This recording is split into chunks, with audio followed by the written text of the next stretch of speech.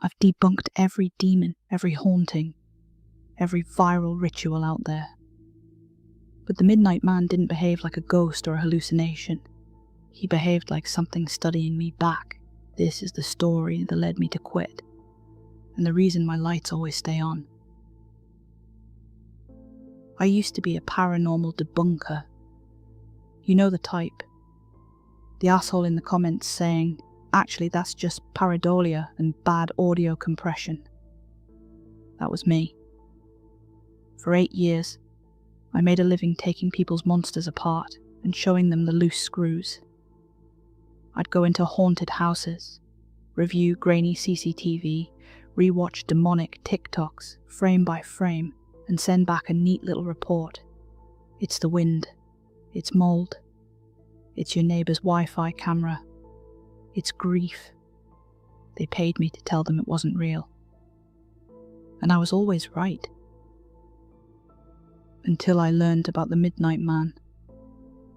I didn't find him on some cursed forum or ancient book. He found me in a client email that, at first, looked like all the rest. Subject: urgent, please prove this is fake. Hi Daniel. My daughter played a game she found on TikTok, the Midnight Game. Now she won't sleep, won't eat, and says he is in the house. Can you please help convince her it's not real? I'll pay whatever you charge for an emergency visit. There was an attachment. Rules for the Midnight Game, .x. I almost deleted it. Games like that are all the same. Candles, salt, mirrors, you must do this or else. Urban legends repackaged for bored teenagers. But then I read the rules. Rule 1. Write your full name on a piece of paper. Add 1 drop of your blood. Place it in front of your front door. Rule 2. Exactly at 12 a.m, knock on your own door 22 times. The final knock must land whilst the clock is still 12 a.m. Rule 3. Open the door, then blow out your candle, and close the door again. You have just invited the Midnight Man inside. Rule 4. Relight your candle immediately. Rule 5. From 12:01 a.m. until 3:33 a.m. you must keep moving. Do not stay in one place for more than a few seconds. Rule 6. If your candle goes out, immediately draw a circle of salt around yourself and stay inside it until 3:33 a.m. Rule 7. Do not look directly at him. If you do, he will show you your worst fear. Most people do not survive that. Rule 8. Do not speak to, touch, or acknowledge any person you see in your house between 12 and 3:33 a.m. unless you are absolutely sure they are real. Rule 9. Do not leave the house during the game. Rule 10. The game ends at 3:33 a.m. If you are alive and in one piece, you win. Nothing will happen. For a while. At the end, a line in bold. If you fail to follow these rules, the Midnight Man will claim you. I scoffed. The whole thing read like a fanfic version of every other summoning game out there.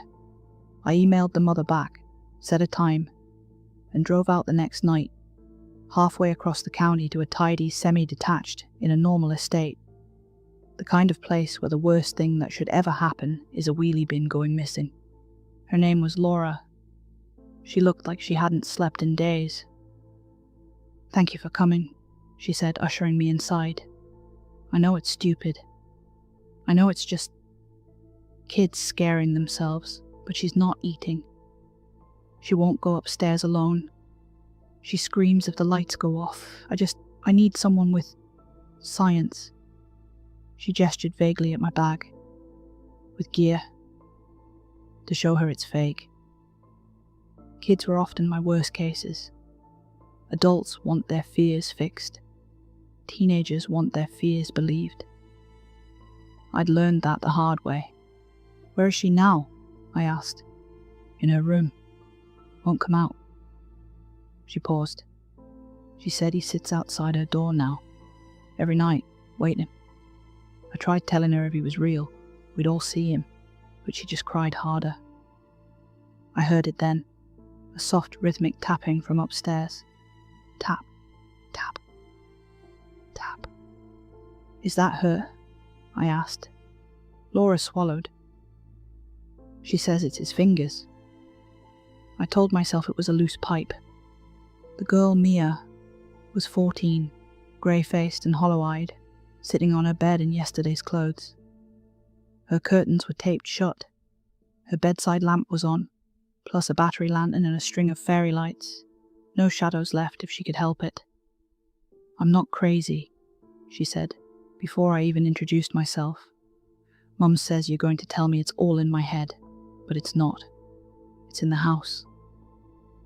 I'm not here to say you're crazy, I said, pulling out my standard kit. EMF meter, thermal camera, audio recorder, props mostly. They made people feel like I was doing something real. I'm here to see what happened and explain it. That's all. Start from the beginning. She took a breath that shuddered all the way through her. We saw it on TikTok, me and Becca. The Midnight Game Challenge. You have to play it alone, but you can, be on call with someone else playing, so we did. We followed the steps, wrote our names, blood, candle, knocked 22 times. Let him in. Her eyes flicked to the bedroom door as she said it. It was a joke. We were laughing at the comments. How long ago? I asked. 4 nights. She dug at her thumb with a chewed nail. It was fine at first. Dark, creepy, whatever. I heard stuff, but I thought it was my brain, TikTok sound effects, neighbours. But then my candle went out. She gripped the duvet. Her knuckles went white. I didn't have salt. I forgot that part, so I used sugar. I thought it was the same. He didn't. Her eyes went glassy, unfocused. The air went cold, not like I'm scared cold, like freezer burn cold. Something moved behind me, and I knew. I just knew. If I turned around, I'd see. She cut herself off, breathing fast. He didn't show me monsters. He showed me things that haven't happened yet. Things that haven't happened, and can't happen, and will happen, and... I held up a hand. Okay. It's okay. We don't have to go into that. Can I ask, did anything physical happen? Scratches, nosebleeds, objects moved? She lifted her hair without a word. On the back of her neck, at the base of her skull, the skin looked wrong. Not like a cut. Like frostbite in the shape of fingertips, 4 on one side, thumb on the other, as if something cold had cupped the back of her head and squeezed. I've seen kids dig their nails into their own skin. I've seen self-harm, psychosomatic rashes, hysterical bruising. This wasn't that. I took a picture, pretending it didn't rattle me. I hear him every night, she whispered. He didn't leave at 3:33. That's a lie. He stays if you lose. He just makes you wish he'd kill you quick instead. Something thumped softly outside the door. Tap, tap, tap. Her eyes went wide. She grabbed my wrist. Don't open it, she hissed. He doesn't like being checked on. I cleared my throat, forced my hand away, and opened the door. The landing was empty. But the EMF meter, which had been flat, spiked so hard it squealed. I could have walked away. I should have. I could have told Laura. It's stress. It's TikTok. It's mass suggestion. Send them both to therapy. File my report. Take the money. But I'd seen that frostbite handprint. I'd seen the EMF spike in a dead quiet house with modern wiring. And I'd heard the way Mia said, he stays. I made a mistake then. I let my pride answer. All right, I told Laura in the kitchen. The house lights felt too bright somehow, like they were trying too hard. I'll prove it's fake. Not just to her, to you, to me, to him. If he's listening, I'll play it. Here, tonight, properly. Every rule, every step, documented. Laura paled. You don't have to do that. I just wanted. You wanted proof, I said. If I play exactly the way the instructions say and nothing happens, you can show me the footage. Sometimes that's what it takes. That's the thing about debunkers. Deep down, we're daredevils with a lab coat on. We poke the bear because we're so sure it's just a guy in a costume. Her hands trembled as she made me coffee. If you're sure. I wasn't. Not really. But I was curious, and curiosity is just fear that thinks it's clever. We started at 11:30 p.m. I set my equipment up in the hallway. Tripod camera facing the front door, secondary camera on a bookshelf covering the hall and stairs. Audio recorder on the console table. I took baseline readings. EMF low. Ambient temperature a little chilly, but normal for an old British house in October. Mia stayed in her room. She refused to come downstairs. I didn't blame her. Laura hovered in the living room, clutching her dressing gown like a shield. The rules said I had to play alone. So at 11:55, I asked Laura to go upstairs and close her door. If you hear anything, she started. I'll shout, I said. Or I'll be embarrassed tomorrow when I show you how boring this was. She didn't smile. At 11:58, I sat on the floor in front of the door, knees creaking, and prepared. I wrote my full name on the paper in block capitals, Daniel Matthew Cole. I pricked my finger with a sterilized lancet from my kit. Ghost hunting gear overlaps a lot with diabetes gear, it turns out. One drop of blood, dark and heavy, hit the paper and spread. I placed it on the doormat. My candle was a plain white pillar, the sort you buy for power cuts. I lit it and turned off every other light in the house. Instantly, the world shrank to the small, flickering circle around me. The camera's red recording light winked back from the darkness. I checked my phone. 11:59:37. My heart was beating faster than I liked. It's a ritual, I muttered to myself. Rituals feel powerful because they're structured, that's all. The minutes ticked. When my lock screen changed to 12 o'clock, I started knocking. Rule 2. Exactly at 12 a.m., knock on your own door 22 times. The final knock must land at 12:000. What precisely counts as land? I'd scoffed earlier, reading it. Do they know how milliseconds work? It's funny what your brain latches onto when you're scared. Stupid details. I counted the knocks under my breath. 1, 2, 9, 15, 20. The candle flame fluttered with every impact, smearing shadows across the hallway walls. 21, I whispered. I held my breath. There was something obscene about hitting your own front door from the inside, like trying to get out of your own life. 22.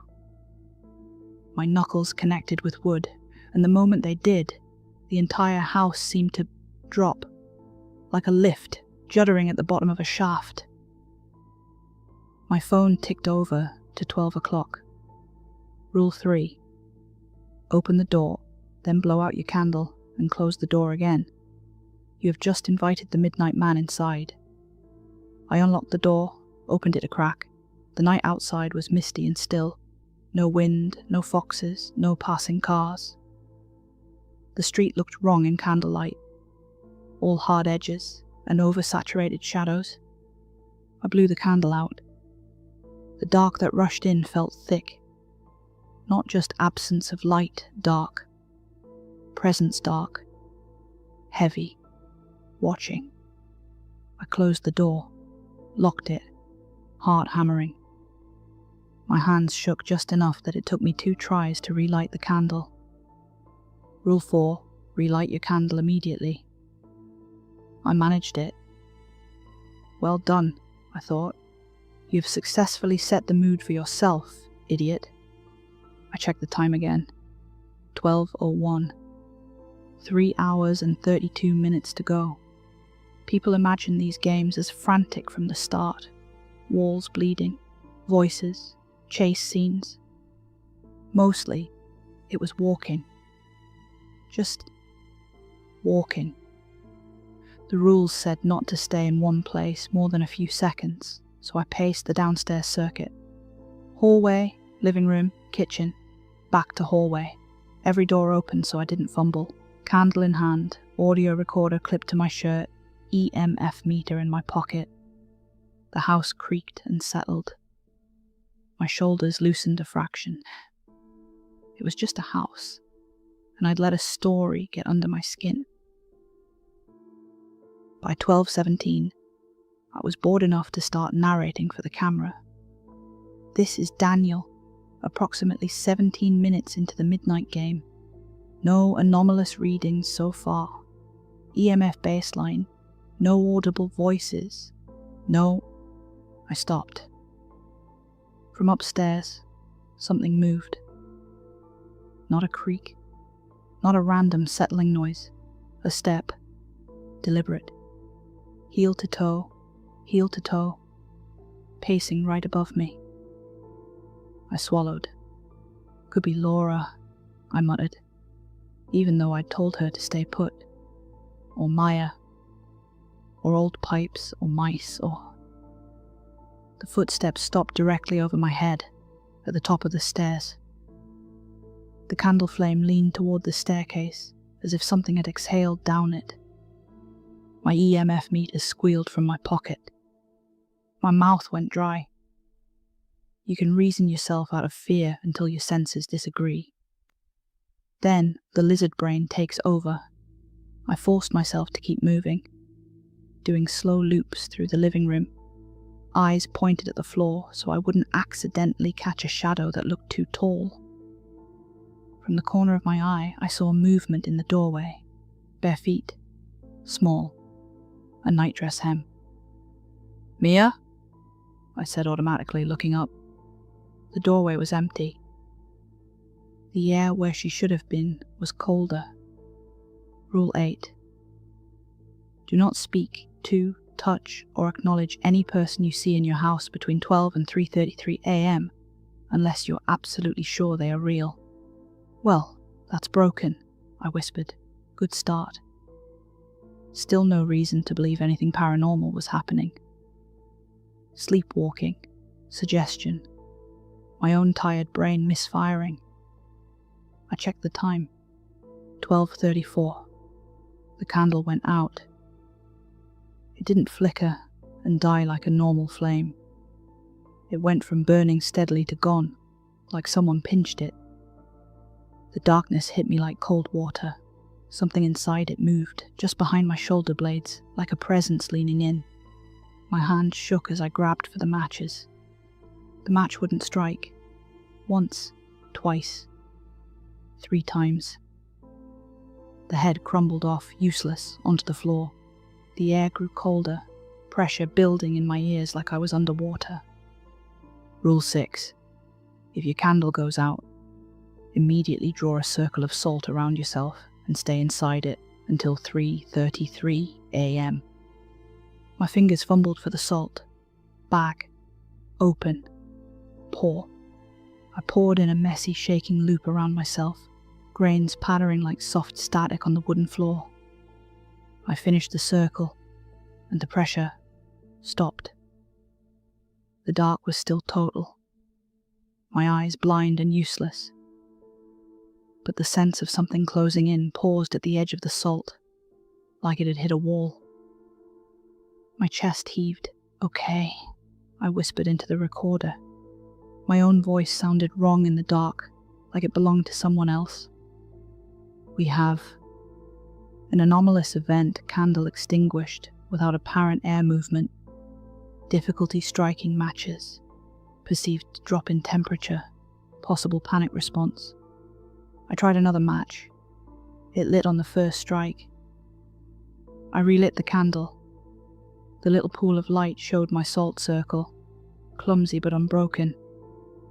Outside it, right at the edge of the grains, something had left, marks, each about the size of a finger, pressed into the fine layer of dust on the floorboards, 4 parallel lines. Then another 4, then another, like someone had dragged both hands around my circle, testing it. I didn't say anything. I just raised the EMF meter and watched it flutter between normal and what the fuck. I wanted to call out to Laura, to say I was done.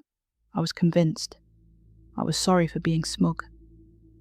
But the rules said not to let anyone in, and I had the distinct, sinking feeling that if I opened my mouth and shouted, something else would answer. I stepped carefully over the salt and forced myself back into motion. Time lost meaning for a while. I walked. I listened. I tried not to look at the corners, where the darkness felt thicker, like it was folding in on itself, almost shapes pulsing in and out of existence. Once, as I passed the hallway mirror, I saw a tall, thin shape behind me, where my reflection should have been. No face. Just the impression of height and limbs too long, bent slightly to fit. I didn't look up. I kept my eyes on the floor. That was the only reason I didn't break Rule 7. At some point, my phone buzzed in my pocket. A text from an unknown number. 12:59 a.m. You're doing so well, Daniel. I swallowed bile. No one outside this house should know what I was doing. Even if the number was spoofed, why was there no contact name, no code, no country prefix? Another text. Don't stop moving. I like you better this way. I turned airplane mode on and put the phone face down on the console table. The footsteps started again upstairs. Heel to toe, pacing, waiting. The first time he spoke to me, it wasn't a voice, not really. I was passing the closed door to the understairs cupboard when, for a second, the wood vanished and I saw, not with my eyes, with something deeper. A staircase going down instead of up, steps worn thin at the centre, walls too narrow, too close, pulsing slightly like a throat. At the bottom, in the dark, something tall and pale and hungry waited, his outline blurred, like he only existed when you weren't quite looking at him. My hand jerked away from the door. Worst fear, I thought. That's what the rules promised he'd show you if you broke them. Your worst fear? I'd always thought my worst fear was something basic. Spiders, dying alone, that sort of thing. I was wrong. My worst fear was being wrong. That all the things I'd laughed at were real. That I'd been walking naked through a world full of teeth. And tonight was the first time something had decided to bite down. The vision snapped shut. Wood was solid under my palm again. The candle sputtered, then steadied. Fuck you, I whispered at the door. I'm still here. The air around me pulsed with a low, soundless amusement. At 2:12 a.m., the crying started. Mia's voice. High and cracked and terrified. Dan. Dan, please. Are you there? I can't move. He's in my room. Dan, please. My heart punched the base of my throat. Mia? I called before I could stop myself, turning toward the stairs. The instant her name left my mouth, the crying cut off. Not faded, not muffled, cut. Like someone hit mute. Something ran down the stairs then. Fast. on all fours, the sound of hands and feet slapping wood. It stopped just out of the candle's reach. I didn't look up. Every instinct screamed at me to tilt my head to see what was right there in the dark, breathing too fast. I stared at my feet and recited the rules in my head like a mantra. Don't look, don't speak, don't touch, don't leave. Keep moving. The breathing hitched. Then a whisper, right next to my ear, where no one tall enough should have been. Good boy. I nearly dropped the candle. By 2:47 a.m., my legs shook from constant movement. My lower back ached. Every loop of the house felt longer than the last. The hallway stretching, the kitchen narrowing, the living room turning into a tunnel. I checked my phone again. No signal. Time, 2:47 a.m. 46 minutes. I can do 46 minutes, I muttered. The house disagreed. The next time I passed the front door, there were scratches on it. 4 long, vertical gouges, just deep enough to tear the paint. Fresh, no splintering, as if something with patience had dragged its nails slowly down, enjoying the resistance. My own handwriting stared back at me from the paper on the mat. Daniel Matthew Cole. The blood drop was dry. A second drop had appeared next to it. I hadn't given that one. I kept walking. We think of rule stories as horror because of what happens when you break them. Midnight Man taught me the horror comes from the moment you realize you don't actually know whether you've broken them or not. Did I speak to someone who wasn't real when I answered Mia's fake crying? Did I acknowledge him by reading those texts? Did the salt circle count if some grains scattered when I stepped over it? Did looking at his reflection count as looking at him? The rules were clear, until they weren't, until every breath felt like a potential violation. By 3:20, my brain was sliding on itself. I counted loops. I counted heartbeats. I counted rule numbers under my breath, checking and rechecking them like rosary beads. On the 30-somethingth loop past the staircase, someone was standing on the 3rd step up. Bare feet, long legs, hands hanging a fraction too low, torso disappearing into the dark. My eyes flicked up instinctively, stopping at the knees. I didn't go any higher. The candle flame bent toward him like a flower toward the sun. The EMF meter in my pocket went dead. He didn't move. He didn't speak. He just waited. I kept walking. Past him. Past the living room. Past the kitchen. Past every primal instinct that screamed at me to run, to hide, to throw myself out one of the windows and crawl bleeding into the street. I don't actually remember the last 13 minutes. Shock does that. Your brain gives up on saving everything and just grabs snapshots. My next clear memory is standing in the middle of the living room, candle in hand, staring at my phone as it turned to 3:32. The house was vibrating, not literally, but the air felt charged, like static before a lightning strike. Every corner throbbed with the sense of something pressing up against thin, invisible walls. 30 seconds. Somewhere behind me, boards creaked under a slow, deliberate step. 20. Breathing. Close enough to fog the back of my neck. 10. A hand. Not cold, not hot, just wrong. Hovered a centimetre above the top of my head, not touching, but close enough that every hair on my body rose. 5, 4, 3. Everything stopped. At 3:33 a.m. exactly, the pressure dropped. The candle burned normal yellow again. The board stopped talking. The EMF meter crackled weakly back to life. I checked the front door. The extra drop of blood was gone. So were the scratches. The understairs door was just wood. The texts on my phone had vanished. No unknown number. no log, no screenshots. The only proof anything had happened was the salt on the floor and the audio file still recording on my collar.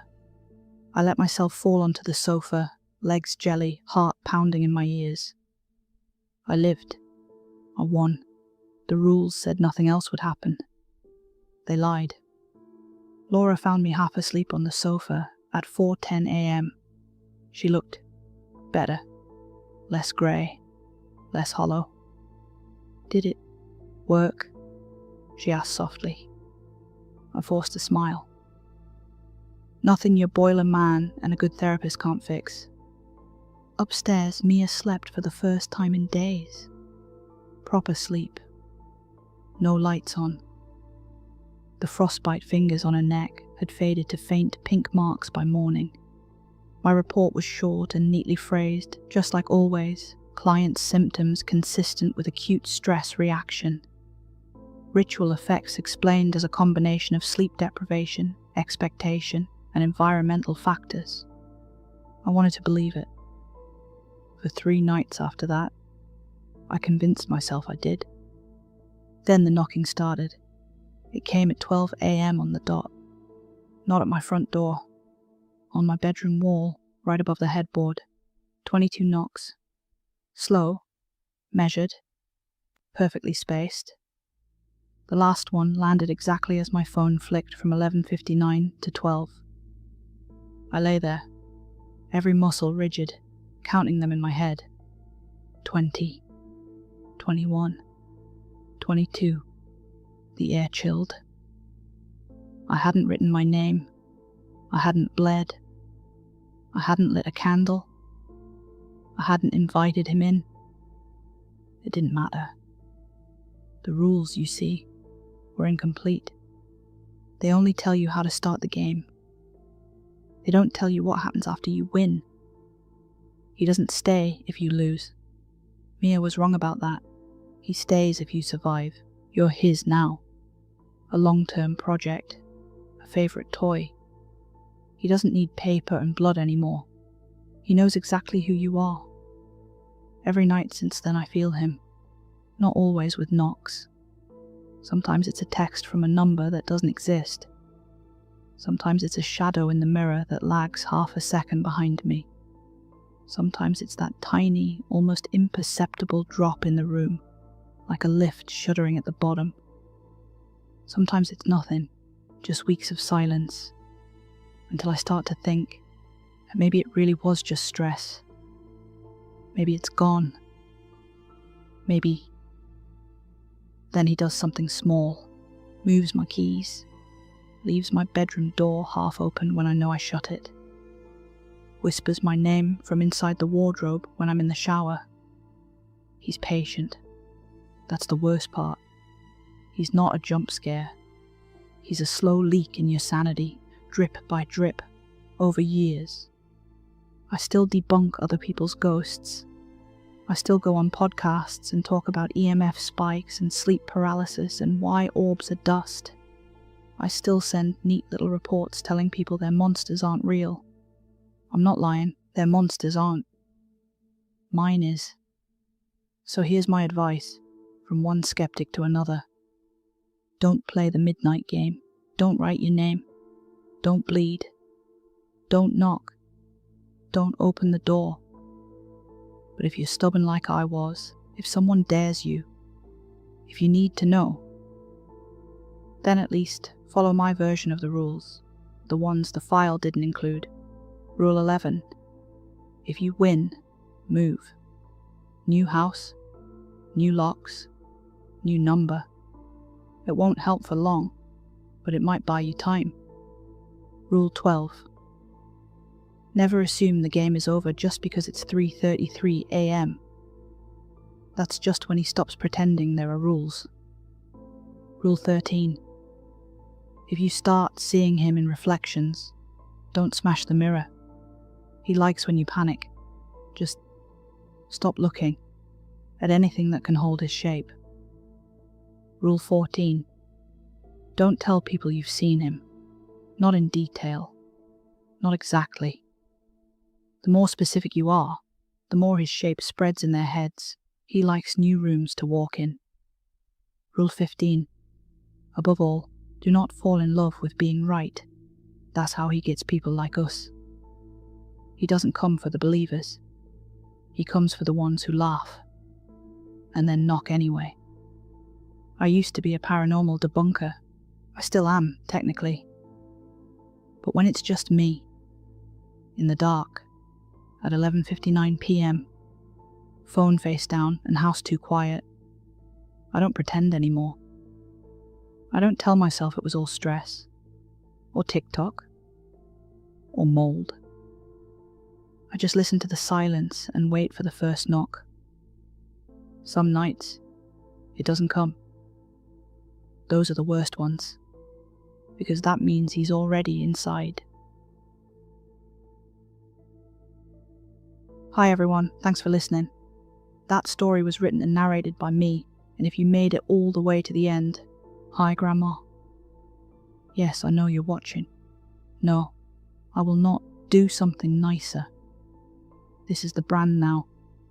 If you enjoyed it, don't forget to subscribe, like, and share it with someone you secretly want to traumatize. It really does help more than you think. Also, little announcement while I've still got you. I finally have channel memberships. That means if you want to support the chaos a bit more, you can hit the join button and become an actual resident of whatever cursed town I'm building this week. Members get things like custom emojis, early access to some videos, and the chance to literally become a character in a future story. So if you've ever wanted to be the poor sod who ignores all the rules, this is your moment. If I ever tried the Midnight Man ritual in real life, I wouldn't last 10 minutes. I would trip over the salt, set off the smoke alarm with the candle, and end up explaining to the fire brigade why there's a blood-stained piece of paper on my front door at midnight. So we are keeping this strictly fictional. Thanks again for hanging out in the dark with me. Sleep well, don't invite anything weird in, and if you hear footsteps in the hallway at 3:33 a.m, it's not me. I'm in bed doom scrolling like everyone else. Good night.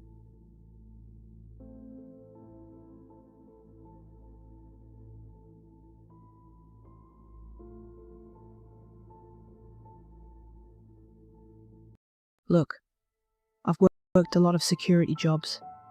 Hospitals, banks, you name it. Most of them are just boring. Long hallways, locked doors, nothing happening. So when I saw an ad for a night gig at an old biscuit factory, I figured, how bad can it be? The pay was good. I needed the cash. The place was called the Old Mill Biscuit Factory. A big old brick thing on the edge of town, still making cheap cookies for discount stores. The fella who hired me, a guy named Henderson, walked me through. He looked tired, like he hadn't had a good night's sleep in years. The whole place smelled like stale sugar and old wet metal. And there was this fine dust of flour over everything, like a layer of pale snow. It all seemed normal, just a run-down old factory. Then, at the end of the tour, he handed me this laminated card. His hand was clammy. Just a few things to keep in mind, he said. He wouldn't look at me, just stared at a crack on the floor. The guy you're replacing, Jenkins, he found it useful. He didn't say where Jenkins went. The card just said, rules for night shift at the Old Mill Biscuit Factory. And the first rule on that list made the hair on my arms stand up. I waited till he was gone, till his footsteps disappeared down the hall. Then I sat down in the little security office and read the list. My first thought, this is a prank. Some kind of joke they pull on the new guy, but the card was worn out, peeling at the corners. The words were faded, it had been read a lot.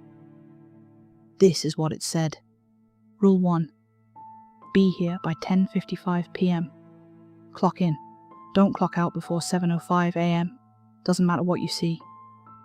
That time clock is the only thing here you can trust. Rule 2.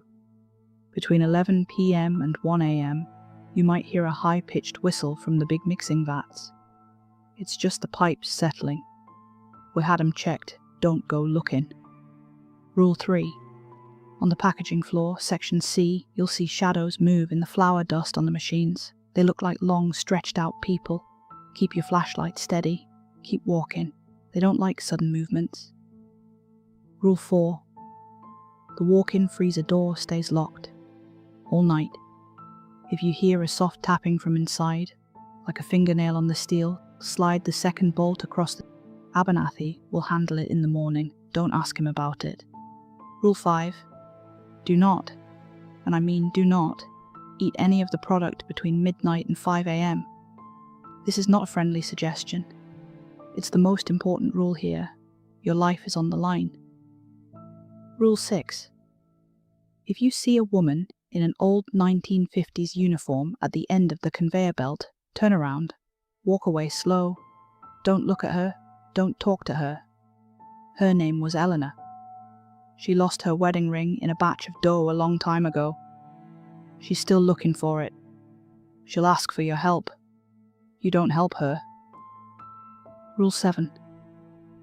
If the office lights on the second floor start to flicker like crazy, get to the security office, lock the door, turn off the monitor, and get under the desk. Stay there till they stop. Don't look out the window while it's happening. Rule 8. If you break rule number 5, the other rules can't save you anymore. They just tell you what's coming. Your only shot is the old boiler room in the sub-basement. There's a salt circle on the floor. Get inside.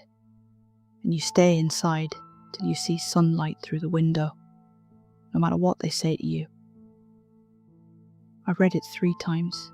Part of my brain was saying it was a gag, that Jenkins and Henderson were having a good laugh somewhere. Still, I put the card in my pocket. It felt heavier than a piece of plastic ought to.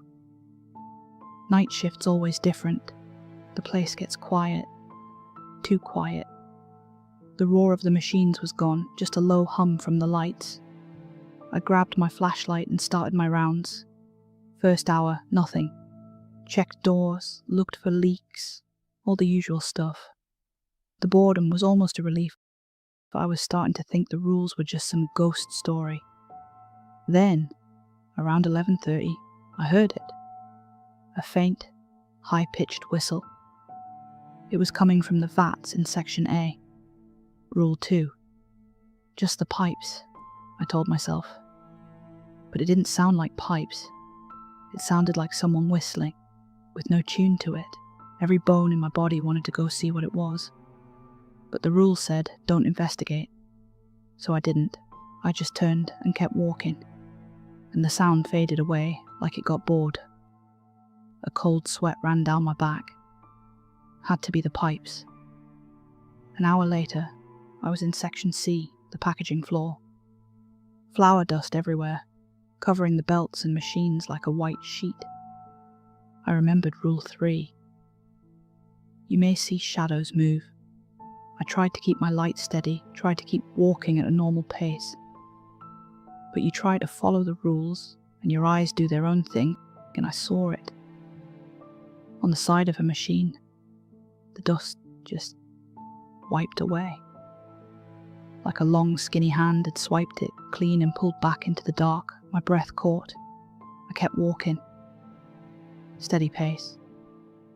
Saw another one further down, a tall, wavy shape that formed out of the dust and just melted when my light got close. They were real. The skepticism was gone. This wasn't a prank. This was a survival guide. Just before midnight, something new hit me. Hunger. Not normal hunger. This was deep, gnawing. And then I smelled it. Fresh biscuits. The factory's golden rounds. The ovens were cold. The lines were dead silent. It made no sense. But the smell was so real, it was like I was standing right next to the oven. It was calling to me. And Rule 5 popped right into my head. No product to be sampled between 12 a.m. and 5 a.m.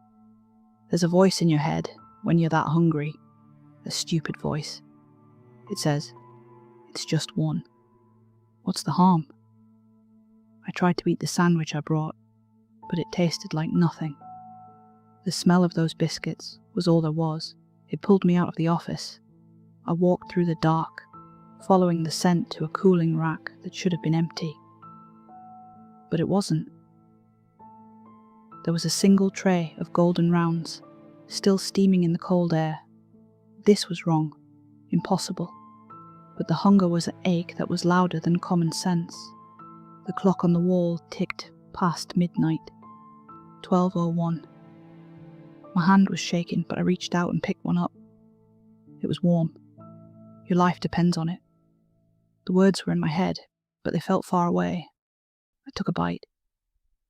For 1 second, it was the best thing I'd ever tasted.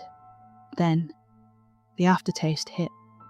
Coppery, metallic, like licking a pile of old coins and something else under it. Something savoury and awful. Tasted like something that had been alive. I dropped it. The noise it made hitting the floor was like a gunshot, and then the whole factory went silent. The hum from the lights, everything, gone. I'd made a bad mistake. A terrible mistake. It was a dead, heavy quiet, the kind that hurts your ears. I knew, right down to my bones, I was being hunted now. Rule 8 flashed in my mind. If you break Rule 5, the other rules will no longer protect you. They will become warnings of what is to come. The rules weren't a defense anymore. They were a list of what was out there. And now they knew I was here. The whistling started again, from Section A. It wasn't faint this time, it was sharp. It was smart. And I could hear it whispering my name inside the sound. It's not the pipes. I ran, just ran. Boiler room, sub-basement, salt circle. That was the only thought in my head. I had no idea where it was. I ran through Section C, and the flour dust wasn't just shifting. The shadows were standing up off the machines. Black shapes, impossibly thin, moving like broken insects. They skittered toward me, leaving clean tracks in the dust. My running was like ringing a dinner bell. I dodged around a machine and heard a new sound. A loud thump, thump, thump from the storage bay. The freezer. Rule 4. This wasn't a soft tapping. Something was trying to break the door down from the inside. The steel was bending. I saw the main lock bust. I didn't stick around to see if the second one would hold. I saw the stairs to the offices and took him, hoping for a map. At the far end of the floor below, I saw her. Eleanor. The woman from rule number 6. She was just standing there. But when I got to the top of the stairs, her head turned to look up at me with a sound like cracking wood. Her voice scraped across the factory. "You!" It rasped. "Did you take it?" "He likes the sweet ones." She started moving. I didn't look back. The hallway lights started flickering. A strobe effect, light and dark, light and dark. Rule 7. Hide. But I couldn't hide. I had to find the basement. In the flashes of light, I looked through the windows down to the factory floor. I wish I hadn't. It was full of them. The skittering black shapes. And in the middle, something huge was rising up from the main line. A glistening, doughy thing, pulsing with a faint light, covered in what looked like thousands of eyes, the thing I had tasted. At the end of the hall, I saw a sign. Basement access. I threw myself down the concrete steps, falling more than running. The air got cold and damp. The sounds from upstairs were fainter, but there was a new sound behind me. A wet, tearing noise. Like something chewing. My hand found a door frame. A steel door. A small plaque said, "Boiler Room." The handle was stuck. I threw my shoulder against it. The chewing sound was getting closer. With one last push, the door screamed open. I fell inside, slammed it shut. No lock. Across the room, a little bit of moonlight came through a high window, and on the floor, I saw it. A big, perfect circle drawn in a thick line of white salt. I scrambled over and dove inside, just as the handle on the door started to turn. Then the banging started. Then the whispers, from everywhere. Henderson telling me the shift was over. Eleanor begging me to help her find her ring just outside the circle.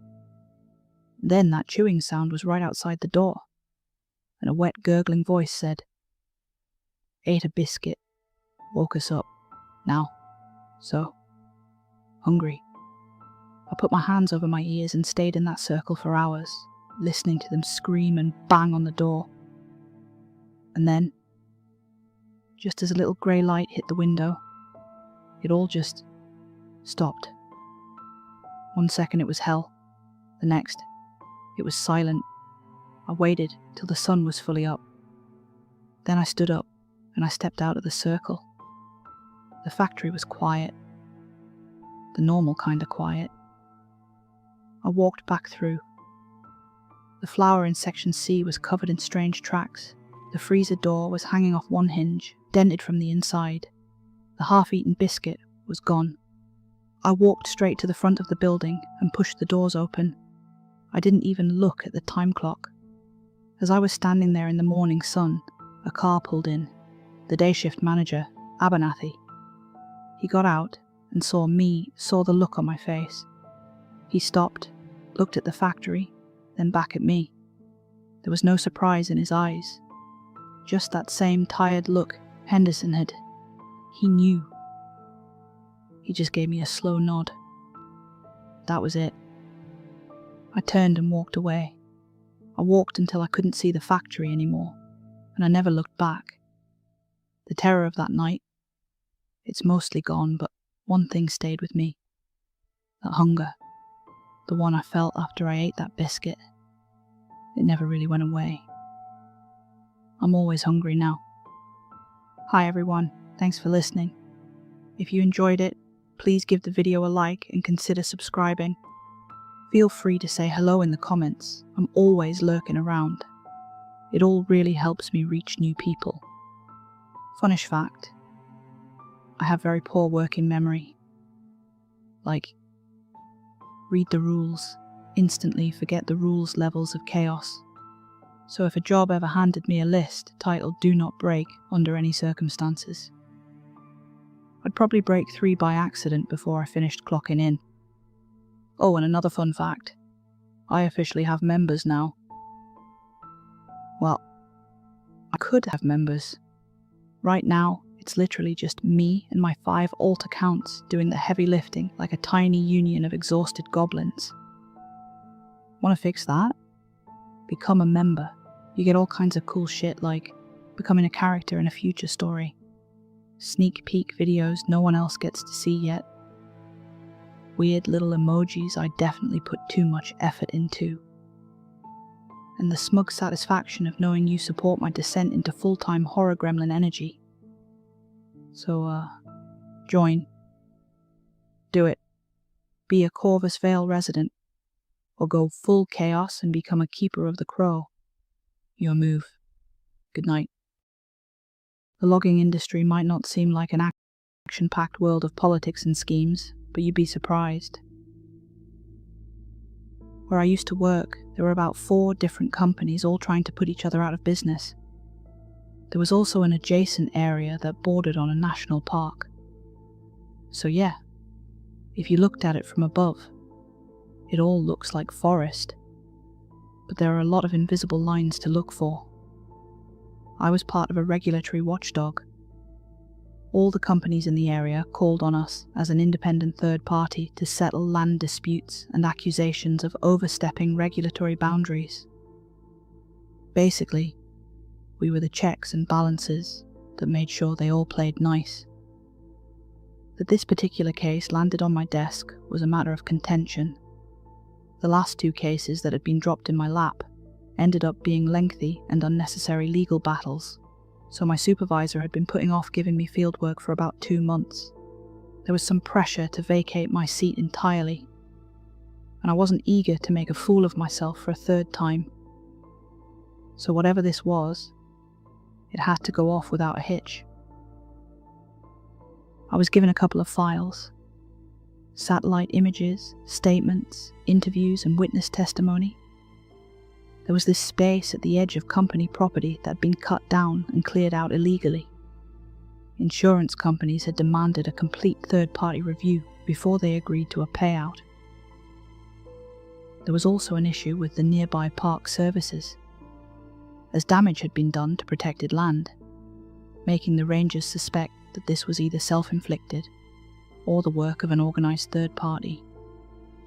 Now, making arrests or proceeding with a formal criminal investigation is the work of the police, but my job was to give them a neutral and objective perspective, something they could point to as evidence of suspicion of foul play. An acre or two might sound like a lot of land to cover, but when you're dealing with multiple sites of about 15 to 25 acres separately, it quickly falls under the radar.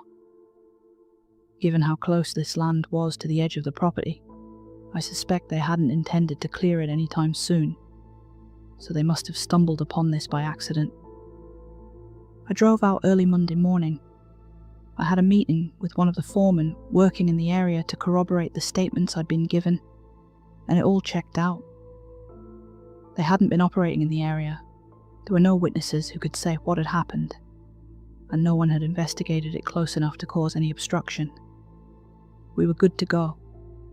I was put in contact with an assistant foreman named Michael, a very driven man in his early 30s, whose head seemed to have been fused with the mandatory white helmet they made us wear. He had this handlebar mustache that made me think of cartoonish uncle. I met him by a signal orange Jeep with the company logo printed in all black. "I'm just here to get you where you need to go," he explained. "I'm not here to intrude." "I'm sure that won't be a problem," I smiled. "You know where we're headed?" "Of course, yeah. It's been the talk of the crew for a week now." "How so?" I asked. "You hear things, he explained. like how no lumber was stolen." "What?" "Yeah, he reiterated. no lumber's been stolen. Most of it just kinda lay there." That part had been conveniently left out of my prep work. Driving through untrained lands in a Jeep isn't as comfortable as it sounds. Sudden dips and rocks and fallen trees make for a bumpy ride, and if you're not used to it, it's going to cost you your lunch. I was prepared enough, but I noticed Michael looking over a couple of times. He probably wasn't used to outside passengers having spent a lot of time in the wild. And to be fair, I didn't really look the part. "I'm not sure what exactly you do." Michael admitted. "Some sort of insurance thing." "That's part of it, yeah. But I'm mostly here to make sure everyone plays along." "They do," he said. "I mean, it's all the same guys. "What do you mean?" I mean, there are only so many loggers in one area, you know. You quit one place, you go to another." "So you all know each other? Even at other logging companies?" "Yeah." he said, clutching the wheel as we barreled through a bent sapling, leaves brushing against the windows. "I'm just saying, I don't know any guy who's motivated enough to bring in a crew to cut this stuff, which means it's an outside thing." "Or something natural," I added. "Wildfire, soil degradation. It's not usually that black and white." "No offense, but in my experience it is." Michael rolled onto a half-finished road. It lined the space between the government-owned park space and the edge of the logging area.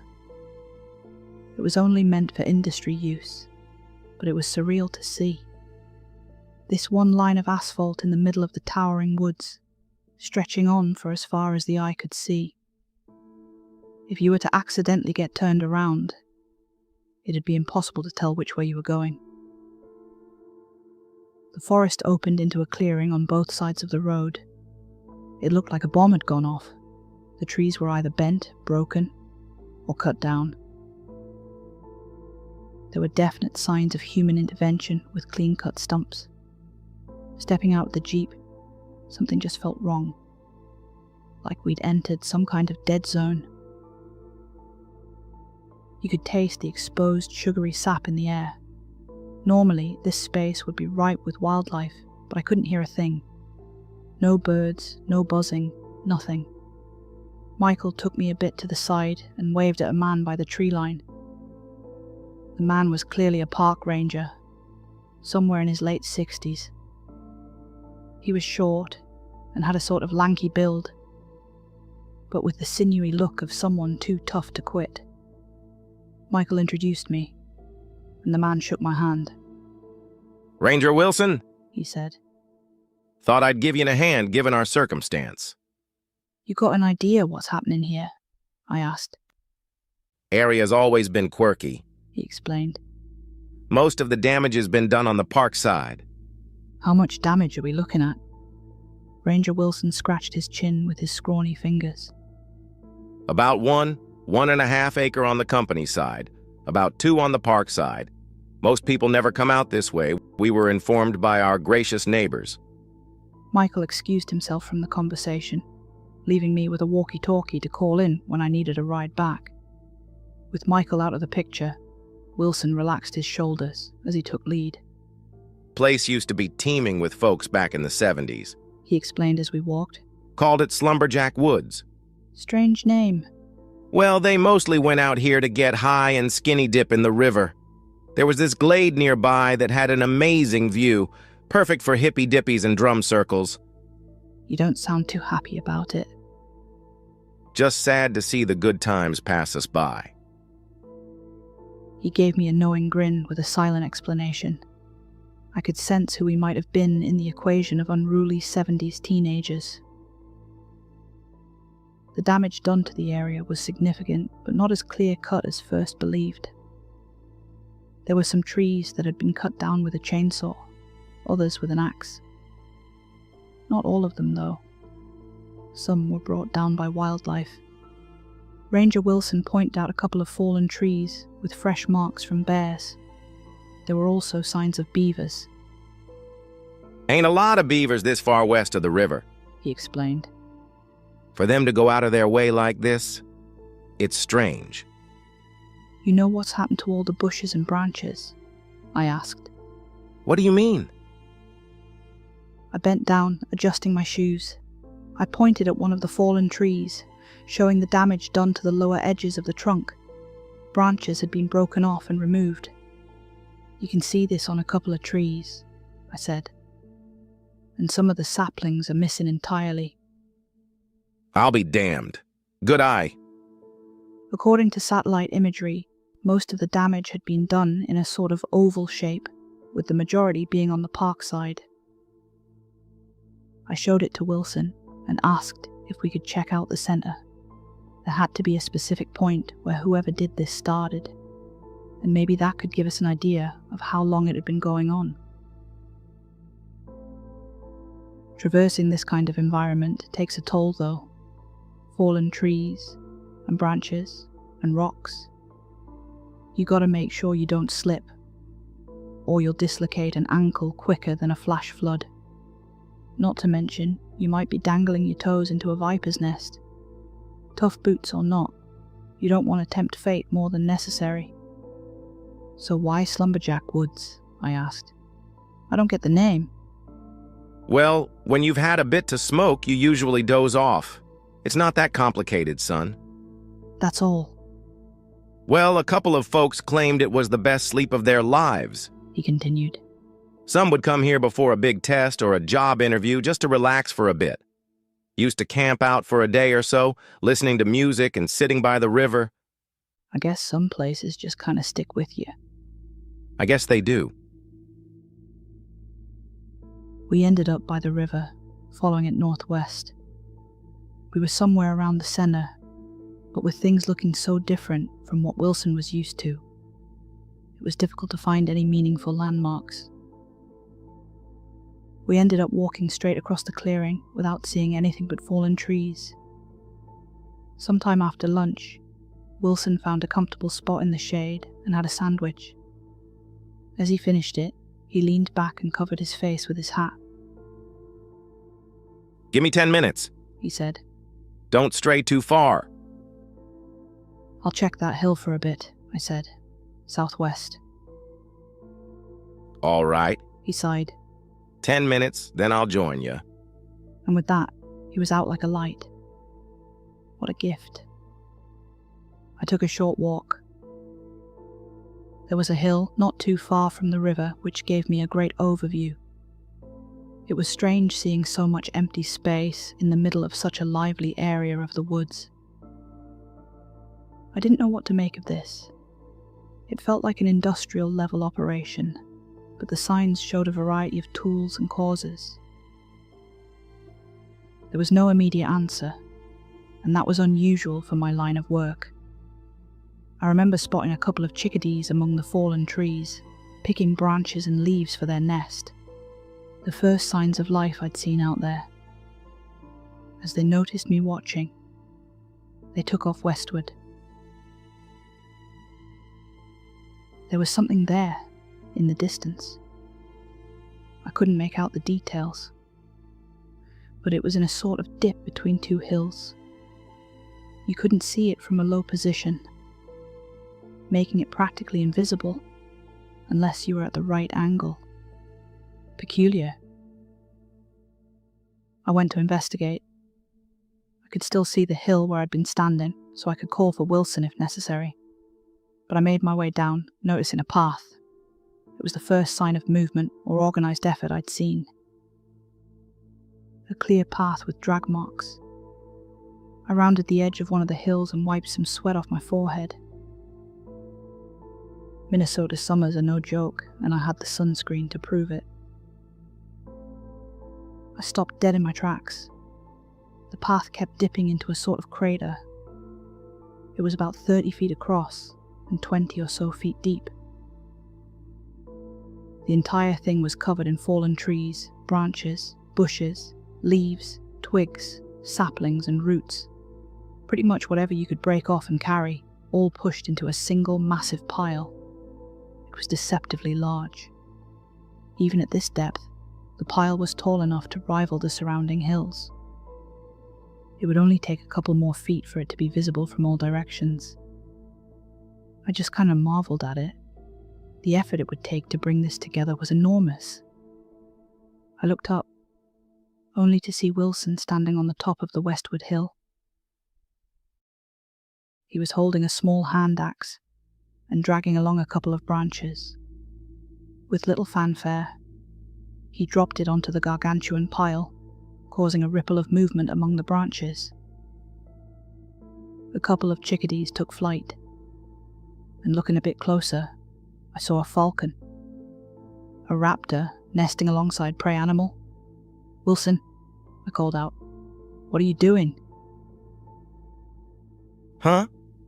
He looked down at me, clutching his hand axe. What do you mean? He asked. "What's with the branches? What's with this?" I gestured towards the pile. Wilson turned to it, scratching his head. Jesus, he muttered. What the hell happened here? We took some pictures and investigated it. At first it just looked like a disorganized pile, but there was some sense to it. Most of the trees that had been dragged there lined the bottom and the edge, while most of the larger branches were on the inside. It was structurally sound. The outside was mostly covered in leaves and bird nests. I confirmed that, yes, I could see falcons alongside chickadees and cardinals. There were also signs of raccoons, and I spotted a couple of curious eyes peering out at me, possibly foxes. Ranger Wilson pointed out deer droppings nearby. All in all, this didn't make sense to me. Animals didn't congregate into piles, especially not a man-made one, which put a couple of things into consideration. One, that this wasn't a natural process. Two, that this wasn't man-made. All the while, I couldn't get a straight answer from Wilson about his contribution to the pile. He shrugged it off and was noticeably quieter from that point forward. That was one of the most curious things about the pile, just how quiet it was. This was a massive collection of trees and bushes, teeming with life. But it was silent as a grave. No chirps or songs, no buzzing insects. I could see ants and bees crawling next to one another, carrying the occasional leaf or pine needle. I could see mice scurrying around, carrying twigs with their teeth. I walked up to the pile to look a little closer. There were holes for larger mammals to crawl through, giving it the appearance of a nest or a mound rather than just a pile of debris. There were things living in there, no doubt. There were other stories about this place back in the day. Wilson called out from atop the hill. There was this bonfire. What about it? I asked as I peered into the nest. A lot of folks came by to build a bonfire. It was supposed to be this amazing thing to burn at the end of summer. A lot of folks came around to pile stuff on. It wouldn't happen to be this pile right here, would it? Not sure, He admitted. Area looks different now that it's all dead. But yeah, they never burned the thing. I guess they were happy enough just building it.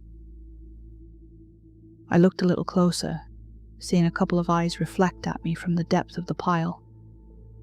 Doesn't look all that dead to me, I muttered. Doesn't look dead at all. Wilson explained as he escorted me back to the road.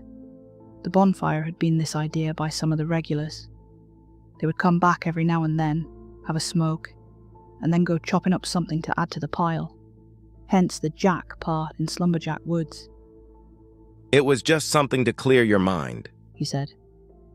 Like meditation, you know? So you're saying they've been clearing this area since the 70s? Hell no. He laughed. I'm saying that's what they did back then. People have moved on. Haven't seen anyone around these parts for years. So what are you suggesting? I asked. What's happened here? He scratched his head and looked back, shaking his head. I don't have a God's honest clue, truth be told. I called Michael and waved goodbye to Wilson for now. Wilson yawned and lumbered back into the woods, following an old trail. I didn't have to wait long for Michael to pick me up with his jeep, asking me what I'd learned as we drove off. I told him about the pile. We'll get someone to clear that out, He said. Shouldn't be too much trouble. You got any idea what it is? I asked. Looks like a lot of work, I've checked with the guys who found it. he said. A guy who used to go up there to take a nap during lunch hour. He didn't have a very good explanation. What did he say? Not much. Michael sighed. He just sort of found it. Went up there for a nap, got a bit confused and ended up in the clearing. That happen a lot with your crew? I asked. They get confused much? Can't say they do. He pointed in the rearview mirror. The clearing could still be seen in the distance. But around that part of the woods, I guess they do. I spent most of that evening collecting my thoughts and findings. I summarized the various conclusions I could draw, but ended up with an empty line under conclusion. That was the one part I couldn't figure out. I sent what I had to my superior, knowing full and well that I'd get a stern talking to about not having an answer. Inconclusive reports had been my downfall for the Part 2 cases, and this wasn't looking to fare any better. The next day I wasn't just meeting up with Michael. I was meeting up with about 10 of his guys, all in various vehicles. And at the forefront of it all was an excavator, with that same signal orange colour and the company logo. Michael was excited to get this done and over with. I got in his jeep as the little convoy rolled out. They're probably not going to want to push this issue, He said. They don't really care about that lumber as long as no one else has been making a profit. Well, there is no sign of that, I said. But something's up, that's for sure. It was unreal seeing those machines roll into the clearing, bumping over fallen trees and dry stumps. A couple of people had gotten out of their jeeps to guide it through, waving and directing it with hand signals. Getting closer to the pile, I noticed a silhouette on the hill. I looked up to see Wilson, standing by a fallen tree, chucking branches onto the pile. I excused myself from Michael and got out. It took me a while to navigate the brambles, but I made it all the way atop the hill. As the crew rounded the corner and oohed and ahed about the pile, Wilson was just standing there, casually throwing branches. His eyes were closed. I observed him closely.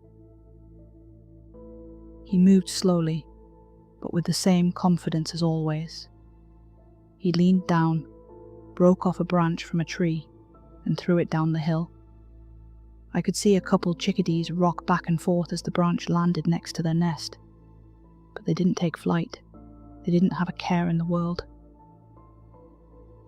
I tapped Wilson on the shoulder and watched his eyes open.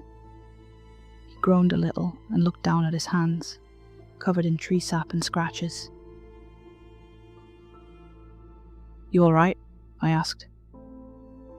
Must have nodded off. He said. What day is it? I wanted to tell him that's something he ought to know, but there was a tone to his voice that didn't lend itself to sarcasm. I shook off the thought and gave him a pat on the back. "You need me to call someone? You good?" I'm good. He insisted. I'm good. Then he saw the excavator. He looked up at me, then down at Michael and his crew. Then he was off like someone had fired a racing pistol. Wilson hurried down the hill to meet with Michael and his crew. They almost came to blows immediately. I thought the two of them knew each other pretty well, but that didn't seem to be the case. Michael argued that the pile was on company property, while Wilson argued that it could be the home to endangered species, and that we couldn't do anything to it before we had a clear idea of what it was. But while they argued, the excavator crept closer. There was a sort of electricity in the air, a spark. Something didn't feel right, and I could watch the hair on my arm stand at attention, like I dragged my feet across a rubber carpet. Michael grabbed his walkie-talkie and gave the operator the go-ahead. Wilson knocked the walkie out of his hands, and the two escalated from words to finger-pointing and getting in each other's face. Meanwhile, I listened to the walkie-talkie. "Coming up on the side now," the operator said. "Looks like a beaver dam from hell." I could hear the whine of the machine as it lifted the arm up high, ready to be brought down. "You hear that?" the operator said. "There's something. I don't know." I tried to call Michael over, but he was too busy berating Wilson, who in turn was busy berating him back. The crew was looking worried, and the operator was sounding more worried still. The excavator's arm hung still in the air. "There's something in here," he continued. "Not, like, in there, but..." The operator flung his arm about, as if waving away an insect. Then he did it again.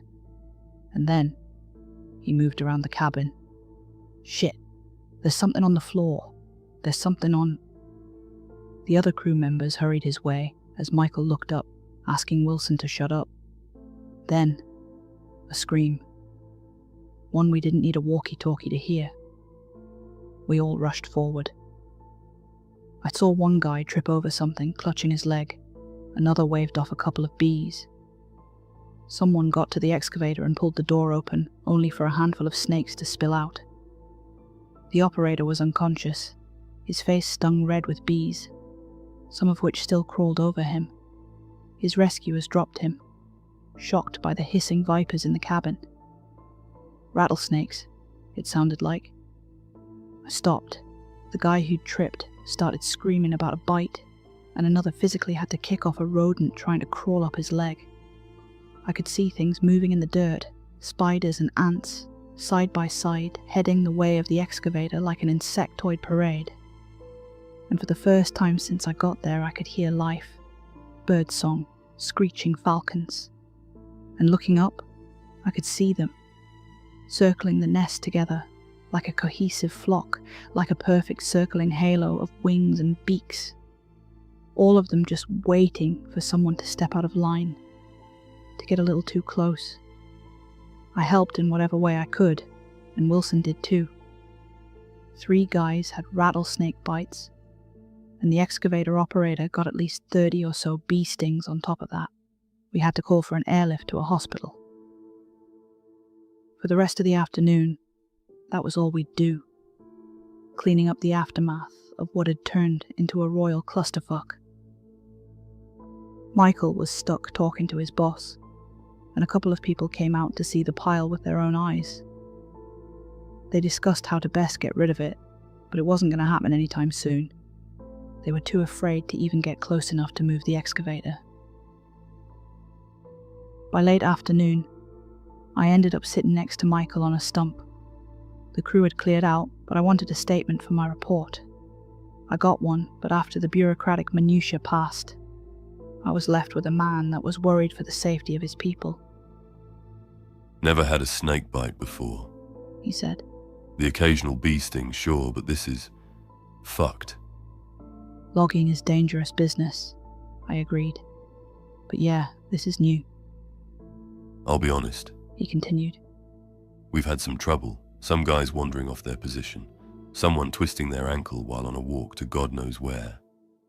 Didn't say anything about that in my file. 'Cause it makes us liable, he explained. So we shut up about it.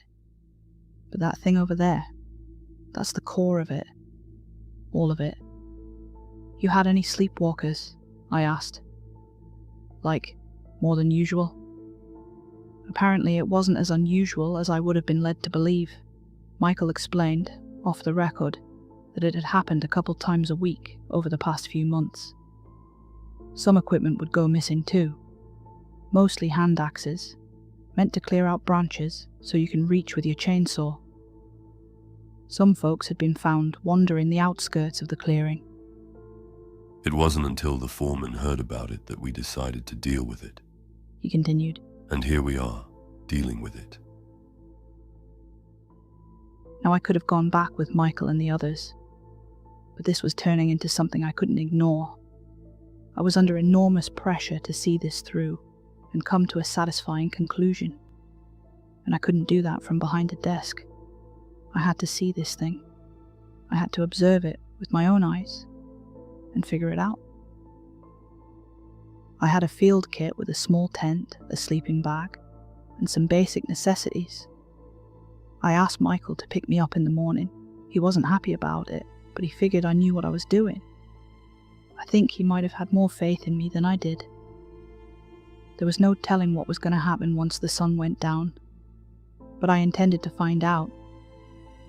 So I stuck around, watching from a distance. The excavator just stood there, its signal orange arm still hanging in the air. A couple of birds had covered its joints in twigs and leaves, slowly transforming it into a makeshift metal tree. At some point, I must have nodded off. I think it was on top of that hill, just like Wilson. There isn't much to say about what happened at that time. I remember my eyes feeling heavy, and my mouth being wide open. There was this weight to me, like I was sleeping under 2 feet of snow. At some point I forced my eyes open, as if trying to escape a nightmare. The sun was just about to set. Long golden shadows stretched out over the clearing, giving it the look of a quiet fire. I could see deer carefully dragging branches through the dirt, slowly moving past the excavator. Families of squirrels and rabbits rushed past my feet, pulling whatever they could along, and I was just standing there, in front of the pile, holding a hand axe. My arms ached. Then I dipped into the dark again. Despite my eyes being closed, it was easier to move. It's like something shared its vision with me, giving me a sensation of where to move, and how. I remember something stinging my hand. Perhaps I cut myself on something sharp. And yet, my eyes stayed close, and my body limber. It wasn't so much a dream as it was an out-of-body experience. When I got too sore to continue, I crawled. I thought about the comfort of my tent, the warm sleeping bag nestled under my neck, the breathing fabric swaying in the wind, colouring my world a mild tint of cyan. But when I opened my eyes, that's not where I was. I was in the middle of the nest, resting on a pile of moss. The inside was lined with grass, leaves, and wildflowers. I specifically remember my half-open eyes looking into the dark centre of a blue sunflower. My head leaned against something warm and leathery. I ran a tired hand over it. It felt like caressing a warm tire, segmented into armour-like plates. There was this sickly sweet smell coming from it, like burnt sugar. Looking down, I thought I saw fingers sticking out of the mud. They had a similar shape, but they were arranged in a liner, like the legs of a centipede. I dreamt of wander in the woods, feeling the ground shift underneath my feet, desperately looking for a safe haven, somewhere I could call home. I found this one spot, surrounded by a circle of wildflowers, and I was so relieved. Someone had built me a home. In that dream, I remember promising myself to never leave, no matter how old or how large I got. That was my home, my safe harbour, away from the storm. And I would ask all my friends to make my house bigger and stronger and safer. By the time I opened my eyes for real, I was curled up inside the middle of the nest. The moss was soft under my face. The early morning summer rays tried their best to creep through the labyrinth of brambles, managing to touch me across the cheek. I looked down at my hand, where there were 2 small bite marks. It didn't hurt. It didn't even itch. It was just there. I could barely make sense of it. There was no clear point where I could have crawled inside, and I had no memory of doing so. It's like I'd closed me eyes, and now I was there. Moving out in 20 minutes. The sound startled me. Turns out I still had Michael's walkie-talkie. I kept hearing updates on the walkie-talkie, and a handful of people responding to one another. Something was happening, and they were on the move. It didn't take long before I could hear them, and not longer still before I saw them. No excavators or bulldozers this time, just jeeps and people. I picked up the walkie-talkie and pressed it. There was no response. My voice wasn't coming through. There were at least 5 jeeps, maybe 6, all full of men with white helmets. They were coming back to finish what they'd started. I had to try and get them to turn back until we figured this out, but for that, I had to make my way out of the nest. And there was no way. I was completely closed off. Michael's voice came through in the distance. He didn't need a walkie-talkie for this. We all have our reservations, He said. but this thing is a safety hazard. This is a measure to deal with that hazard. That's all there's to it. They had signal orange jerry cans with the company logo. But more so, they carried bottles and metal cans, homemade fire bombs. And from their holsters, I could tell a couple of them were armed. An icy panic shot through my chest. Didn't they see I was in here? How could they miss me? I tried calling out to them, but there was no response. I twisted and turned, kicking at the side of the nest, but I couldn't find my way out. The branches and twigs were packed so tight they could keep me warm through the winter if need be. I saw the first flame light up, and my voice went from a passionate plea to an animalistic screeching. There was a struggle among the crew as 2 of them stepped back, while the others lit up their fire bombs. One by one, flames took hold. The homemade explosives weren't as much fire bombs as they were fire starters, but the dry leaves and branches offered little resistance. I remember watching this one wildflower catch fire, mere inches from my feet. A curious blue turned to charcoal black, and as I felt the heat across my skin, I knew this was no longer a dream. I twisted and turned. I thrashed, screamed, and cut myself bloody trying to get out. The smoke seeped into the gums of my teeth as I cried for help. In the branches, I could see the many creatures that had made it their home. Unlike me, they didn't protest. Maybe they realized it was already too late. They just sat there, watching the fire spread. They wouldn't scream as the fire reached their fur and feathers, like captains going down with their ship. The smell of burnt fur choked me more than the smoke ever did. More fire, from different directions. The crew was spreading out, making sure to get at every angle. Despite my struggle, I'd only managed to move inches. I couldn't dig, and I couldn't push anything out of the way. I was stuck, and the flames were getting closer. The heat stuck to the smoke, tainting the sweat pouring out of my forehead. I was going to burn alive in that hole, and they were never going to know. And no matter how much I screamed, or cried, or begged, they couldn't, or wouldn't, hear me. Then the fire reached my legs. That first burn seeped through my shoes. At that moment, the sting on my hand shot through my nerves. Something cold. My eyes were wide open, but I had the sensation of opening them again, like there was a second layer to my vision. And all of a sudden, I wasn't inside that nest anymore. I was on the outside, right next to the crew, being held back by two of Michael's guys. "Calm the fuck down!" one of them demanded. "What the fuck's wrong with you?" They held an arm each, having wrestled me to the ground. "The fire," I gasped. You were killing me. You're killing me." "We're almost done," the other man said. "You need to calm down." One of them looked up. He slowly let go of my arm. Seconds later, the other did too. I looked up, seeing the crew spread out across the hills surrounding the pile, their silhouettes outlined by the fire starters in their hands. Something was coming out of the nest. The closest thing I can describe it as is a centipede.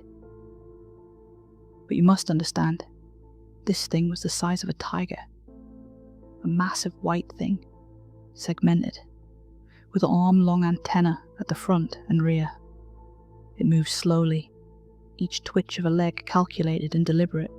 It had black patches on its chitin where the fire had licked it, and even now, it could move at breakneck speed, if need be. The crew murmured. A couple took pictures. Michael moved up to it with a pump-action shotgun as the others yelled at him to be careful. Part of me wanted to rush at him and tackle him to the ground. If I blinked hard enough, I could feel myself in the place of that creature. I could feel myself crawling in its place, in the dirt. Things got quiet as Michael raised his shotgun at it. My body rumbled as I felt the creature's trachea tremble. It wanted to be left alone. It was furious and terrified. Then, a gunshot, but not from a shotgun. I don't think anyone had noticed Wilson walking up to us, pistol raised. He pointed it at Michael and spoke. As he did, something twitched in my arm. It was as if I knew the words before Wilson said them, like I felt them. "I want to go," Wilson said. "I just want to go away." I mouthed the words along with him, and noticed again how Wilson's eyes were closed. Just like when he'd thrown branches onto the pile. "Wilson, Michael called back. what the fuck do you think you're doing?" "Let me go. Wilson and I muttered. Let me go away." "Then fucking go." Michael yelled back, turning his attention back to the creature. The centipede moved as Michael raised his shotgun. Wilson raised his pistol. And as Michael took his shot, all hell broke loose. The shotgun went wild as a bullet grazed Michael's arm. Someone returned fire. Wilson kept shooting, seemingly at random. I think someone got him in the leg. Michael took another shot at the centipede, but it slithered away, rushing for the woods. A couple more shots rang out. Maybe a couple of them hit, but nothing decisive. The thing just kept going, and in the dark of the woods, even a startling white colour can disappear. I stayed on the ground, writhing. I was scared, uncomfortable, cold, and at the same time sweating. "Let me go," I muttered. "I'll go somewhere else." I knew Wilson said it too. I know the remaining birds said it. It was sung and whispered and chittered in every living thing, in 1,000 different ways. And it would be said over and over and over, as they all waited patiently to burn. By morning, the nest was a smouldering heap. Michael had only been grazed by the bullet, but one of his crewmen drove him to the hospital. Wilson had taken a shot to his left leg, but couldn't recall why or by whom. In the end, they all decided to just keep things quiet. An illegal burning and an illegal gunfight sort of cancelled each other out. My job was made very simple, as the claim was cancelled. Nothing more to investigate. My superiors weren't exactly pleased, but at least it was cleanly resolved, and I hadn't made things worse. They didn't involve the insurance companies, and there were no accusations levelled against surrounding logging companies. No suspicion of foul play. On paper, there was nothing out there but unfortunate, natural circumstances. A couple of years have passed since. While the strange wound on my hand has healed, I still feel a little twitch every now and then, especially when I'm out in the woods. I might pick up the occasional stick without noticing or turning my head, without knowing why. Ranger Wilson has since retired from his position, and I suspect this incident might have been the thing to push him over the edge. Looking back at it all, I know something is still out there. Whenever I close my eyes hard enough, I can still hear it asking all its friends for help. It's building a house, a bigger one, with more friends. Perhaps next time no one will notice it. Until they do. Hi everyone, thanks for watching. That was Slumberjack Woods, by Reddit's own saturdead. Did anyone else feel insanely sorry for the centipede creature at the end? I didn't cry. Okay, maybe a little. Time for tonight's not-so-fun fact. Chainsaws were originally invented for childbirth. Yep, it's true. Google it. Not cool doctors of 1785. Not cool. Let that sink in next time you hear one buzzing in the woods. While you're here, can you do me a favor and hit subscribe?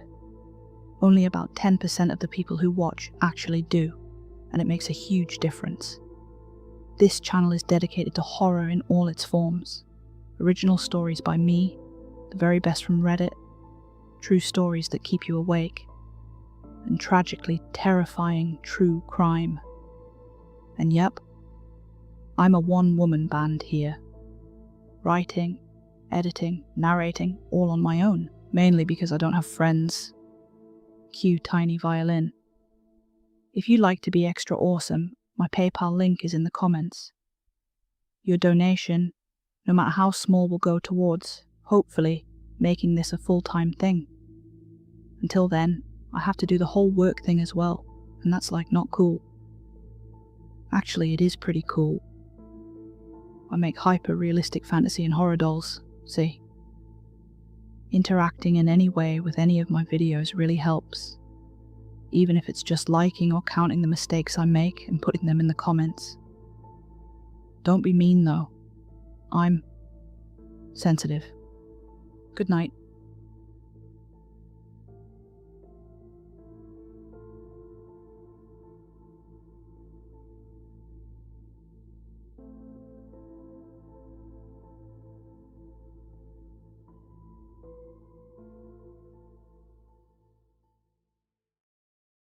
I'm writing this under an strain, since by tonight I shall be no more, penniless, and at the end of my supply of the drug which alone makes life endurable, I can bear the torture no longer, and shall cast myself from this garret window into the squalid street below. Do not think from my slavery to morphine that I'm a weakling or a degenerate. When you've read these hastily scrawled pages, you may guess, though never fully realize, why it is that I must have forgetfulness or death. It was in one of the most open and least frequented parts of the broad Pacific that the packet of which I was supercargo fell a victim to the German sea raider. The Great War was then at its very beginning, and the ocean forces of the Hun had not completely sunk to their later degradation, so that our vessel was made a legitimate prize, whilst we of her crew were treated with all the fairness and consideration due us as naval prisoners. So liberal indeed was the discipline of our captors, that 5 days after we were taken, I managed to escape alone in a small boat with water and provisions for a good length of time. When I finally found myself adrift and free, I had but little idea of my surroundings. Never a competent navigator, I could only guess vaguely by the sun and stars that I was somewhat south of the equator. Of the longitude, I knew nothing, and no island or coastline was in sight. The weather kept fair, and for uncounted days I drifted aimlessly beneath the scorching sun, waiting either for some passing ship or to be cast on the shores of some habitable land. But neither ship nor land appeared, and I began to despair in my solitude upon the heaving vastnesses of unbroken blue. The change happened whilst I slept.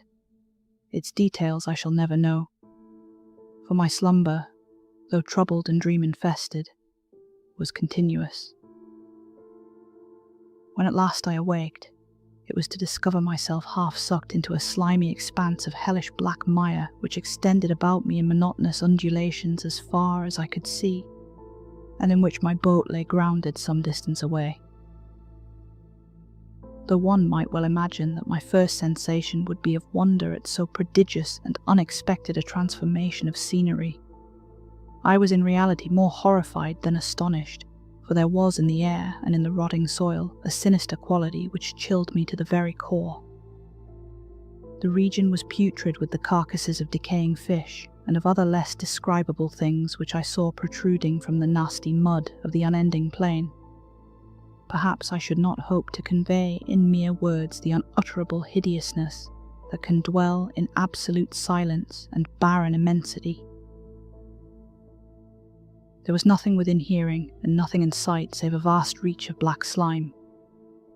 Yet the very completeness of the stillness and the homogeneity of the landscape oppressed me with a nauseating fear. The sun was blazing down from a sky which seemed to me almost black in its cloudless cruelty, as though reflecting the inky marsh beneath my feet.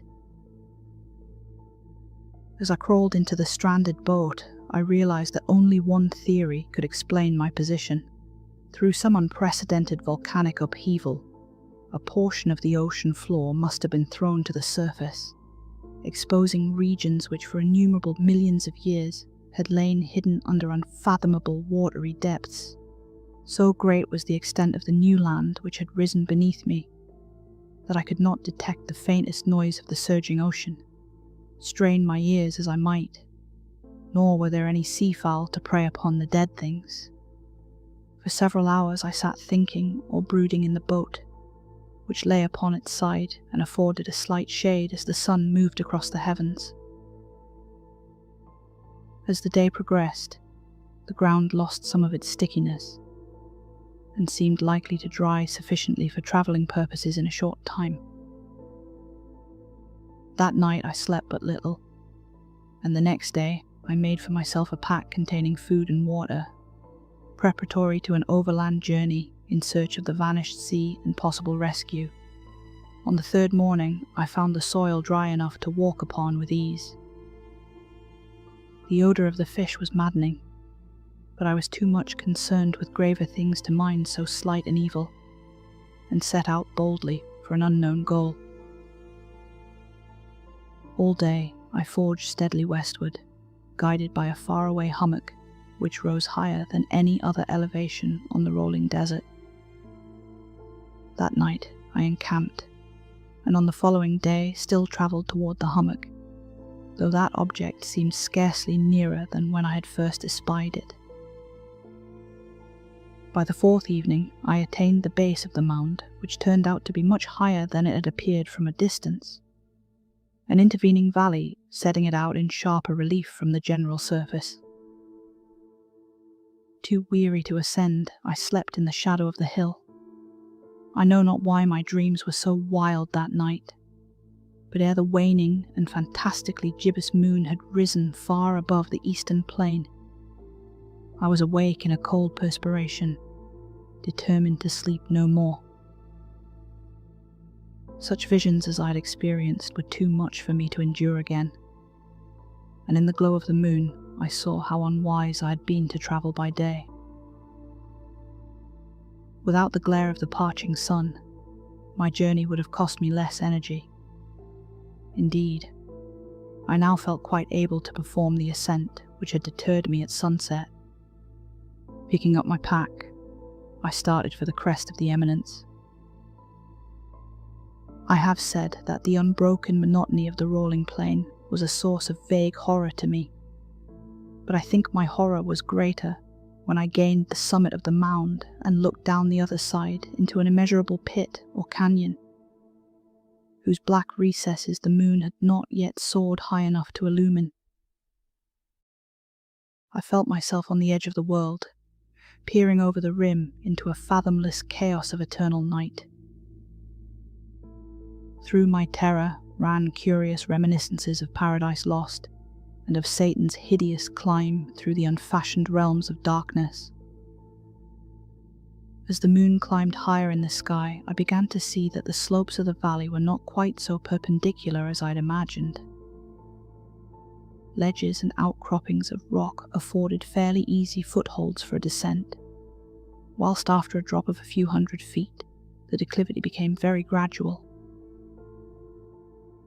Urged on by an impulse which I cannot definitely analyse, I scrambled with difficulty down the rocks and stood on the gentler slope beneath, gazing into the Stygian deeps where no light had yet penetrated.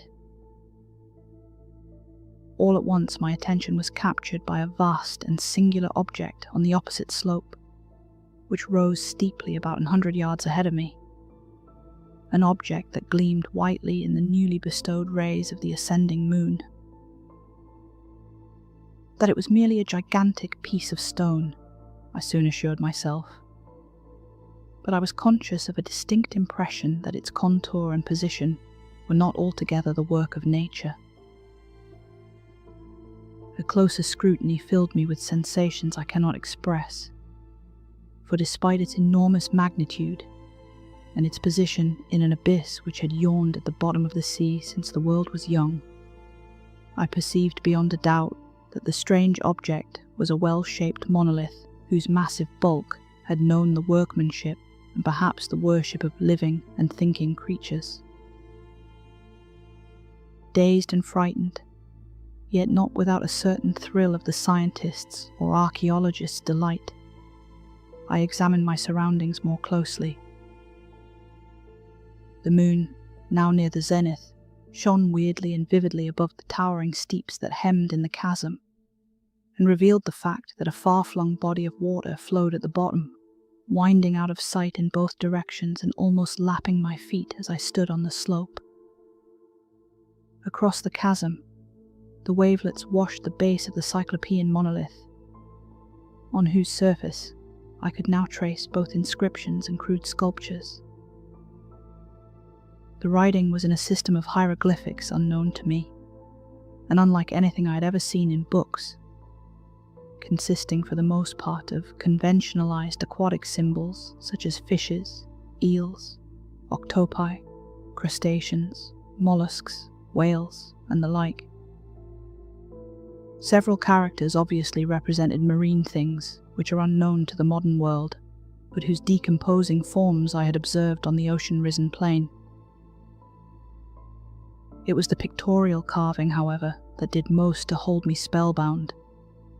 Plainly visible across the intervening water on account of their enormous size were an array of bas-reliefs whose subjects would have excited the envy of a doré. I think that these things were supposed to depict men, at least a certain sort of men, though the creatures were shown disporting like fishes in the waters of some marine grotto, or paying homage at some monolithic shrine which appeared to be under the waves as well. Of their faces and forms I dare not speak in detail, for the mere remembrance makes me grow faint. Grotesque beyond the imagination of a Poe or a Bulwer, they were damnably human in general outline despite webbed hands and feet, shockingly wide and flabby lips, glassy, bulging eyes, and other features less pleasant to recall. Curiously enough, they seemed to have been chiseled badly out of proportion with their scenic background, for one of the creatures was shown in the act of killing a whale, represented as but little larger than himself. I remarked, as I say, their grotesqueness and strange size, but in a moment decided that they were merely the imaginary gods of some primitive fishing or seafaring tribe, some tribe whose last descendant had perished eras before the first ancestor of the Piltdown or Neanderthal man was born. Awestruck at this unexpected glimpse into a past beyond the conception of the most daring anthropologist, I stood musing whilst the moon cast queer reflections on the silent channel before me. Then suddenly I saw it. With only a slight churning to mark its rise to the surface, the thing slid into view above the dark waters. Vast, Polyphemus-like, and loathsome, it darted like a stupendous monster of nightmares to the monolith, about which it flung its gigantic scaly arms, the while it bowed its hideous head and gave vent to certain measured sounds. I think I went mad then. Of my frantic ascent of the slope and cliff, and of my delirious journey back to the stranded boat, I remember little. I believe I sang a great deal and laughed oddly when I was unable to sing. I have indistinct recollections of a great storm some time after I reached the boat. At any rate, I know that I heard peals of thunder and other tones which nature utters only in her wildest moods. When I came out of the shadows, I was in a San Francisco hospital, brought thither by the captain of the American ship which had picked up my boat in mid-ocean.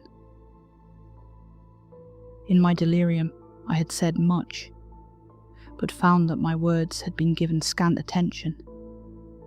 Of any land upheaval in the Pacific, my rescuers knew nothing, nor did I deem it necessary to insist upon a thing which I knew they could not believe.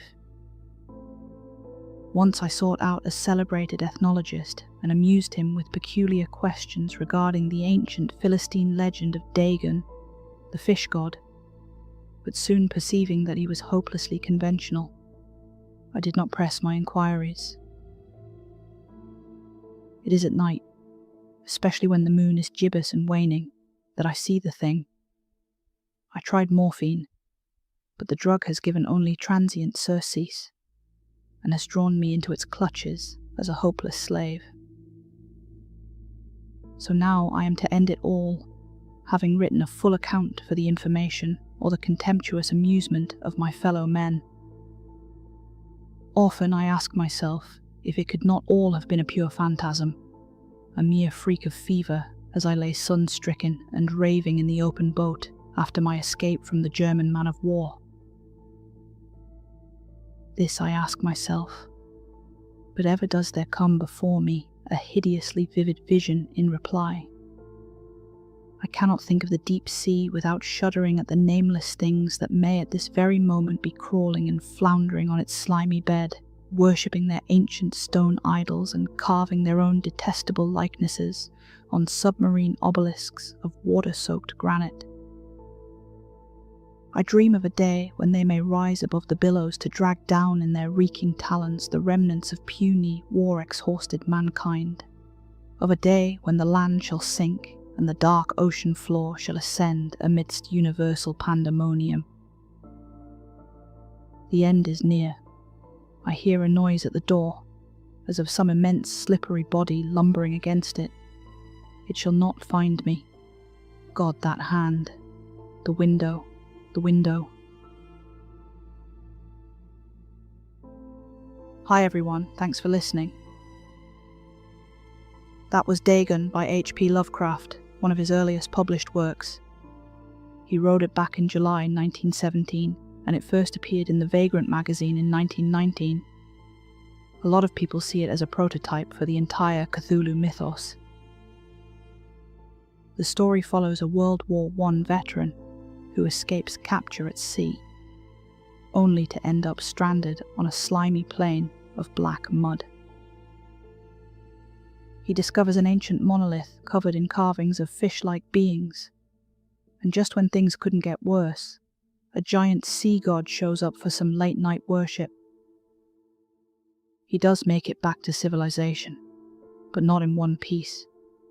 His mind's wrecked, he's hooked on morphine, and he's certain the creature will come for him eventually.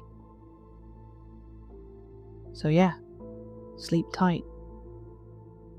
And now, here's the fun fact you didn't ask for. Lovecraft hated seafood, absolutely despised it, which is hilarious, because half his monsters are basically angry calamari. This channel is dedicated to horror in every form, whether it's original stories by me, the very best from Reddit, true accounts that'll make you sleep with the lights on, or tragically terrifying true crime.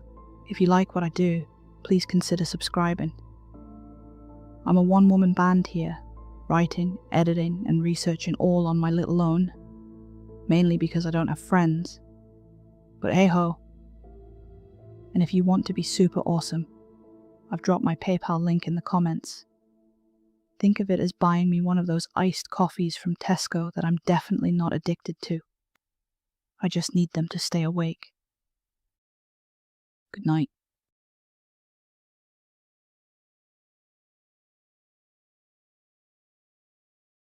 I was hired to protect the Miller kids from the thing that was haunting their house. They told me it was a poltergeist, noisy, angry, but probably harmless. For 3 nights, I stood guard, baseball bat in one hand, crucifix in the other, ready to swing at whatever came for them. But on the final night, I learned the truth. I wasn't there to watch over the children. I was the meal being served. My name is Eli. I answer those sketchy online ads so you don't have to. Most are boring. Fold laundry, water plants, pretend the homeowner's chihuahua isn't plotting world domination. But sometimes, you find one that just sings to the part of your brain that craves a story. The Miller post was different. $1,200 for 3 overnight stays.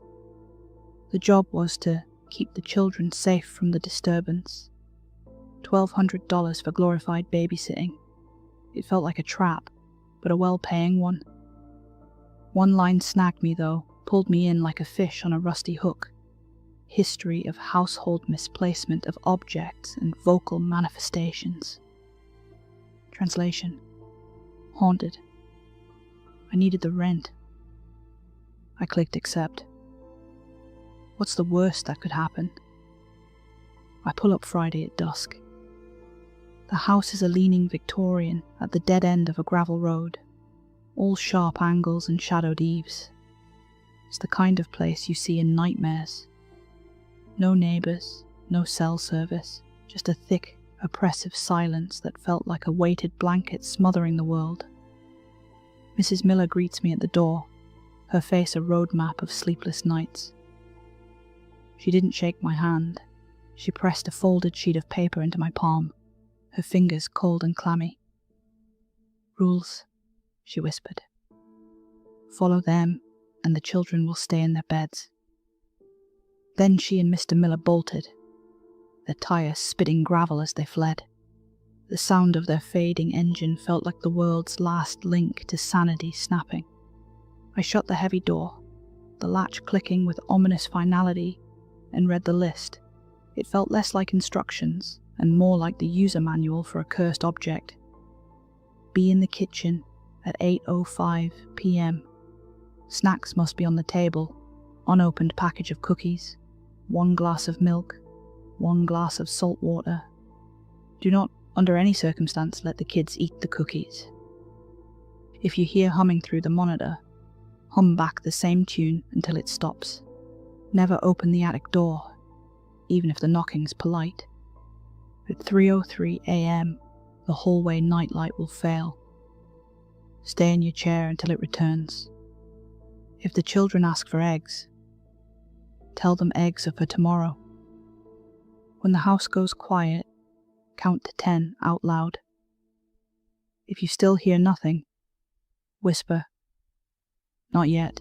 Standard creepy house babysitting clauses, right? But the sheer oddity of 1 glass of salt water and hum back the same tune prickled the hairs on my arms. I pocketed the list and met the twins, Cassie and Jonah, 8 years old, with hair so blonde it looked like spun moonlight. They stood at the foot of the stairs, perfectly still, their eyes huge. In perfect unison, their voices thin and reedy, they said, "You're the snack man." I let out a nervous laugh. Cassie tilted her head. "Eggs," she whispered. I recited Rule 6.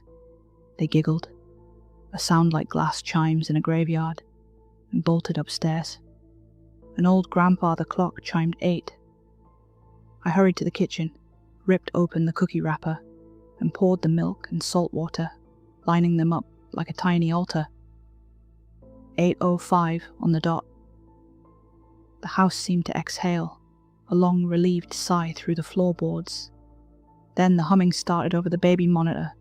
3 notes, a minor key, like a lullaby played backward. I hummed along, my throat suddenly dry until it stopped. The house fell silent. I counted to 10. Still nothing. "Not yet," I whispered. Somewhere upstairs, Cassie laughed, a sound like a tiny shard of ice sliding down my spine. Nothing else happened until 3:03 a.m. I was at the dining room table, the baseball bat a cold comfort across my lap. The nightlight popped, plunging the hallway into a darkness so total it felt like a physical substance. I gripped the bat as I heard bare feet on the stairs, small, soft, deliberate. They stopped on the landing, just out of sight. I held my breath. The light returned as abruptly as it left, revealing an empty landing. I checked the time. 3:06 a.m. 3 minutes. It had felt like a lifetime. I would survive 2 more nights, collect the cash, and move to a city with actual streetlights.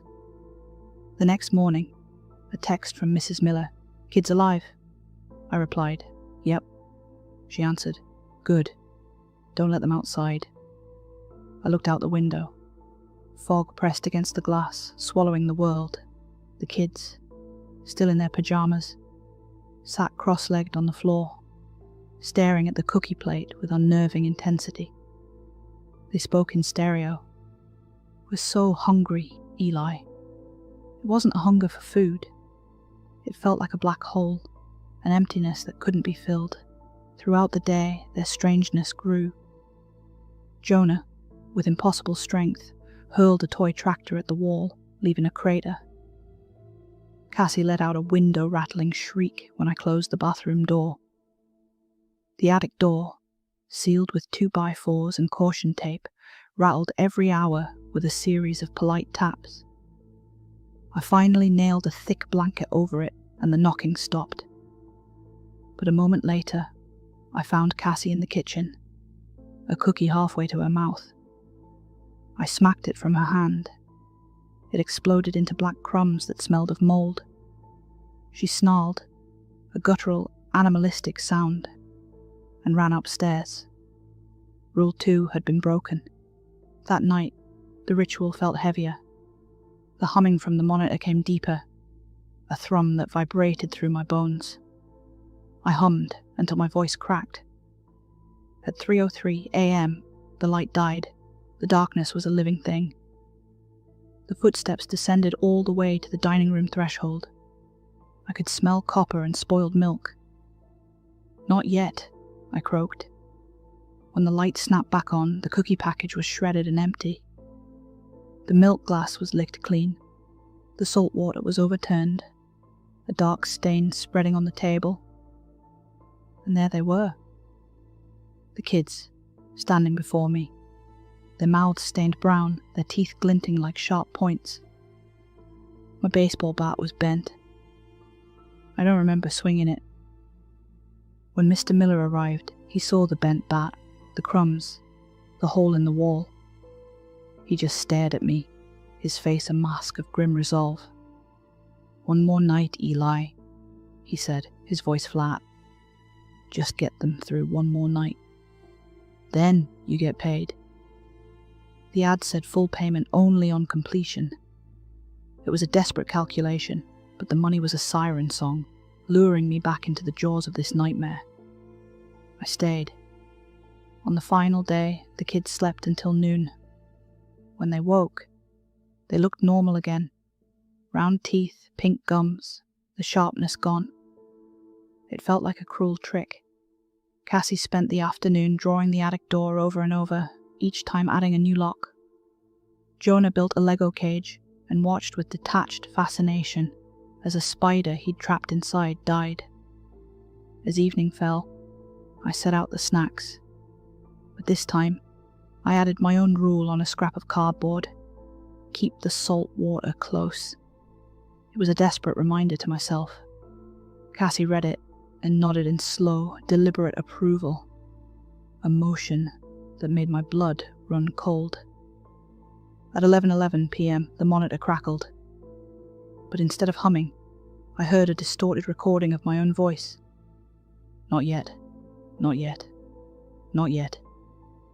The words were mine, but the intent was monstrous. I realized the monitor was analog. It couldn't record. Something was mimicking me. The attic door began to pound, shaking the house. I ran upstairs. The kids' door was ajar.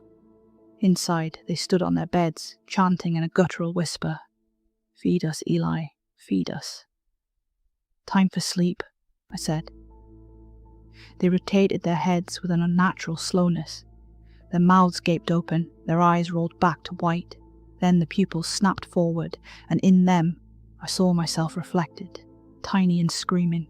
The door slammed shut. I heard crunching. The unopened package of cookies I'd left in the kitchen was now being devoured on the other side of this door. I ran downstairs, snatched the glass of salt water, and hurled it at the pounding attic door. It shattered, the water steaming on contact like acid. The knocking stopped. The silence that followed was worse. 3:03 a.m. The light failed.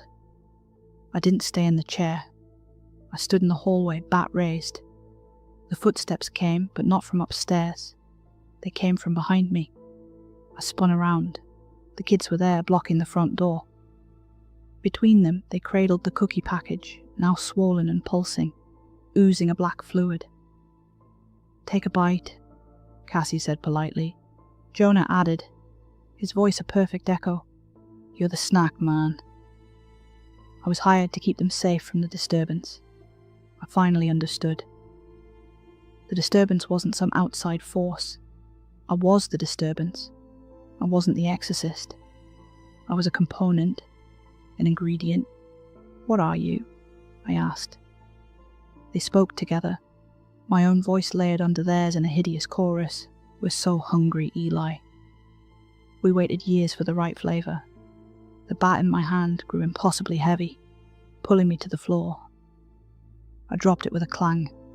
Behind me, the attic door burst open, sucking the air inward like a monstrous mouth. The snacks were an invitation. The milk was consent. The salt water was a boundary. And I had wasted it. My legs moved without my command. I knelt, a puppet on invisible strings. They placed the pulsing package in my hands. It throbbed like a heart. I heard Mrs. Miller's car starting outside. My fear wasn't the side effect, it was the spice. I was a meal marinated in dread, and now I was perfectly seasoned. Not yet, I whispered, a final useless defiance. Cassie touched my cheek, her cold fingers multiplying like spider legs around my skull. "Time to go inside," she said, pointing to the gaping darkness of the attic. I walked upward, each step erasing a memory. The rent, the bat, the rules, my own name. At the top, I turned. The kids waved, their smiles wide and sharp. The door slammed, blackness. And then, humming, my own voice, a lullaby in reverse. I was hired to protect the Miller children from the thing that haunted their house. I was wrong. I wasn't there to fight a monster. I was the sacrifice. And they are still hungry. If you see an ad asking for overnight childcare, 1,200 easy bucks, remember that cookies can be more than cookies. Stay safe, stay salty. And if the house goes quiet, count to 10, then run.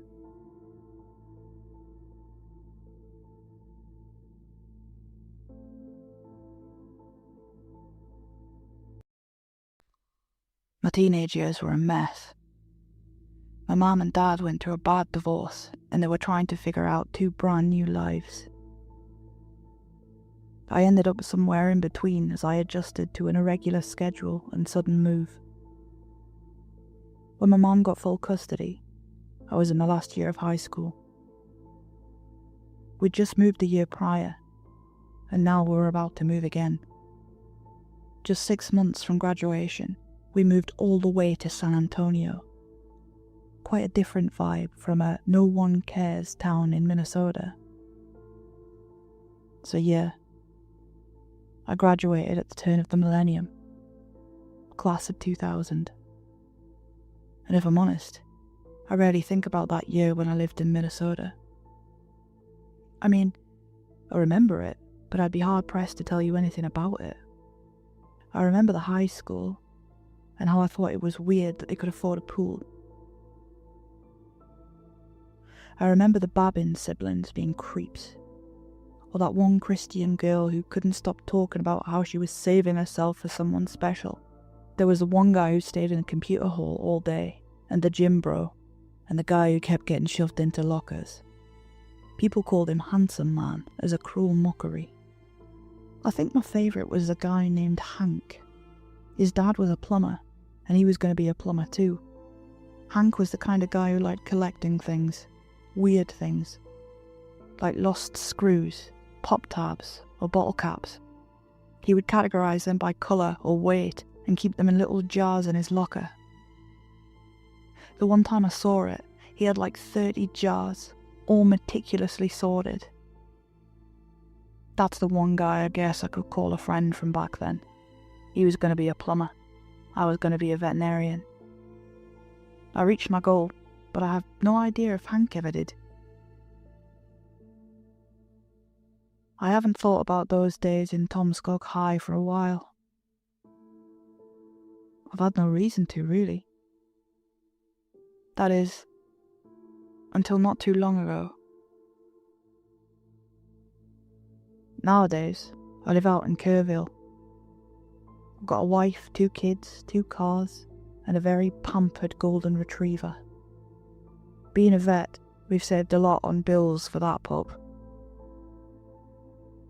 My kids are about the same age that I was when things went to shit, but I'm glad to say that cycle is broken.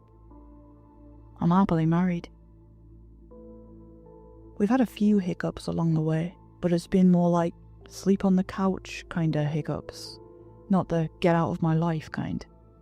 In this kind of life, you don't need to think back on your teenage years. You're busy worrying about your kids' college applications and tuition, or that weird sound you hear when you take a sudden right with your car, or why your favourite shirt's starting to feel too tight. My hair's gone a little too thin, my eyes are a little darker, and have a harder time staying awake during movie night. But that's all just flavour, yeah. It's all just life, a whole bunch of little worries. So when I had a couple of strangers come knocking at my door, I didn't think much of it. I was home alone on a Sunday. I'd just walked Kitten. Yes, the dog's name's Kitten, and I was about to settle down for lunch when there was a knock at the door. A white van with a logo of a wrench, a cogwheel, and a couple of pipes. Very generic. I opened the door to see two men in orange coveralls and full tool belts. They introduced themselves with a company name I didn't recognise. They asked me about my name and I confirmed my identity. The city is taking steps to minimise damage from flash flooding, one of them explained. We're doing some groundwork, looking at possible run-through. Since you live at the end of the block, chances are we're going to have to go all the way around your property. So what are we looking at? I asked. 2, maybe 3 months of road work, a stone's toss away from your bedroom window, he continued. Unless we can work something out and go straight through your backyard, then we're looking at a month tops. I think I'd be entitled to some compensation then, and I'd have to talk to my wife about it. Of course, yeah, he nodded. Come along, I'll show you what we're working with. I stepped out of the house, looking back at Kitten. He wasn't happy about it, tail between his legs and all. I closed the door and followed the men to the van. The moment they opened the door, I was confused. There were no pipes, no tools, nothing. It was a blacked out storage with soundproof walls. One of them pulled a hood over my head, the other one tased me. It felt like they'd tied all my nerves to a single spot and were trying to rip them out of my skin. They must have practiced this 100 times. It was very fast, just a couple of seconds. Then I was forced down in the back of the van with my legs and hands zip-tied. One of them stayed in the back while the other one sped off. A couple of streets later, they stopped. They did something to the side of the van, presumably changing or removing the logo, as well as changing the license plate. Meanwhile, the guy in the back wrapped me up in some kind of plastic. Best thing you can do is be quiet and still, he explained. Are we gonna have a problem? I remember trying to ask 100 questions at once. There was no reason this should happen to me. I wasn't involved in anything sketchy, and we didn't have millions stashed away in some Looney Tunes kind of safe in my wife's home office. They hadn't even checked my wallet for cash, they just took my cell phone. Finally, I managed to get a couple of questions out. What do you want? I'll be honest, he said. I have no idea. We drove for a couple of hours. They sat me up and chained me to the wall. I was given some apple juice through a straw. For some reason, they treated me like I was dangerous. They would shy away from me whenever I moved. I could hear their tools rattling, as if they were prepared to tase me if I said something they didn't like. You lose your sense of time when you've got a bag over your head, and when your heart beats at 150 miles an hour, but eventually, they stopped the van. We were somewhere far out. The roads had felt uneven, and I could hear birds chirping. A light shone through my bag as they opened one of the side doors and got into a heated conversation. How can this be the guy? The driver said. He's not trying anything. We've seen nothing. He's on the list. It's best not to question it. But what if we got it wrong? You saw what it took to dredge the fucking melon head out of the lake. That tickled something in my brain. I hadn't heard that nickname in years. There was this one guy who used to stay in the gym a lot. He had a rounder kind of head than most people. Not like misshapen or anything. Just unusual by comparison. He liked the nickname though. He thought melonhead meant he had a big brain. I could still imagine him doing lifts saying more, more, more between each rep. But that's when it first hit me. They were talking about my classmates that one year back in Minnesota. This had something to do with my high school years. I was only there for a couple of months, I said out loud. We had to move. What? The guy in the back stepped back in and leaned down to me. I explained, at length, how my mother had moved to Minnesota on a whim and how we had left well before graduation. So you never got the shots? Nothing. What are you talking about? I could hear hesitation in his voice. Someone had messed up somewhere down the line. The two of them stepped away. "Look," the driver said. "We can either be the ones who took some initiative and disobeyed a direct order, so we're going to stick him in the pods with those things. You want to risk it? I mean, even if we're right, do you want to take the risk of showing them we're willing to disobey an order?" That shut down the conversation. Mistake or not, they weren't about to turn back. They drove all night. I was given some kind of fruit sauce from a tube as a meal. By the morning, we pulled up to an industrial complex. I could hear the machinery and the power tools going off as metal struck metal. There were people there too, dozens of them. The moment we stepped out of the van, someone bumped into us. It was clear that whatever they were in on it. I was led into a quieter room in the back and asked to step inside what felt like a locker. Rubber floor and walls, barely big enough for my shoulders to fit. They strapped me in, allowing me to effectively sit in there, but there was just no way to get comfortable. Then they tipped the entire thing, making me feel like I was laying in a coffin. It was completely soundproof and dark. A voice came through from an internal speaker. "We're releasing the straps in a moment," it said. "Then you can take off your hood. It's going to be a long ride. Try to get some sleep." "How long?" I asked. "Where are we going?" There was no answer. The straps came undone with a click, and I threw off my hood. It was pitch black. I barely knew if my eyes were open or not. Blinking was just a reflex. The air was stale as a small fan spun somewhere around the top of my head. I could barely move, and I felt this heaviness in my chest, like if I somehow drew too deep a breath, the air would run out, or my ribcage would bump against the lid. It was so disorientating. I remember banging on what I thought was a door. I needed a light, a window, something to orient myself around, but there was no response. I didn't even know if they were still out there. What would I do if I got left in here? What if they just walked away? I tried telling myself it was going to be a long ride, but I had no idea. It wasn't just a long ride, it was close to torture. I was flipped, stacked, pushed, and at one point dropped in free fall. The pod cushioned all blows, and since I could barely move, I couldn't really hurt myself from being in an unfortunate stance. It was clever, but man, it was uncomfortable. I lost all sense of time there. It might have been a couple of hours. It could have even been a whole day. They had this little hatch on the side where they got me a bottle of water or a tube of fruit sauce. I had two more meals, so I'm thinking it took all about a day. I know there was a flight involved though.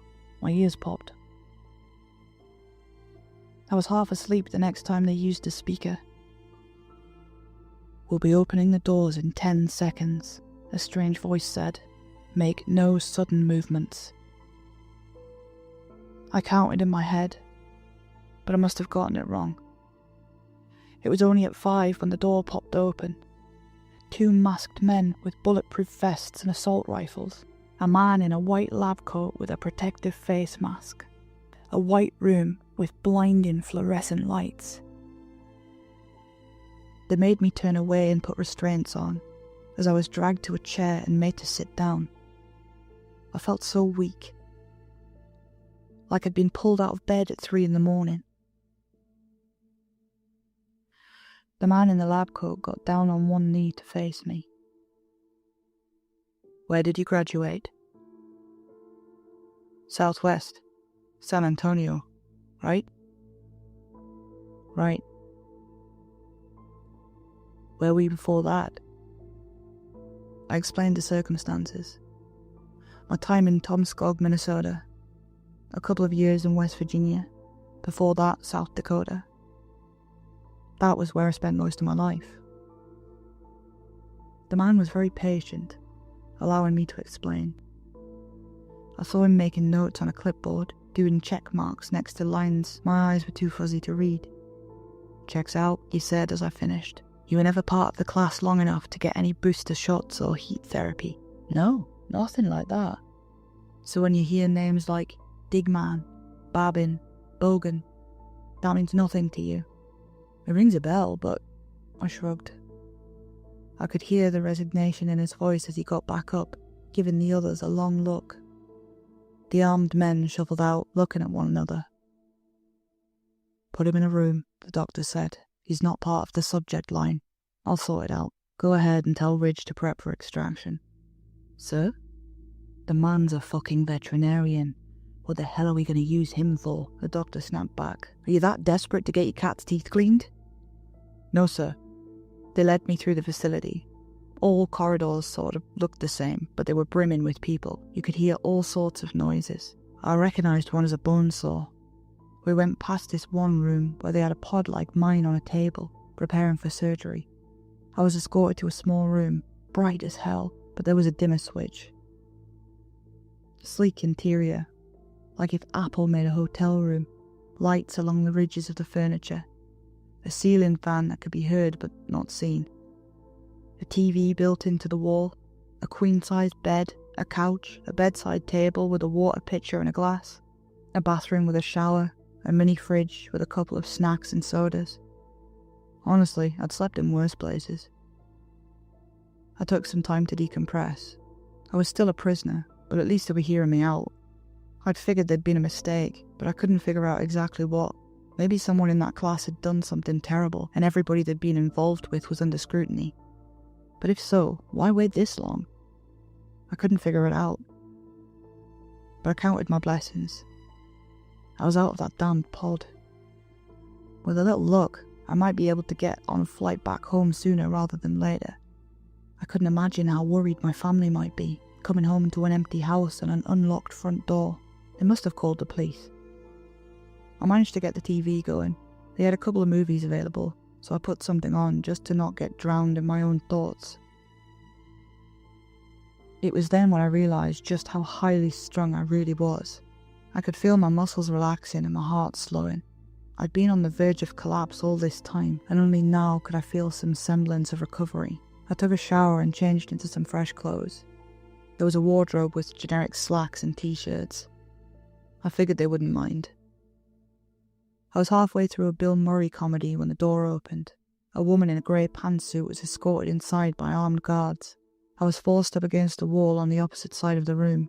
They checked my pockets for weapons and had me sit on the bed. As he finished, the woman turned to him. I think she was in her mid-30s. She had short, almost platinum blonde stubble of hair. "We got it from here," she said. "You can wait outside." The man left. She sat down on the couch across from me, looking at the paused frame of the movie with a vacant smile. "I just think we ought to have a conversation," she said. "I don't want to interrupt your me time." "I can talk," I reassured her. "Talk away." "There's been a level of miscommunication," she explained. "As I'm sure you're aware. You mind telling me why I'm here? What you think you're doing?" She gave me a long look, tilting her head. "I want you to consider something," she said. "Think about where you are, about who you might be talking to. Consider the lengths we've gone to in order to get you here, into this room. Now, ask yourself this. Is asking me a question like that beneficial to your current situation?" I shook my head, staying quiet. "I would agree," she continued. "So maybe we should stick to me asking questions." She went through a list of checkpoints, asking me about my mental and physical health. She asked me about people I spent a lot of time with, about my children and spouse. It's as if they were looking to see if anything stood out. She couldn't find anything. She'd corroborated my account with what had been said previously, adding little check marks to the list. "Well," she sighed, "it appears you weren't supposed to be on that list.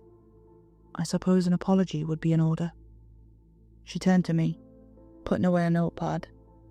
She opened a shoulder bag, producing a set of papers and a pen. "This has been an unfortunate misunderstanding, and we will be sure to rectify it. I think we can come to terms." "Does this involve me being put in an unmarked grave?" "Not quite so dramatic," she smiled. "That would create a lot of questions. I think the best thing for both of us is to arrange a small cover story and compensate you handsomely for your time." I was given a contract with a firm called Hatchet Pharmaceuticals. This contract confirmed that I'd been consulting them on an important project. They spelled out a point list of items to be compensated for, like food, hotel rooms, overtime pay, all the bells and whistles. There were receipts. All in all, it was more than fair compensation. Just over 6 figures. A solid cover story. "We're very thorough," she said. "We can assign a representative to explain the situation to your family." "I think that'd be best," I agreed. "And after this, we're done. We walk away, correct?" "Correct." "I'll have you on a flight first thing in the morning." I had no further questions. I signed it. "I hope you can see why we can't let you run the facility. You'll have to stay the night, but we'll do our best to accommodate you." "That's fine, just an early flight. The earliest." "Of course." She got up, leaving a copy of the contract. As she left the room, I noticed the armed guard still waiting outside. She turned to me a final time. "I'll get you a root beer. I know you like them." I can't say she was wrong. I suspected they'd taken a step back and examined what they knew about me a little closer. No, I wasn't. For a couple of hours, I was comfortable. They got me a proper steak dinner and a root beer, and I ended up watching movies until I fell asleep. It started to dim on its own once it noticed me getting into bed. In that moment, I was positive about the whole thing. I'd been compensated. There would be an apology and an explanation given to my family. I could put it all behind me once and for all.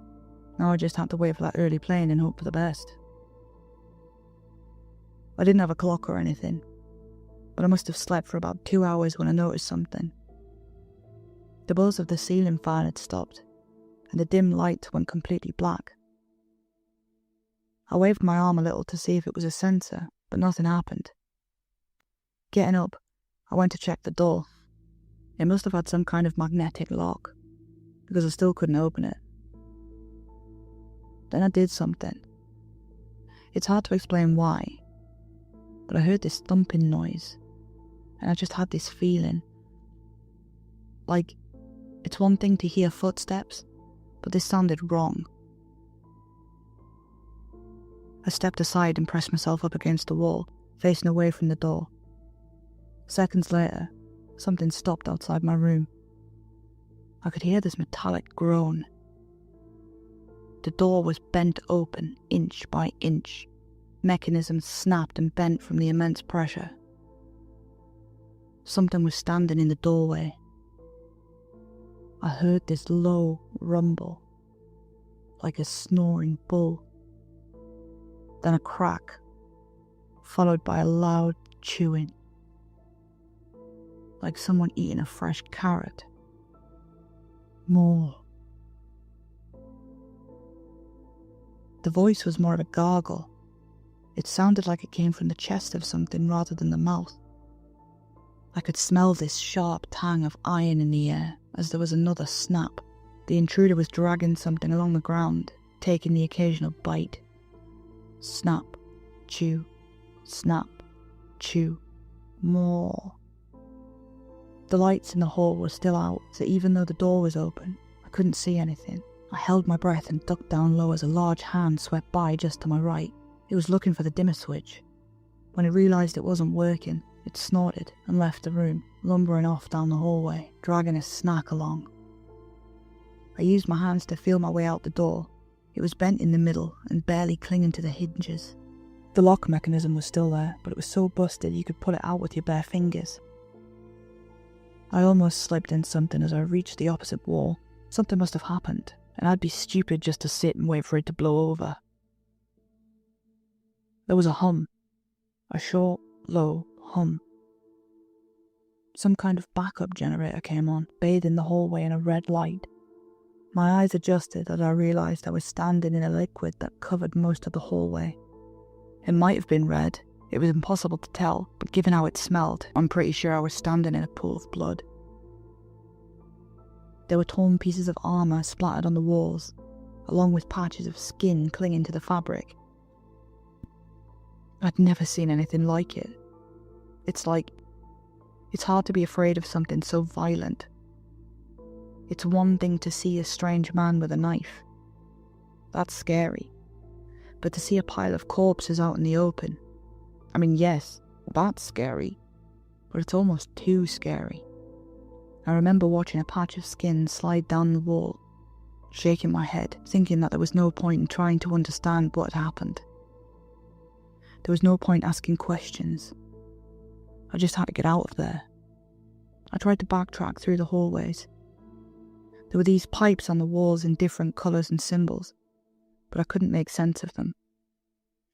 They were most likely there to help guide people to various departments. There were arrows though, so I figured if I went the opposite way, that should bring me back to the origin point, or maybe even an exit. What had happened in my corridor wasn't an isolated incident. There were signs of struggle all over. The room where they had prepped for surgery was covered in black goo and had a hand pressed against the hardened glass. There was another room that when you got close, your hearing stopped, like when you get water in your ear, only deeper. I couldn't even hear my heartbeat. I could feel it, but it's hard to explain. It was as if something bad was waiting around every corner, and the further I got, the worse it felt. My hearing eventually returned. It felt like coming up from a deep dive. I walked through the corridor where I could hear something eating in the next room. Something making bird noises.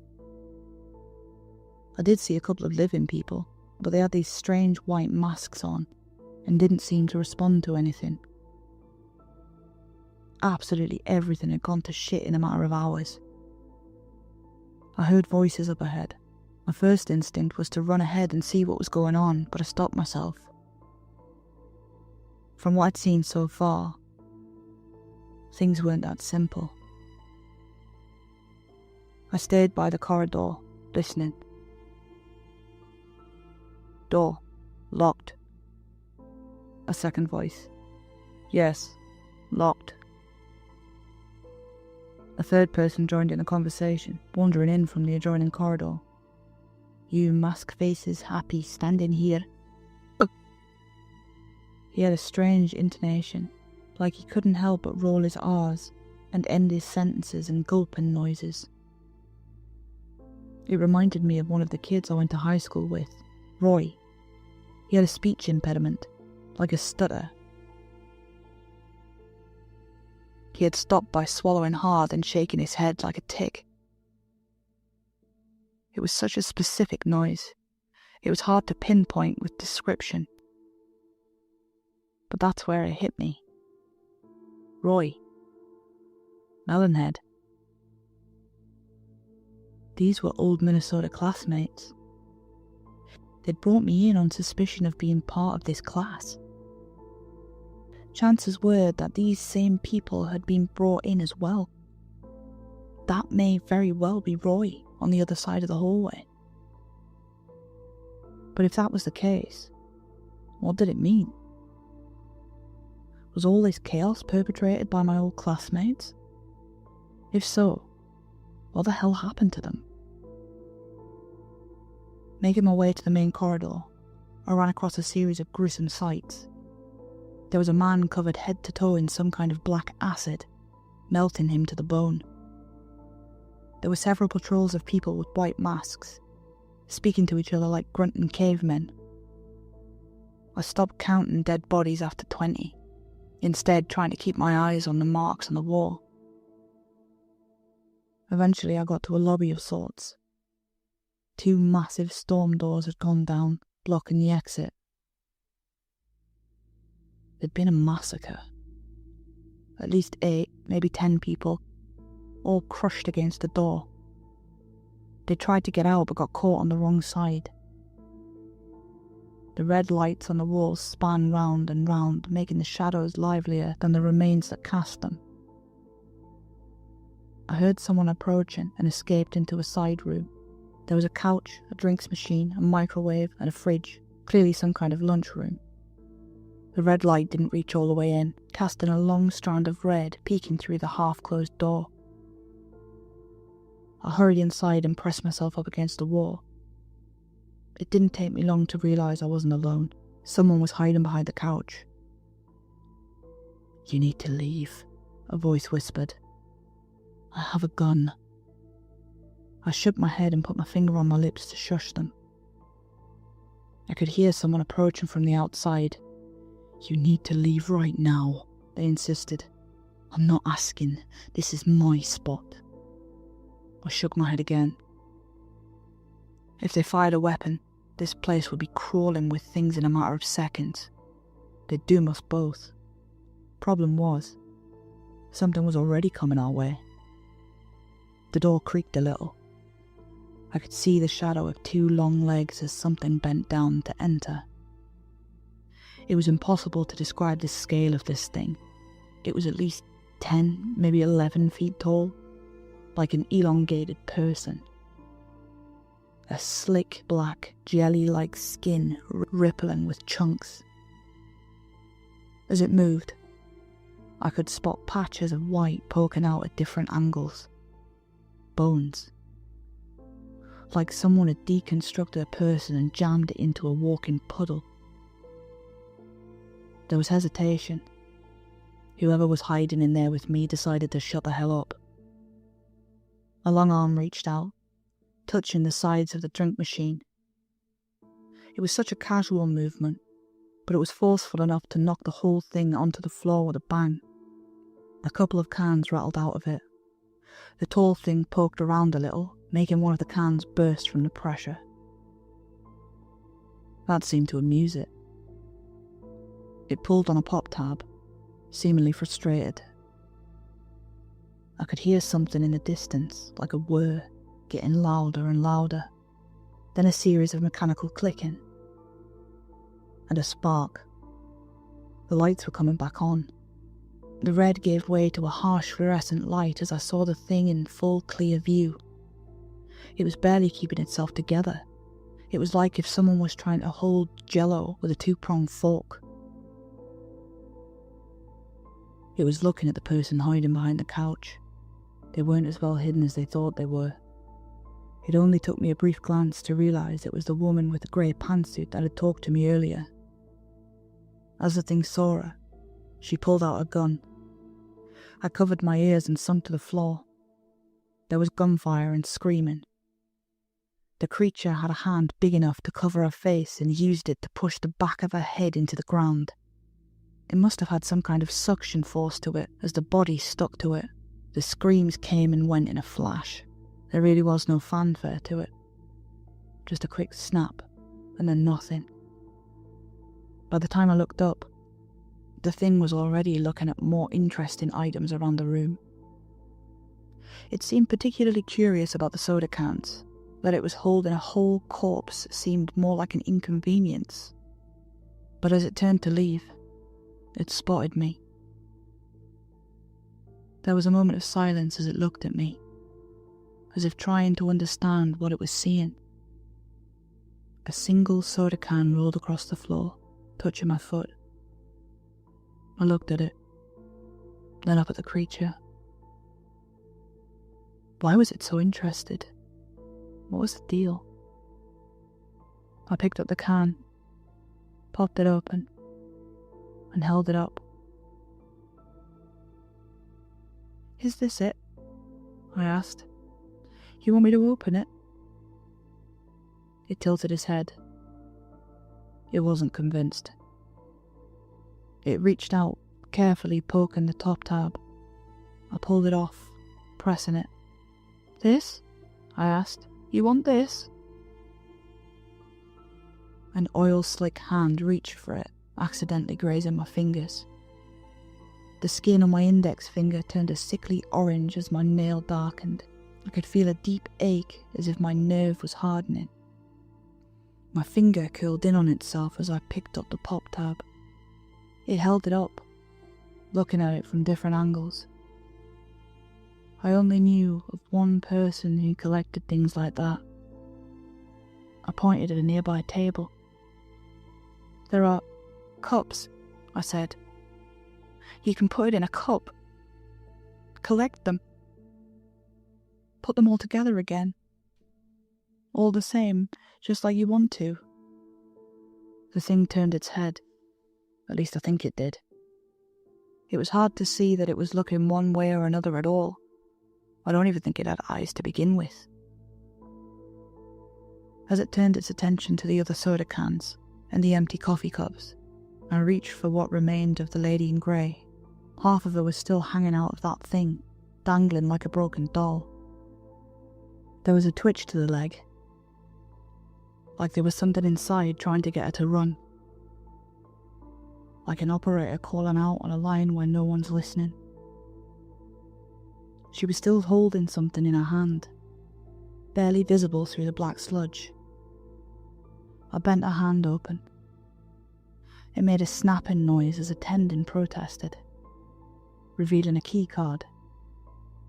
I pulled it loose, only for the sludge thing to turn my way. It didn't appreciate this intrusion. With one step, it closed the distance.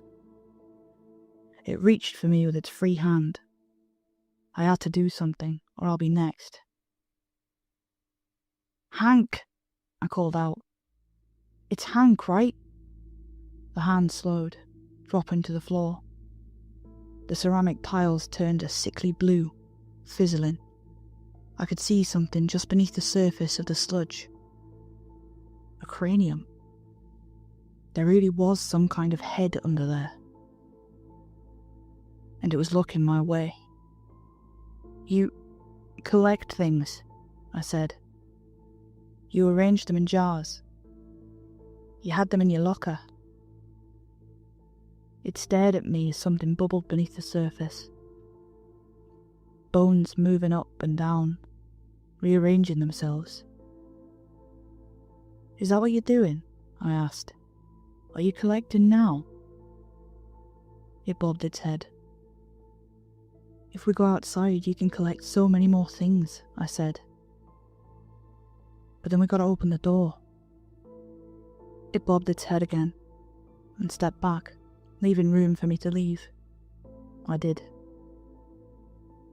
The main lobby was filled with various things. People in masks, something large chewing on an arm. I think I saw the Babin siblings in there, but I can't say for sure. The large thing in the back stepped forward the moment it saw me, pointing with its whole arm. There was no doubt in my mind that I knew this person. Melonhead. His facial features looked a bit exaggerated from when I'd last seen him. He was a whole lot taller, but it was him. I barely recognised him as human now, having an almost greyish skin and dark eyes. I could see him salivating as he dropped the bloodless limb to the floor, advancing towards me in a jog. The sludge thing came up from behind me, swinging an arm in a wide arc. It smacked Melonhead over the jaw, sending him reeling back, scratching at its face.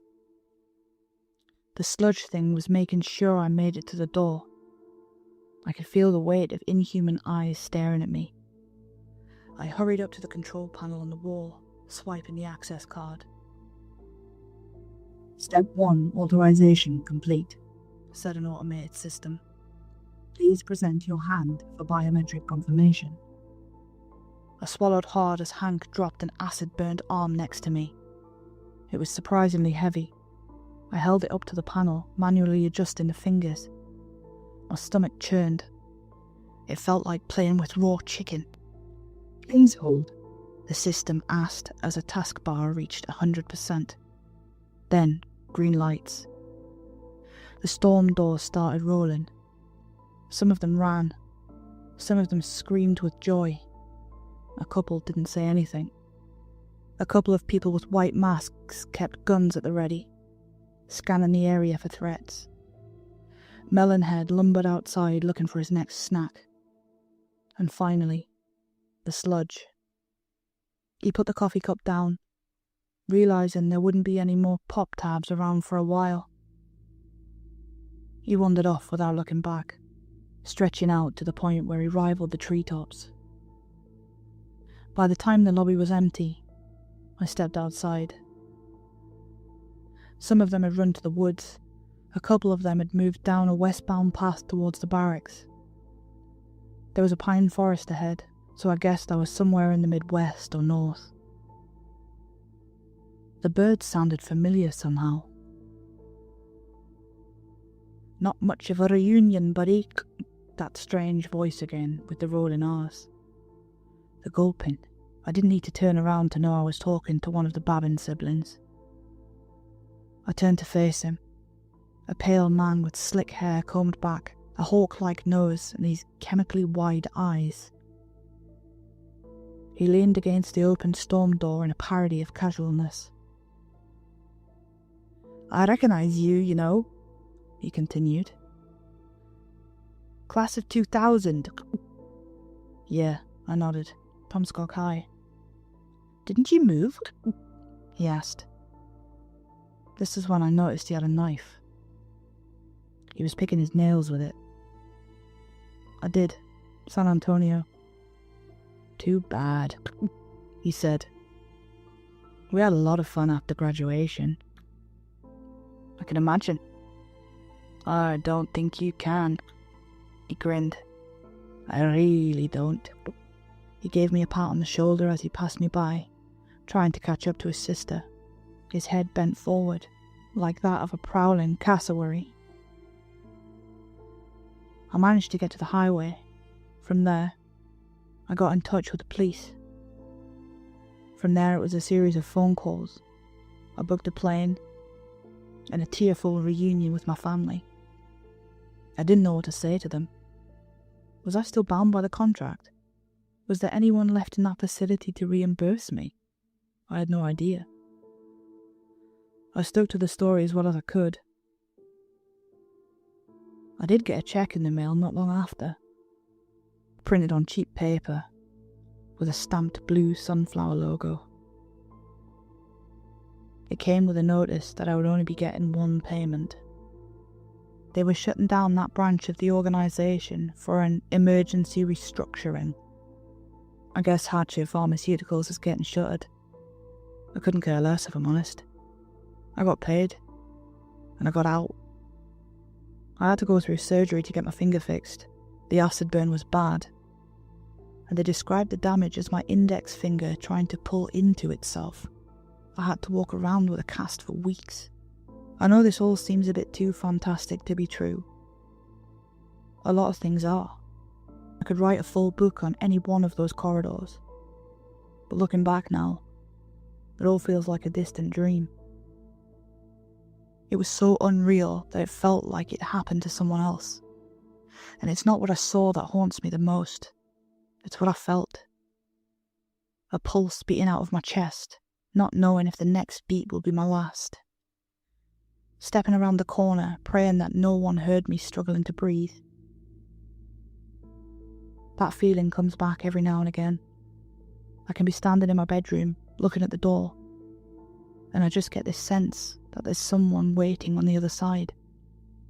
There isn't, but that doesn't stop me from thinking there is. I haven't been contacted about the class of 2000 since, and I haven't heard the name of Tomskog High mentioned.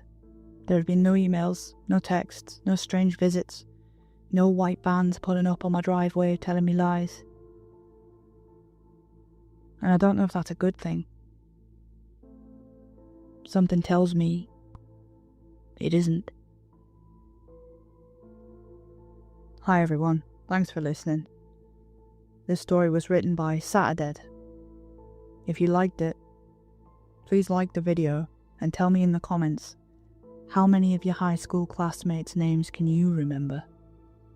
And here's a fun fact you didn't ask for. Cassowaries are basically gorgeous murder chickens. with a 4 to 5 inch dagger claw on each foot, and can sprint about 30 miles an hour. More of the story. If a cassowary shows up at a class reunion, let it cut the cake. From a distance. Good night. They spelled out a point list of items to be compensated. They spelled out,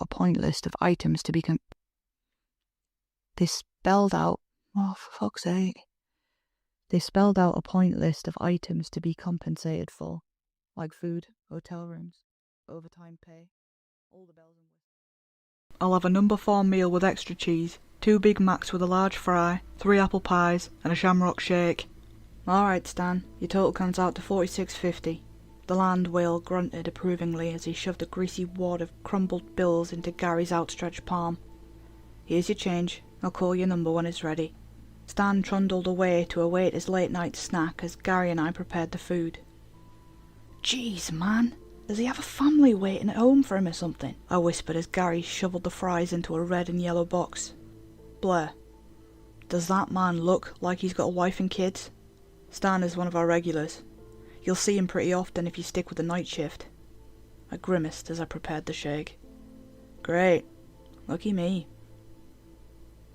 Hey, could be a lot worse. Honestly, Stan is the least of your worries, he said as a shudder rippled through his body. We processed the remainder of the food in silence. Gary and I then shuffled to the counter, each donning a full tray. Stan, orders up, Gary exclaimed, as the boulder of a man darted at alarming speed to retrieve his sodium-rich smorgasbord. He snatched the trays from us, hurriedly ambling back to his corner table. I watched in astonishment as the man inhaled his meal. Hey, could you help me sweep in the back? Best to do it now before any more customers. Gary was interrupted by an obnoxiously loud alarm blaring from his pocket. Stan looked up at him, glowering at the unwelcome ringing. Sorry, gotta take this, he said, darting to the kitchen and out of view. He returned a moment later. All the colour had drained from his face. He appeared sickly, like he'd suddenly caught a nasty case of the flu. It was my Aunt Norma. She said my parents were in a car wreck. Apparently my mum's in critical condition. He stared off into space, his brain slowly processing the tragic information he'd just received. Gary, I'm so sorry. Do you need me to call someone? He snapped out of his trance, tears brimming in the corner of his eyes. He quickly wiped them away. No, I'll be fine. Okay. But, with all due respect, what are you still doing here? Go be with your family, dude. I can handle closing up on my own. He locked eyes with me, a stern determination creeping over his countenance. You're right. I need to go. Here, take my key to the restaurant. There's a list of rules in Dave's office. Go and read them the first chance you get. You'll need to follow them to a T, no matter how ridiculous they sound. Got it? Yep, I'll take care of it. Now go, I said as Gary handed me a small silver object. He sprinted out of the front door, letting it slam shut behind him. I fashioned Gary's drive-through headset below my hat and headed to the back to familiarise myself with the nighttime protocols. I laboriously pushed open the door to Dave's office. You'd think that thing was made from solid gold, how heavy it was. I surveyed my surroundings, my eyes immediately falling to the life-size portrait beaming back at me. Really, Dave? Even I'm not that self-absorbed, I muttered, continuing my search. I defaulted to the pock-marked bulletin board to my right. There they were, posted clear as day. I swiftly scanned over them. Rules for the night shift. 1. You are allowed a 7-minute grace period. No exceptions. Rule 2. If a hooded figure knocks at the drive-through window, do not answer. Stay out of its direct line of sight and it will leave. Rule 3. If Stan claims that you forgot his pickles, offer him a free complimentary chocolate shake. If he refuses, lock yourself in the office and call Dave. Number 4. No outside food or drink. Number 5. If a blood-like substance begins seeping from under the grill, mop it up until it stops. No, it's not blood. Number 6. An old woman in a shawl will come in exactly 10 minutes past 1. Avoid looking at her for too long. She will not leave until you ask her where Tony is. Number 7. If a small child appears telling you he lost his mother, ignore him. He does not have good intentions. Number 8. You are required to comply with the employee dress code. Speak to management if you need clarification on what is acceptable. Rule 9. If you are alone, and you feel the undeniable sensation of being watched, lock yourself in the office immediately and wait for it to dissipate. Rule 10. The store closes at 2 AM. Before you clock out, place 2 packages of raw burgers on the stove. Rule 11. Always leave the restaurant by 2:37 AM. The hamburglar doesn't like company. Rule 12. Failure to adhere to these rules will result in immediate termination. Do not hesitate to call Dave if you have any questions or concerns. Dave's phone number was hastily sprawled at the bottom of the page. I stared at the list, unsure what to make of it. Was this some sort of cruel prank on the newbie? Maybe Gary was in on it. I resolved to wait and find out myself, and I made my way back to the counter. Upon seeing me approach, Stan rapidly stood from his seat and sidled up to me. Can I help you with something? Yeah, you forgot my pickles. I mentally rolled my eyes. Gary hadn't been gone for 10 minutes and the fun was already ramping up. Look, I watched my co-worker make those. I know he didn't, I began, before Rule 3 crept into my head. I'm sorry. I can offer you a free shake for the inconvenience? His 4 chins flapped as he fervently shook his head. No, I don't want any more food. There's another way you could make it up to me, though. A malicious grin inched across his face. A blanket of fear sent adrenaline bursting through my veins. I'm 16, sir. If you really think... That's not what I meant, you dumb broad. I want a refund. What? No. You already ate it all. Fine, if you won't give me my money back, I'll have to take it from you. The massive mound of flesh began waddling to meet me behind the counter. I fled to the back, praying he wouldn't catch me. I glanced behind me as I struggled to push open the absurdly heavy office door. Stan was barreling towards me, sending shelves of products crashing to the ground. My heart thumped against my ribcage so hard it hurt. I had just managed to slip through the door and slam it shut when he reached it. Thud! He pounded his ape-like fists against the sturdy metal frame, shouting obscenities at me all the while. I'll get you, you little whore. You can't stay in there forever. He was right. I instantly ripped a yellowing piece of paper from the board and punched in Dave's number. He picked up after an agonisingly long minute of waiting. Hello. This had better be good. I value my beauty sleep. Dave, it's Stan. The free shake didn't work. I'm trapped in the office. Dave sighed. All right. Put it on speaker and hold the phone up to the door so he can hear me. I obliged, clenching my cracked iPhone 7 with a vice-like grip and sticking it close to the rattling door. Stan? Stan, can you hear me?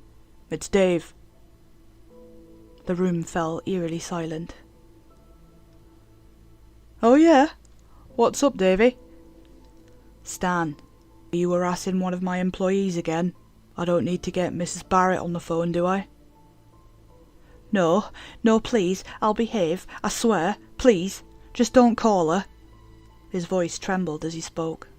I don't know. That's what you said last time. I promise I'll never bother her again. Come on, Davey, show a little compassion. Dave took a moment to respond. All right. But I need you to go home, and you need to apologise to Mrs. Blake for scaring her. Blair, I interjected, face palming myself. Right. Apologise to Blair, and I'll let you off the hook. Oh, thank you. Sorry, Blaze. So, can I take you up on that free shake? No, Stan. No free shake tonight. I need you to leave, Dave said, a stern finality to his statement. Without another word, Stan angrily tramped through the kitchen and out the front door. I didn't release my breath until I heard it shut behind him. Thanks, Dave. Anytime, kid. In my experience, threatening to call his mother is a decent deterrent for any overgrown man baby. I chuckled, sensing the tension disperse. I'm going to get back to bed now. Good luck tonight. And with that, he abruptly hung up. I sat for a moment, controlling my breathing in order to steady my palpitating heart before returning to my duties. I trudged into the kitchen and begrudgingly got to work on cleaning the mess of boxes and condiment that Stan had strewn throughout the area. I had just put the final ketchup bottle in place when out of the corner of my eye, I saw it. A figure was standing in the drive-through window. I immediately tensed up, every muscle in my body freezing in place. It glared at me, yellow glowing eyes piercing the darkness. It raised a gloved fist and knocked lightly on the thin glass. The sound freed me from my stupor. Rule 2.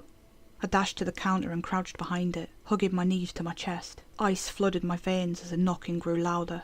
The window shook in its frame as the light knocks soon escalated to rapid pounding.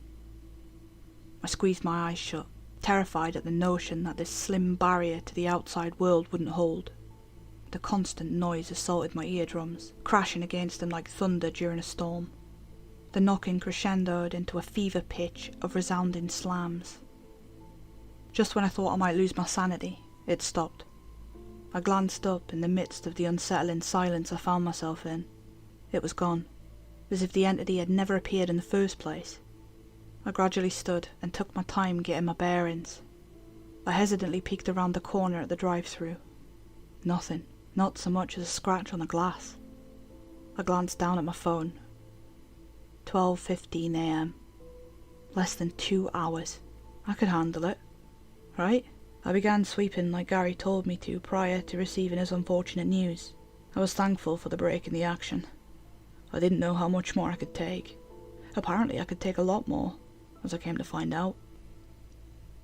A couple of college kids stumbled in, trying to hide the fact that they were obviously stoned out of their minds, and retrieved a pickup order. I watched as they clumsily staggered out the door. One of them held it politely for a small old lady, an old lady wearing a shawl. She didn't utter so much as a thank you, beelining up to the register with purpose. I was exhausted, up well past my normal operating hours, so I'd completely forgotten about the rules. Big mistake. The woman glowered up at me, face obscured from view. Her head covering was black, as well as the rest of her outfit, not unlike a ninja you'd see in a movie. The aura she radiated frightened me, but not enough to release me from my sleepy haze. "Hello, can I help you?" I yawned, lazily covering my mouth. The woman didn't move a muscle. She scowled at me, yellow reptilian eyes piercing my psyche and sending my heart into overdrive. "Ma'am, would you like to order something?" Nothing. The longer we continued our staring match, the more sedated I felt, and not just due to the lack of sleep. She had some sort of strange pull over me. I nearly nodded off, my mind wandering back to the instructions. Before I passed out, I murmured, "Where's Tony?" Suddenly, I was released from my trance and the woman was nowhere to be found, like she had simply vanished into thin air.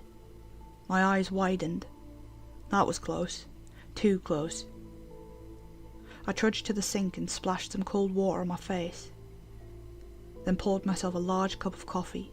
I knew it would probably keep me up well past closing, but hey, if it helped me avoid another incident like that, I was all for it.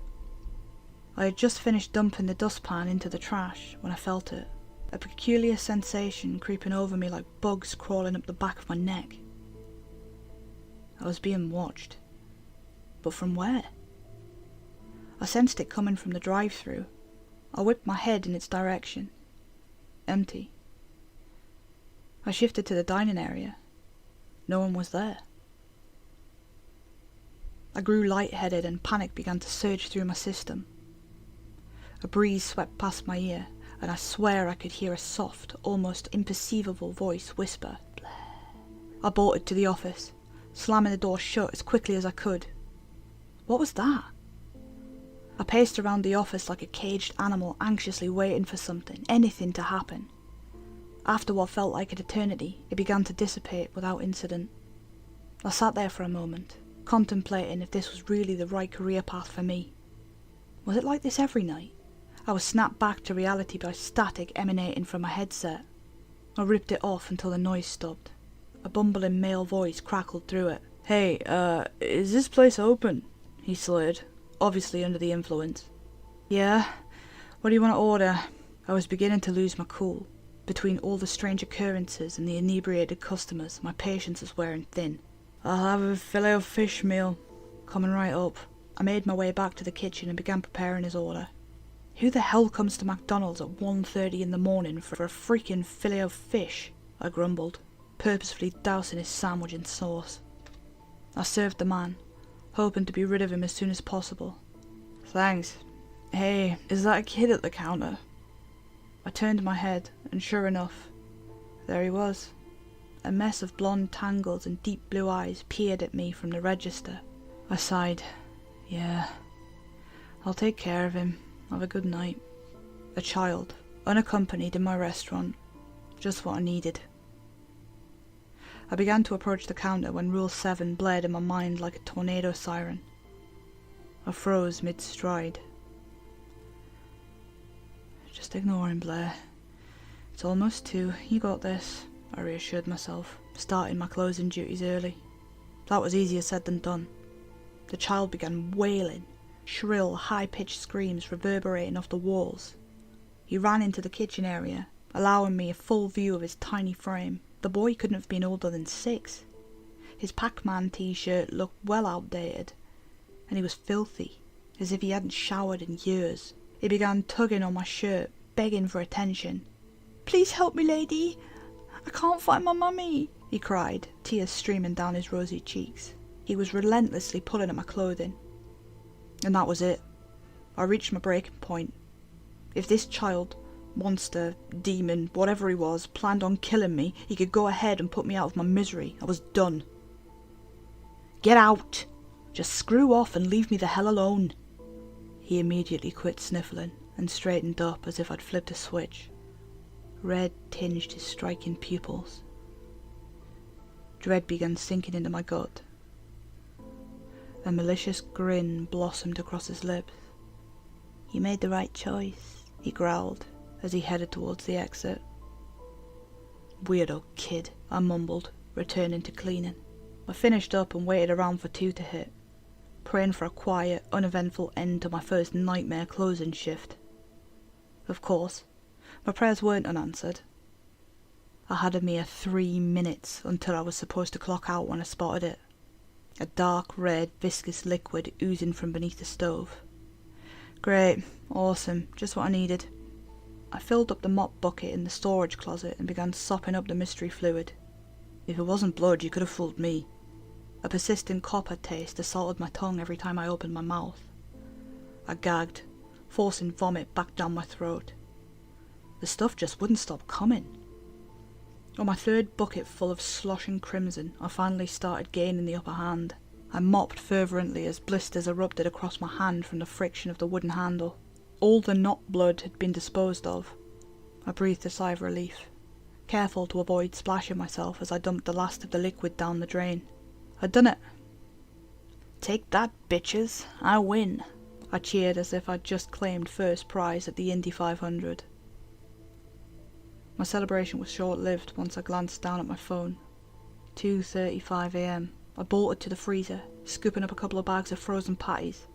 I slashed them open as quickly as I could, hoping in vain that I'd be able to make it out on time. I dumped their contents on the grill, then turned to toss the package in the trash. My heart plummeted into my gut. A man stood before me. His black, dead eyes matched that of the small mask encompassing the top half of his face. Wispy red hair sprouted from his floppy hat. A matching tattered black and white striped uniform framed his features, accompanied by a dingy red tie dotted with images of burgers.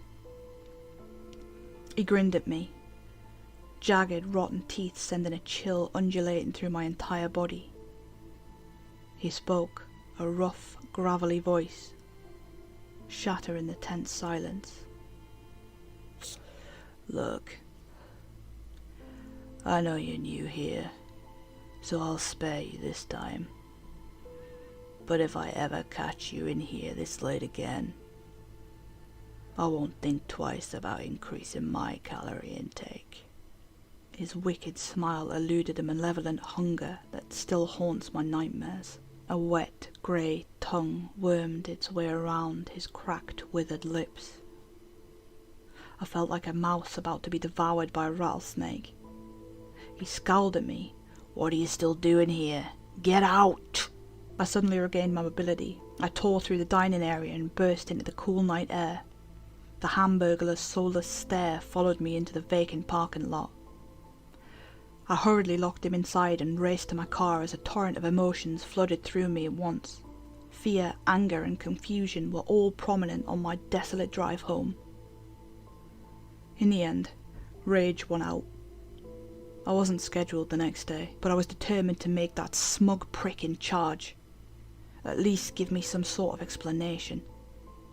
I returned to the Golden Arches around 4 hours later, running on 0 sleep and a whole pot of Maxwell House. With fire in my eyes, I flung the door open and marched straight to Dave's office. "Oh yeah, it was great.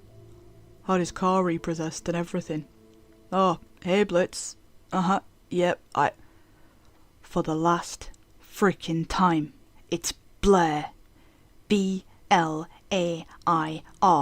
Not Blitzen, not Blaziken, not Blakely, Blair." Dave furrowed his brow, mouth slightly agape. "Yeah, Jim, I'll have to get back to you." He ended the call and furiously pocketed his phone. "Do you even know who that was? I mean, why the hell do you think you can just storm into my office like this? No, you listen to me, Davy boy. I just had the worst night of my life. Every weird thing that could have happened, and you don't care one bit. I see you've become acquainted to our more troublesome clientele." "Yeah, I have, and I'm not dealing with that crap again. I quit," I hissed, dramatically slapping my hat onto his polished cedarwood desk before turning to walk out the door. "Wait, 25 an hour. I stopped dead in my tracks. I reluctantly faced him. A sly, toothy grin was stamped on his gritty face. I mulled it over. It was almost double what I was currently making. I could have my college paid for in no time. 27, and you've got a deal. You drive a hard bargain, Mrs. Blair." "I accept," he said, extending his hand. I begrudgingly shook it, cringing at his sweaty palm gripping mine. "I'm glad you were able to see reason. Welcome to the night crew." Hi everyone, thanks for listening. That story was written by Reddit user HorrorJunkie123 and narrated by me, obviously. If you liked it, please give it a like and hit subscribe. It really helps the channel grow. And now, the fun fact that no one's been waiting for. Did you know the first McDonald's menu only had 9 items? And no Big Mac? Honestly, imagine surviving a horror night shift without even the option of stress eating a Big Mac. Tragic. Good night.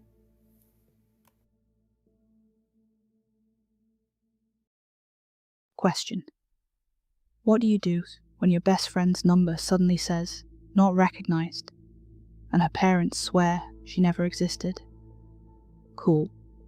Welcome to tonight's story. I'm not writing this for karma. I just need it out of my head so I can sleep, or at least stop seeing the little boy's tear-stained face. I'm 19. I like anime. And yes, I'm one of those people who still buys physical manga even though my room is already a fire hazard.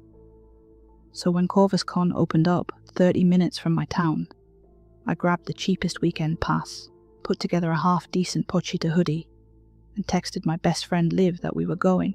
She answered with her standard bet and a gif of a sparkly idle wink.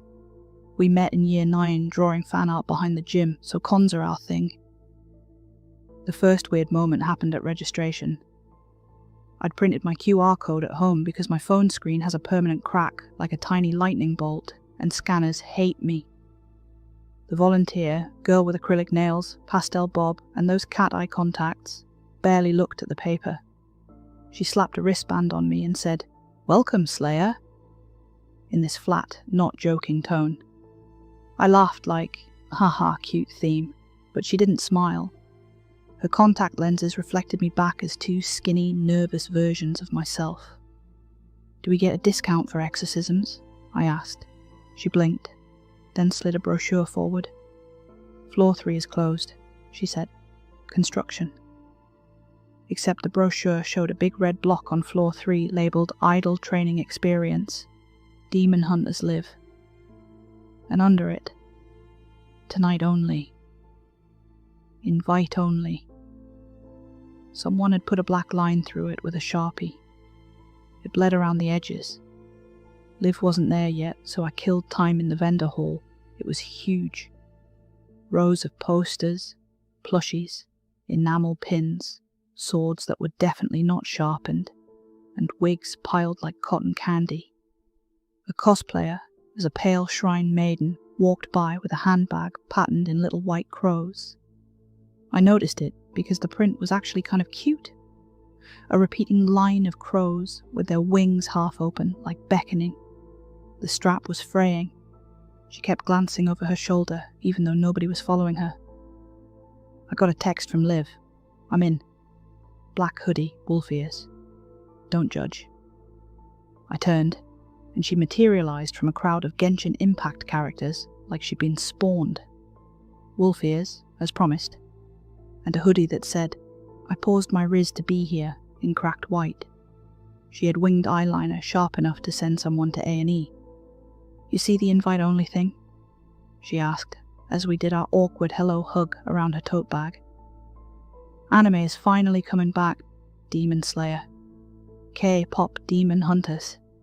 It's trending. Hashtag K-Hunters Challenge, hashtag fell in love, and then it died, all that. My For You page is clogged with it.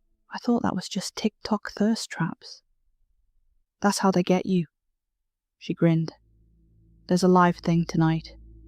Floor 3. "It's closed," I said, showing her my brochure. "Oh, mine's not like that," she said with a smirk, wiggling the wristband she'd just gotten. It was the same as mine, grey fabric, plastic fastener, but hers had a tiny stamped symbol I hadn't noticed on mine. 3 equal lines inside a circle. Unhindered access, apparently. Some guy gave me this and said, "You're perfect." Creepy, but I'll take the clout. I checked my band. No stamp. We hit Artist Alley, bought stickers we didn't need, posed for a photo with a guy dressed as an unhinged school mascot, and then got swept into a panel called The Music Behind the Magic. It was advertised as a talk about composing for anime, but the panellists all wore the same matte black windbreakers, and the slides were just looping B-roll of Soul at Night. Every question got the same rehearsed answer. We trained to protect audiences. We harmonized the dark out of the room. People clapped like seals. I clapped too because it felt like if I didn't, I'd be the only one. Liv squeezed my knee under the chair. "You feel that?" "What?" She tilted her head toward the ceiling. The room hummed, not with the AC, but like a faraway choir warming up through a wall, one note held too long. It got under your molars the way a dentist's drill does. I covered my ears, and it didn't help. When we shuffled out, a staffer in a red lanyard stood in the hallway with a clipboard, smiling too hard. "Everything going well?" he asked each passerby. "Finding your way okay?" His eyes didn't move when he smiled, like the expression was stapled on. Liv nudged me. "Floor 3. I'm not allowed in, I'll get kicked out." She pocketed her phone. "I'll be your lawyer." We tried the main stairwell first. A strip of yellow tape crossed it with no access in block letters. A volunteer sat on a metal chair at the landing scrolling his phone. He didn't look up when we passed, but when we set a foot on the first step, he said, without raising his head, "Closed." "What's on floor 3?" I asked. "Nothing for you, darling." He finally glanced up. His pupils were weirdly dilated, barely any iris. "Renovations. But the Demon Hunters show is there tonight. Only the marked." He went back to his phone. Liv mouthed "security door" at me, and we looped around the building. Past a row of arcade cabinets that were definitely not licensed. Past a merch booth selling shirts with "I survived Corvuscon" in bloody letters that felt, in retrospect, sarcastic. We found a fire door propped with a wedge of folded cardboard. Above it, a red exit sign flickered even though it was the middle of the day. "Don't think about how illegal this is," Liv said, and pulled the door open. Concrete stairs. Fluorescent lights, with that faint strobing you only notice if you look at them too long. We went up one flight, then another. The hum from the panel followed, louder. It made the hair on my arms lift. At the top, another door, unlabeled. I pushed. It gave with a sticky gasp. We stepped into a hallway with a low ceiling and carpet the colour of chewed gum. The air smelled like fabric spray and burnt sugar, like someone had doused a fire with a bottle of perfume. The first door on the right was cracked open.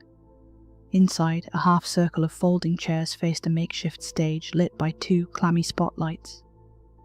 A handful of people sat in the chairs with posture like puppets. On stage, girls stood, heads bowed, idols, or trying to be. Glass skin, shiny hair, jewellery that caught the light like fishhooks. A fourth person in a headset whispered to them, then counted down on fingers. 3, 2. They snapped into a pose with impossible precision. The track kicked in, soft and syrupy at first, then dropping so hard it pressed on the base of my skull. I didn't know the lyrics, but my mouth still tried to copy them. The 3 girls moved in sync, steps that shouldn't line up with human joints. They clapped on the offbeat, and the claps didn't echo. Liv's breath tickled my ear. "It's them," she whispered, almost laughing. "It's actually them." "Don't be dumb," I said, but my voice was thin. "They're people." Except the girls on that stage looked exactly like the Huntrix, down to the impossible pastel hair, the poreless skin, the sharp, shiny eyes that only exist in animation. They weren't cosplayers doing a good job. They looked like they were the characters, slotted into real air like someone exported them wrong. Every micro-habit matched. The purple-haired leader's half-smile on beat 4. The red-haired girl's wrist roll before a spin. The shortest one's toe tap no one notices unless you've watched a million edits. It felt like my screen had leaked these animations into real life. Liv squeezed my sleeve. "This is like an open rehearsal, right? We could..." The guy in the headset turned and smiled with all his teeth. "Welcome," he said. "You're just in time for the warm-up." Audience bodies changed the math. "What math?" I asked. He lifted a finger to his lips, amused. "Shh. You'll ruin the take. People say you can feel when you're being watched. That's what everyone in horror movies says. But it wasn't that. It was more like the watching was a third thing in the room. Like the 3 girls, and the headset guy, and us. And then another thing draped over the ceiling, like the air had draped itself on hooks. The song slid into a chant.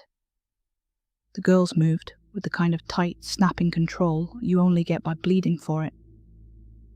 They smiled soft, then too wide, then didn't smile at all. The headset guy turned, scribbled on a clipboard, turned back.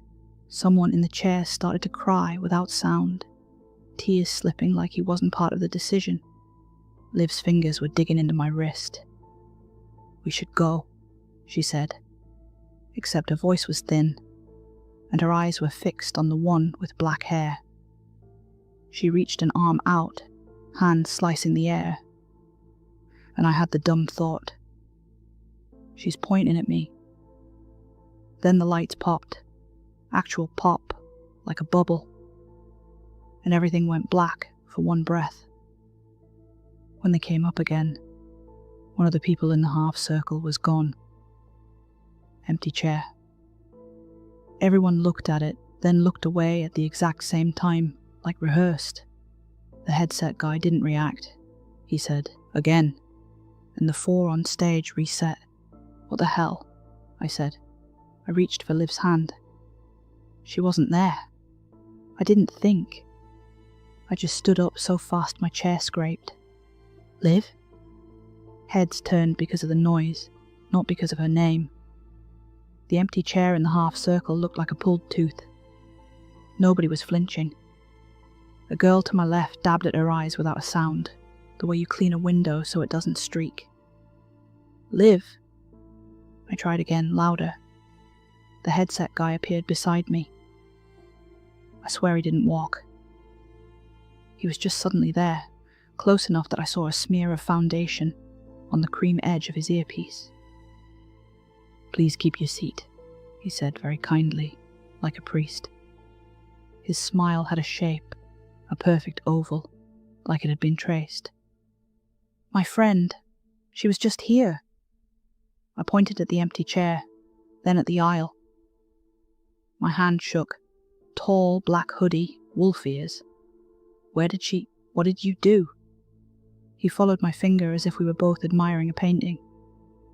"Oh," he said softly, and something lit behind his eyes, not surprise, more like relief. "Did she have a stamp?" "What?" "On her wristband." The mark. He wiggled his own wrist without looking. 3 equal lines inside a circle flashed on his band, debossed rather than inked. "Some do. Some don't." "She..." "Yeah." I looked at my own band, slowly inching my hand behind my back. She had one. Then she's where she's meant to be. My mouth opened and nothing came out. Heat crawled up my neck. "Meant to be where?" He glanced back at the stage. The 3 girls held a final shape, heads bowed, stomachs rising and falling like they'd run a race. The hum in the room had a taste now, penny metal on the back of my tongue. "Please," he said, still gentle. "You're disrupting calibration. Audience bodies change the math." "You keep saying that." I could hear my voice going weird and thin. The version of me that's good at customer service wanted to apologize. The rest wanted to throw the nearest chair and see if anyone would bleed. "What maths? Where is my friend?" He tilted his head like a bird. "She's contributing." "Contributing to what?" "Balance." He said it like people say charity. His hand touched my shoulder lightly. A suggestion, not a push. "If you're anxious, you can leave. Given that you're unmarked, I would suggest you do that." What?" I looked at my wristband again, like maybe the stamp would magic itself there if I stared hard. Blank. "I'm not..." I shook my head. I didn't move. My knees locked. On stage, the pink-haired leader looked up through her fringe and met my eyes, and for 1 second, pure glee lit her face. Then it wasn't glee at all. It was stage joy, the switch-on smile. She clapped. Just once. It didn't echo. "I'm not leaving her," I said. And I didn't recognize my own voice. The headset guy sighed like I'd disappointed him on a personal level. "If you don't have a stamp, you shouldn't really be here. But since you are..." A ghost of a smirk appeared on his face, voice still sugar-sweet. "Sit down or leave. If you linger, I'll call security." "I'm not stamped," I said. "And I'm not sitting." "Then leave," he said, smile never cracking. "Unmarked don't get to hover." I left. Not because I wanted to, but because every cell in my body suddenly believed him. The way you believe a fire alarm even if you don't see smoke. I didn't even know what the mark was, but I could help feeling a pang of resentment for everyone perfect enough to have one. I scanned the hallway, the adjoining rooms, the stairwell, calling Liv's name the way you call a dog that's pretending not to hear. Nobody reacted. I stopped people at random. A guy with a stack of posters, a girl adjusting a wig, a pair of lads debating best openings. Have you seen a tall girl? Wolf ears, black hoodie, shrugs, polite smiles. Dunno, sorry. One of them glanced at my wristband like he was checking a ticket and lost interest when he saw it was blank. Near the elevators, I bumped into a woman with a convention badge turned backwards. She looked like someone's mum who'd tried to dress for the theme and got the colours wrong. Her hands shook around a folded leaflet. You okay? I asked, stupidly, because she clearly wasn't. My boy, she blurted. Have you seen him? 10 shark hoodie, hair like this. She flattened her fringe to show me a cowlick. He went to a special demo. They said it was safe for him to go on his own with him having that little stamp thingy. I swallowed. I haven't, sorry. What's his name? She told me. I won't write it here. Saying it made her cry in that quiet, leak-down-your-face way. We searched together for a bit, doing useless loops. Security told her to check lost and found. Staff told her the day was very busy and she should hydrate, then tried to sell us 70p bottles of water for £10 because they had 2 Goku stickers on the front. When she stepped away to call someone, I stood there and watched people flow around the space where a small boy should be. A stupid, mean thought snuck in. Maybe Liv bailed on me on purpose.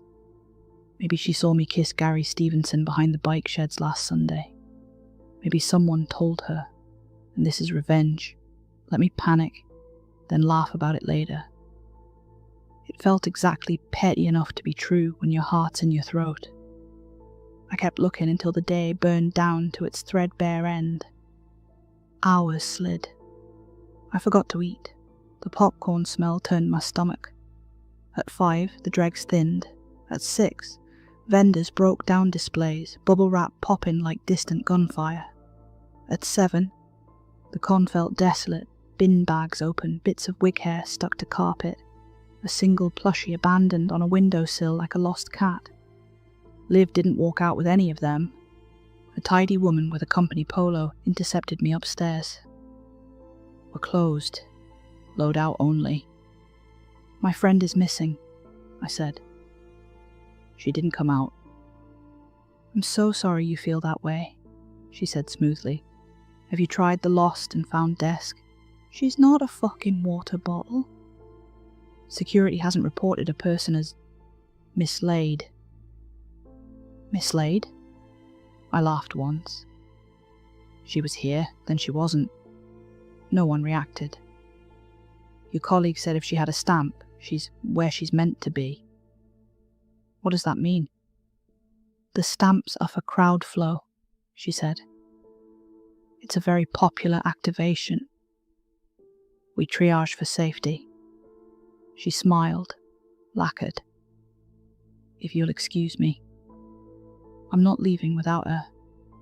Something in her gaze clicked. We don't keep people, she said, word perfect. We keep the room.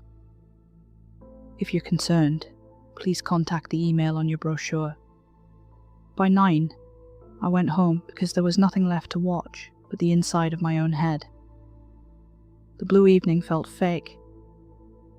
My hands shook all the way onto the motorway.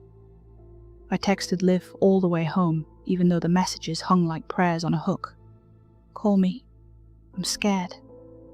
Wolf ears, remember? You promised me pizza after, please. My mum greeted me at the door. Hiya, love. You had a good time. I didn't look her in the eye, just plopped my bag down on the counter and flopped onto the kitchen stool. Yeah, Liv bailed. I think... Oh, love, you think she found out about Gary and the bike sheds? Mum, I exclaimed, exasperated. I stared at toast until it went cold. I tried to call Liv and it went straight to voicemail. Her stupid joke one where she says, "Hello," and lets you ramble before the beep. I hung up on the beep like it had laughed.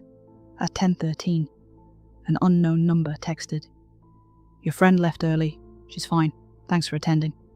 No punctuation, no signature. I called it. A recorded voice said, "This mailbox is not set up." And then a void. I walked loops from my bed to my window, to the door like a Roomba with anxiety. Then I ran a bath so hot it turned my skin pink, and lay there until the water went lukewarm, checking my phone every minute like a rat hitting a feeder lever. Nothing. At 2:04, I started an email to the con address and got stuck on Dear because nothing after Dear felt right. Morning came like a bad copy. A notification popped. World exclusive. K-Hunters Episode 1, First Look. The thumbnail showed the girls on a stark training stage, light bars like a spine and a camera track cutting right through the center. I clicked. High production values. Glittering city. The three girls tore across a cold rehearsal set in perfect unison. Trainers didn't squeak. They didn't need to breathe. "New fans will love the lore," the host chirped. "Resonance harmonics." The camera cut a wide animated crowd of people in the bleachers. For a heartbeat, the lens skimmed a little boy in a shark hoodie with a stubborn cowlick. Hands in his pockets, frantically looking round with tear-stained cheeks. He didn't fit. My stomach dropped. It was like the mother from Corvuscon had given the lost little boy's description to the artists and animators, and they hand-drawn a carbon copy. Then the shot snapped back to the stage, and a graphic splashed across the bottom corner. New Huntrix member, Livy. My skin went cold. It was Liv. Not center frame. Just off the leader's shoulder, hair tucked into a hood, wolf ears flattened by a cap. The music swelled, the routine sharpened. Livy sang 2 lines in that glossy idle cadence and hit the choreo with scary precision. Toe tap on beat 4, shoulders tracking the count.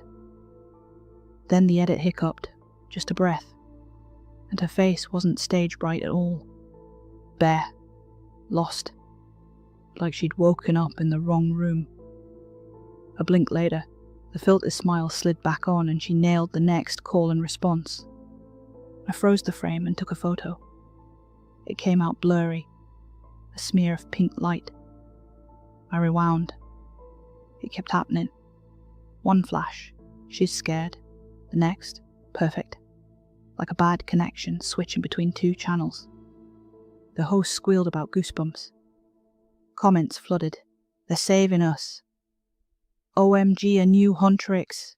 The timing." No one said, "That's my friend." No one said, "Why?" No one said, "Why have they drawn in a crying child?" I scrubbed frame by frame.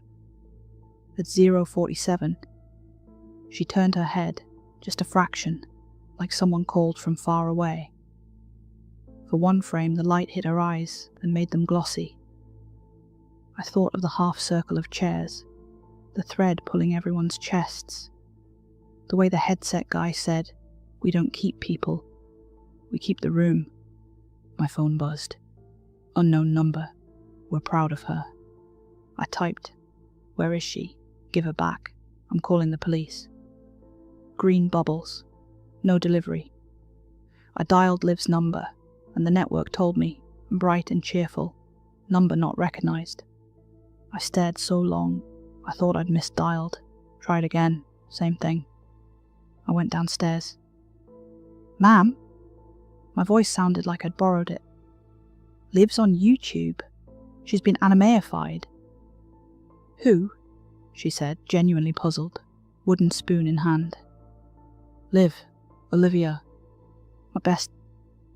I stopped because my body did a strange cold ripple. "Don't joke." "I'm not," she said slowly, eyes tightening the way they do when she checks the thermostat. She reached up and touched my forehead. You've gone white, love. Do you need to sit? I ran upstairs and rang Liv's parents. I've known them forever. Her mum answered on the second ring. Hi, sorry, it's Liv. I'm sorry, who are you trying to reach? She said. I checked I'd dialed the right number. Mrs. Ashford? That's me. I'm looking for Liv, your daughter. A puzzled beat. We don't have a daughter. I hung up. Maybe this is all marketing. Maybe the distraught mum was a crisis actor, and all the human counterparts of the new characters that have been popping up recently got NDAs and a tote bag. Except, no, that's not right. No one remembers Liv. No one. I think that's the part that keeps catching in my throat. Last night I watched the episode again. I told myself not to, but I did. She came on, and I stood close enough to the TV to count pixels. Liv smiled again, the half-borrowed smile. The cut twitched first, like the edit knew what her face would do before she did. The timing was too clean, like the show knew her better than I ever did. I know something is up. I can't prove it in a police report. But I have the hum in my teeth. A text from a number that won't answer. And a clip where background girls act like idols, and idols act like gods. I'm going to try again in the morning. I'm going to bring the photo and the wristband and my stupid shaking hands and ask a human with a badge to say the word missing out loud. But right now the episode is paused at 0:47 on my TV and my best friend is on screen. Everyone thinks they've written in a new character. But I don't think so. I think the creators of these new anime TV shows don't draw their characters. I think they make them from real people somehow. And I think Comic Cons are where they hunt. If you go to CorvusCon next year and a staffer tells you to flash your stamp for an invite-only training, don't. If someone stamps your wrist and says you're perfect, ask them why. And if you see Liv on your For You page, wolf ears tucked under a hood, don't duet. Don't stitch. Don't say Queen. Just turn it off. They are stealing people from conventions and making everyone forget them. No one is noticed. I guess it's the perfect crime. It would be easy, wouldn't it? People are born to be accepted. Even when people say they don't care, they do. So why not find your hunting ground? Separate the worthy from the not with something inconspicuous, and let them come to you. Because they would, wouldn't they? If you stamp a wristband and tell a girl she's perfect, she'll step forward, even if she doesn't know what she's stepping into.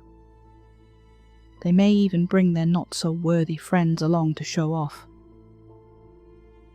Imagine being told you're perfect.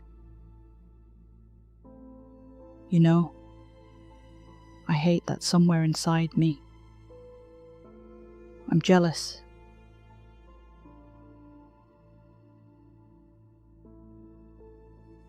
Hi everyone, thanks for listening. That one was written by me. I stupidly asked the kids what my next story should be about, and yeah, now I can't get that song out of my head. Bet you know which one I'm talking about as well. Anyway, if you liked it, please give the video a like and consider subscribing. It really helps the channel.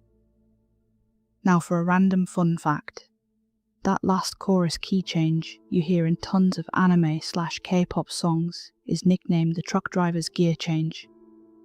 It jumps the key up to trick your brain into feeling a bigger emotional lift. Basically, your feelings just got auto-tuned. Good night.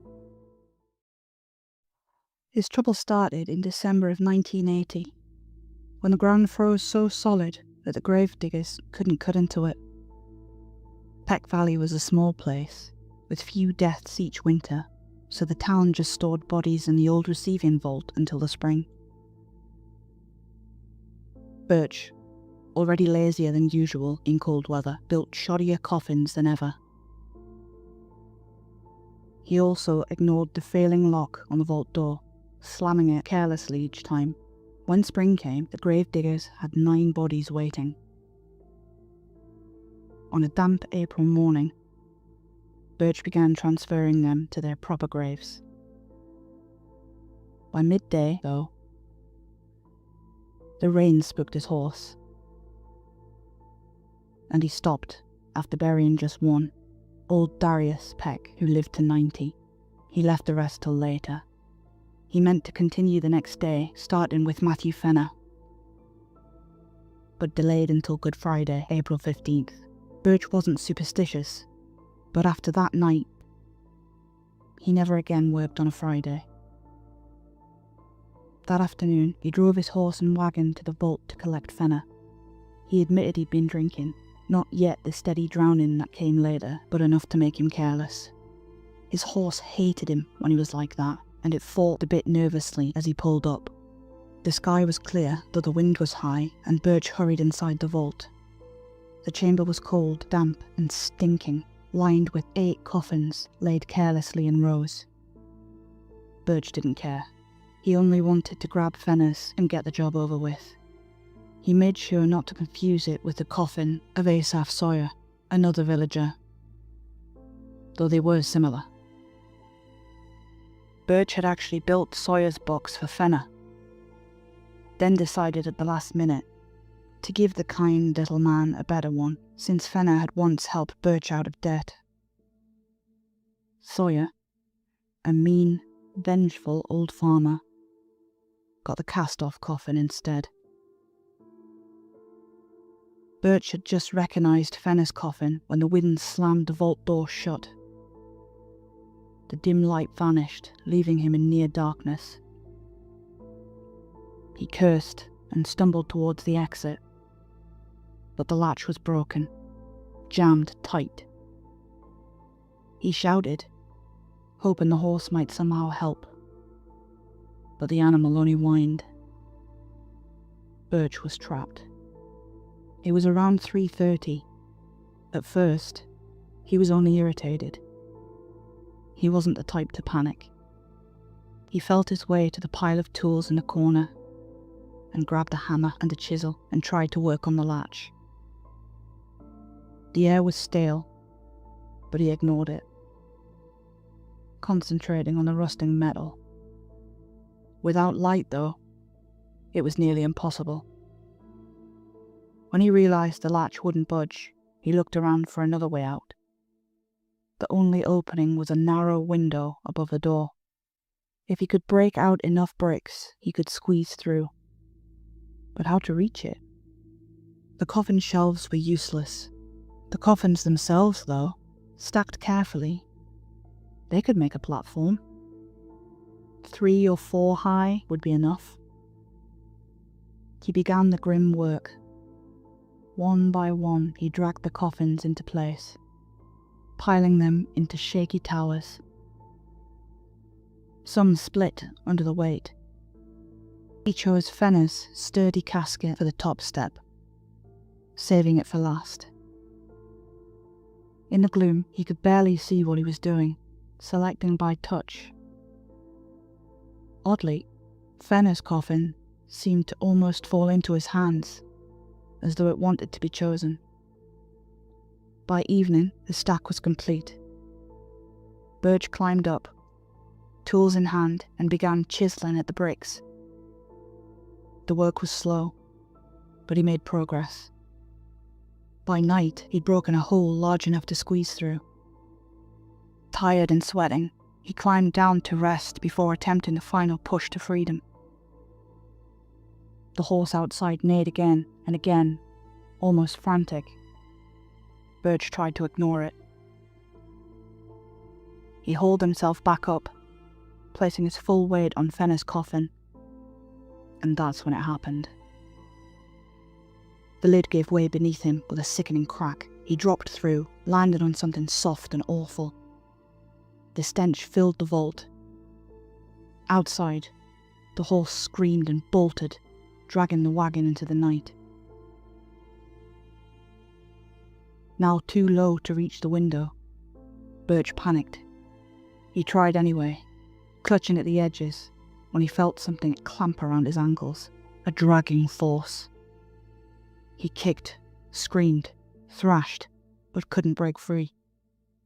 Pain like knives shot through his legs.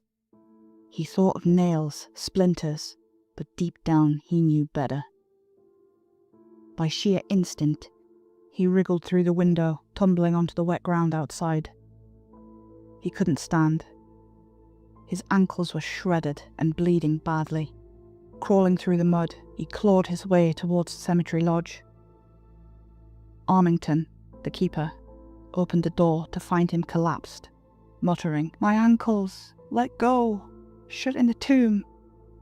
Armington called Dr. Davis. When the doctor cut away Birch's shoes and socks, he froze. The tendons in both ankles had been slashed, as if something had bitten clean through them. He dressed the wounds quickly, but his hands shook. Then he asked Birch over and over, was he certain he'd stood on Fenner's coffin, not Sawyer's? Was he sure? For hours Davis pressed him.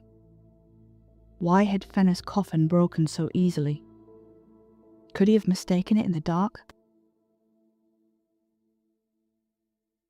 Davis knew both men well. Fenner, the kindly old fellow.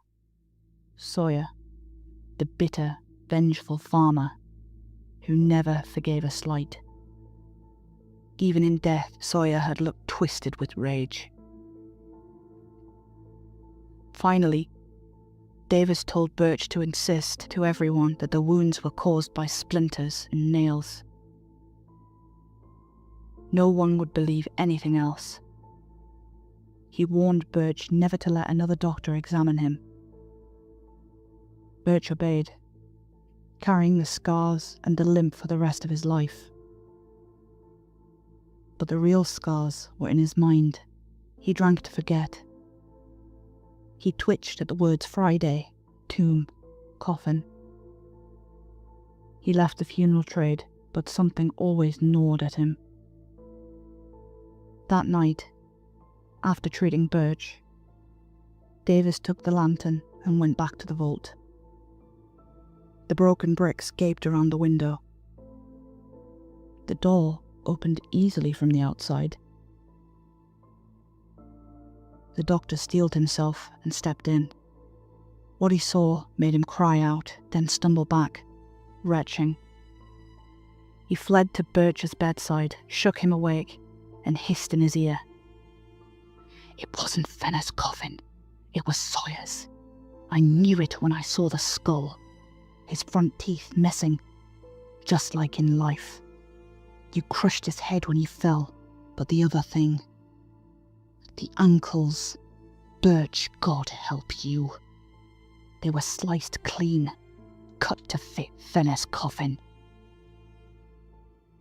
You know what Sawyer was like, vindictive to the grave. He ruined a neighbour 30 years after a lawsuit. He killed a puppy for just snapping at him. He was the devil himself, Birch, and he got his revenge, even in death." Hi everyone, thanks so much for listening. That was the modernised version of H.P. Lovecraft's In the Vault, originally written in 1925 and rewritten in 2025 for easier reading narration. If you'd like to hear the original version, which honestly is far better than mine, I've linked that video in the end screen for you. While I've got you, I was checking my stats recently and noticed that only about 10% of people who watch these videos are subscribed. I know my accent's a bit dodgy. I was cursed to be born a Geordie. But I promise you, I'll try and enunciate to you next time. But seriously though, if you enjoy them, I'd really appreciate it if you could hit that subscribe button, or even just gently click it for all the literal thinkers out there like me. I never understood hit that subscribe button. Never mind.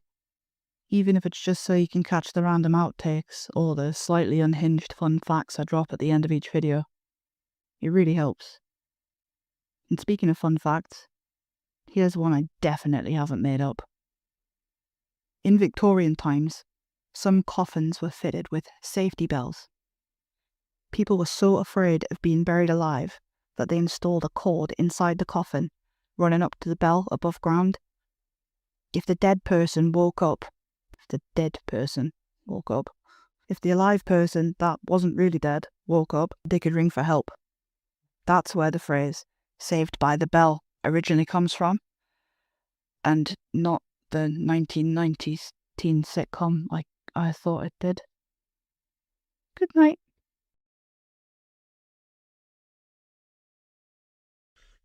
Hi everyone. I don't usually add intros into my videos, but I think it's necessary for this one. This story was written by me, and it does contain themes of baby loss, grief, and pregnancy. Please take care before listening, or feel free to browse my other videos. There should be one up in the corner, also written by me, that you might enjoy a little more. My aim is to always bring you enjoyment in the form of horror, and the last thing I want to do is trigger someone who's going through a rough time.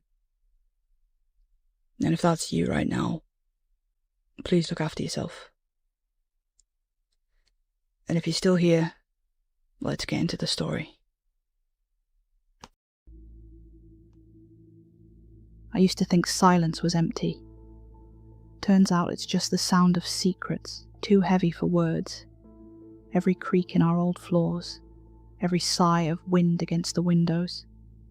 I'd swear it was Ethan whispering another woman's name. The late-night texts, those murmured calls from the porch. I stacked them up like evidence in a trial only I knew was coming. I wasn't guessing. I was certain. That certainty clanked against my ribs every time I walked into the room, and he would flip his phone face down like the glow of another message could end the world. I was ready to confront him, ready to torch the whole damn marriage, because I just knew he was already halfway out the door with someone else. Spoiler, I was wrong. The truth, whatever this was, crawled out of the basement instead. 7 years in, Maple Street felt like forever. We'd bought the place for the wraparound porch, fixed the squeaky step together, planted lavender like we were setting down roots you could smell. Year 5, though, the music skipped. After the miscarriages, the rooms ballooned out. Too much space where a crib should have gone. Too much quiet where laughter should have been. I felt like a failure. I was unable to do the one thing I was meant for.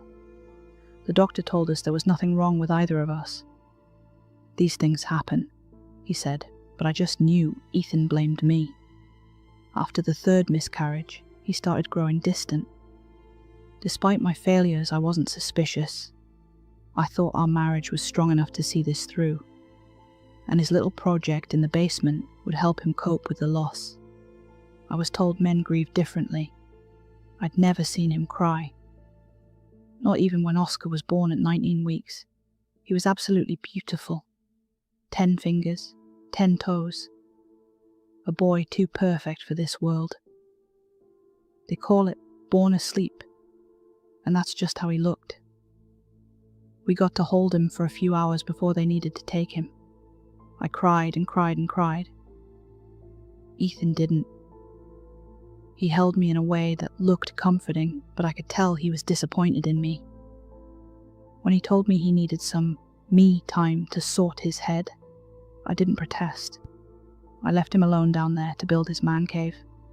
I must admit I was surprised, though, when instead of hauling wood and nails down those creaking stairs, he carried bags of salt, oils, candles, a heavy old book I didn't recognize. Listen, I'm not judging. If he wanted a secret man spa, fine. But looking back, I realized he wasn't trying to escape his grief. He was bargaining with it. He would spend every Friday night locked in that room. Whatever he was doing seemed to be working for him, so I left it alone. After about 2 months, he started looking at me again. Really looking. Like I wasn't just a reminder of everything we'd lost. By the 3rd month, when I told him the heavy scent of patchouli oil was making me throw up, he just smiled and quietly packed everything away. I found out I was pregnant with Jessie that same week. Strange thing was, when I told Ethan, it was like he already knew. I'd been nervous about breaking the news. He was so happy lately, and I knew this pregnancy would be filled with dread just like the last and the one before that. Pregnancy should be a time of joy and excitement, but for people in our position, that excitement is replaced with worry, anxiety, and whispered prayers to gods you don't even believe in, begging not to have it end the same way. Some people pray for a boy or a girl. I prayed to just have a baby at the end of it all. Ethan, though, he wasn't worried in the slightest. "It's going to be okay this time," he said one evening as I soaked his t-shirt with tears. "You can't possibly know that." "I do. I can feel it, Kara. We have someone watching over us this time." I thought he meant Oscar, our perfect angel watching our rainbow baby grow safely. I didn't know it then, but that's not what he meant at all. He was right, nonetheless. The pregnancy was a breeze. The 12-week scan showed a tiny, wiggly bean stretching and twitching on the screen just as it should. Of course, I agreed to every extra measurement and blood test they offered. Her Down syndrome screening came back as 1 in 100,000, which was a shock considering both my cousin and his cousin have Down syndrome. Not that it would have mattered in the slightest, I just wanted my baby, extra chromosome or not. Jessie was born bang on 40 weeks. The labour was manageable, eased by soothing words from Ethan and my Spotify playlist. Very different from the out-of-control, morphine-induced haze of Oscar's birth. She weighed 7 pounds 11 ounces, with a shock of thick chestnut hair. Strange, considering I'm blonde and Ethan's brown. He joked about the milkman being the real father, and we laughed as we looked into our daughter's ocean blue eyes. We left the hospital a day later. Jessie fit into our home perfectly. Her clothes and blankets filled the once empty spaces. Her cries and gurgles smothered the silence in the most exhaustingly joyous way. I was the happiest woman on the planet. Was. It could only have been 4 or 5 weeks after we brought her home when I made the comment. We were curled on the sofa, watching Jessie drift in and out of sleep in her bouncer. Ethan had just come in from an unusually long shift at work. I don't know what I was thinking. Call it hormones, call it madness. But I said it. I want another one. Now I know. After all the struggles and heartache before Jessie, I should have been grateful. But in that moment, I just did. "No." Ethan's voice cracked like a whip. Jessie startled in her bouncer, tiny arms shooting out in a flinch. I froze, breath caught. He never raised his voice. Ethan sat forward instantly, rubbing his hands over his face as if he could scrub the word back into his throat. "I'm sorry. I didn't mean..." I crouched beside Jessie, rocking the bouncer gently until her whimper settled into a soft hiccup. My chest thudded with the echo of his reaction. When I looked back, he was trying to arrange his features into calm, but dread still leaked through. It's not the right time," he said. "Work's getting harder. I'm exhausted. We can't manage another right now." I tried to laugh it off, keep it light. "Oh God, I didn't mean this second. Just, someday. In the future." His eyes locked on mine, sharp as broken glass. "No, one's enough." The way he said it, flat, final, left no room for jokes. Jessie cooed between us, and I swallowed the argument pressing against my teeth. We had always planned on having a large family. Before the miscarriages, before the trouble, we'd talk for hours about 2 girls and 2 boys, what they might look like. Ethan would go on about teaching the boys his skills on the football pitch, how they'd grow up strong enough to protect their sisters. Yes, we'd had our struggles with the other babies, and I knew it had taken a toll on him too. But I thought we were finally moving forward. Christ, we'd bought this house because of how much space it had. It was meant to be full of children, not ghosts of the ones we never got to keep. After that night, he grew distant again. His occasional calls to say he was working late turned into at least 3 nights a week. After a while, he didn't even bother to call. I'd be pacing the kitchen at 9 o'clock, Jessie tight against my chest, his dinner stone cold on the table, and he'd saunter through the door like nothing was wrong. My what the fucks were always met with the same line: "Sorry, I forgot to let you know." Even then, I still didn't suspect cheating. How could any decent man play around when he knew he had a loving wife and a 4-month-old baby at home? Now I wish he had been cheating. When Jessie turned 6 months old, nothing had improved. Ethan spent hours away from the house, away from me. He'd take Jessie to his mum's and accidentally stay so late it was easier for Jessie if they stayed. Or he'd take her on adventures that lasted from dawn until dusk. At night, he blamed his sore back, preferring the sofa to our bed. I was losing him, and I needed to fix it.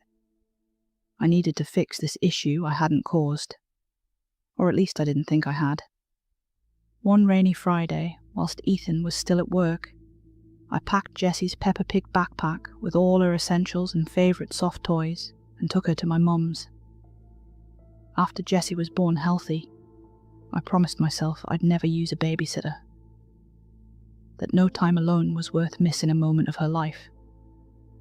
But standing at my mum's door, ready to hand her over, I was convinced the best thing for my baby was to fix my marriage. By the time he got home, I had everything ready. I wore his favourite dress. I had his favourite meal, was waiting on the table. Turkey dinosaurs, smiley potato faces, and spaghetti hoops. What can I say? He's a simple guy. I had 12 cans of Foster's and 2 bottles of pre-mixed passion fruit martini on standby for the conversation to come. "Where's Jessie?" were the first words out of his mouth as he came through the door. I swallowed the disappointment at him not noticing my effort. It sank like a stone in my chest. "She's at my mum's," I said gently. I was trying to be as non-confrontational as possible. This needed to go well, or it could be the end of us. "Come and sit. I've made your favourite. I think we need to talk. Why is she at your mum's?" "Stop using her as a shield," the words snapped out before I could catch them. He froze in the doorway, keys still dangling from his hand. "A shield? What the hell does that mean?" "It means every time I try to talk to you, you hide behind Jessie. You dodge, you vanish, and I'm left here, wondering what I did wrong." He flung his keys in the bowl, dropped his phone and wallet onto the table, and walked past me like I hadn't said a word. He scraped the chair out opposite me and sat down, picking up a turkey dinosaur and biting into it without even looking at me. His phone vibrated loudly, cutting through the silence. It was closer than it had ever been before. I should have snatched it up. I should have gone through all the messages there and then. It would have changed everything. But I didn't. All I was able to see was the name of the sender, Alex, and the word impatient. He snatched the phone up and slid it back into his pocket. I tried to rationalize it, tried to play devil's advocate in my head. Impatient could have meant anything. Maybe Alex was a woman. Maybe she was waiting for him. That's what my gut told me. But it wasn't that. Not even close. Later, I'd learned what impatient really meant. My chest burned. "Do you even care anymore, Ethan? About me? About us? He chewed slowly, then finally looked up. His eyes were bloodshot, ringed with something that wasn't just tiredness. "How could you say that?" he said flatly. "I'm doing this for you." "Yeah, great." "Thanks. The way to a woman's heart is distance and insecurity." "Well done," I set a can down in front of him a little too hard. "Sorry," I mumbled. He looked up again. "Remember when you tried to carry 5 shopping bags in from the car and you dropped my beer but didn't tell me?" There was a ghost of something forming on his face. A smile. A smirk. I couldn't tell if this was his way of trying to diffuse the situation. "You opened the can straight away," I said, sliding into the chair opposite him. "It sprayed up my nose." I couldn't help it. I laughed. The first real laugh we'd shared in months.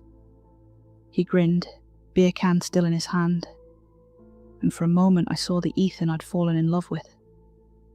God, that was a nightmare. It hit the ceiling too, I said, covering my face with my hands. "You should have just told me," he chuckled. "Instead, I thought I'd been cursed." "Maybe you have," I teased, reaching for a passion fruit martini. I cracked it open and took a long sip, savouring the smooth tang as it burned down my throat. His face fell slightly when I said that, just a split second of a micro-expression I couldn't read. Then he smiled again. My own smile dropped when the ceiling above us gave a slow, deliberate creak. Jessie was at Mum's. The sound didn't make sense. I knew the floorboards in this house. I actively avoided the 2 creaky ones directly in front of Jessie's room when she was napping. The only thing that could make that sound was a footstep. Ethan's jaw stiffened. He tilted his head, listening, then shrugged. "Old house," he muttered, but his eyes lingered a beat too long on the ceiling. "I'll check," he added, pushing himself to his feet. There was a chill in the air, not the kind that made you cold, the kind that made you anxious. My eyes stayed fixed on the kitchen door as his footsteps faded upstairs. Then it came. A faint, cloying waft of patchouli, out of place and wrong, curling through the air like smoke. I wrinkled my nose and stretched my neck to try and spot Ethan coming back. Nothing. A draft brushed the back of my neck before the basement door gave a heavy thud as it swung shut. Not a slam, but hard enough to jar. I jumped, then froze. I was sure I'd closed it earlier. "Ethan?" My voice was too thin. I could hear my own heart beating in my ears. This house had always felt safe to me, but right then I felt like a child left alone in a strange place. I was about to go and look for him when I heard him padding down the stairs. He plopped himself back down, pale but trying to look casual. "Nothing there," he said, but his hand shook as he picked up his can. The smell still lingered. We sat in heavy silence for a few minutes, but as the prickle of alcohol hit our veins, we quickly reverted back to the teenage-like giggles. 1 can turned into 2, then 3. Jessie was safe at Mum's, and the house felt lighter. Like the walls weren't listening for once. We traded stories, half teasing, half serious. The kind of conversation that leaves you smiling but aching at the same time. We didn't talk about anything heavy. Right then I felt like I had him back, and all it took was some breaded turkey in the shape of an extinct creature, embarrassing nostalgia, and alcohol. By the time the cans were gone, we were sitting close. His knee brushed mine, and neither of us moved away. For one night at least, the distance between us blurred, and I felt whole again. The next morning, I woke, having slept the first full night in 6 months. I was rested, at peace, and surprisingly without hangover. I rolled over to find Ethan snoring softly beside me. "Morning," I said softly, stroking his bare shoulder. "How's the head?" Ethan stirred beside me, eyes fluttering open. For a second, he looked startled to see me there, then forced a quick smile. "Morning," he muttered, sitting up and swinging his legs off the bed. He rubbed the back of his neck. "Did we? You know." I sat up, blinking at him. "Oh, I'm not actually sure." The worry that crossed his face was almost comical. He started glancing around the room like he'd lost something. "What are you looking for?" I asked. "A condom packet or something," he muttered. "Ethan," I laughed, shaking my head. "Did you forget I'm your wife? It's fine. We haven't done anything wrong. I don't have any diseases. And you don't, do you?" "No, of course I don't," he snapped. I recoiled, that familiar sting of rejection flaring in my chest all over again. "Sorry," he said quickly, rubbing his face. "I just meant, you're not on anything, are you? I could get you pregnant or something."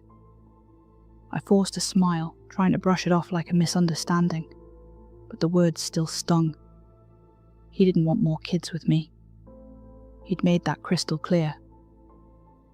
"Relax," I said softly. "I'm due in a few days anyway.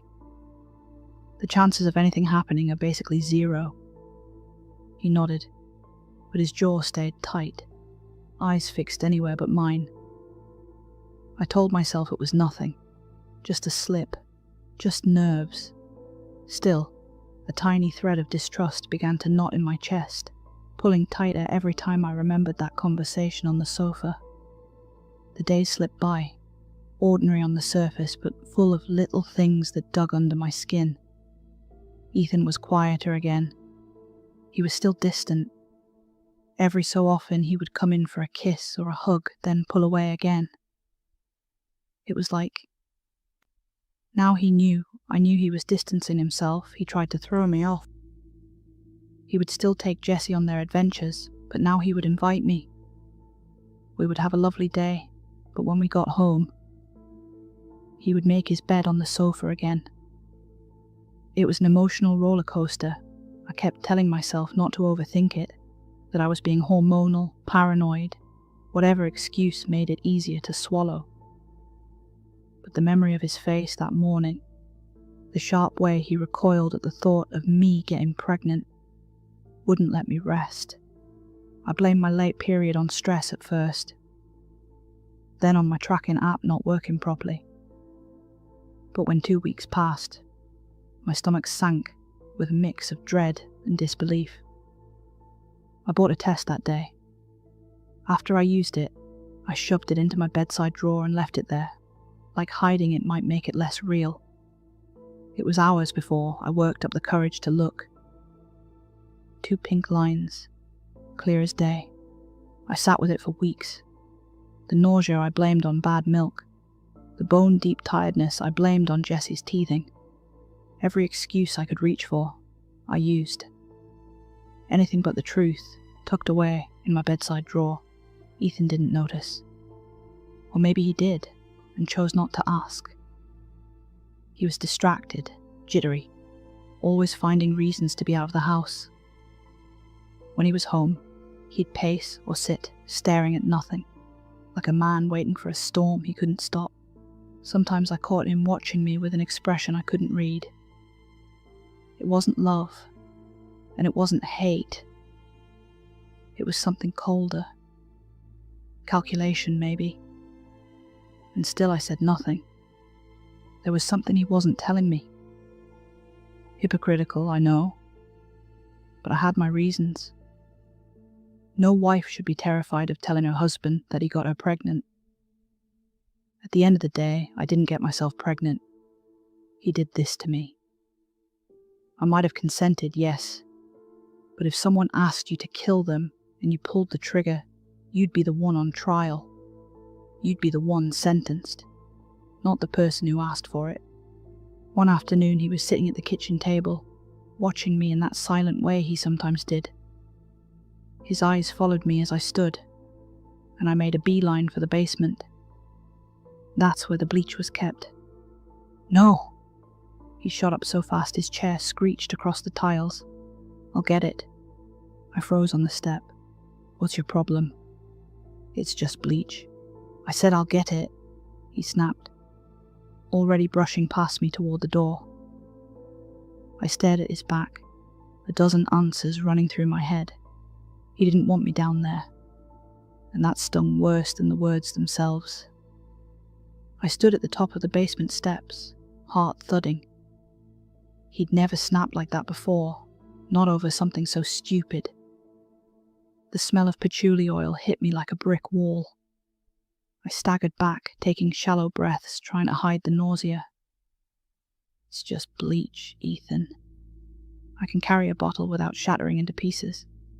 I said I'll get it, he barked again, voice too sharp, too fast. He padded up the stairs, walking straight past me with the bleach, and put it next to the sink. I turned to face him, crossing my arms. What the hell is down there you don't want me to see? Another woman? Drugs? A man's spa? What? His eyes flicked past me, toward the half-open door, like he expected something to crawl up. A cold chill ran down my spine, the kind of feeling you get when you're a child and you automatically run up your stairs because you think you're being chased. I moved toward the sink as he slinked past me, then he shut it firmly and leaned against it, breathing hard. You just don't need to go down there, he muttered. It's damp. It's not safe. Not safe? I snapped. It's a basement, not Chernobyl. Jesus, Ethan, you need to make your mind up. You're either invested in us or you're not. Pick one. He didn't answer. Just locked the door and slipped the key into his pocket. That was the moment my confusion curdled into something uglier. Suspicion. Distrust. Rage. Whatever it was, it meant one thing. I wasn't welcome in my own damn house. His phone buzzed on the table. I looked at it, then at him. He didn't move, didn't even flinch. Just stood there with his hand buried in his pocket, the basement key pressed tight against his thigh. Aren't you going to get that? I asked. He shook his head. It's nothing. Nothing. Right? The screen lit up again. It was face down, but I could see the glint of light reflecting off the table as I walked away. My blood boiled. Nothing had a name. Nothing had a number. Nothing had secrets he couldn't show me. Now all I'm left with is nothing. The next week was hell. The morning sickness ramped up, and I was wrecked with guilt and anxiety about not telling him. But the bastard didn't deserve to know. What if the reason he didn't want another baby was because he was already shacking up with someone else? Jessie was only 7 months old. This must have been going on since before her, because he shut me down the second she was born. Every retch over the toilet, every wave of nausea, I thought of him sneaking around while I carried his child. My body ached, my stomach turned, and still I kept my mouth shut. And yet, I didn't leave.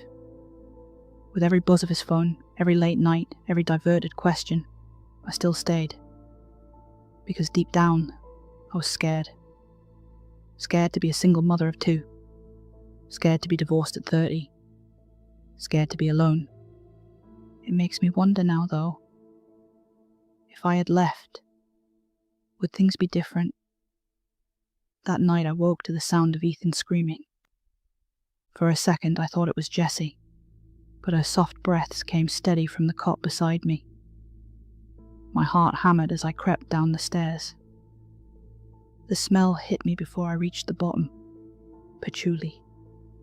Thick and cloying, like the air itself had soured. He was on the sofa, hunched over, sweat dripping down his temples. His chest heaved like he'd run a mile. What the hell is going on? I snapped. Who have you had in here? His head shot up, eyes wide. She's here? Where? My blood ran cold. So, you admit it.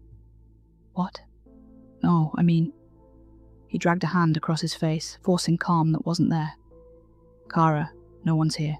It's just work stress, that's all. You're imagining things. But the patchouli clung to his skin, his clothes, the sofa cushions.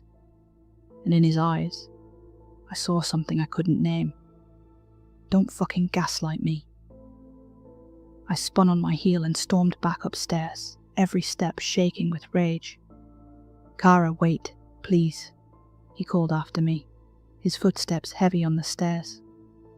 I shoved the bedroom door, but he caught it before it closed, slipping inside. You've got it wrong, he pleaded, voice cracking. There's no one else, I swear. Then why the hell does it smell like her perfume in my house? I shot back, yanking the covers. Why do you keep lying to me? He reached for me. Don't fucking touch me. I flinched.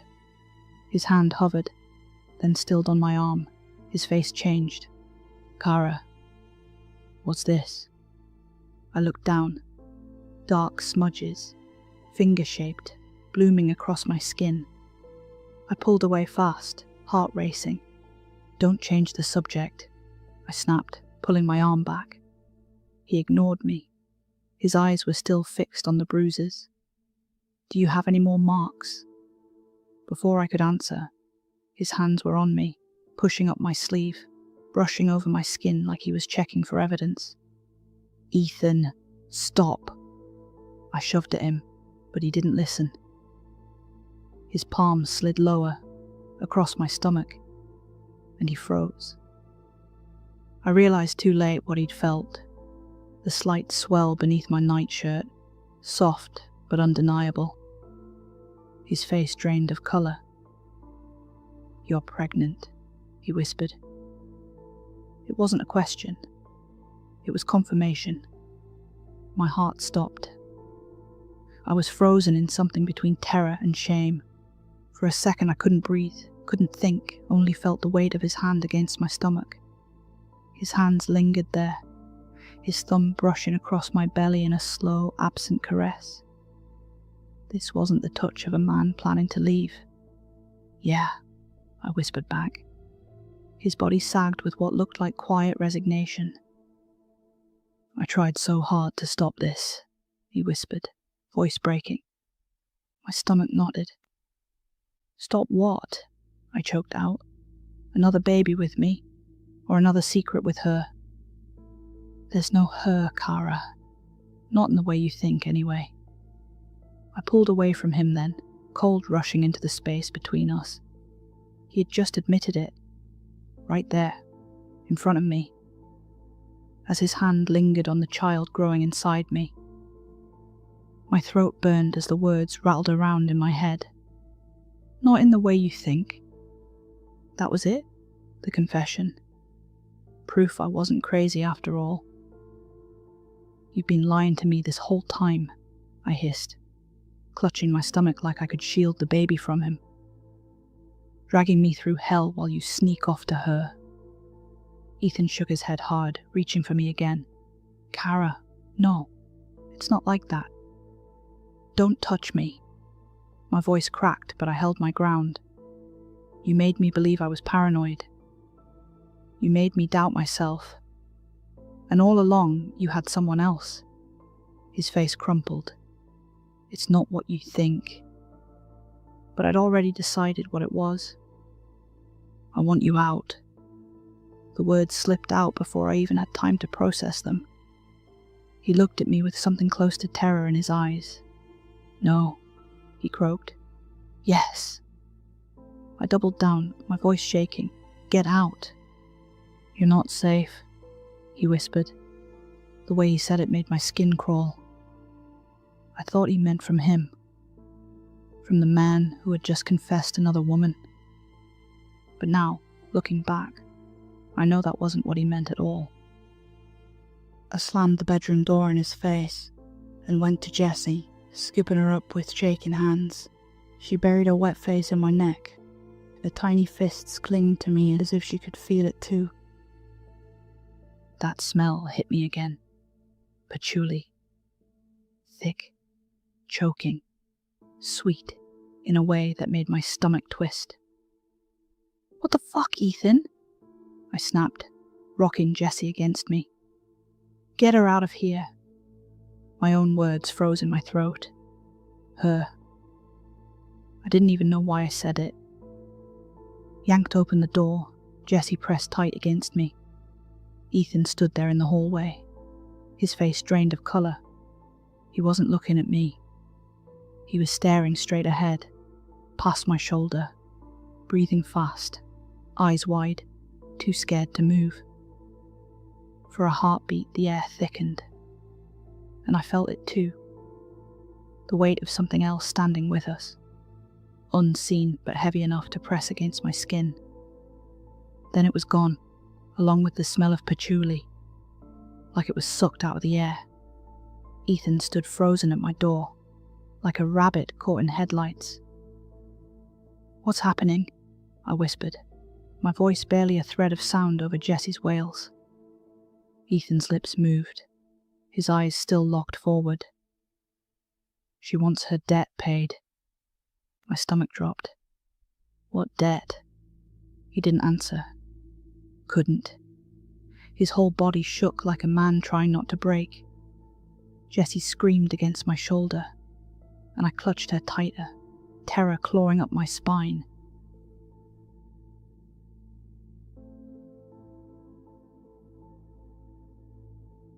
I sat cross-legged on the bed, staring at the digital clock. The rhythmic flashing of 6 a.m. soothed something inside me. Ethan rocked Jessie silently in her crib. We hadn't slept since the incident at the door. I hadn't asked for an explanation yet, and Ethan hadn't offered one. Tap, tap, tap, tap. The sound made us both jump. "What the fuck is that?" Ethan exclaimed, pointing to the half-cracked window. Perched on the sill sat a crow, the morning light reflecting off its feathers. My heart settled. Chill. It's Jerry. The crow I feed when I can't sleep. He's kind of got into a routine. Ethan raised an eyebrow. "Crows aren't white." "This one is." I crossed the room and picked a cracker off the dresser, slipping it through the crack in the window. Jerry snapped it up neatly, white feathers gleaming in the pale light.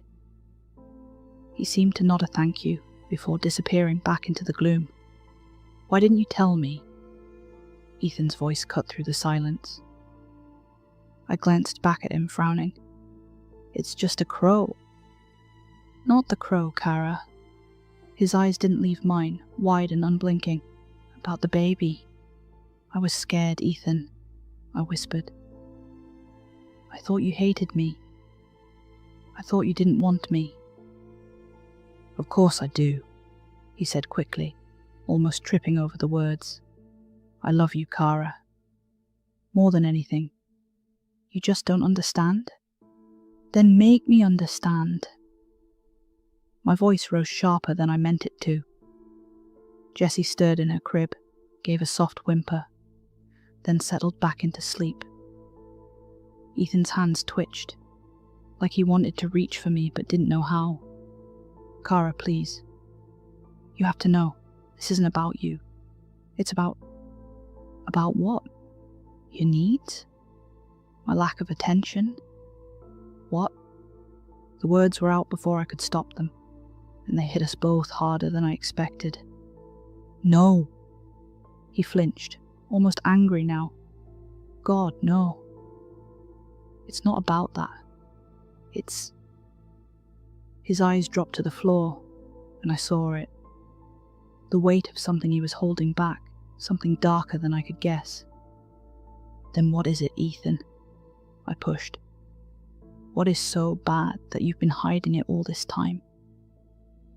He opened his mouth, then closed it again, like the words wouldn't come. "You were so sad, Kara, after Oscar. Don't you dare blame this on me." "Listen, please," he begged. And I did. The words that came out of his mouth were like something from a B-rated horror movie. I was hurting too after Oscar. But everyone is always so focused on the mother, the father gets forgotten. I found a forum, a website for dads just like me. We had all lost a child in one way or another. It was comforting. His voice shook, but there was almost relief in getting it out. We talked, shared stories. Then one of them, Alex, messaged me directly. Said he could help. Said there were ways. That there's someone you can go to if you were struggling. I frowned. Guilt rising in my throat. Ethan. Please. I need to get this out. It's important now more than ever. He cut in quickly, eyes wide. She helps. She bargains. If you want a child, she'll give you one. All she asks is that, in time, you give her something back. He rubbed at his face, trembling. It sounded mad at first, like a horror story. But Alex swore it worked. He said he had proof. And Kara, I thought maybe this was our chance, our second chance. The room felt colder. The words didn't sound like comfort. They sounded like chains being snapped shut. This person, I started. No, see, that's the thing. She's not really a person. Not anymore. That's what made it unbelievable. But he showed me. He had his son, Max, after his wife was diagnosed infertile. All he had to give in return was his voice. He was rambling now, speaking too fast. I wasn't sure if he was trying to convince me or himself. I opened my mouth to interject, but he cut me off. He was a singer. It wasn't his job. He just liked to do it, see? She wants something you treasure but you don't know the true value of until it's gone. Something you won't realize you'll miss until she's taken it. Now he can't speak above a whisper. That's why I was getting so many texts. Or if he called, I'd leave the room. It's hard to hear him. He nodded at me like explaining it this way would make it all make perfect sense. Outside the door, the floor creaked. A long dragging sound moved down the hall. My chest tightened. I forced a laugh, brittle and too loud. So what, Ethan? You think some whispering bogey woman hands out miracle babies in exchange for party tricks? Do you hear yourself? The smile fell from my face as the sound outside the door stopped dead. The silence pressed in. I dropped my voice. What did she ask you for? Ethan's eyes were fixed on me, wide and glassy in the dim light. He looked like a man who had already answered that question 100 times in his head, but never out loud. The one thing I wanted was a large family. Ethan's voice was raw, almost broken. She wanted my ability to have more kids.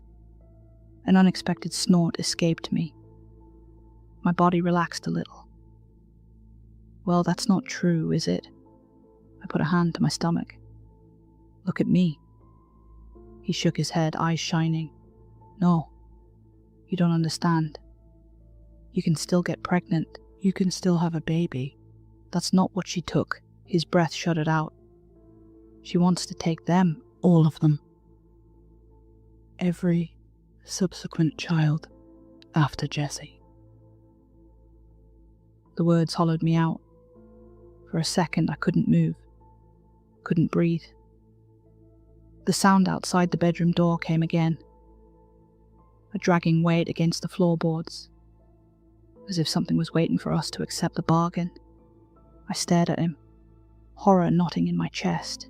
He grabbed my wrist like he was begging me to believe him. I tried not to get you pregnant, Kara. Can't you see? I did this for us.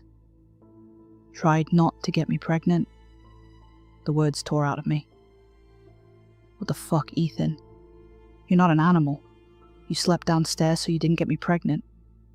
For fuck's sake, you could have had a vasectomy. His face crumpled. I didn't think of that. The room went ice cold. What? I whimpered, eyes darting between his and the bedroom door. Before I could answer, something slammed against the door so hard the frame rattled. Then came the scratching, slow, deliberate, like nails dragged down the wood grain. The sound set my teeth on edge. A sickly wave of patchouli seeped under the door, thick and wrong, as if the room itself was filling with her breath. I pressed both hands to my stomach and couldn't stop shaking as Ethan ran over, pressing his hands against the door. "That's her, isn't it?" I said, my voice barely more than a breath. Ethan's hand stayed on the flimsy wood. His knuckles were white. "Yes," he whispered. "It's her." The scratching paused, like she'd been listening for his answer. Then it dragged across the wood again, slower, crueler. "She knows you know now," he said. "She knows you're not happy. She knew you were pregnant. That's why it started up again. And now she's impatient." My throat tightened. Impatient. That's what the text meant. I stood from the bed, frantic now. Alex. Alex must know how to stop this. The scratching started again, dragging lower this time, closer to the floor. The smell of patchouli thickened until it sat on my tongue. Jessie's cry split the air, high and panicked from the corner of the room.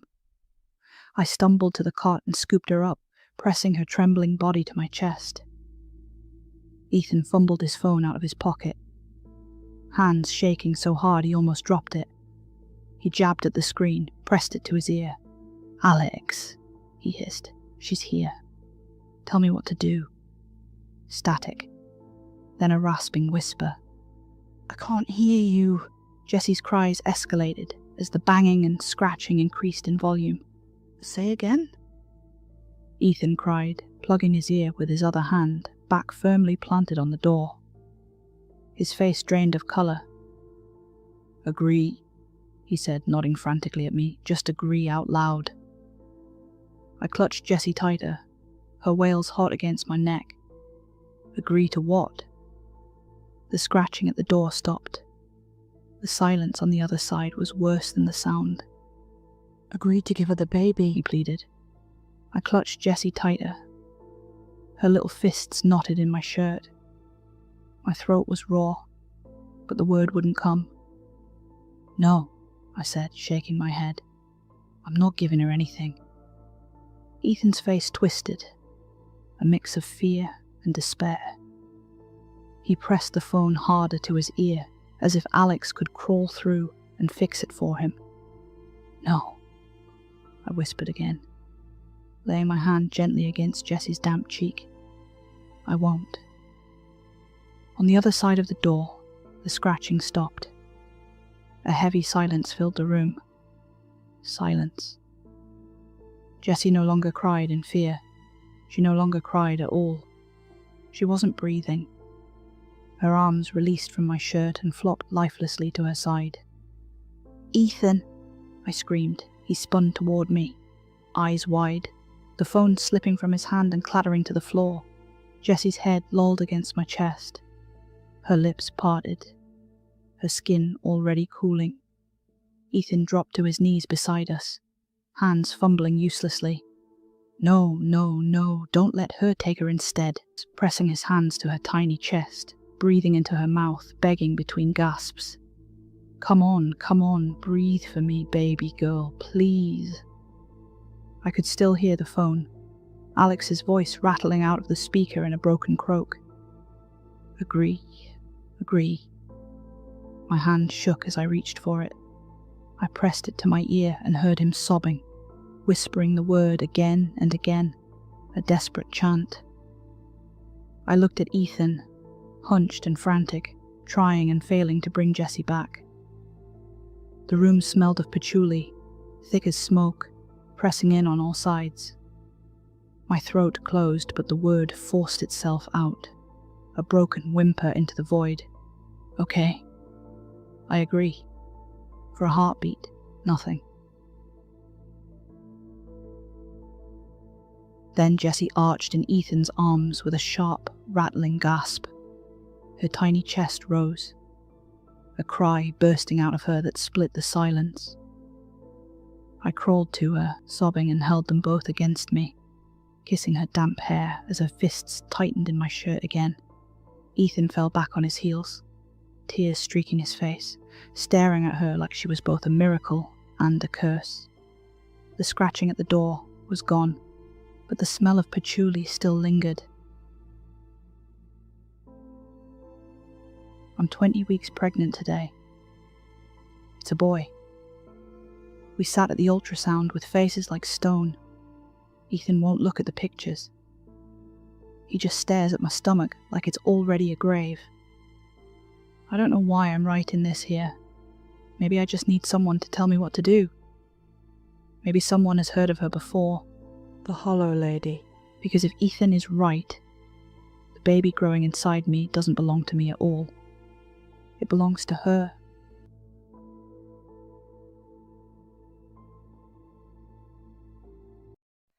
So, I agreed to kill my baby. Sounds crazy, I know. I wasn't going to write this. I told myself I needed to focus on learning how to cope with loss again, on coming to terms with something I couldn't see, something waiting to rip my baby from me the moment it was born. But even with what happened, I need to remember I agreed to this. I'm writing this from a place of healing. You might not think I deserve peace, but I do. I'll start from where I left off. That way, when I'm ready, I can put it together and maybe give it to someone that can help me. At first, I thought Ethan was the problem. I thought the late nights, the hidden phone, the messages from Alex, meant there was another woman. That would have been easier. I could have hated him for cheating, and I could have left. But it wasn't that simple. It was never another woman. It was her. The Hollow Lady. Sounds made up, right? Yeah. That's what I thought too, until Ethan let her write to us.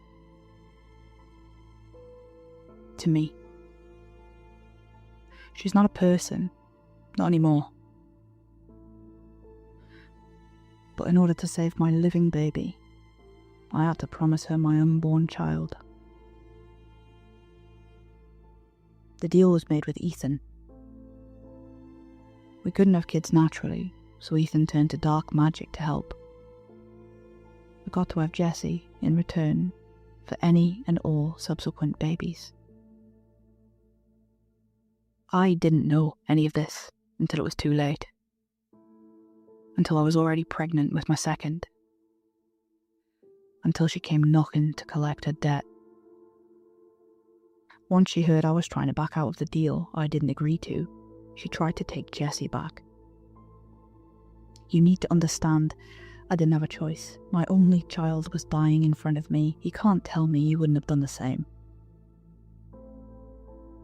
I was 37 weeks pregnant when I finally snapped. We'd just returned from a growth scan at the hospital. I'd been going every fortnight since 32 weeks. That was when the labour scare happened. The contractions had started thick and fast, seemingly out of nowhere. Any normal premature labour would bring panic, but for me, the grief and dread overrode any other sense. I'd felt this baby kick and wriggle inside of me since I was 20 weeks, and I knew the minute it was born, she would take it. I wasn't ready to let go. The doctors, they weren't really even going to try and stop it. They said the weight was good, the lungs should be strong enough to just need a little oxygen. Survival rate was 95%, but I knew if that baby took a breath, its survival rate would be 0. We sat in silence in the car. The stenographer's sweet voice looped in my head as she smiled and said everything looked fine. The baby was growing well. I should have felt relief. Instead, all I could think about was the smell in the room when I begged them to stop the labour. That same sickly wave of patchouli clinging to the curtains, seeping through the vents, and in the corner, just for a second, between contractions, I thought I saw her. A shadow stretched too long to belong to any human. The labour stopped on its own. Later, I read that stress can inhibit the release of oxytocin and slow or stall labours. Maybe that was it. Or maybe she was toying with me. I sat across from Ethan at the dinner table, warming my hands on a too-bitter coffee. The steam curled into my face, making my eyes sting. I cleared my throat, trying to sound casual. We should give him a name. Ethan didn't look up. He pushed the last of his dinner around his plate with the side of his fork, like if he stalled long enough, I'd take the words back. There's no point, he muttered at last. His voice was flat, but his knuckles whitened around the fork. I felt my stomach twist. The baby kicked hard against my ribs, as if demanding I argue back. I wanted to scream, to throw the cup across the room, but all I managed was a whisper. He deserves a name. Ethan finally looked at me then, and in his eyes, I didn't see anger or cruelty. I saw resignation. The look of a man who believed he'd already buried his son. Name or not, Cara, in 3 weeks' time, you won't be ours anymore. Ethan choked the words out, failing to hold back tears. He wiped them away quickly with the back of his hand and looked away. He's ours right now, I said softly. I don't want to give up hope yet. He shoved the chair back, the screech of the legs driving nails into my brain. There's nothing we can do.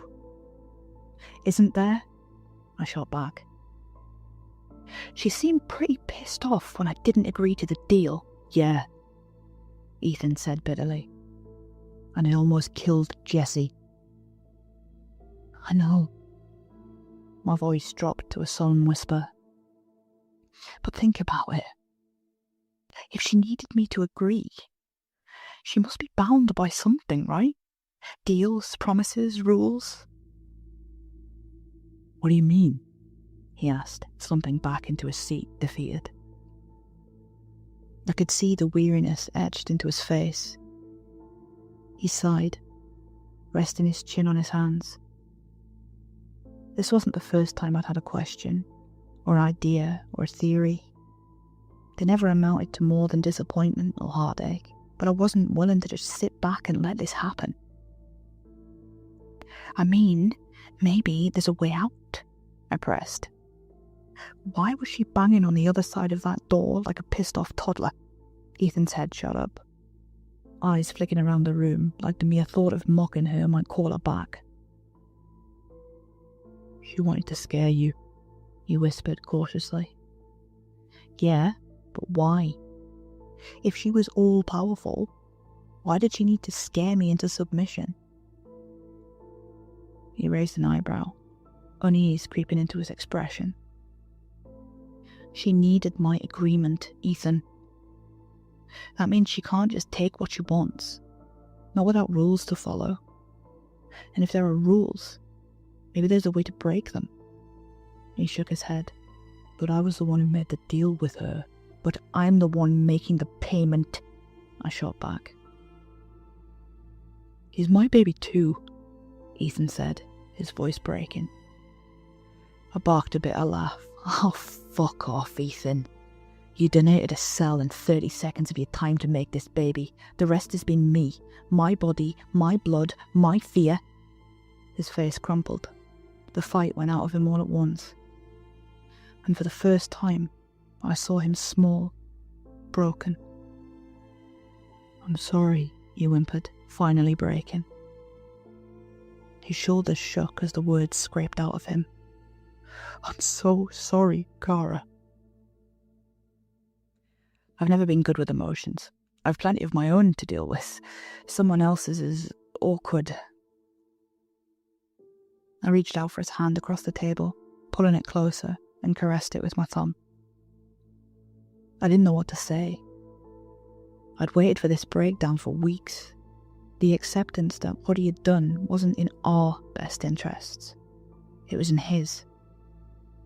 I'd waited for this apology.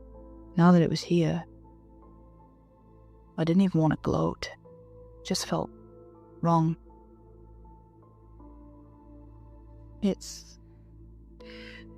It'll be okay. He shook his head. His eyes swollen and red, still never meeting mine. "It doesn't matter. The minute you defied her, she went for the next best thing. Jessie almost died. Do you really want to test her again?" "I don't want to just give up." My voice cracked, the weight of it spilling out. "I won't." Ethan pulled his hand away gently, dragging it over his face, slumping lower in his chair. "Every time you get your hopes up, it just makes the fall worse. There's no loophole, Kara. There's no way around this." I nodded once and stood slowly, unsure if it were the weight of the baby or the weight of the responsibility to fix this on my own making me struggle to my feet. His words didn't kill the thoughts spiraling in my head. If there were rules, there had to be a story behind them. And if there was a story, someone out there knew it. I found myself sitting frustrated in the only library in Corvus Vale at 37 plus 4 weeks pregnant. The chair groaned under me as I shifted for the 100th time, trying to find a position that didn't make my back ache or my ribs throb from the baby's kicks. Books were spread out across the table like a crime scene. Folklore, local history, old parish records. I'd pulled everything I thought might hold an answer, but all of them were useless. There was plenty of ghost stories, but they were all clearly fictional.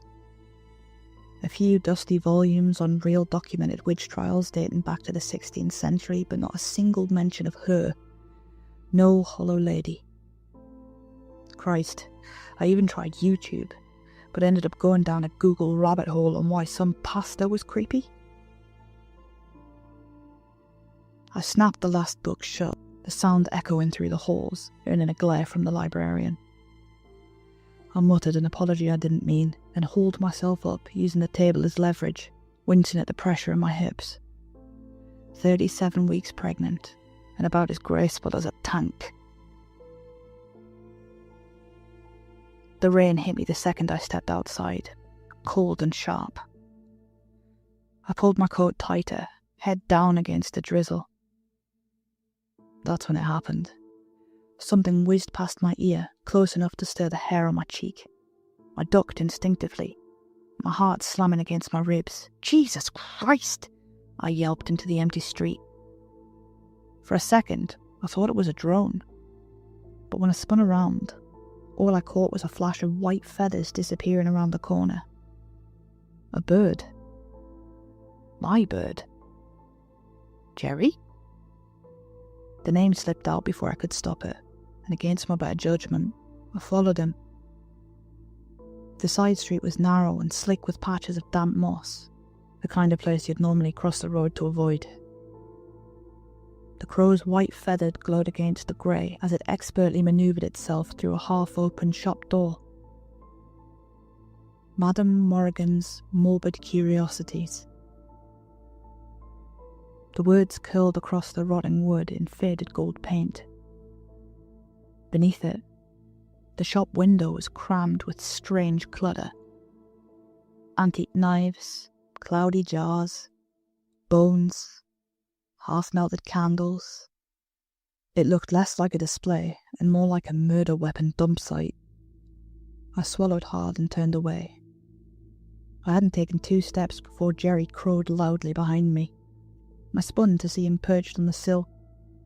He tilted his head once, sharp and deliberate, then hopped down and flooded back inside, like he had led me here on purpose. Yep, I mouthed. Totally normal. The bell above the door gave a weak, uneven chime as I pushed it open. The air was thick and stale. Not the choking patchouli I'd come to dread, but something heavier. Dust, melted candle wax, the faint metallic tang of rusting iron.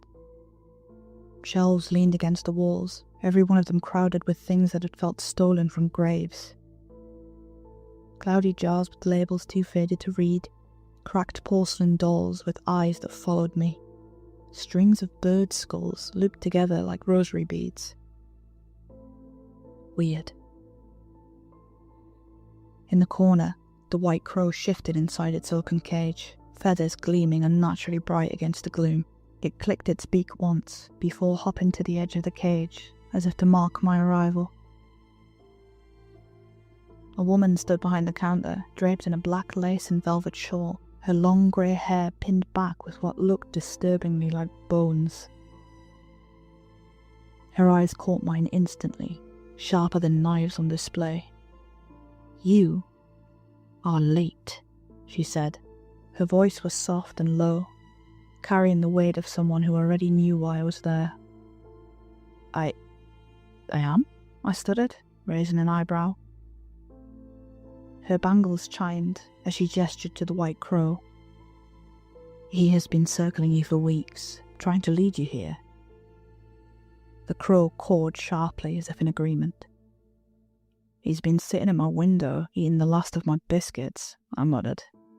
Madame Morrigan's lips curved, not quite a smile. "Nothing bound to me lingers without reason. Feeding him wasn't the reason. Although, he is partial to a custard cream," she said as she glided over to his cage and shut the latch. "Why then?" I asked. "It seems you're in a spot of bother," she said casually. "That is why you're standing in my shop instead of burying your child." My face dropped. "Who are you?" I demanded. "Me? Oh, many things. Small business owner, fortune teller, collector of fine items." She gestured around the cluttered shop like she was showing off a school science project. "Friends call me Madame Morrigan, and you, my dear, are suspicious as fuck," I cut in. For a long moment she just stared at me, then her shoulders began to shake. A laugh spilled out, low and rasping. The sound of dry leaves scraping together. "Oh, I do like you," she said at last, eyes glittering in the gloom. "Sharp tongue. Shame that never saves anyone." The crow cawed again, loud enough to make me flinch. "Can you help me?" I pleaded. My voice cracked. I hated how small it sounded. Madame Morrigan's expression shifted. The smile didn't fade, but it changed. Softer, colder, the way someone might look at a child holding a broken toy. "No. You made a promise to Constance Arthur. We are taught from infanthood, promises must not be broken." "No, I didn't. I don't know who that is," I said sharply. "You have met the Hollow Lady, yes?" she asked, drifting past me to the door. The key turned with a soft click as she locked it. A prickle of anxiousness shot up my spine like electricity. "Yes," I whispered, the words leaving my mouth like a confession. "Then you have met Constance Arthur," she smiled, leaving the key in the lock and gesturing for me to follow. I stalled, heart hammering. Should I run or hear her out? I didn't know this woman, and I didn't know if I was safe. But I did know one thing. I needed help, and I was running out of time. The chair creaked under my weight as I sat across from Madame Morgan. I wiggled uncomfortably, trying to ease the pressure on my back, while she flipped through a large book with a faded leather cover. The pages crackled like dry leaves, edges browned and curling with age. Symbols and cramped handwriting sprawled across the parchment. Some looked like prayers, others like curses. I couldn't tell the difference. She stopped on a page marked with a ribbon the colour of dried blood. Her bangles chimed as she pressed her palm flat against it, keeping it open. "This is where her chapter begins," Madame Morgan said, eyes fixed on the page, but voice aimed squarely at me. "Would you like to hear her story? Will it help me save my baby?" I asked. She smiled thinly. "Probably not," she said, then added, "but it might help you understand what you are up against."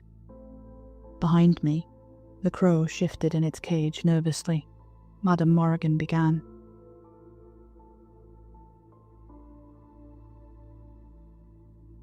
Constance Arthur was born in Corvus Vale in 1616. She was the daughter of a healer, and she grew up among roots and herbs, learning the quiet craft of charms and midwifery. By the time she was grown, she had become a midwife herself, respected and trusted. She turned the brittle page. She married Stanley Arthur, a carpenter of good standing. At first, they were happy, but her womb was a grave. Several miscarriages followed their marriage, then a stillbirth. The midwives brought talismans and silver rattles to her bedside, hoping to ward off spirits they blamed for her losses. At last, she bore a daughter. She named her Mercy Stanley, but Mercy only lived 16 days. And that was Stanley's last straw. I swallowed hard, heat crawling up my throat. So she was like me. Indeed she was, child, but just as two loaves may start from the same dough, if mistreated, one may rise, and the other may sour. She cleared her throat. "There's more," she began. Whispers spread through the vale that Constance was cursed, that her touch spoiled children. Stanley turned bitter, then cruel, and at last denounced her outright. To save himself, he accused his wife of witchcraft. Constance was brought to trial during the witch hunts. She was sentenced to hang in 1636. It was said that in desperation, Constance called out not to a god, but to something else, and it listened. The day of the execution, it was documented the rope snapped, not once, but 6 times. The magistrates called it a sign of God's will, but the people of Corvus Vale whispered it was something else entirely. The crow cawed once, sharp and sudden. She was spared but not freed, exiled to Hollowthorn Forest, east of here, alone. And then the rumours began that her dark magic could help barren women, that she could succeed where medicine and prayer had failed. And so they went to her, begged her, and she gave. Always in exchange for a bargain. My hands folded protectively over my stomach before I even realised. Oregon's eyes glittered in the lamplight. Each bargain etched away at her soul. Even after her death in 1720, the needy still came scratching symbols into walls and leaving offerings, praying she might hear them. And those who prayed too loud sometimes found their prayers answered. By then, she was no longer known as a wife. no longer as a midwife, only the hollow lady. She shut the book with a crack that made me flinch. And you, child, are in her path. My mouth went dry. What does that mean? Morrigan leaned forward, bangles chiming as her arms folded on the table. Her eyes were steady and unblinking. It means you are bound to her now. Constance Arthur was a woman betrayed by broken vows, a husband who swore to love her, then cast her aside, a court that promised her death, yet left her swinging in limbo. She swore she would never lose another child, and she kept that promise. That is why she clings to every oath, every word, every silence.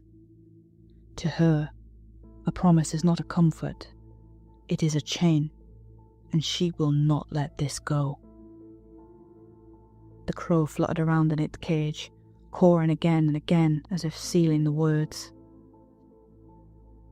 Back in the front of the shop, I was struggling to get back into my still-soaked coat when Madame Morrigan slid the book across the counter. Beside it, she sat down a pouch of coarse salt, a small vial of holy water, and a bundle of dried herbs tied with a red string. I'll loan you the book. Use the salt as protection, water for cleansing, and this, she tapped the herbs, to burn if you must call her off in a hurry, not that it will save you for long. I gathered them up, stuffing them into my bag, the cracked leather cover rough and heavy in my arms. My chest felt tight with a strange mix of dread and relief. I thanked her and turned to leave. Morrigan chided, her bangles clinking as she held out a hand. That will be £12.97, please. I blinked. Seriously? Her lips curved. I told you, child. I run a small business. I struggled to keep my swollen feet balanced on the cushions underneath them as the baby kicked against the book resting on my stomach. What's that? Ethan asked, flopping onto the sofa beside me. 50 Shades of Grey Haunted Edition, I muttered, without looking up. He smirked and reached for it. Didn't think that was your type. I let him take it, watching his face shift as he flipped through the brittle, ink-stained pages. The smirk faded fast. This isn't funny, he whispered. His thumb traced a line of cramped writing, his eyes wide and glassy. Kara, this is it. This is the same spell, the one I used. I swiped the book back from him, studying the page. You had this book? I scowled. You had this book and you didn't read about who the fuck she was first. No, he protested, hands up like I had a knife to his throat. Alex sent me a spell with a list of instructions. I didn't have any book. The words sank like stones in my chest. Alex again. Always Alex. So, you just, what, recite this without question? My voice cracked between rage and disbelief. I was desperate, he said. His voice broke on the word, his hands dragging down his face. I didn't think. No, you didn't. I snapped, clutching the book tighter. My eyes scanned over the page, reading what Ethan read all those months ago aloud. Ingredients. A circle of salt to keep her in. A token of loss for things that have been. Water and oil, the scent of earth. That was patchouli, Ethan interrupted. Oh, I fucking know. A candle of black, to bind the birth. The invocation. Hollow lady, hear my plea. Take my grief and answer me. Mother who lost, who swore no more. Open for me your shadowed door. I bring you pain, I bring you need. I bring the blood of broken seed. Give me a child, and let it grow, and I will grant what you claim I owe. The choice is always yours to set. I will freely pay you for my debt. For a chain must be willingly clasped, or it cannot hold, nor ever last. A chain must be willingly clasped, I repeated, raising an eyebrow. Yeah, I had to do it willingly, so I had to say all that stuff about paying my debt freely. You did, I shot back, but I didn't. Yeah, you did, in the bedroom. His voice was flat, resigned. You agreed when she threatened Jessie. When she threatened Jessie, Ethan. He just stared at me blank-faced. For Christ's sake. I hauled myself upright, heat flaring in my chest. Threatening someone into submission isn't willingness. That's agreement under duress. This isn't law and order, Kara, he muttered, scrubbing his hands down his face again. She's not going to care about semantics. She's an evil demon, not a judge. Then why put it in the spell? I snapped. I think I'm onto something here. The baby kicked in agreement, and I pressed a hand to my stomach. Ethan hesitated, knuckles pressed wide against his knees. Maybe it's tradition. Maybe there's some rule even demons have to follow. Maybe it's a loophole. I don't know, Kara. I just needed to say it as is, even if she had to twist our arms until they broke. My voice shook. The memory of Jessie's wide, terrified eyes flashed in my mind, and my hands clenched into fists. He looked away, picking at a loose thread on his cuff, jaw tight. You think I don't know that? You think I don't hate it? I dragged in a shaky breath. So what do we do now? If the chain only holds because I said yes, but I didn't really, then maybe there's a way to break it, he finished, hope flickering briefly in his tired eyes. Or at least bend it, I muttered. Demons love their loopholes, don't they? A rueful smile touched his lips, almost as much as solicitors. I thought that if anybody could help us figure this out, it would be Madame Morrigan. I planned to take Ethan with me to see her the next day, but from the night we had that discussion, we hit trouble. It was like the Hollow Lady knew we were up to something. My contractions started up again, and at 37 plus 6, the hospital weren't willing to stop them. Slow labour, they said. 1 centimetre dilated, if anybody's interested. The contractions weren't regular, so they sent me home with the usual advice.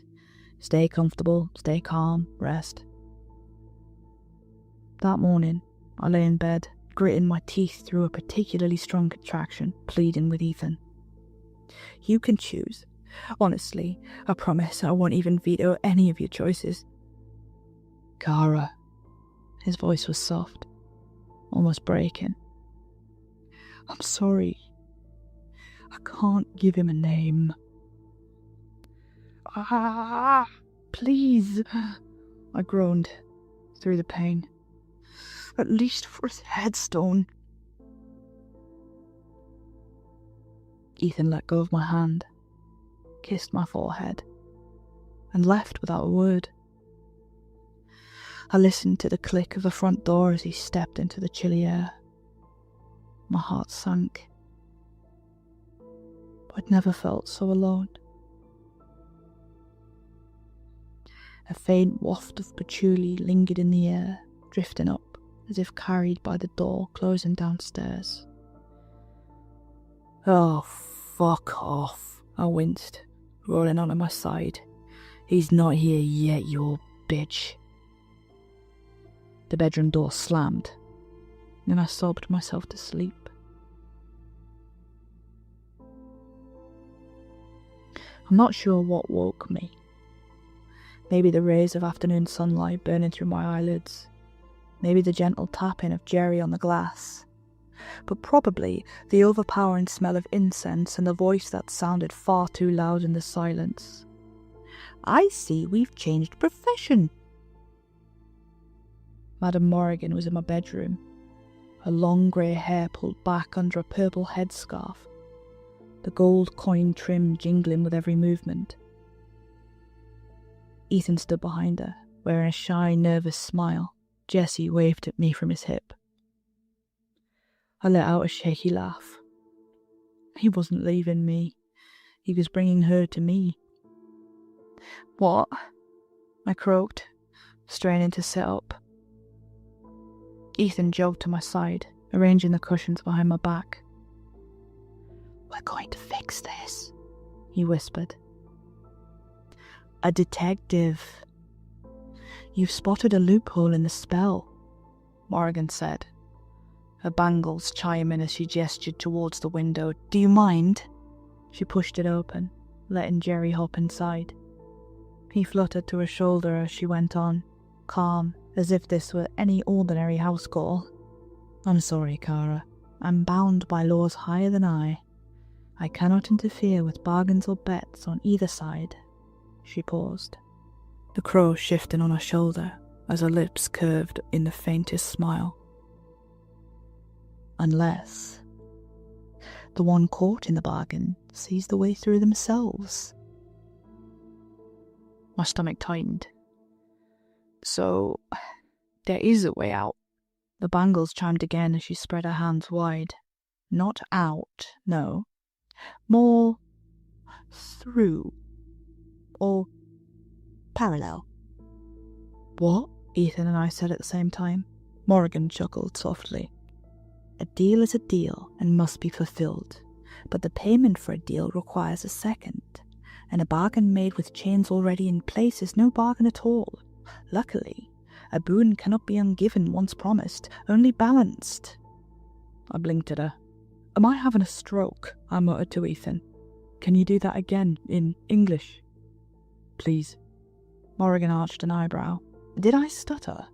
I think I have it. Ethan said suddenly. You were right. Because you didn't agree willingly. She can't take the new baby. And what was the other bit? He looked at Morrigan hopefully.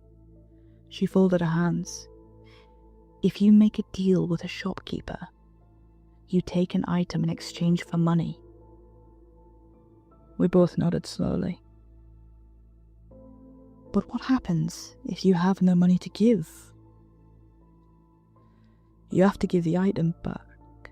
Ethan trailed off, colour draining from his face. Jessie, I whispered.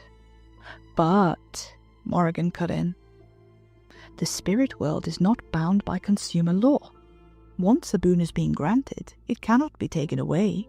She tried to take Jessie when my throat tightened. She was tormenting you, Morrigan said flatly. She is bound by laws, just as any other. However, there are no rules against causing you absolute misery. It is, in a sense, her vocation. She got what she wanted because of that, Ethan muttered. And that, Morrigan finished, is where the problem lies. Her expression didn't shift, but her tone carried the weight of gravel. That was naughty. We stared at her. She cannot take your baby as payment, but payment still must be made. Morrigan's annoying bangles clinked as she sat in my rocking chair. She pulled a heavy book from a satchel and laid it across her lap. There is a ritual, old words, older syllables. You will need salt, flame, and her name spoken against her. It will call out her mistake, force her to face it, and once a spirit is confronted with its own broken law, it cannot take what it has no claim to. That's it, Ethan asked, barely daring to believe. That's it, Morrigan said smoothly, though the crow on her shoulder gave a low, uneasy caw. I let out a shaky laugh of relief, pressing a hand to my belly as the baby rolled beneath my ribs. Then we'll do it, whatever it takes. Morrigan smiled, but her eyes stayed shadowed. We could scrape something together for payment. She could have everything, the house, the money, my wedding ring. As long as my kids were safe, I didn't care. What now? Ethan asked. I cut off with a cry as a wave of pain ripped through me, stealing the air from my lungs. Whatever it is, we don't have long. I clawed the covers back from my legs. The sheets beneath me were soaked through. spreading warm across the mattress. My waters have broken. Fantastic, Morrigan chimed, almost gleeful. I work better under pressure. She moved towards her satchel, as if this was nothing more than a business appointment. Ethan hovered uselessly beside me, panic etched across his face. Neither of us noticed the shadow that crossed her expression for a fraction of a second. The truth she hadn't spoken, that in the end, the Hollow Lady's bargain always comes down to the same currency. A life for a life. Ethan helped me down the crooked basement steps as pain came thick and fast. I can't do this, I cried as my legs buckled beneath me. Yes, you can, my dear. Women have been doing this for centuries. In worse places than this, no less. Madame Morrigan patted a thin throw blanket she had laid inside a wide circle of salt. Come, sit. We will be with you. Ethan helped me step carefully over the salt and eased me down. The ice-cold concrete seeped through the throw and into my bones. Get Jessie, I gasped through clenched teeth. Ethan returned a few moments later with our baby girl, settling her inside the circle with a tablet. She looked around briefly, then glued her eyes back to Peppa Pig, oblivious to the shadows creeping in at the edges. As Madame Morrigan lit the last of the black candles, Ethan switched off the light and stepped into the circle. The basement seemed to fold in on itself, shadows gathering thick against the walls. I can feel it, Ethan. He's gonna come soon, I panted, the pressure in my pelvis unbearable. Morrigan sat cross-legged with a book, bangles chiming softly, ignoring my cries. She looked around with theatrical precision. Okay. All present and correct? No pets, cats, dogs, hamsters you're particularly fond of still out there, no? Another groan tore out of me. I couldn't even muster a glare. She clapped her hands. Excellent. Then let us begin. Madame Morrigan lowered her head, eyes skimming the book as she touched each candle flame in turn.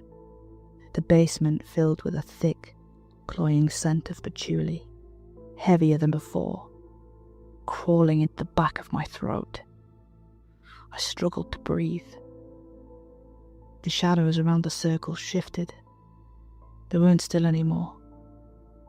They slid along the walls, stretching, dragging, as if something unseen was pacing just beyond the salt. Jessie's tablet flickered. Peppa Pig warped into static for a heartbeat before snapping back, her tiny giggle sounding cracked and wrong. Jessie didn't notice. She never looked up. Another contraction ripped through me. My fingers clawed into Ethan's arms. She's here, I whispered, voice raw with terror. Madame Morrigan didn't look up. Good. Let her listen. She quickly scrawled the last of the words into the book and then began to read. Constance Arthur, hear these words. Chains once forged are now disturbed. You gave the boon but sought for more. You hurt the child behind the door. A chain must clasp by willing hand, freely given, freely planned. But fear was used and threats were made. Thus law is broken, oath betrayed. Salt to bind and flame to see, we name your fault, we set it free. Your bargain stands but twisted, torn. You cannot claim this child once born. The last word left Madame Morrigan's lips, her voice risen sharp and clear above the hum of the tablet. Salt hissed on the floor. The flames rose as a shadow stretched across the wall in front of us. It swelled and grew, long-limbed, head bent wrong, dragging itself higher until it loomed over the circle. Jessie's tablet died with a crackle, plunging her into silence. She didn't cry. She just stared wide-eyed at the shape that towered above us. A bolt of pain tore through me. I cried out, clutching Ethan's arm. The first sting of the baby's head burned low between my hips. "Hurry! He's coming!" I groaned, trying and failing to stay the urge to push. Madame Morrigan rose to her feet, the crows shifting on her shoulder as the shadow loomed taller. "Do not interfere, woman," Constance rasped, hollow and low. The voice shook the salt line like a wind through broken glass. "This is not your concern." "You make it my concern when you falter on your oath, Constance," Morrigan replied calmly, her eyes never leaving the shadow's warped silhouette. The shadow grew taller, stretching grotesquely as it pressed against the salt boundary. The line hissed, grains scattering as though under invisible claws. Jessie whimpered, her eyes darting from the tablet's black screen to the looming shape above us. Her little hands clutched the edge of the throw, knuckles white. Ethan moved closer, torn between me and his daughter, shielding her with his arm. The gesture was laughably small against the enormity of the thing beyond the circle. Madame Morrigan lifted a hand. "Hold steady. She cannot breach it without consent." I let out a pained cry as the baby's head crowned further. "I can't hold it!" I bellowed through gritted teeth. The shadow pressed harder against the salt, writhing until its head nearly brushed the ceiling. The hiss of the burning grains filled the room, and Jessie's whimper rose into a frightened cry. Then she spoke to me, softer, everywhere at once. "Kara." My breath caught. My whole body seized with a contraction, the burn of the baby's head splitting me open. "You suffer needlessly," Constance rasped. "Let me ease it. One word, and the pain will end. One word, and the child will not suffer. He will serve his rightful place at my side, unburdened by life. "Forever." I looked at her. "You need to understand. I was in so much pain. I was tired." Then Ethan's voice tore through. "No," he barked, clutching my hand. "Don't listen to her." The shadow bent closer, its warped outline dragging along the walls. Her voice returned low and threatening. "You cannot keep what was promised. You cannot keep him." "He was never promised, Constance." Madame Morrigan's voice cut through, sharp as a slap. She sounded like she was scolding a child. With one last push, he was out, caught just in time by Ethan. His cries pierced the air, fierce and alive. Ethan tore off his jumper, wrapping him up before laying him against my chest. The shadow pressed harder, the salt lines sizzling and sparking, flecks landing in the candle flames and turning them a violent orange. "Constance Arthur of Corvus Vale, granter of wishes, keeper of oaths, you may not enter," Morrigan barked. The baby wailed in my arms. "I am old," Constance bellowed back, her voice shaking the window frames, dust falling from the beams above. "You are not owed him," Morrigan's voice thundered back. An invisible wind picked up in the room, fluttering the pages of Morrigan's open book. The candles struggled to stay alight, and the salt started to stir, threatening to break the circle. "Noise and shadows cost her nothing. Do not mistake theatre for power," Madame Morrigan said reassuringly. "What do we do?" Ethan pleaded. "We can't stay here forever." he finished, his voice breaking. She needs payment, Morrigan said evenly. You have found a way through, but the deal still demands due. She can have anything, Ethan said quickly, desperation shaking every word. Anything, I echoed weakly, clutching the baby tighter. Morrigan looked at us both with eyes that seemed older than the house itself. Her voice was low, solemn, final. The payment must be equal to what it was meant to be.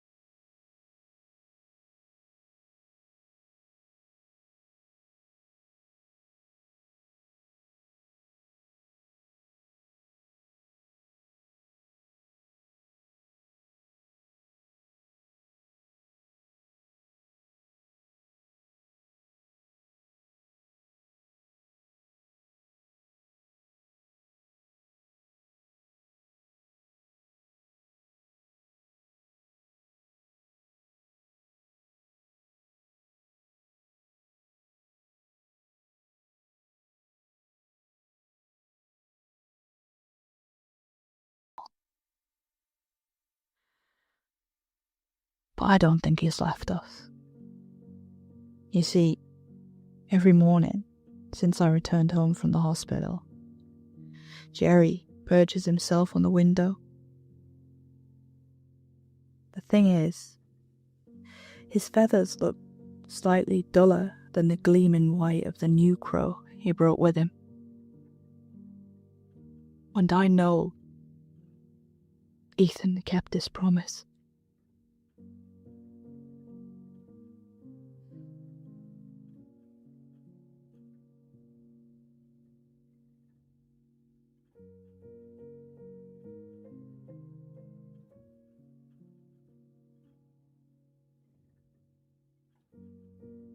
Hi everyone, thanks so much for listening. Hands up if you cried towards the end, because I definitely, probably did while writing it. Make sure you subscribe so you don't miss what's coming next. Your support means the world to me. Thank you for being here and sharing these stories with me. Until next time, sleep well. Oh yeah, fun fact you didn't ask for. I once stayed up until 3 AM convinced my fridge was haunted. Turns out it was just the ice maker. Good night.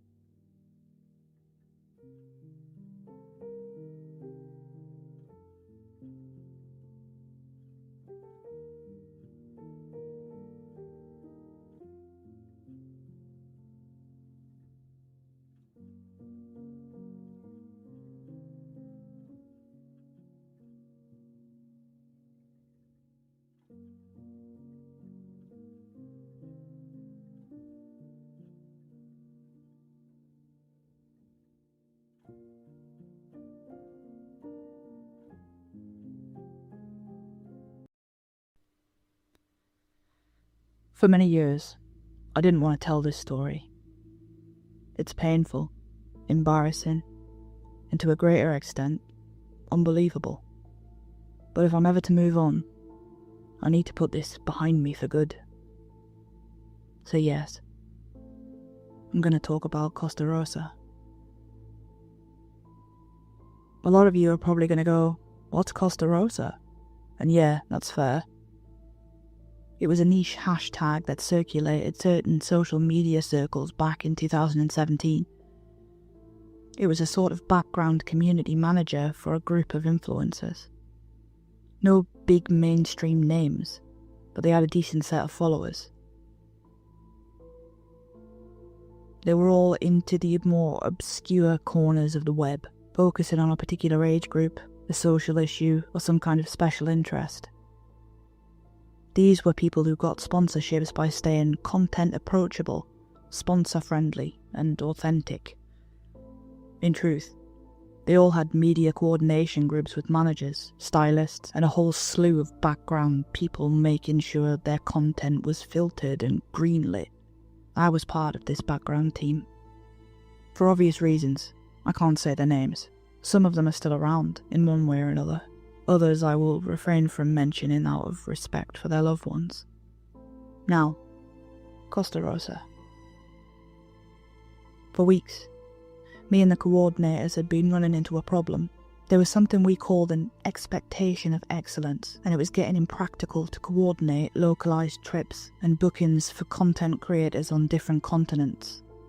We had a vegan guy in Cardiff, and a friendly, middle-aged, sort of red state baker in Tennessee. As you can imagine, we had to do a lot of varied work. So after weeks of dwindling interest, we had to funnel attention into something new.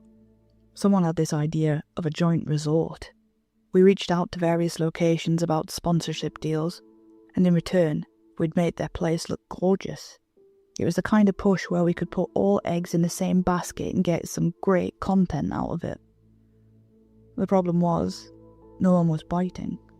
Then someone said, does it have to be a real place? It sounded like a stupid question. I mean, it had to be. You can't go somewhere that doesn't exist. But the more you think about it, you can make anything as real as you want. We could say it's exclusive, someone said. Invite only. A private island kind of thing, another chimed in. We just need a name and an area. Some Central American island. Think Belize, Panama, Sri Lanka. Sri Lanka's in Africa. No one cares. We finally settled on a fictional island off the coast of Costa Rica. All we needed was a name. I'd been quiet up until this point, and the silence was getting to me, so I just threw it out there. Let's call it Costa Rosa. The Pink Coast was our make or break project. We came up with all kinds of crazy ideas. We had a food guy who pulled out 3 kinds of crab recipes and called them cultural secrets of locals. One of our video guys added that we could edit certain videos to make the beach look pink. We came up with names for streets, hiking trails, local fishing boats, all of it. We made a list of every fruit you could find on the island. We made it all up, just so that if anybody asked, we could have the answers. And it got to the point where people were loudly clapping at each other's lies. I vividly remember when someone came up with the idea of a bioluminescent waterfall, saying it could be proof of the island's beautiful biodiversity. And I'm not going to lie, I was into it. This was the kind of business we were in, and Costa Rosa was this huge breathing dollar sign. And of course, our influencers would be into it. You just had to frame it all in a way that made them look like heroes, inspiring the little people to step out of their comfort zone and aim for the stars. I was having some trouble privately though. I graduated college with a bachelor's in communication, and that's where I met my fiancée. But I sort of stumbled over the influencer business.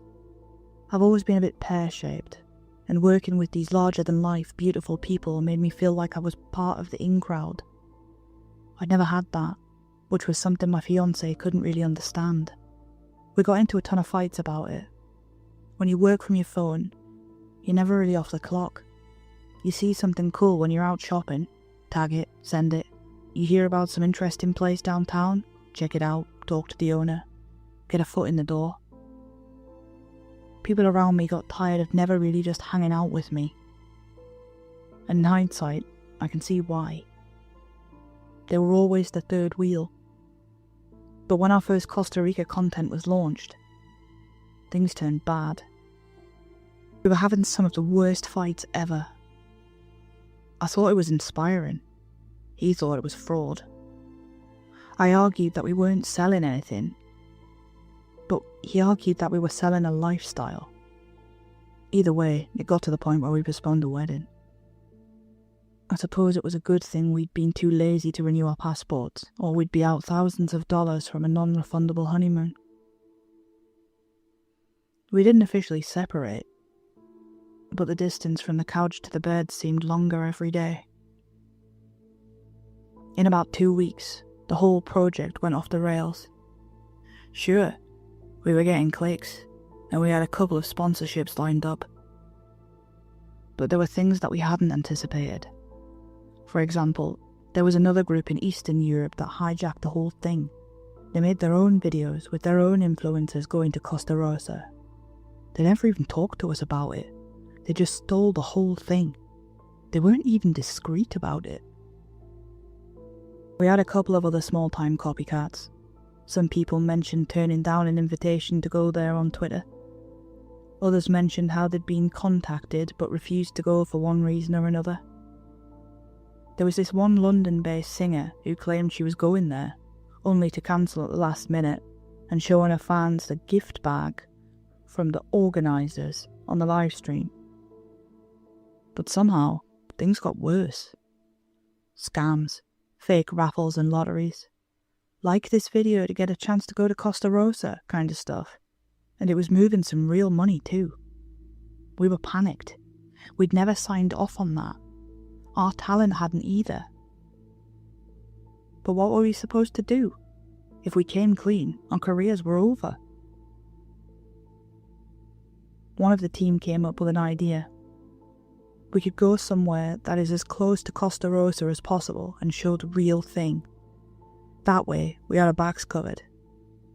We could point to the map and say this was it. Sure, we could admit taking a few artistic liberties, but it would cover our tracks. And somehow, we found the perfect spot. I didn't know the real name of the place.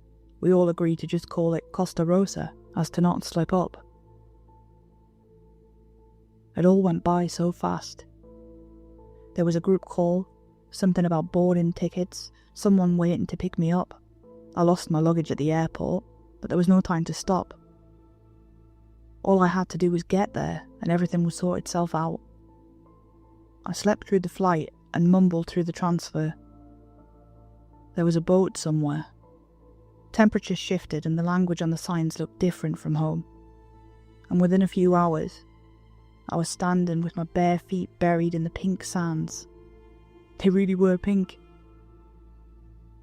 Now, we'd made up a lot of stuff about Costa Rosa, sure. The pink beaches was one thing, but there was also the fog. We called it a refreshing summer phenomenon. A heavy fog that rolled in from the coast every morning, causing this white, almost cyan mist.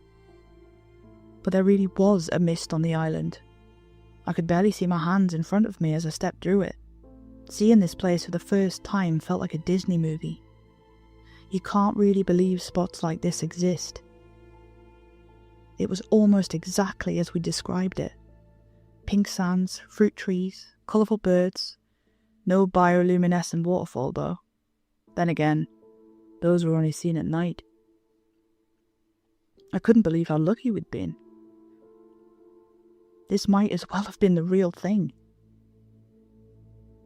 We were a group of 16 people, 4 of which were influencers. The rest of us were all behind the camera. We were all saying the same thing. It felt like stepping into a dream. It was too perfect, and we knew perfect. Perfect was our business. There was no one there to greet us, so we didn't know where to go. Our bags must have been taken to the hotel.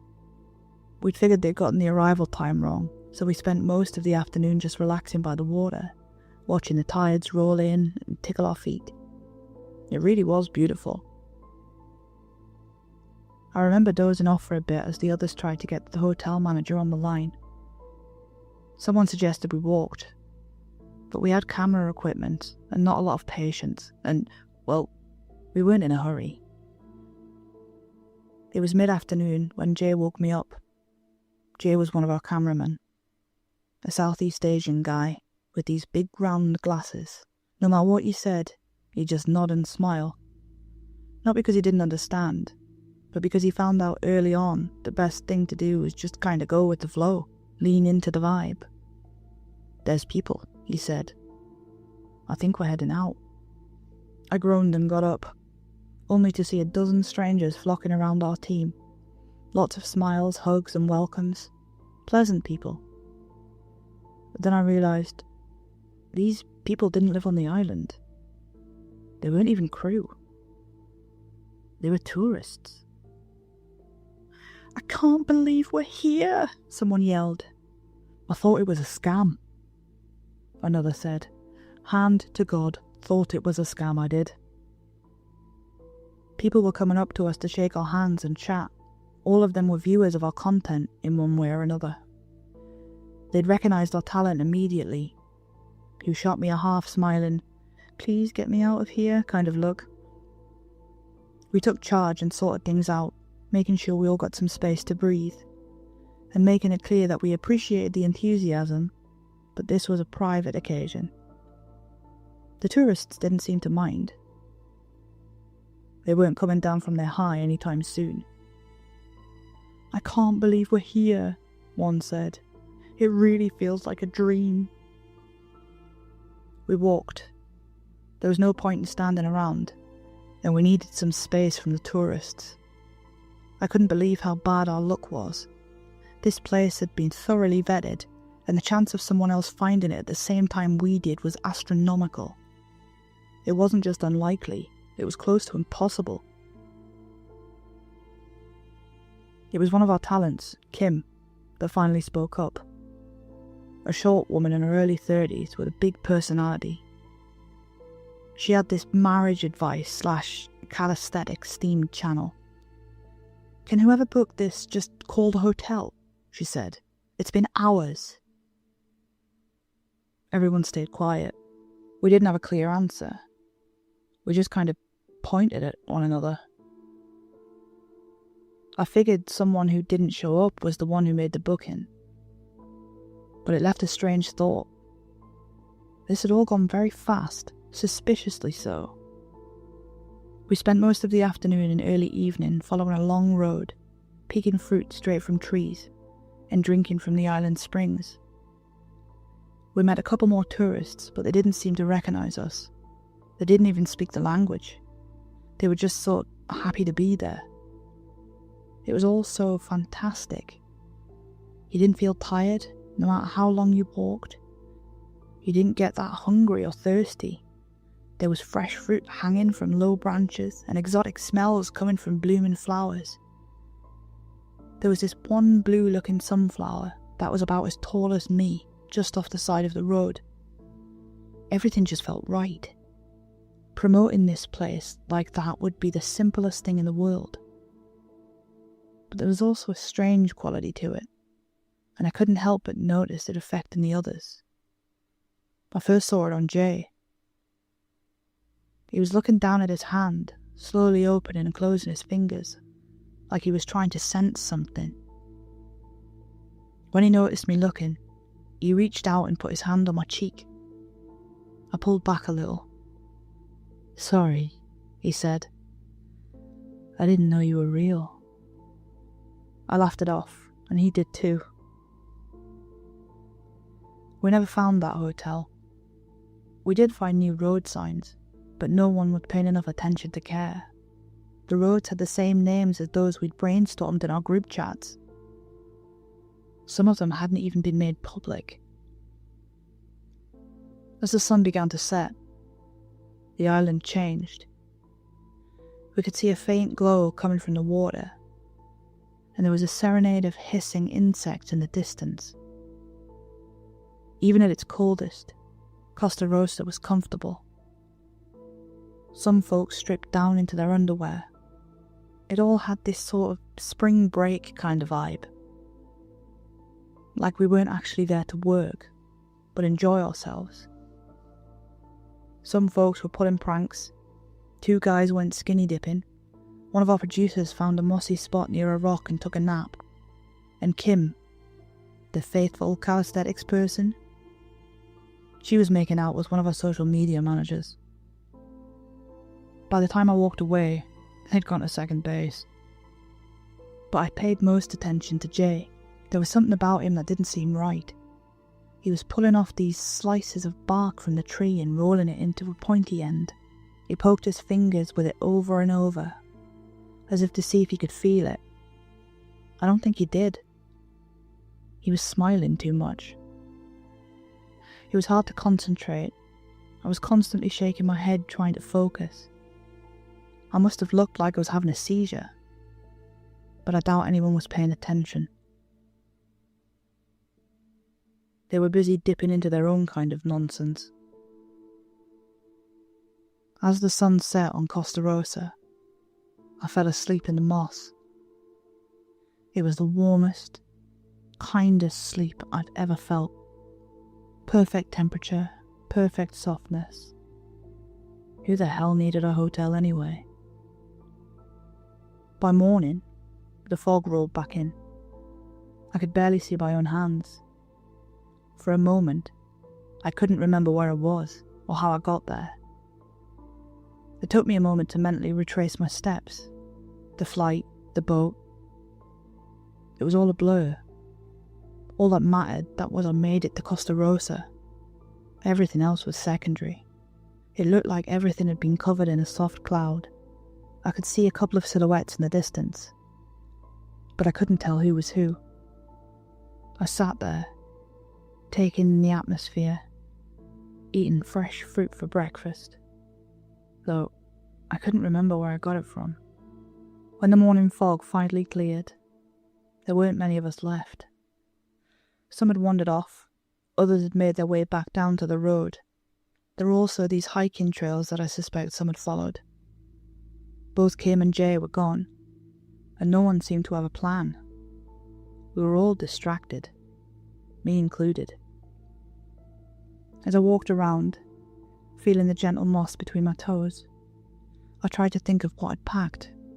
A pair of socks, a shirt, anything.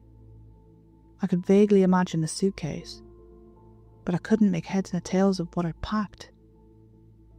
I remembered getting into a taxi, or maybe an Uber, but then there was a blank space. There was a check-in somewhere, a ticket, maybe. I tried to think of my fiancé. We were still together, officially, but there was something we talked about that was nagging me. Not our fights, but something trivial. It really bothered me, like an itch in the back of my mind. It took me a while to realise I'd wandered around in a daze. I had no idea where I was anymore. There was no path, the others were gone, and yet everything was pleasant. It must have been around noon when I finally saw some other people in the distance. A small group gathered around a clearing. My first instinct was to wave at them, but my chest tightened. There was something off about them, giving it that second of hesitation. I noticed a couple of things. All three of them were fully dressed, and they were strangers to me. There were two young men and an older woman. One of the men was carrying something in his right hand, and they were looking down at the ground. I kept my head low and listened from a distance. "It feels so real," the man holding something said. "Like I'm really here." "It's amazing," said the older woman. "It's perfect." They shared some fruit and had a laugh. I was just about to get up when I saw the man holding something turn to another angle. He was holding a gun. He pointed it at something on the ground and fired 3 rounds. The others cheered. "I've always wanted to do that," he smiled. "I love this." They turned their attention northward, away from me. They must have heard something. Chuckling to themselves, they walked away, leaving me to sneak ahead to see what they'd done. The soothing tropical silence cast a stark contrast to the sudden gunshot. I almost choked on my own spit when I saw her, face down in the undergrowth. Kim, shot dead at close range. More people had arrived at Costa Rosa that morning. It's like everyone had been invited and arrived at the same time. They all said the same thing. This was a dream, too good to be true. They couldn't believe that they were really at Costa Rosa and that they were there to enjoy it. No. For them, this was too unbelievable. I stayed close to the road, listening and watching, hoping to see someone I recognised. But it was getting harder to concentrate. The more I thought about it, the more it made sense. It had to be a dream. I had barely felt my fingers when I pinched myself, and yet, for some reason, I knew I shouldn't give in, even though it was easy to. I heard gunshots throughout the day. There was smoke in the distance, and by dinner time, when I went to the beach, I saw 2 women playing in the ocean, trying to drown one another. They laughed and cheered as they fought, scratched and struggled with one another. They could barely feel a thing. It was just a funny game. But one of them dipped below the surface and the bubbles stopped. And yet, the other kept laughing. The more people I met, the more nightmarish they seemed. Some of them brought things to the island, like the man with a gun. One brought chains. One brought barbed wire. There was this one guy walking up and down the hiking trail with some kind of Star Trek sword. Others seemed friendly enough, casually chatting with people they recognised. But sometimes they'd just act out and attack, seemingly at random. In the afternoon, I heard someone yell, They'd spotted one of our talents. I think it was the baker. And all of a sudden, people were rushing to find them, cheering as they bound and leapt through the sands. "I've always wanted to meet her," someone said. "She has such a lovely voice." "I can't fucking stand her," another muttered. "Self-centered bitch." It's like they were thinking out loud. It wasn't a conversation, just a constant verbal stream of thought. I followed them for a while. A few of them saw me, I think. But they didn't care. I wasn't the famous face they were looking for. I looked like anyone. I didn't want to think of what they might do if I tried to intervene. I was outnumbered. But as I watched from afar, I didn't pay enough attention to my immediate surroundings. When a familiar face crept closer. I didn't notice Jay until he was right next to me. I barely recognized him.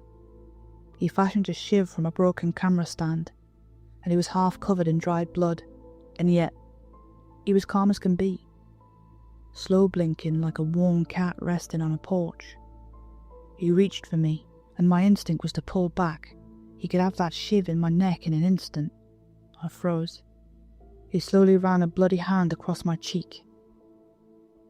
That was it. "I've always wanted to do that," he whispered. "You look so soft." He nuzzled his nose against my ear and sighed. Then he stepped away. "You're so nice," he mumbled. "I like you." And that was it. He wandered off, having let his intrusive thoughts win. Maybe I was lucky not to be the one running. Maybe I was lucky not to be running through his mind any more than that.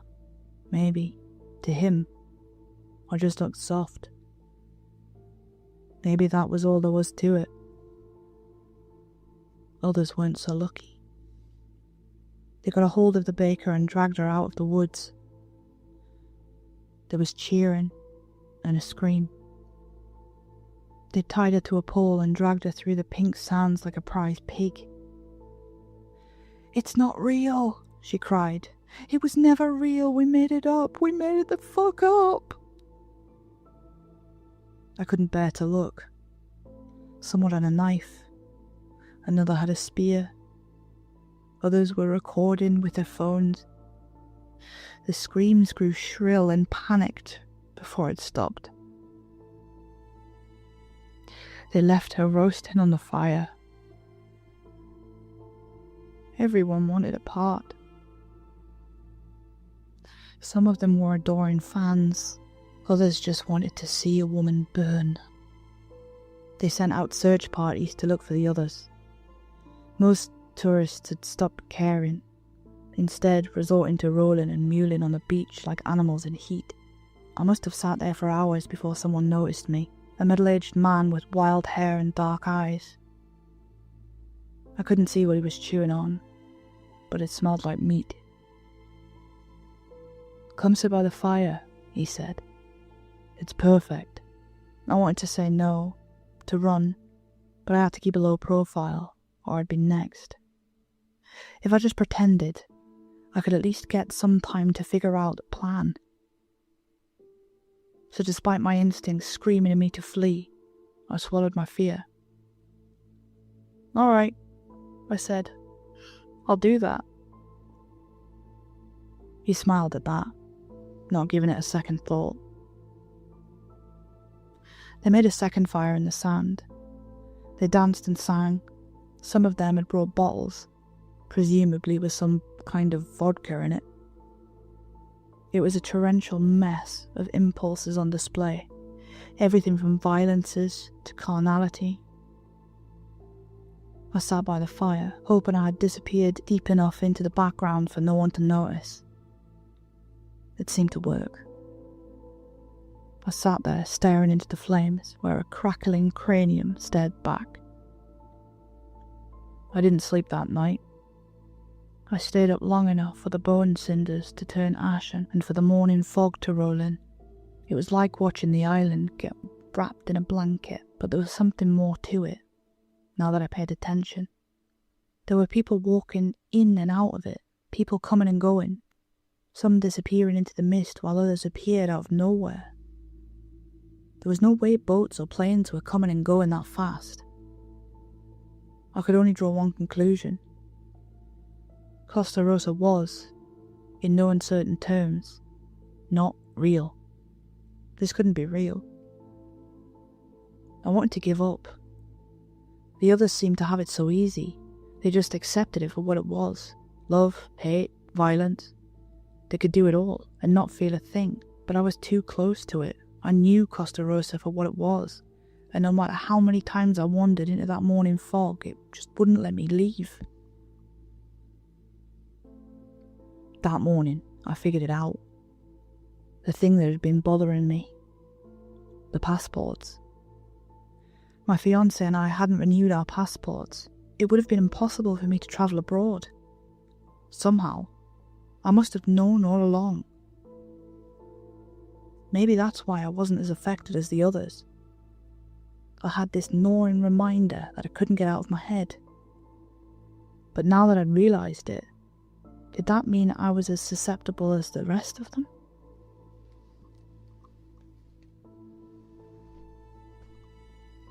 There were a lot of new faces there. Others came and went. Some were happy just laying on the beach soaking up the sun. Others were hung from trees and skinned. It was an absurd mix of impressions. Two people walking hand in hand on the beach discussing their favourite TV show, and by the tree line, a man making a dagger from a broken bone rib. I didn't get out of it unscathed either. There was this one woman who was obsessed over my hair and tore out a fistful of it. One young man just went up to me and started kicking, again and again, until he got bored. I had rocks thrown at me, not with the intent of hurting me, but as to settle some kind of bet. Contest, perhaps. But it was just starting. Every hour, something was escalating, developing. By nightfall, the luminescent waters ran red. People were tied to burning palm trees, leaving sizzling corpses behind. Some were howling at the sky and killing each other with sharpened flint, bone and rock. They painted each other with ash and blood, screaming and laughter intermingled, and I couldn't tell them apart. To them, it was all just a dream, and nothing mattered. I found a hole and covered myself with palm fronds, hoping to wait out the night. I didn't want to take any chances. People were getting attacked left and right, and there was no telling what they might do if they noticed me. They were barely speaking anymore. Some were just screaming or barking at one another. A couple of coherent voices were screeching nonsense about a broken god and a rotting tree plucking the moon from the sky. Then a noise. My cell phone. I'd forgotten I even had it. I thought the battery had run out long ago, but apparently it hadn't. The service was showing 0 bars, but I got a text message. I pulled it up, reading it inches from my face. It was my fiancé. I know we need space, but I miss you. That's all there was. I tried to respond, but I couldn't. No bars. I held the phone close to my chest, feeling my pulse tap against my hands. People were running back and forth, just a couple of feet from my hiding space. They were taking down trees, making rope, cutting down the island. Each other and themselves. It was all just firewood to them. Then someone looked down. I could see a white eye through a space in the fronds. It was a young man, no older than 20. Half his head was shaved, with a deep cut going through his eyebrow. He kept getting blood in his left eye, making him spastically blink. Little mole lady. Little mole lady in her hidey hole, he said. Is that as deep as you go? I didn't say anything. I looked up at him, hoping he'd get bored if I didn't provoke him, but it did nothing. He just straightened his back and picked something up, something long and sharp. Let's get you out of there, mole lady. A makeshift spear made from a plastic rod. The first stab struck my left bicep, poking into a nerve. The second strike hit inches from my ear, making a couple of strands of hair stick to the mud. The third strike dug into the edge of my shoulder, cutting a surface wound. It was all so fast that I didn't get to think. Before I could begin to kick and scream, something happened. The young man, like so many others, was attacked. A quick strike to the neck. He'd clutched his throat and collapsed into my hiding spot, warm blood pooling over my torso. Desperate fingers clawed at me, silently begging for help. His attacker walked up to get a better look. Turns out it was Jay. He looked at me and his victim. It's like it didn't even register with him. Jay had seen and done so much that this was like having breakfast. It was barely a conscious action. He leaned in a little to get a better look and smiled. He must have recognized me. As always, he wandered off. I lay there with a dying man on my chest and waited for it to be over. I just had to make it through the night. I clutched my phone until my fingers clamped shut and closed my eyes. No sleep came to me. A kaleidoscope of screams and cheers filled my mind with unspeakable images. But through it all, I waited. People rushing by didn't really take notice. All they saw was a dead man resting on a bed of palm fronds. By the morning, I had a plan. People who bought into the fantasy of Costa Rosa seemed to come and go as they pleased. Every time that morning fog rolled in, something happened. So I was going to give it one final push. A real, honest attempt. I wandered down to the beach. The pain from my cuts and bruises was dull, but ever present. A soft breeze touched my exposed hair. Then I took out my phone, turned it to selfie mode, and pressed record. And despite there being no bars, the video went live.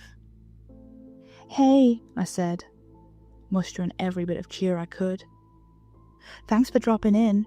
Here I am, living the good life at Costa Rosa.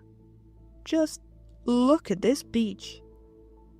Why would you ever want to go home, right?" I didn't know whether anybody was watching. Maybe there was no one on the other end. But the camera felt like an eye, looking straight through me. "Right?" I repeated. I held my smile for as long as I could.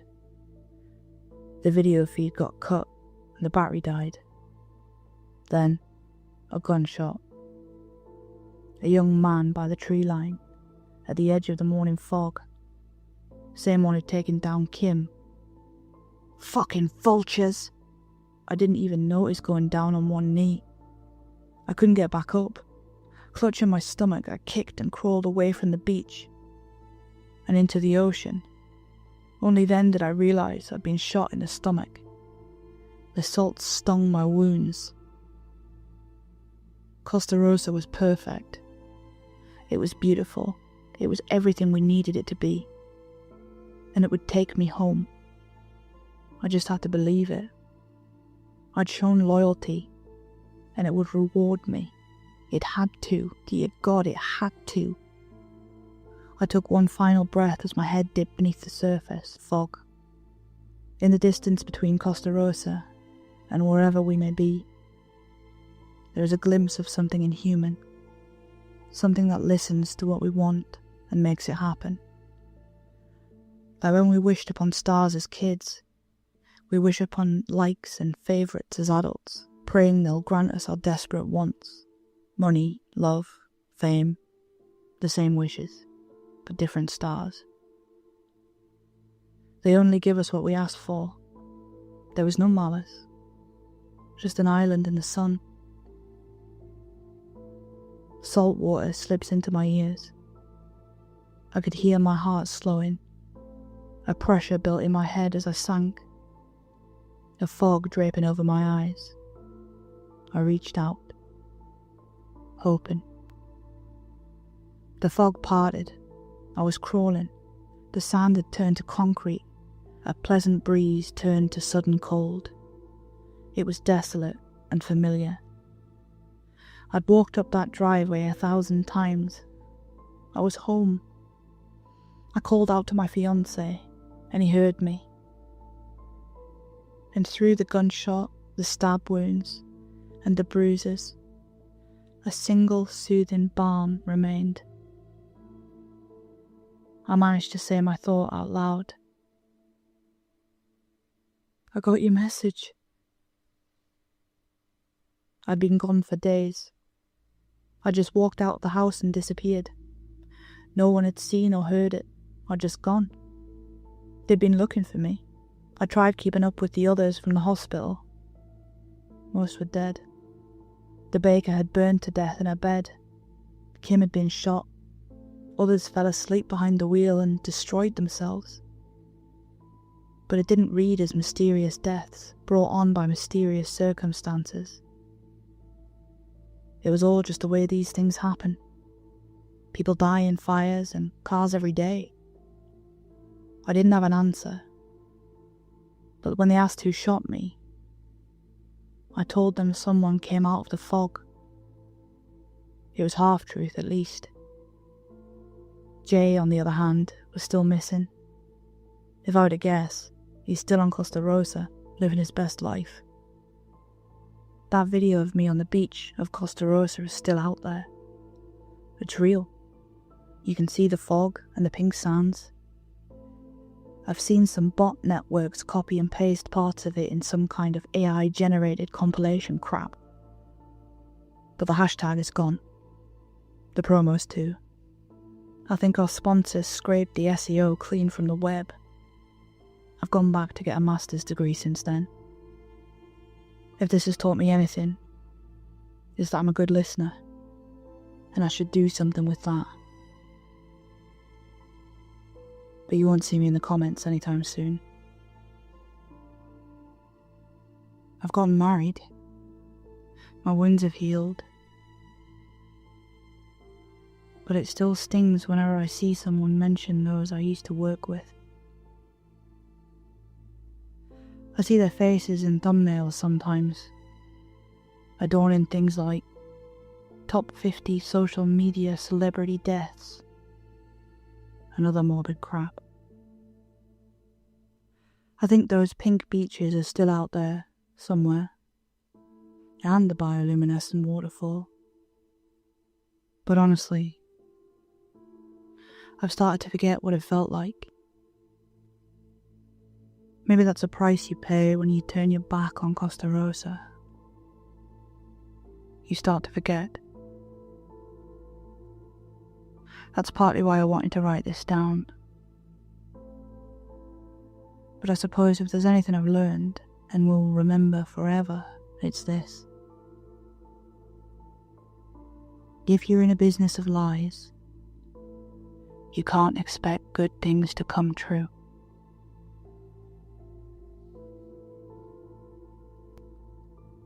Hi everyone, thanks for listening. This story was written by Saturdead from Reddit. If you liked it, please give it a like and subscribe. It really helps the channel grow. I've even got a full playlist dedicated to Saturdead's work, so if you want more like this, it's all waiting there. I really enjoyed narrating this one. It's important to stay true to yourself. In life, as a creator, when I started this channel, I was absolutely terrified of you hearing my shitty voice.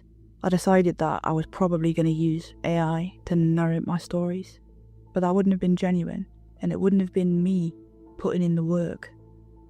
So, for better or worse, I did it myself. It takes a while. I record and re-record several thousand million times because my accent can be heavy and I pronounce words silly.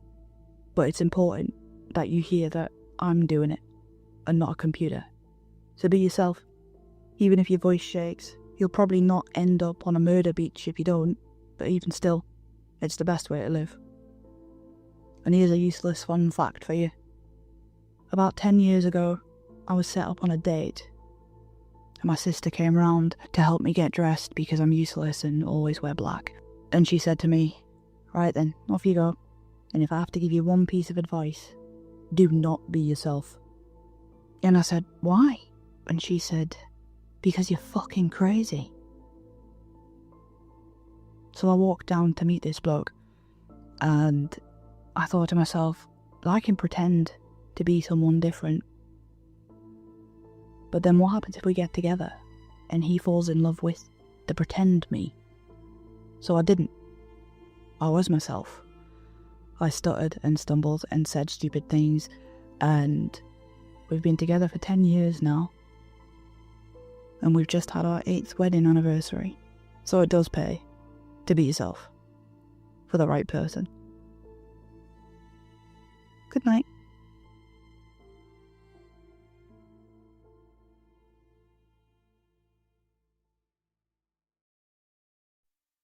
A few months ago, my wife Julie and I decided to start trying for a family. We moved out of the big city to a small Midwestern Minnesota town, not too far away from Grove City. It was time for a change. Hell, we even decided to stop smoking. We found a cheap, recently renovated flat. The entire complex was built in the 50s, but the apartments themselves had been fixed up recently. We were told by the landlord, absolutely stunning young woman, that most of the previous tenants decided to move out rather than wait for the renovations to finish up. The place was basically brand new. Our apartment was on the ground floor. We didn't want to think about baby-proofing a balcony on the 3rd or 4th floor, and we figured this would only be a stepping stone to getting our own house anyway. Julie had left the job as a high school teacher behind, while I'd gotten the job as a manager at a local warehouse. I'd already worked as a manager previously for the same company, so it was just a matter of finding a suitable transfer. The previous tenants had left us a gift. Sitting alone in the kitchen window was a blue sunflower. At first I thought it was plastic, but it was perfectly real. The colour was striking. It was still yellow in the middle, with black spots, but the leaves were a sparkling ocean blue. The flower pot was hand-painted, with a small landscape and a shining sun, and in plain black text it said, "The sad sunflower." "That's just too cute," Julie smiled. "We've got to keep it." I've never been able to say no to her. That big smile of hers could make me do anything. If she wanted to keep the sad sunflower, so be it. I watered it and turned it facing outwards. Oddly enough, it had been leaning inwards toward the apartment. I thought sunflowers were supposed to follow the sun. Julie just loved it. She already had a good feeling about this place. I wasn't convinced yet, but I figured it was just nicotine withdrawal. Over the following days I was getting adjusted to my job. I brought in a cake to get to know everyone. Their previous manager had personal issues and suddenly left town, so there was an urgent need for someone to step in. It was just great timing for me. Julie was still looking for a new job. There were a few schools nearby that she was going to look up, but we needed to get a second car first. Money was tight after the move, so we decided to wait a few weeks before making any big purchases, so Julie spent most of the days at home. She'd been clear about wanting to be a stay-at-home mum once we had a family of our own, so maybe she was trying to get used to the idea. Call it a practice run. She would do a lot of housework and handle the groceries. I usually cooked dinner, but she would handle the dishes. One day after coming home from work, I noticed her humming a strange tune while she was watering the sad sunflower. I'd never heard it before.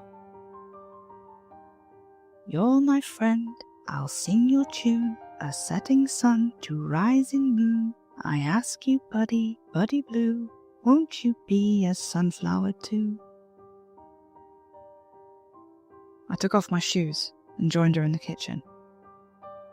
She'd hum the tune over and over, checking every leaf on the sparkling blue plant. It was leaning inwards again, away from the sun. almost like a dog asking for a head scratch. "What's that song?" I asked. "What song?" I asked her several times over. She honestly didn't know what I was talking about. I read it out loud, but she just blanked. The same way I could have sworn I heard her singing it, she swore she hadn't. I turned the plant back outwards, towards the sun. The next day, it was leaning back in. That tune started to haunt me. I could hear Judy singing it, in the shower, while doing the dishes, while tying her shoes. Over time, she came to accept that she was singing it, but she wasn't doing it consciously. It was like a brain teaser. "I must have heard it somewhere," she said. "Some kind of nursery rhyme." I couldn't blame her for having her mood occupied with kid stuff. It was pretty much all we talked about. We'd just started trying for a baby, and it would just be a matter of time before our lives would change forever. It was stressful, but exciting. More of an adventure than any bungee jump could ever replicate. Julie got a part-time teaching job at the local high school. One of their teachers was going on maternity leave, so they needed someone to step in and help out with social studies. We didn't have a second car, but one of the guys I worked with lived just down the street, so we started to carpool. I thought having some independence and getting out of the apartment would do Julie some good. It did, at first. She had so much energy when she got home after a long day. Still, she would beeline towards her sad sunflower, take care of it, water it, and only then would she concentrate on anything else. She didn't even take her shoes off. That plant was, by far, her most favourite thing in the world. Honestly, I didn't get it. She still hummed that melody.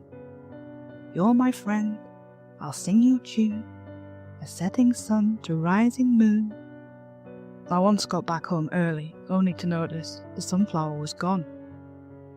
Julie wasn't home from work, and the thing was just gone. Later, when Julie came home, it all made sense. She held that thing under her arm as she walked through the door. It was almost like someone holding a baby. She had a grocery bag swinging underneath. I'll be the first to admit I didn't handle it very well. "You're bringing it to work," I accused. "What is going on with you?" "It's nothing," Julie sighed. It's like having a safety blanket.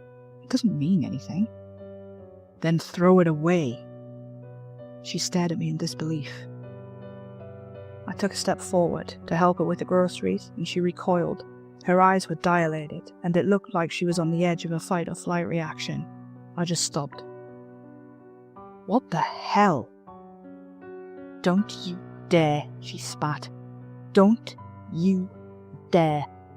After that, Julie slept on the couch for a couple of nights. It was her idea, not mine. She would give me these long, accusing looks from across the room whenever I was in line of sight of that damn plant. It was still facing inwards. I'm sure the damn thing was moving, or turning back every time I tried to face it outwards. I started hearing things at night. I once peeked out of the bedroom to see Julie water and prune the plant in the middle of the night. She'd sing to it over and over, the same rhyme. In the moonlight, it looked like she didn't even blink. 2:30 in the morning, and there she was caressing the leaves.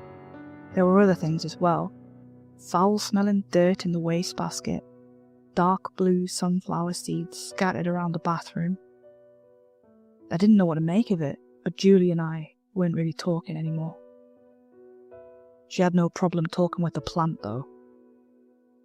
"I ask you, buddy, buddy blue, won't you be a sunflower too?" It all came to a boiling point the day when Julie didn't come home from work. Of course, she'd taken the plant with her. I tried her phone, but she didn't pick up. At 7 in the evening, I was getting seriously worried. I called the school where she worked, but of course it was closed. Instead, I called our co-worker, Miss Marriott. "This is Claire," she answered. "Hey, I'm calling about Julie. This is her husband," I said. "Sorry about calling you like this." "No, it's fine. Is everything all right?" "When Julie came to work, did she seem okay? Did she do anything unusual?" I'm not following. "Well, like, did she bring—" "No, I'm sorry. What I meant, what do you mean with came to work?" Apparently, Julie had quit her temp job about a week ago. I rushed down the street to my co-worker and asked to borrow their car. They didn't mind and even asked if there was anything they could do to help. I didn't even know where to start, so I just thanked them and left. I drove around town for hours, checking every open store, every alley, every side road. Finally, I stopped for gas. As I went inside to pay and get a soda, I noticed the clerk humming a tune. She was just reading a magazine and humming away. Barely noticed I was even there. I'd recognize the melody anywhere. "Where did you hear that?" I asked. She just looked up at me like she'd woken up from a nap. She had no idea what I was talking about. I just paid and left, figuring Julie had been there. She was close. There was a small dirt road not too far from the gas station leading down to a fishing lake. All you could catch there was smallmouth bass, but it was a great little place to have a barbecue. I drove down the road following a hunch. It paid off. Just a few minutes later, I saw our car on the side of the road. The door was still open. Lights were blinking. It was swarming with mosquitoes. I parked alongside it and brought out a flashlight. There was a small trail through the woods leading up to a clearing next to the lake. It was the only place she could have gone unless she was mindlessly going random directions. I didn't have to go far to hear her. There was no wind, so even a slight noise could be heard from far away. "I ask you, buddy, buddy blue." The same damn rhyme.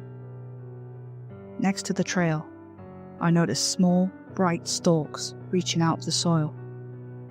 I could guess what kind of plant they were, even though they hadn't bloomed yet. "Won't you be a sunflower too?" I stepped into the clearing. I could barely see them all with a tiny cone of light. There were hundreds of them spread out in a circle. In the middle was Julie, reciting her rhyme over and over. She'd taken off her clothes, and I could see mosquitoes swarming her. It didn't seem to bother her. The melody in her song was gone, turned to a mantra. She was standing with her back towards me, holding her hands in front of her like a cup. She suddenly made a harsh coughing sound and bent forward. I took a few steps and stopped. Every single sunflower turned towards me, blue leaves vibrating like rattlesnakes. Julie turned around. Sunflower seeds were dripping from her mouth. In her cupped hands, she had the same kind of foul-smelling tar dirt that I found in our wastebasket. Her eyes were bright blue. Her teeth were stained black. "You're my friend. I'll sing your tune." Sunflower seeds kept falling from the edge of her mouth. She kept coughing, almost choking. She was constantly on the edge of inhaling the seeds into her lungs. Her singing voice was broken and struggling. Still, she smiled. The same smile that could get me to do anything. A setting sun, a rising moon. The flowers turned back towards her, vibrating. Tiny leaves clapping in appreciation. I didn't know what to do. I was horrified. I was angry. I was desperate. I froze.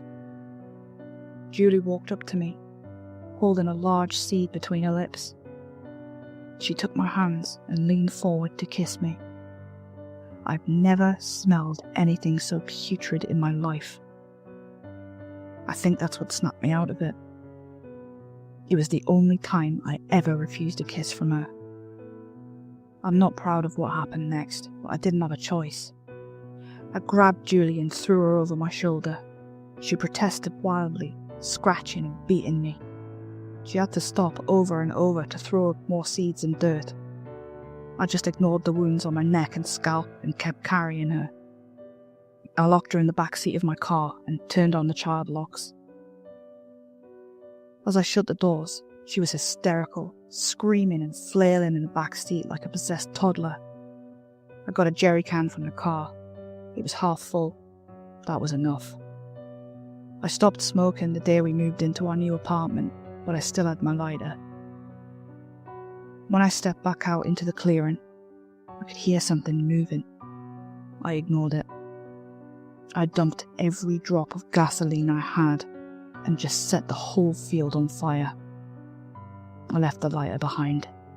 As I stepped away, I could hear things popping in the grass, blue leaves crinkling to ash, and somewhere there were tiny screams. Tiny, bright screams. Something was burned alive in that field, and I don't want to think about what it might have been. It sounded human. Wrong, but human. Julie recovered in a couple of days. The doctors figured she'd been eating seeds from the sunflower, and that it had contained some kind of poison. The doctor couldn't find anything abnormal about her blood levels, and after a couple of days of rest, she was back to her old self again. Her eyes were back to their ordinary brown, and her smile was as genuine as ever. She was so sorry for all the trouble she'd caused, and she had a hard time remembering what happened. To her, it was all a bad dream. We've since gotten pregnant. Over the months, we've baby-proofed the apartment, but we're already looking to move to a house. Julie got back her job as a temp. She might be looking at an extension at the end of the school year. She's quite popular. We're thinking about the name Danny with a Y for a boy, or Danny with an I for a girl. We're not sure yet. There's only one thing that still worries me. The ultrasounds. Julie's been taking them while I'm at work, but she's shown me every single image. They look perfectly fine, but on the last one, there was something that didn't add up. In the corner of the picture, the date was set to 5 years ago. I'm suspecting she's not showing me the actual ultrasounds, or that she hasn't taken them. I don't know what she could be hiding. And sometimes at night, I hear her humming. The same damn tune. You're my friend, I'll sing your tune. A setting sun to rising moon. I ask you, buddy, buddy blue, won't you be a sunflower too? Hi everyone, thanks for listening. This story, The Sad Sunflower, was written by Saturdead. I'm actually in the middle of recording a playlist dedicated entirely to Saturday's work. So if you like this one, stick around, because there's plenty more coming. And as always, here's your random fun fact. Sunflowers don't just follow the sun. Young sunflowers actually move their heads from east to west during the day, then turn back east overnight to wait for the sun to rise again. Basically, they've got better time management than most of us. Good night.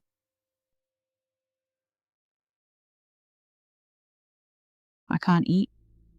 That's the gist of it. I can't eat. I guess to people who haven't grown up the way I have, it sounds absurd. So much of our lives revolve around eating. Breakfast, lunch, dinner. It's a social ritual and contract. And without it, we lose a core pillar of being human. But I can't eat. I can't be part of that. It's complicated. I grew up to a single mother with a minimum wage. How she managed to keep a sickly kid alive through all that is beyond me. And I don't mean sickly as in getting nasty colds or ear infections. I mean sick with a big S. For as long as I can remember, I could never eat solid food. Some doctors called it inoperable achalasia, but my mom called it royal throat. Just like the kings and queens of old, she used to say. They were so used to having servants feed them that they stopped eating for themselves. It was just a nice way for her to make it sound like I was special, rather than cursed. The main problem is that I can't swallow, so instead I'd have to puree my food and slide it down my throat with a thick plastic tube. I can't really taste anything, and the whole ordeal can look uncomfortable to onlookers, so it's something I'm very private about. I can still taste and chew things, but a pleasant taste don't really outweigh the threat of choking to death. I can drink, but it takes some effort. If it gets too hot or cold, my throat just shuts down. Same if it's too sugary, too spicy, or too sweet. And since I can't swallow, I just tilt my head back and let it run down my throat. Mild apple juice is an occasional treat, but I like to stick to ordinary tap water. No fizzy stuff, nothing that makes the muscles contract. Apart from that one thing, I was a normal kid. I still went trick-or-treating, and by the end of the night, I gave all my candy away to my friends. It made me bully-proof, in a way. To them, I was weird, but it was the kind of weirdness that paid off. Whenever someone handed out candy, or fruit, or freebies, I passed mine along to those who treated me well. "You're like a truffle pig," my buddy Dawson used to say. You get to sniff out all the good stuff, but you can't have any yourself. And that's where the nickname started. Truffle pig. I don't know if it's some kind of myth or urban legend, but it's said that truffle pigs can never be allowed to eat the truffles they're trained to find. If they do, they're useless. They get so preoccupied with finding truffles for themselves that there's nothing left. They get a taste for it, and it's all over. I got the occasional jab and mean look about the nickname, but most of them said it with love. It wasn't mean-spirited. It went from truffle pig, to truffles, to ruffles, to just rough, or ruffy. And I guess that name's stuck around ever since. I graduated from high school and got a job on a clam boat. Not a fancy job, but I've always loved the sea. I never get seasick or car sick or anything like that. Maybe a side effect from having a strange stomach. So when a spot opened, I was first in line, did it for a summer as a practice run, and got hired full-time a month later. Great pay, decent benefits.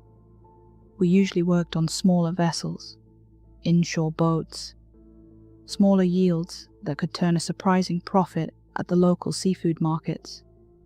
Whatever we could get our hands on, we could sell at a huge markup. There wasn't a single Christmas where I didn't go home with a bonus. I'd end up being the designated driver whenever I went out with the guys. They'd sometimes forget about my deal and bring me a beer or a scotch, and they'd end up getting an extra one. I'd stare at that bowl of spicy peanuts in the middle of the table and wonder what it'd be like to pig out on them. Stuff my face full and go to town. To feel the crunch in my teeth resonating in my jaw. But that'd send me straight to the hospital. Or the morgue. A yellow building just down the street. Truffle pig. Truffle pig. Look, but don't taste. Mom passed when I was 27. It wasn't sudden or dramatic. It was the result of a lengthy battle coming to an end. I held a speech at her wake. Divided her possessions among her living relatives. Packed all her things in brand new cardboard from the tool shop. Picking apart a careful knick-knack ecosystem where everything has a place. Leaving only pale walls and dust bunnies. It was kind of funny though.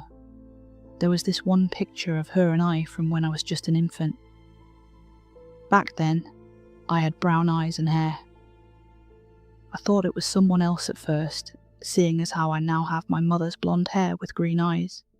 but there was a note on the back confirming that it was, in fact, our first picture together. I was offered a few days off work to get my affairs in order, but I declined. Stepping away from your routine underlines how painful the change is. By declining it, you're robbing it of its power. That's what I thought, at least. But when it rains, it pours. And maybe I was distracted that one morning in early May when I turned onto the interstate. I'd gone down that road 1,000 times, but just this once I didn't pay attention.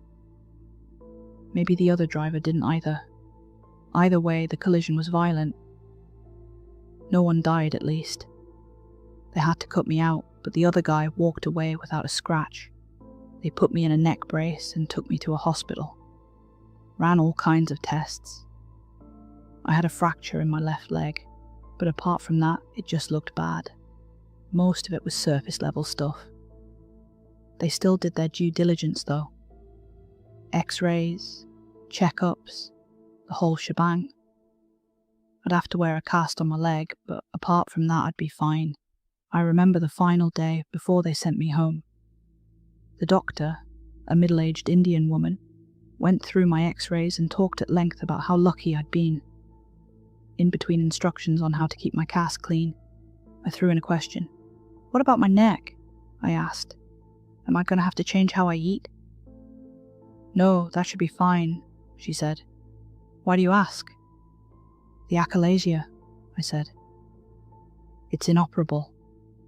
Should be in my file." "Achalasia?"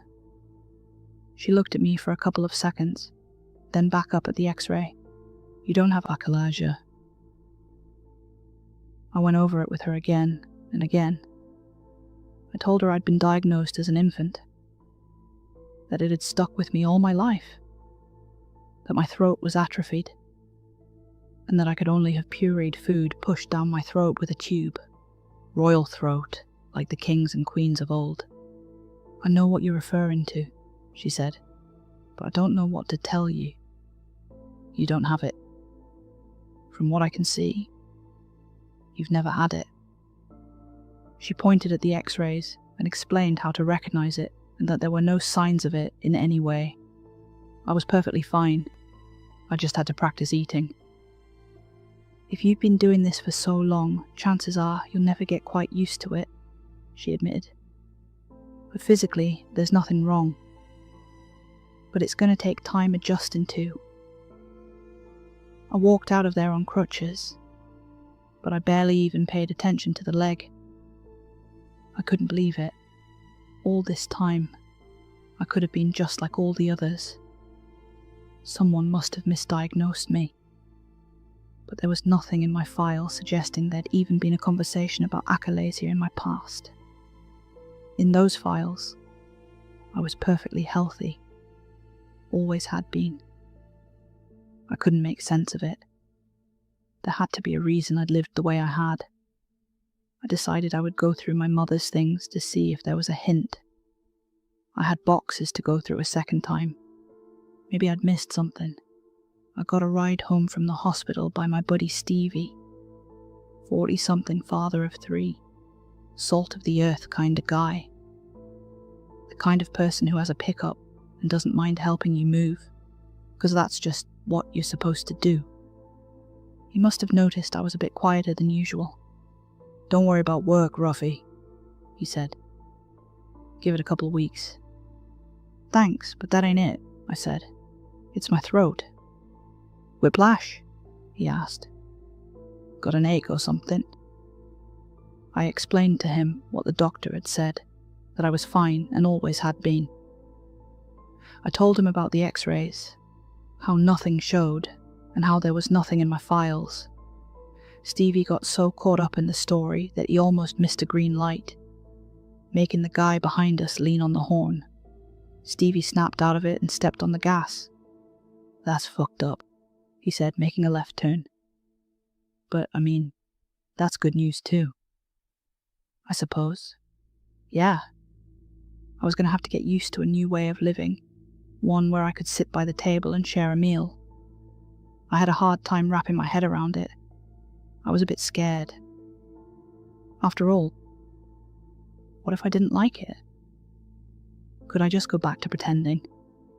But first, I had to give it a try. I couldn't just go trudging into a restaurant and order a ribeye. I had to try something small. I had Stevie drop me off at the supermarket. I bought some yogurt, cucumber, and chocolate ice cream. I asked him to join me in the kitchen. I figured it'd be for the best to have someone call for help if things went sideways. Like the doctor had said, even if I was physically okay, it'd take time getting used to the sensation. There aren't exactly any tutorials on how to eat. It's supposed to come naturally to us. It's not something you learn. We sat down at my kitchen table, and I cracked open the yogurt. Stevie had a Coke.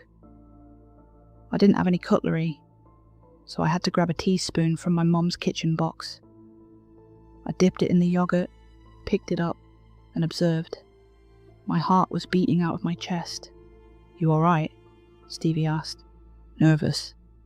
"Just try a little," he smiled. "Try to enjoy it." So I tried it. I let my tongue soak in the soft vanilla and acidic tang. I took a deep breath, leaned back, and just tried. I almost choked as my throat muscles cramped up, but it went well enough. It was wildly uncomfortable, though. I coughed a little, but held up a hand to show Stevie I was okay. I tried a little more, and then some ice cream. It was difficult, and I could feel an ache in my throat. I was flexing muscles I'd hardly ever used. Over a painstakingly slow hour, I tried little bits and pieces of things. I was getting used to it, slowly but surely. I had to stop when I got to the cucumber, though. I cut it up and tried eating it like a mush, but part of the skin got stuck in the back of my throat. I ended up having a coughing fit. Stevie had to give me a couple back slaps. We decided to pause for the day. But it was promising. I was feeling something I hadn't felt before. It was a new experience, and I was getting better at it. "Give it a month," said Stevie.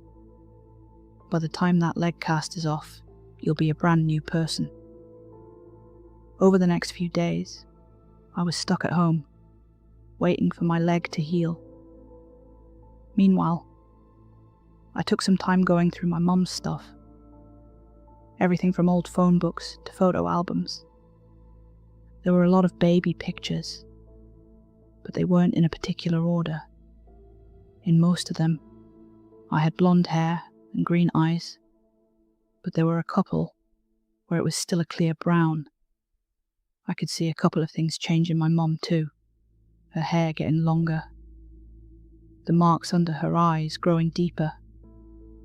But there were other things too. There was this one picture where she was breastfeeding me, and another shortly after where she used a bottle.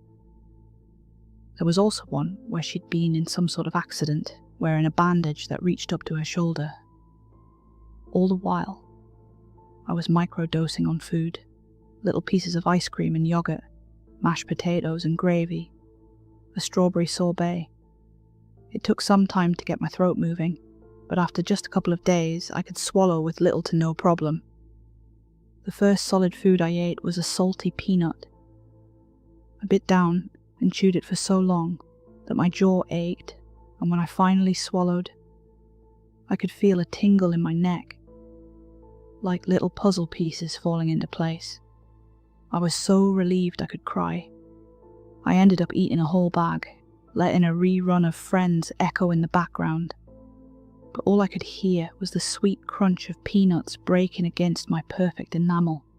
It was such a filling sensation. Flavour, texture, mouthfeel, and with it all, the realisation that I had so much more to experience. It was euphoric. I wanted to save the first time I had a big dinner for a special occasion with my work friends. Not just Stevie, but the whole crew. My cast was still healing, so I had some issue getting around. But that wasn't going to stop me from having a fantastic night. A proper steak dinner, a shrimp cocktail, garlic bread. I didn't hold back. I think my colleagues could feel the change in the air, as they all got equally excited to order. We had some drinks, made some jokes, and left all the pretense at the door, just guys being guys. As soon as I dug into my shrimp cocktail, I could feel something. There was this rush of energy, like an electric surge. I could feel my pupils growing larger, and I couldn't close my eyes. My breathing grew shallow, and my pulse wouldn't stop rising. It's like I was on some kind of drug, or fighting for my life. I thought I might be having an allergic reaction, so I had to stop myself and do a mental check. I felt fine. I was fine. Great, actually. The moment my steak arrived, the others raised a glass. To good food, Stevie said, and good friends. The others echoed the sentiment, but before they got to good friends, I'd sunk my teeth into the steak. I could feel the juices soaking into my teeth. It's difficult to describe the sensation. It's like I didn't just eat a steak. I could hear the bovine death cry in the back of my head. I could feel myself growling as a predator, sinking my teeth in like a prowling tiger. I daydreamed with open eyes, watching the red of the meat pulse with an invisible heartbeat. And somewhere in the distance, I could hear Stevie say something, but I couldn't make out the words. I bit down hard and tore away. My teeth ached, as if they were pushing themselves out of my mouth, reaching for more meat. And with every passing second, the restaurant faded away, until something cold splashed across my face. I was lying on the floor. My work friends were standing in a circle around me. One of the waiters called an ambulance. My hands were covered in grease. I'd grabbed the steak right off the plate with my bare hands. There were bite marks on my forearm, deep ones, still bleeding. I had to get my arm stitched up. According to Stevie, I'd gone completely feral. I'd torn that steak up, reached across to Luke's pork chop, and grabbed that too. When I couldn't immediately grab more meat, I'd fallen to the floor, biting my own arm like I was trying to subdue a prey animal. They'd never seen anything like it. "Some kind of episode," Stevie said. "We're worried about you." Doctors didn't know what to make of it. Some kind of chemical imbalance from a sudden shift in diet, combined with stress and physical recovery. It didn't help that I'd been drinking. Not much, mind you, but enough for it to affect me. They couldn't point to a single instigating factor, and instead prescribed me a kind of anti-anxiety medication. They were just throwing darts at the wall at that point. Coming home, I noticed something peculiar. There was a crack in the side of my cast. I'd just been at the hospital, and it'd been fine, so it must have happened recently. I thought about going back there, but I flexed my leg a little, and it felt fine. And in a couple of minutes, the whole cast peeled off. My leg was healed. Now I'm no doctor, but I couldn't feel anything wrong with it. I could put pressure on it, walk, flex my foot. Not even a hint of pain. The only thing I could point out as being unusual was a strange skin growth on the left side of my thigh. At first, I thought it was a long strand of hair, but it was too thick and covered in skin. Touching it didn't hurt, so I just broke it off and held it up. I got a little spot of blood from it, but nothing major. The thing was moving when I held it up, contracting over and over like a dying insect, or like the leg of a shrimp. I got a call from my boss the following morning. They insisted I took some time off in accordance with my doctor. They were eager to have me back, but I had clearly not adapted to my new circumstances. It was a very diplomatic way of saying I was making people uncomfortable, and that they needed some time before they could forget that mental image of me gnawing on myself like a wild animal. But that just gave me more time to experience things on my own. I made a long list of things I was going to eat. Pork, chicken, turkey, maybe something a bit more unusual like alligator, at least 3 kinds of fish, crab, and every kind of fruit I could find at the supermarket. Then again, fruit didn't excite me as much. There was just something about biting into meat that was way more satisfying.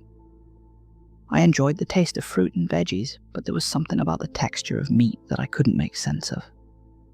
Then again, this was my first time experiencing food. There was no way for me to know this wasn't normal. When I got back from my shopping spree, I went to the bathroom to wash my hands. I noticed something in the bathroom mirror. My eyes looked different. The pupil looked rectangular. I figured it was a trick of the light, but I couldn't shake the feeling that something was about to change. But I was too excited to care. I was going to have a field day. So I washed my hands, splashed some water on my face, and hurried into the kitchen. At first I was systematic, putting out little samples of things, bite-sized nuggets of meat, ready to be plopped down in a single gulp. I prepped a couple in the frying pan, others in the oven. I'd bought a new air fryer to try out some combos. I put on some music and had a blast. Everything was so rich, so succulent. Different textures, different flavours, and a world to discover. I could imagine the salty sea running between my fingers as I bit down on the crab meat.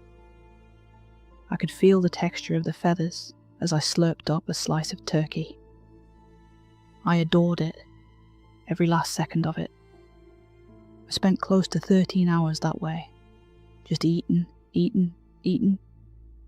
The shops closed and opened, and I was first in line to get more. I must have looked like hell. That's what the look on the cashier's face said, at least. I would fall asleep at the dinner table, still holding my next piece of meat. A chicken wing, a tomahawk steak, an honest-to-God cheeseburger. I'd close my eyes and keep eating, dozing off between bites. It was heaven. While I didn't know it at the time, I kept that up for 49 hours total. I was in this meat-stained daze, not knowing what was happening around me. I'd missed calls and appointments, emails, bills to pay. I hadn't paid attention to any of it, and my systematic approach had completely fallen out the window. It was a marathon. When my kitchen ran empty, I lumbered to the bathroom. My stomach felt like wearing a backpack on the front, like an imbalance. I had to lean my arms against the wall to keep myself from tipping forward. I was scared to look in the bathroom mirror, but I did it anyway. The pupils of my eyes had gone horizontal.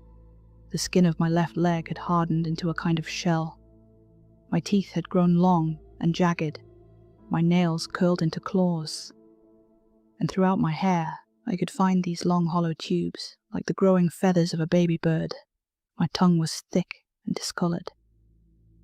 My skin turning a reddish brown, with white milk-like spots.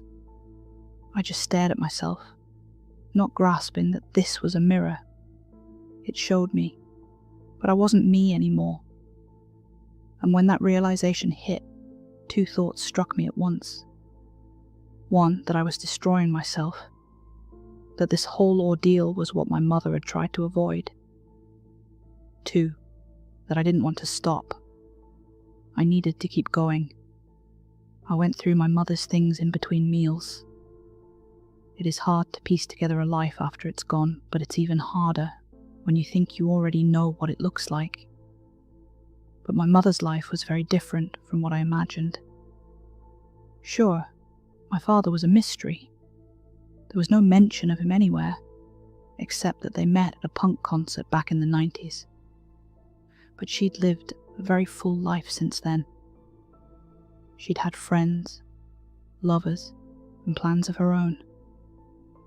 But one thing stood out in particular: how I'd lost my brown hair and eyes. From what I could tell, she'd hurt herself in some way. and after that, I'd changed. It was around the time where I'd gone from breastfeeding to being bottle-fed. A thought hit me, an uncomfortable one. I thought back on what I'd done with that steak, and the way I'd torn into it. Could I have done something similar to my mother? Had I always been like this? I tried to find more answers, more pictures, more anything. All the while, I ate. When I ran out of meat, I had the fruit. When I ran out of fruit, I had the veggies. Then the butter, the yogurt, the ice cubes in the back of the freezer. At one point, it was 3 a.m, and I was feverishly going through a photo album from my high school years. Nothing interesting, but I realized I didn't have anything left to eat. And yet, I was still chewing. Looking down, I had started pulling out the buttons from the remote control and crunched them up like they were little plastic cashews. I didn't care. I just had to eat. I gnawed on anything and everything. The leg of the kitchen table, the copper wire going to my bedside lamp. I smashed a wine glass on my cutting board and ground it up into something resembling salt, and ate that too. I didn't feel a thing, it was just more texture. Wonderful, filling texture. I was in a daze. And the next time I looked myself in the mirror, I could barely comprehend it. When change happens rapidly and naturally, it is hard to notice. You don't really see it until you slow down long enough to care. If you've been running a marathon, you don't stop halfway through to weigh yourself. You wait until you're done. It was the same for me. I didn't realize the changes until I'd slowed down long enough to reflect on them. I wasn't human anymore. My hands had turned into this amalgamation of hoof and claw. My back was bent over with a fish-like ridge running along my spine. My eyes had 3 different colours, and one of them were coming out of the socket. If I concentrated, I could move it in and out like the eye stalk of a crab. A couple of my teeth had turned to glass and ceramic. I could spot copper cables running under parts of my right bicep. Anything and everything I'd consumed with gusto had integrated into me, one way or another. I couldn't call for help. My fingerprint didn't register on my phone lock. I couldn't make words in my mouth to speak. I'd turned into a flesh prison. You are what you eat. I'd lose track of time. One day, I'd have a tail dragging after me. Another, I'd have a wing instead of an arm. My whole body was bubbling, like a boiling cauldron, shifting with every bite. But with nothing left to eat, it was devouring itself, eating the last parts of me that were human. I'd awakened a process that couldn't be stopped, and it would turn on itself instead of letting me starve. There was no one to call for help. I could barely close the blinds to my windows. I spent most of the time in the shower, drinking water straight from a busted pipe. I'd spend hours there, drinking, watching myself mutate. I could even affect it, in a way. Another finger, I'd think, and there'd be another finger. But it was getting harder to think, to comprehend, to put thoughts together in a way that made sense. Perhaps more things changed than I realized. After all, the brain is as much an organ as the heart, the throat, and the tongue. I'd lose long periods of time to a hazy blur. I remember snatching a bird off the windowsill and eating it whole like popping a grape. I'd walk around gnawing on the curtains like they were long strands of spaghetti. But in a way, I knew I was losing myself. Whenever I had a moment of clarity, I could feel my heart sink into that empty pit in my stomach. I'm going away, I'd think. I'm losing myself. So with every fibre of my being, I grabbed a piece of paper, bit my finger, and wrote in blood, "Stay human." It's difficult to describe the mind of an animal. A part of you disappears. You don't think about inconvenience or what-ifs. You think about your next meal, where to sleep, and where to get water. You don't care if you knock over a lamp or pull out a cable. It's just noise. I remember watching that paper, knowing it said something. But the symbols didn't mean anything. It turned from words to scribbles. At one point I mistook them for droppings and started to look for mice. Didn't find any. I didn't consider myself lost. I didn't consider anything. And for days, I lumbered back and forth, turning my home into a nest. Then, at some point, the symbols made sense. A rare moment of clarity. Stay human. I knew it was temporary, a matter of minutes, maybe an hour. I had to think of a plan, something, anything, that would make me stay human. Everything pointed to me taking on the properties of what I ate. So if I wanted to make myself human, there was only one solution.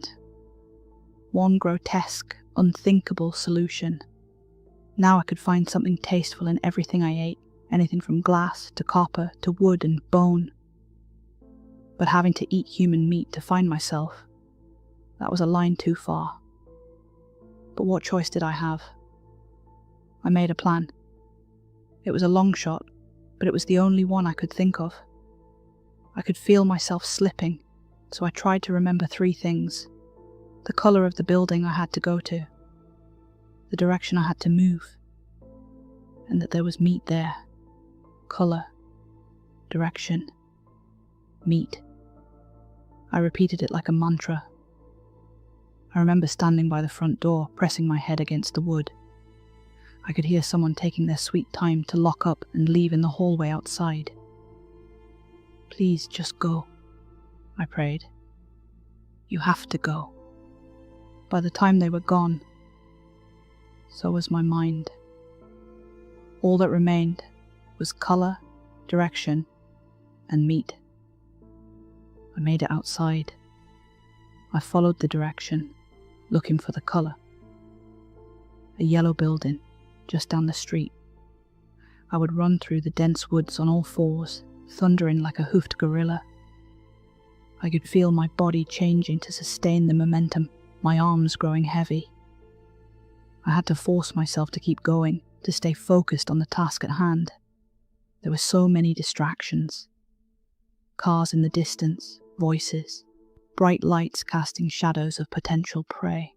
But I followed the direction in my mind, and I saw the building with the colour, and I knew there'd be meat. I didn't even notice the locked door. I walked straight through like it was made of paper. There was no guard there, thankfully. If I'd had the mind to read, I would have noticed the sign of County Morgue. I would know what the smell from the metal boxes meant. But in the mind of an animal, you don't care about the name of your prey. You don't give meaning to your actions. You just take what you want and make it your own, so that's what I did. I'm not going to go into detail, I can't. I remember every bite, but I can't bring myself to put it into words. A man who'd died from a heart attack. An older woman who'd broken her neck. I pulled them out and did what animals do. Meat, bone, organ. Later the papers would say it was a bear. They weren't entirely wrong, I suppose. I lumbered home, dragging my bloated stomach through the woods.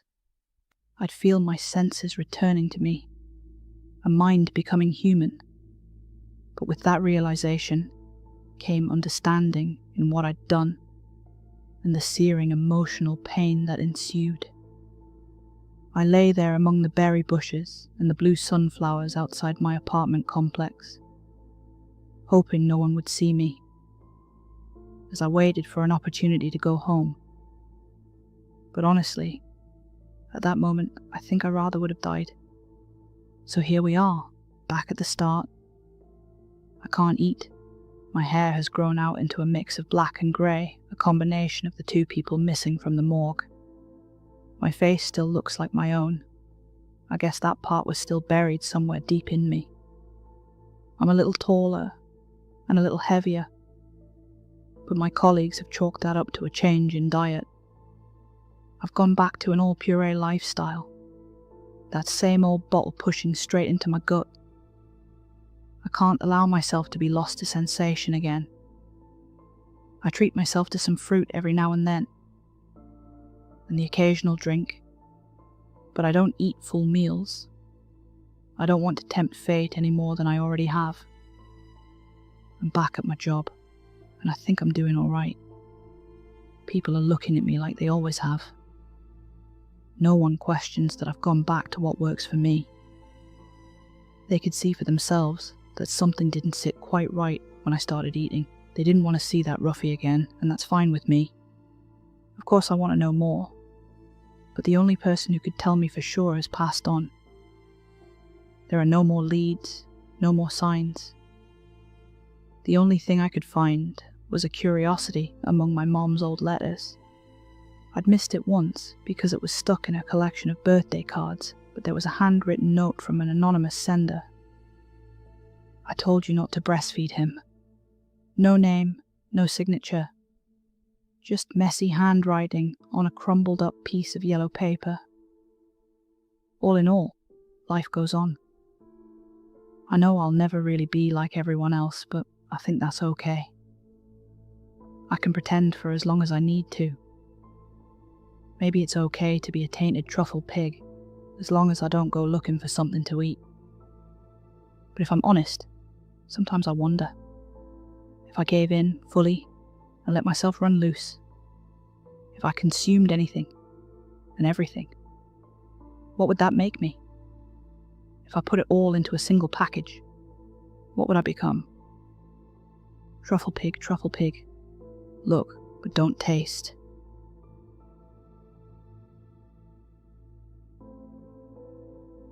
Hi everyone, thanks for listening. That was the in-depth recipe for becoming bacon adjacent. If you learned nothing, good, me neither. Tap subscribe before I turn into a Reese's fast break bar. Oh, and I'm only a couple hundred watch hours away from starting my own cult. I mean, being able to create a membership tier. I've got so many new videos lined up for that, and other cool things planned. Help a lonely narrator out, watch a playlist, or 7. Good night.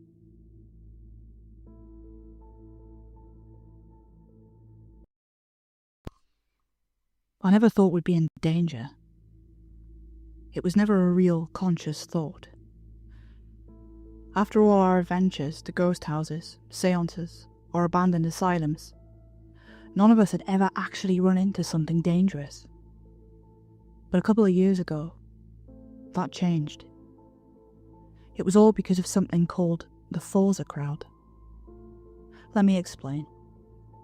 In my early 20s, I fell in love with dark corners of the internet. Video essays discussing various spooky threads, an unexplained phenomenon of the rural Midwest. Clips showing seemingly impossible things done to ordinary people by mysterious creatures. Some which would be revealed as hoaxes, others that wouldn't. I've always had a particular love for the local legends and rumours. There's something very real and raw about those special little whispers that exclusively travel by word of mouth. I found a couple of friends through this hobby, first of which is my buddy Paul. We've been friends ever since we dressed up as the same version of Penguin, the villain, at the Halloween party in our late teens. I thought our time exploring haunted houses would be over when he started to date this girl, Veronica, or more commonly known, Vera. My fears were unfounded though, as she turned out to be just as weird as he is, making a great addition to our club of hobby horrors. This excursion started because Vera told us about this thing from her hometown, some left-of-nowhere kind of place in rural Minnesota. She said there was a local legend, but there had been so many sightings that it was nothing short of a miracle that it hadn't been more widely acknowledged. Paulie and I were all ears.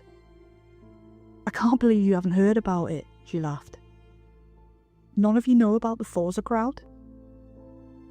Yeah, no, we hadn't. So, turns out this thing is a bit of a tall tale in her neck of the woods. The Forza crowd had been around for decades, and it was apparently so well known that most locals didn't even find it fascinating anymore. Still, Local law enforcement had an official warning out. And by warning, I mean a chain-link fence and a very angry sign. So the year I turned 24, we all packed ourselves into Paulie's car and set our sights towards rural Minnesota. If this thing was as prominent as we'd been told, there was no way we were going to miss it. It's not as stupid as it sounds. Paulie and I had been on dozens of excursions to places people had sworn were horrifying and actually haunted. But up until that point, we hadn't seen anything but creepy paintings, a couple of weirdly coloured sunflowers, and felt a sudden cold chill or two. The idea of something physical and tangible was laughable. Vera called up one of her local friends ahead of our arrival. This guy was sort of our tour guide, specialising in what they call dark tourism. It's a thing, but it's often pretty grim stuff. Still, he seemed capable enough. He had a couple of YouTube videos that we checked out. He used to be easy to find back then. His YouTube channel bordered on about 200k subs. We packed for a sleepover. Snacks, tents, sleeping bags, a couple of cameras, the usual. Vera told us little to nothing about what to expect. She wanted Neil to get a chance to give us a complete tour. I don't want to spoil it, she chuckled as we drove past St. Cloud. It's a thing. It's a thing. It's a great thing. Give us a hint, Paulie begged. Like, the name. What's it about? You know, 3's a crowd. But this is like 4. Great, he sighed, taking a left turn back out on the highway. Helpful. We met our guide, Neil, on a cloudy afternoon in mid-May. With high summer right around the corner, the air was moist and the ground was muddy. There was a first sprinkling of rain in the air, and we could hear rumbling from the east. Bad weather drawn in from Lake Superior. Neil was this preppy 30-something man. Khaki shorts, small rucksack, a baseball cap, and a long-sleeved grey t-shirt. No hair, a trimmed beard, and a sunny disposition. The opposite of what I imagined a dark tourism guide would look like. Meanwhile, Vera looked like one of her parents was a hot topic. Paulie was hard to miss too. Not even a turtleneck and camo pants could cover all his tattoos. We pulled into a parking lot near the old hiking trail, bordering an abandoned parking lot. There was a broken gate protecting an overgrown road. Neil's car, a sensibly priced sedan, was parked just a bit further down the road. He welcomed us, and Vera sorted out the introductions. With that said and done, our tour was on. Neil immediately stopped us. The first stop is actually right here, Neil said, pointing at the ruined gate. The entrance to Hatchet Paper Mill, shut down since the 80s. Folks didn't take kindly to the whole Clean Water Act. We're technically trespassing, Vera chuckled. Cool, huh? Local folks have known about this place for decades, while going inside is sort of frowned upon. No one really cares. So is this thing that dangerous then? Both yes and no, Neil chuckled. It usually stays away, but we might catch a glimpse. But yeah, it's not a big fan of people. As we put on our boots, Neil started telling us about what the hell we were to expect, and why this might turn out to be one of the most interesting excursions yet. See, the Forza crowd is not a supernatural spectre or an alien visitor. According to the locals, it's a very real creature. It had been around for decades, keeping to itself within the old paper mill. Most lawmen in these parts know about it, but there hasn't been any immediate need to deal with it. It's kept to itself, and the owners of the land aren't very government-friendly. So what does it look like? What can we expect? Vera, she didn't tell you? Neil chuckled. Really? Really. Paul turned to Vera, but she just grinned. Neil shrugged. It looks like 4 people. Just 4 regular people. 2 taller people in the back, 2 shorter or crouching people in the front, like they're posing for a picture. It was about as stupid as it sounded. Suddenly, I could see why this wasn't a big thing. To an outsider, this thing would just look like 4 people. Even if I saw it with my own eyes, what was there to see? I couldn't help but think that Neil probably had a couple of people ready to scare us a little. Are you telling me we're trekking to some tetanus-covered shithole to watch 4 kids in Halloween masks stand at the end of a corridor? I whispered to Paulie. Fuck it, Might be fun. I'm not buying it. Being skeptical about this sudden reveal, Paulie and I started asking a whole bunch of questions. Like, how could it just look like 4 people? And what it actually was. What it ate, where it lived, all kinds of stuff. I admit, we weren't very polite. Neil didn't seem to mind, and tried his best to keep up with us. It needs chlorine as part of its diet, Neil patiently explained. That's why it moved to the mill. There's an adjoining chlorine extractor, which they used to bleach the paper before it shut down. There's still loads of the stuff around. It's in the water too. So it just eats old paper? No, it munches up white-tailed deer and rodents, he continued. Not birds though, damn thing loves birds. Vera was having trouble containing her glee. We were giving her a little, "Are you real?" look, and she couldn't stop grinning. Neil, on the other hand, seemed perfectly happy answering our questions. "So how big is it?" I asked as we entered the clearing in the forest. "It's got to be sizable if it eats deer. Large enough to trick people into thinking it's 4 people. It's a bit of a mimic." Trick people into what? Well, either to look a little closer, or to scare them off. Depends. And you've seen this? Sure have, Neil nodded. We'll probably see it off in the distance, if we're lucky. It moves around a lot. Making our way out of the clearing, we got a clear view of the abandoned paper mill. 6 large buildings and a couple of chemical silos lined the dying river. All of it looked worse for wear. Most of the outside was decorated with elaborate graffiti and rust. There wasn't a single window that hadn't been vandalised. Still, Neil didn't skip a beat. As we made our way closer, he kept telling us interesting factoids. "You can kinda notice it by the sound of the bird song," he explained. "The thing rolls around in sawdust as a sort of dust bath, and it gets a lot of parasites stuck. Birds love it, so they're usually close by, ready to pick up the little maggots and parasites. Sort of like a crocodile." "I'm hearing birdsong right now," Paulie laughed. "You think that's the forest, or?" "5's a crowd. 4's a crowd," Neil responded, giving him a cold look. "And no, that's just birds. There are usually red ones flocking to it, making a sort of trilling noise." "Exciting," Paul sighed. To that, Neil said nothing. We entered the mill through one of the truck entrances, stepping over a collapsed garage door. I could practically taste the mould and residual chemicals, but Neil swore that we'd be fine. It was just moisture, apparently. Vera wasn't convinced, it seemed. We made it up to the 2nd floor, walking across a rusted-out catwalk with a loose railing. Beams of light made its way through the holes in the roof, slowly fading from the overcast. Looking at the mill, we could tell this place wasn't just some sort of empty building. It must have been abandoned in a hurry. There were still some expensive machines left on the floor, most of which had been rusted to the core by decades of neglect. "It roams a lot," Neil explained, as we slowly made our way forward. "I don't think it nests until it finds a partner, and I can tell there aren't many of them around." "How come?" I asked.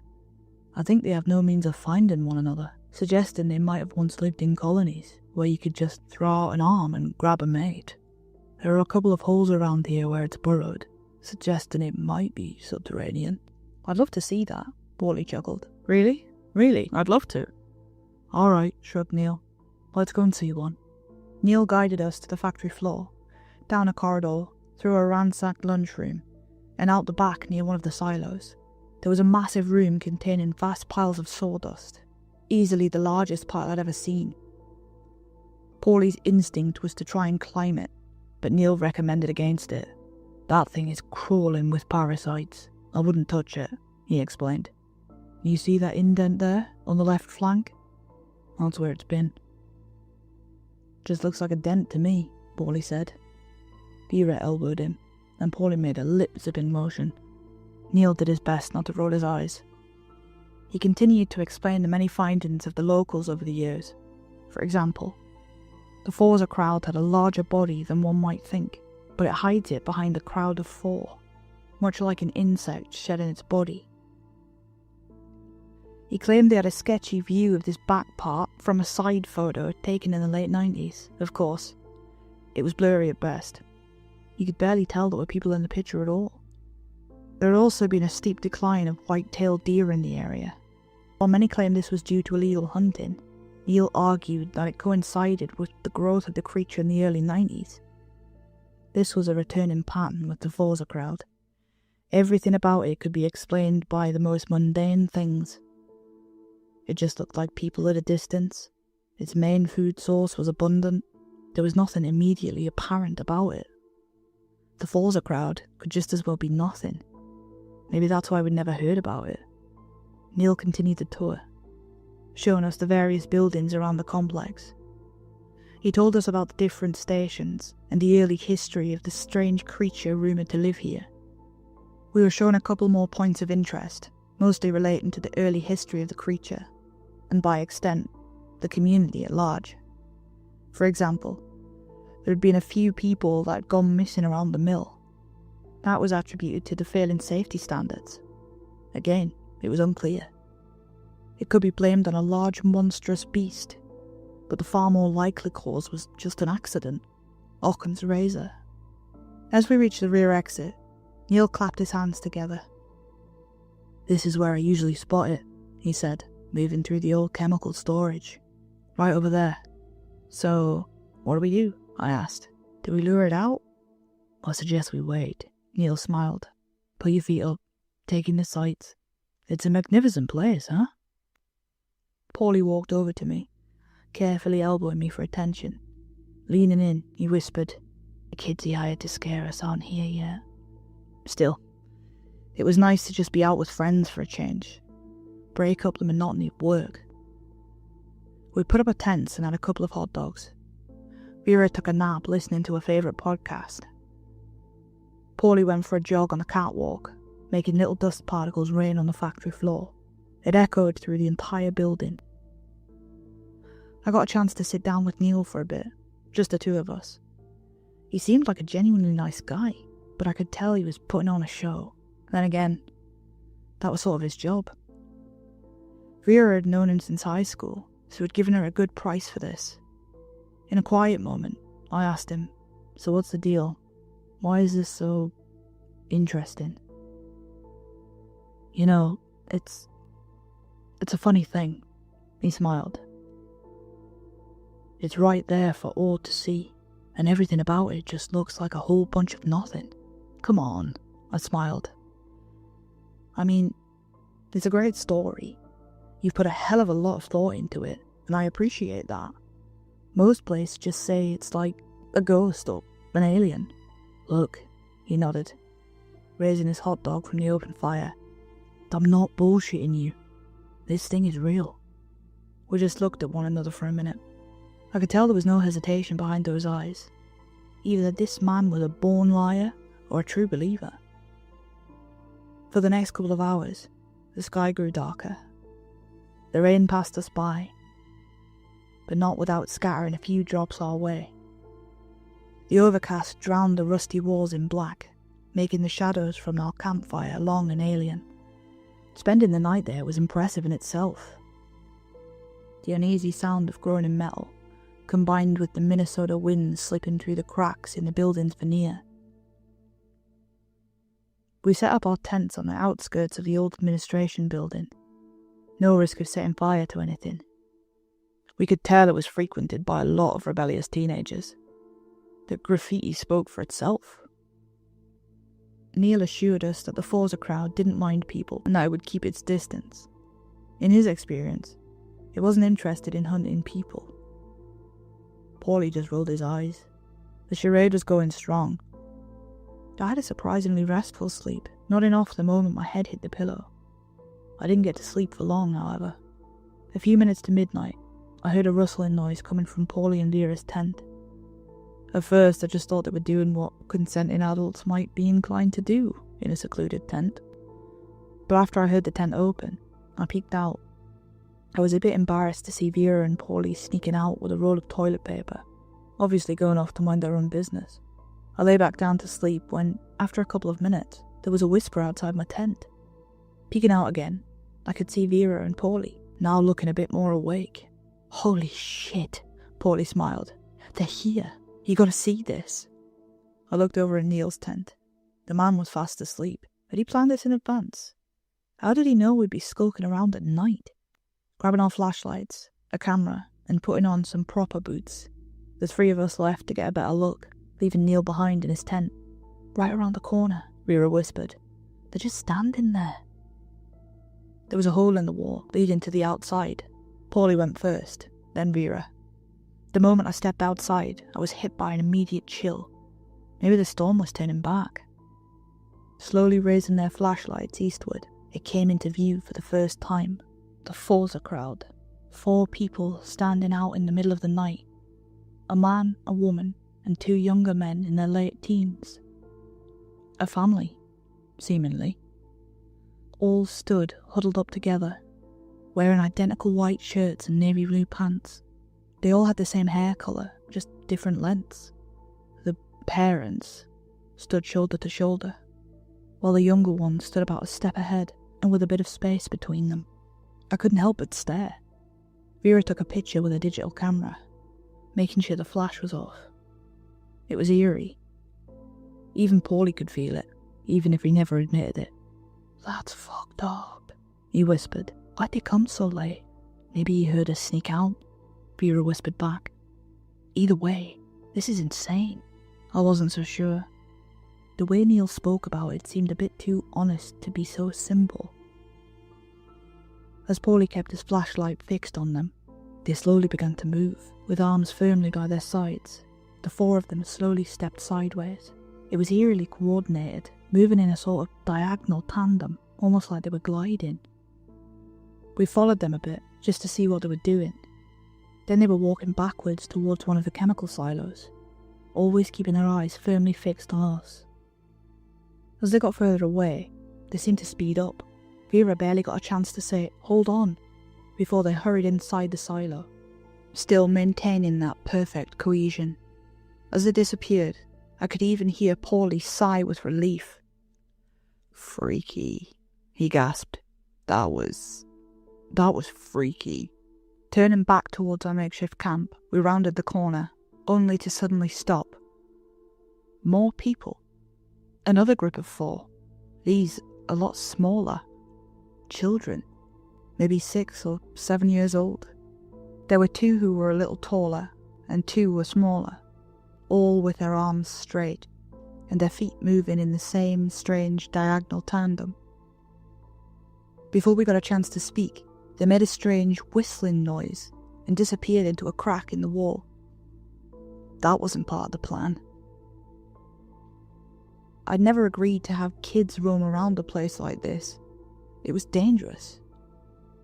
Whether this was Neil's idea or someone else's, it was just a bad idea. "We gotta wake him up," I whispered. "Now." Then again, something in the back of my mind was telling me that this was too strange just to be a couple of stray kids. The rational part of me insisted that this was nothing more than a spook or a misunderstanding, but another part of me started to wonder what the fuck I'd stepped into. Whispering for Neil to wake up, we could hear him murmuring to himself. He looked out of his tent with a wide yawn. "They're here now," Vera said, "but the kids are a little much." Neil just blinked, looking back and forth between us. "What kids?" Vera told him what we'd seen outside. It didn't seem to give Neil any pause until she clarified the group of kids that had hurried inside. Neil just sat there, putting his clothes on with a furrowed brow. If he'd been playing the act of a tour guide up until now, this was the point where something changed. He asked her to clarify several things. Their height, their speed, their reaction, their sounds. Paulie didn't seem to know what to think about this, flip-flopping between die-hard skepticism and genuine concern. I was somewhere in between. "Well, Neil started. It's been rumoured that the Forza Crown is a sort of arachnid. It might be parthenogenetic." "What kind of... what? Genetic?" "Parthenogenetic," he clarified. "Able to effectively breed without a mate." What would that even mean? Neil paused for a moment, then sprang into action. It means we have to leave. It's nesting. As we hurried to bring down our tents and pack up our things, I noticed something overhead. In and out of the holes of the roof, little red birds fluttered about a dozen of them. Thinking back on what Neil said earlier, I was sure he'd mentioned something about birds. I tapped him on the shoulder, pointing upwards. His face went pale as he held up a finger to his lips. Vera and Paulie noticed, and we all fell silent. Moving at a snail's pace, as to not make any unnecessary noise. Every now and then, the birds would land, making little chirping noises, and then return upwards. Vera gasped. We all stopped to look at her as she pointed further down the hall. There it was. It slowly sidestepped into view. Only the legs of the 4 people moving, their arms remaining straight. Their heads wobbled a little as they moved, looking more like bobbleheads than people. They still looked like they were floating forward, held up by some unseen force. But most worrying of all, they were coming towards us. Slowly. I didn't know what to do. Part of me wanted to run, another part wanted me to stand there and fully believe that this was somehow still a lie. It had to be. There's no such thing as monsters. I've checked. Over all the years of laughing in the dark, I'd learned that there was really no such thing as monsters. But as these 4 strange people crept closer, I wasn't sure anymore. And Neil seemed just as, if not more, confused. "Nobody moves," he whispered. "Let's see what it..." Out of the cracks and nooks, I could see more faces.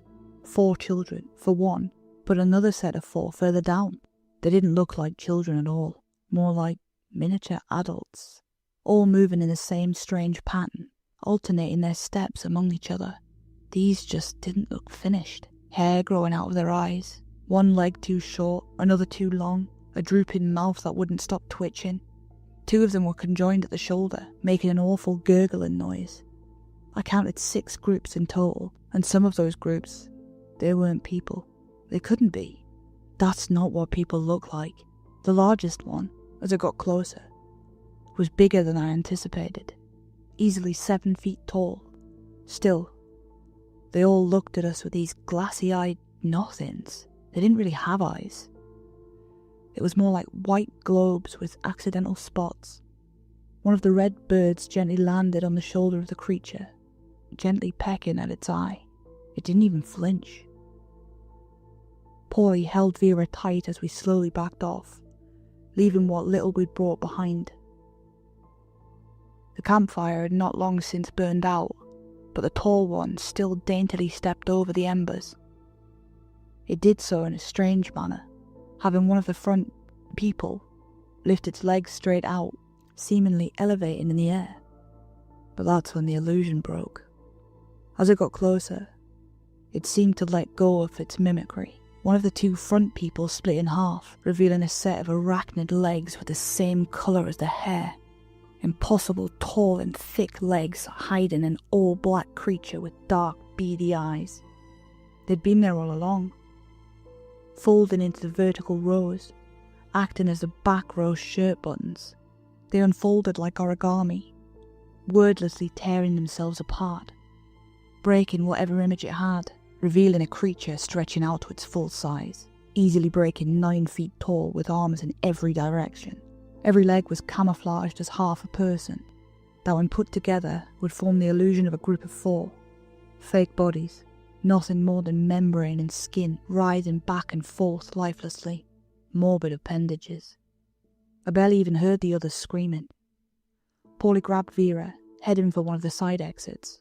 Neil just kept repeating, "No, no, no," over and over, not even running. And I was frozen, staring into the slight reflection of 8 eyes, arranged in 2 perfect columns of 4. White-clothed arms have unfolded into mandibles, creeping closer.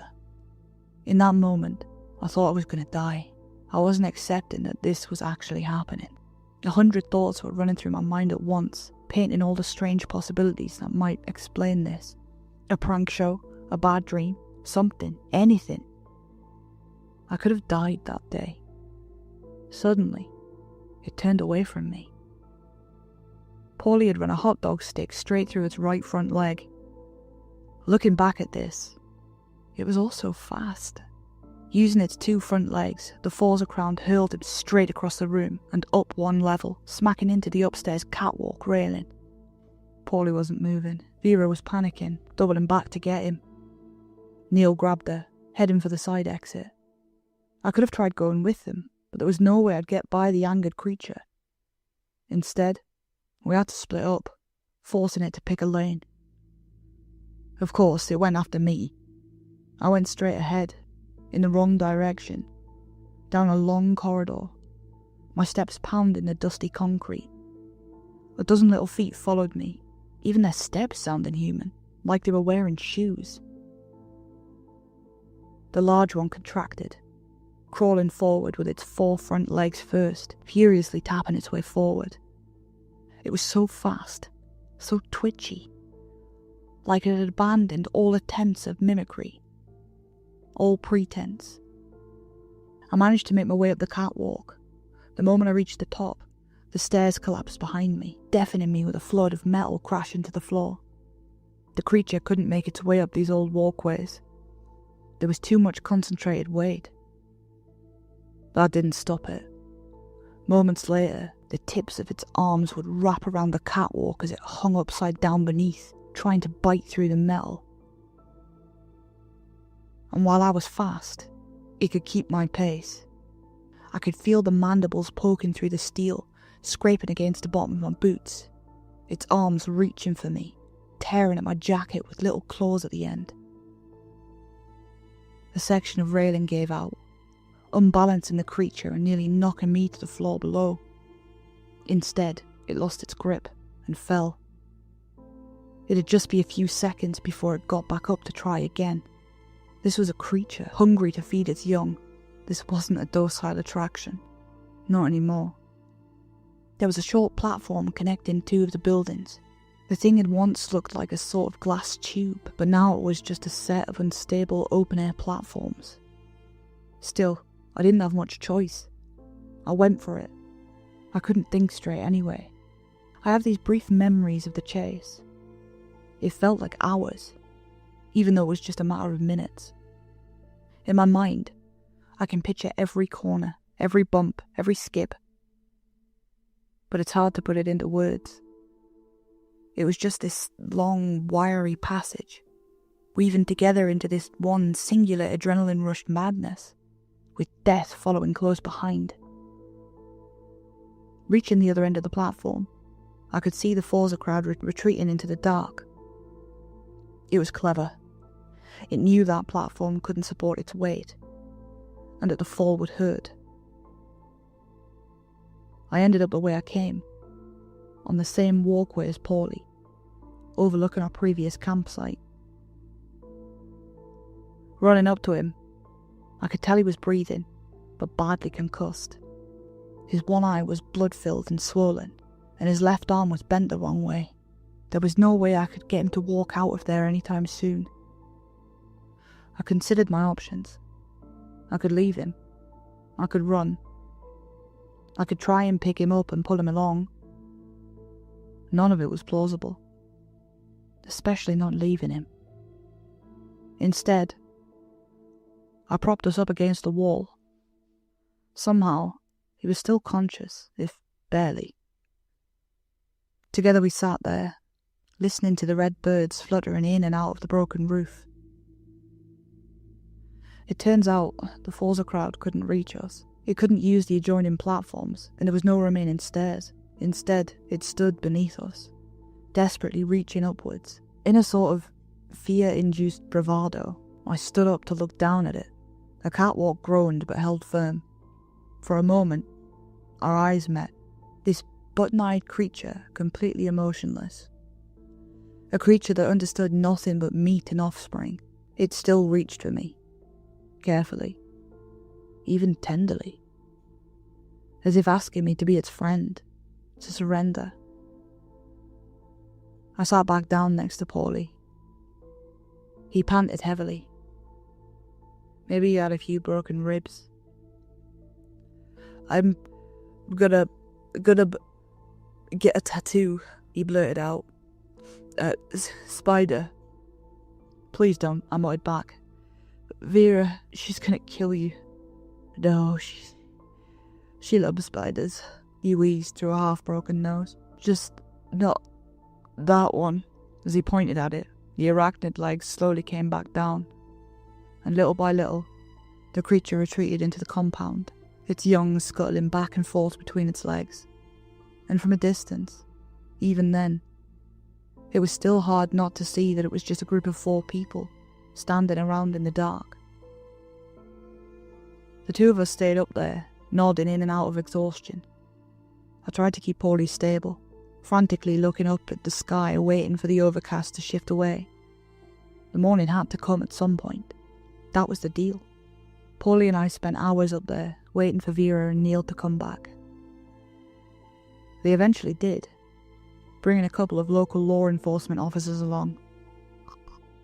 They managed to help Paulie back down and tend to his wounds. He would end up losing the eye in surgery, but would otherwise make a full recovery. He actually did get a tattoo of a spider later on. We talked a lot about uploading our pictures and videos. But even now, looking back at what little footage we have, it just looks like 4 people standing around in the dark. There's no attack or monstrous transformation. It doesn't look like anything, just people. Strange people, but people nonetheless. Neil talked to them about reinforcing the fence. As he suspected, the Forza crowd had gone through a sort of self-fertilization, reproducing without a mate. We'd done the equivalent of standing between an angry mother bear and her cubs. But then again, we lived to tell the tale. They didn't do much to prevent this happening again. They fixed parts of the fence and put up a new sign. I think the owners also came in to make some sort of statement, but I never found anything about it. It's been a few years since then. I've tried my best to find a good time to talk about it, but I just never got it right. It was too important just to blur it out, and too difficult to think about. Neil has taken down his YouTube channel and removed his videos, not wanting to get any more people come and look for the Forza crowd. In fact, a lot of it has been scrubbed from the net. Even the Wikipedia page, I think. I think he works with some kind of riverboat rentals out east now. In a couple of months, Vera and Paulie are getting married. I think it's time we all put this behind us and look to the future. As best man, that's all I can do really. Because even if there are monsters waiting outside, we can choose where we spend our nights.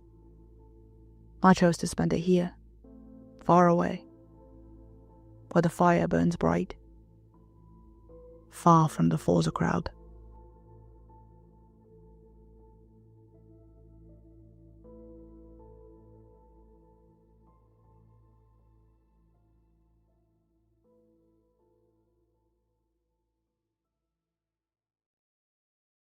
My new job is the night-ooded Christmas tree farm.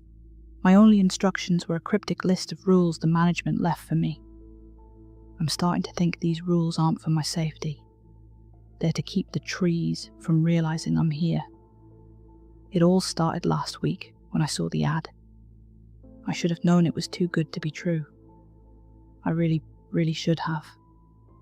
The last few months had been rough, and that's probably putting it lightly. I'd been laid off from a job I thought was secure, and my savings had dwindled to basically nothing. Rent was due, my car was making a noise I couldn't afford to even look at, and my diet consisted of instant noodles and expired tins of beans. My days were just an endless scroll through job sites, applying for anything and everything, and getting more rejections than I thought was humanly possible. Desperation was this cold, heavy blanket I just couldn't shake off. And that's when I saw it, Tucked away on a local community board online was a post that was barely a paragraph long. Night security needed for private farm, November 15th to December 23rd. Secluded location. High pay, minimal duties. Must be comfortable with solitude. There was a phone number, and that was it. No company name, no email, no website. Normally I would have scrolled right past. It had scam written all over it, or at the very least, something sketchy. But the words high pay were practically glowing on my screen. I was at a point where sketchy was starting to look like a real opportunity. I figured, what's the worst that could happen? I guard some equipment on a farm for a month, make enough cash to get back on my feet, and get some peace and quiet. Honestly, the solitude part sounded pretty good after months of suffocating anxiety. I called the number. A man with a gravelly, tired voice answered on the second ring. He didn't bother to introduce himself. I just told him I was calling about the job. "You available to start tonight?" he asked, his voice crackling over the line. I was a little taken aback. Yeah, I am. Is there an in-person interview or..." He let out this dry, humorless chuckle. "Not necessary. The job's simple. You show up, you stay awake, and you make sure no one comes onto the property. You can handle that?" "Yes, sir, I can." "Good. The address is..." He rattled off directions that led me miles out of town, deep into these winding back roads I'd only ever sped past. He told me the gate would be unlocked, and that a little shack on the edge of the property had the keys and everything else I'd need. The pay he quoted was more than generous. It was borderline unbelievable.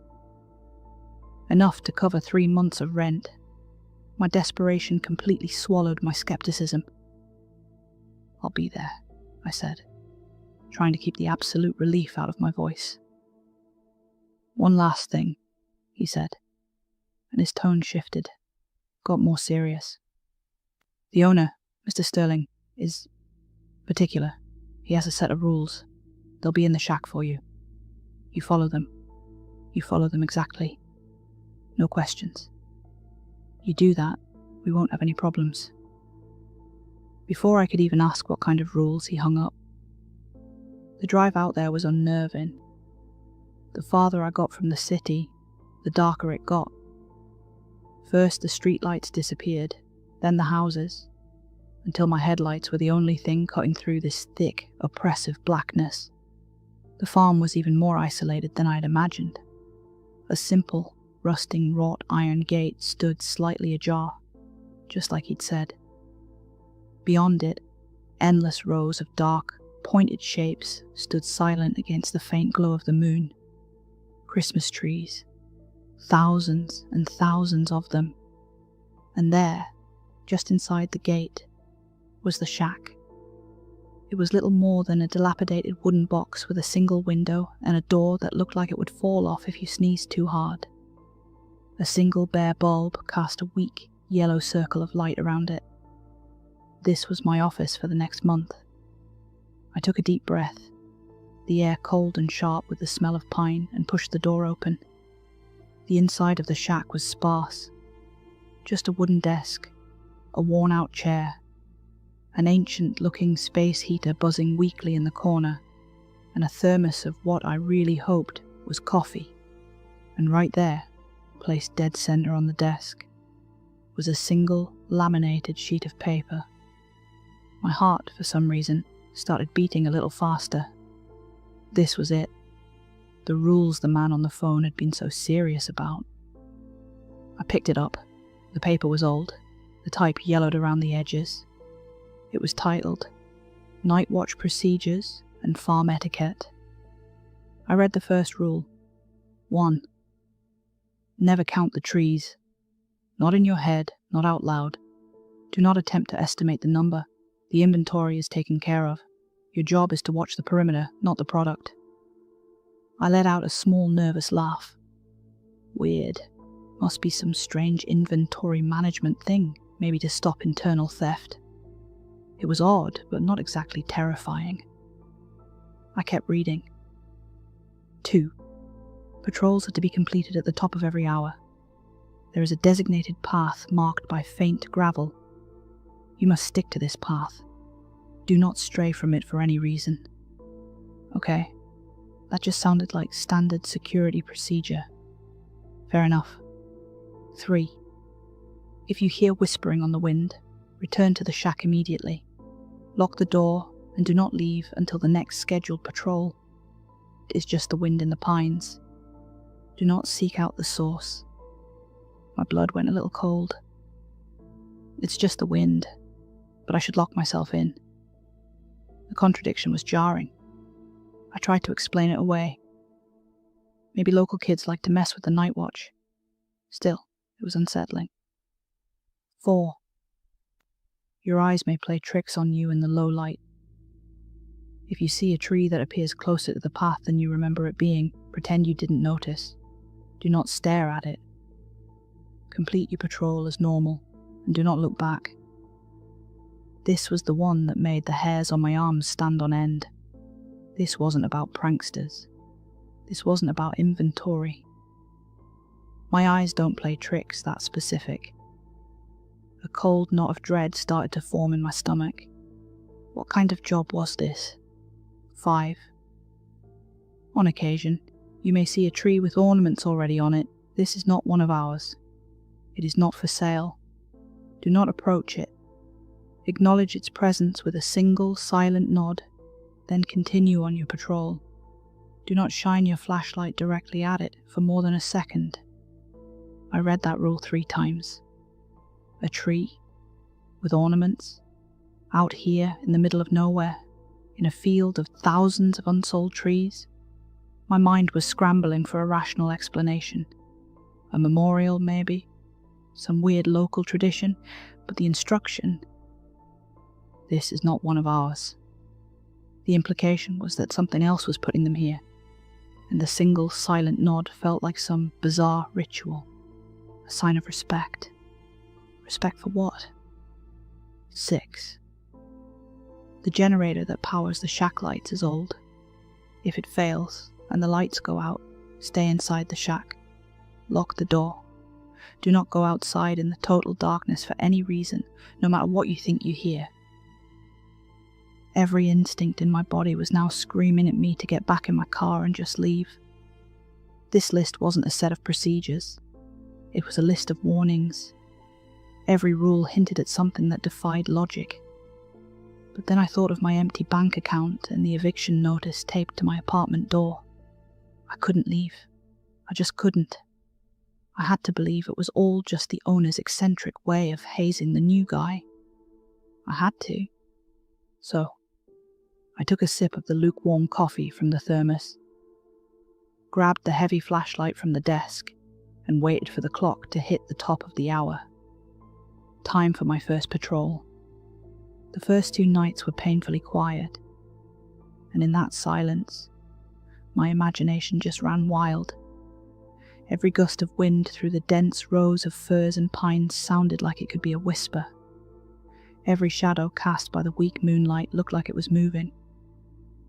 The forest bordering the farm was just a solid wall of black, and I couldn't shake the feeling that something was watching me from it. I stuck to the rules, to the absolute letter. I walked my patrols on that faint gravel path, my flashlight beam cutting a nervous path in front of me. I kept my eyes forward, actively avoiding looking too closely at the trees. I didn't count them. I didn't even let my gaze linger long enough to get a sense of their number. It was just a dark, imposing sea of pointed shapes. On the 3rd night, the wind picked up. It howled through the trees, a low, mournful sound. And mixed in with it, I heard it. Faintly at first, so quiet I thought I was making it up. A soft, sibilant sound, whispering. I froze, my heart hammering against my ribs. Rule 3. If you hear whispering, return to the shack immediately. It sounded like it was coming from everywhere and nowhere at once. It wasn't words, just the sound of words, like dry leaves rustling together. My rational brain was screaming, "It's the wind, it's just pine needles rubbing together." But the part of my brain that had read the rules knew better. I turned and walked as fast as I could without breaking into a run, back to the shack. I slammed the door, threw the flimsy bolt, and spent the next 45 minutes with my back pressed against it, just listening to the wind and the whispers outside. The fourth night was when it all became truly, undeniably real. I was on my 2 a.m. patrol, the moon was gone, hidden behind a thick blanket of clouds, and the darkness was deeper than usual. By now, I knew this stretch of the path pretty well. There was a large, distinctive Scots pine on the left, one with a crooked top that stood a good 10 feet from the gravel. It was my landmark for the halfway point. As I rounded a bend, I raised my flashlight. The crooked pine was there, but it wasn't 10 feet from the path anymore. It was maybe 3. My breath caught in my throat. I stopped dead, my light fixed on it. It was impossible.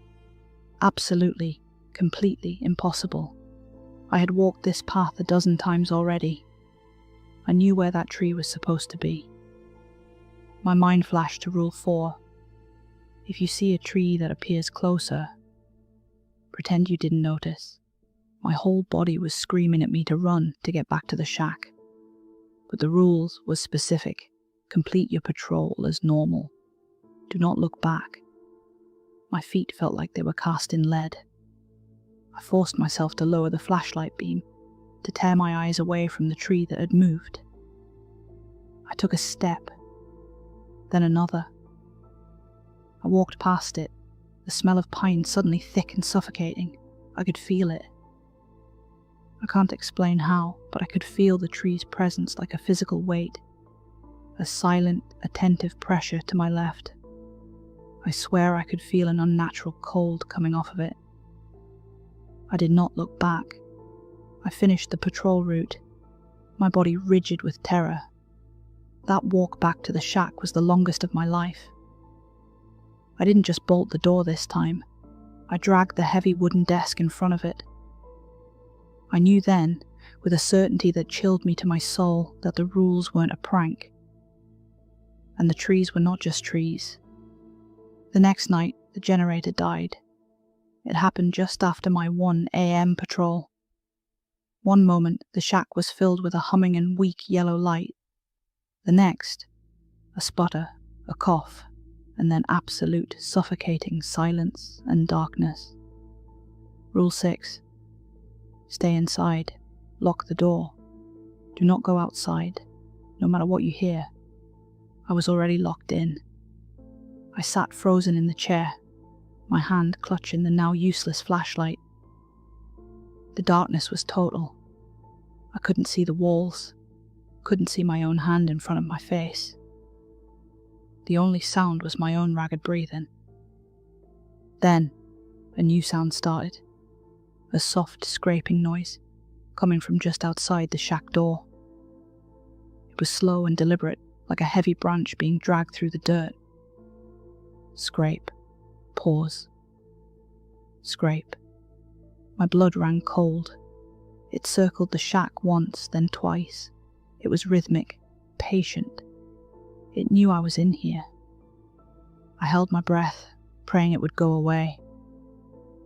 Then it stopped, right in front of the door. I heard a soft thump, like something heavy had just leaned against the wood. I stayed perfectly still, barely breathing, for what felt like an eternity. After maybe 10 minutes, the generator sputtered back to life with a loud groan. The single bulb flickered on. The sound outside was gone. I waited, listening, for a long, long time before I dared to move the desk and peek outside. There was nothing there, just the silent rows of trees.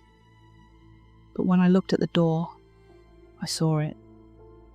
A long, deep scratch mark gouged into the wood, splintering the old paint. It started near the top of the door and dragged all the way down to the bottom. I was coming apart at the seams. I wasn't sleeping. During the day, I'd drive back to my apartment and just stare at the walls, jumping at every little creak in the building. Then I'd have to force myself to drive back to that damned place. I was living on coffee and pure fear.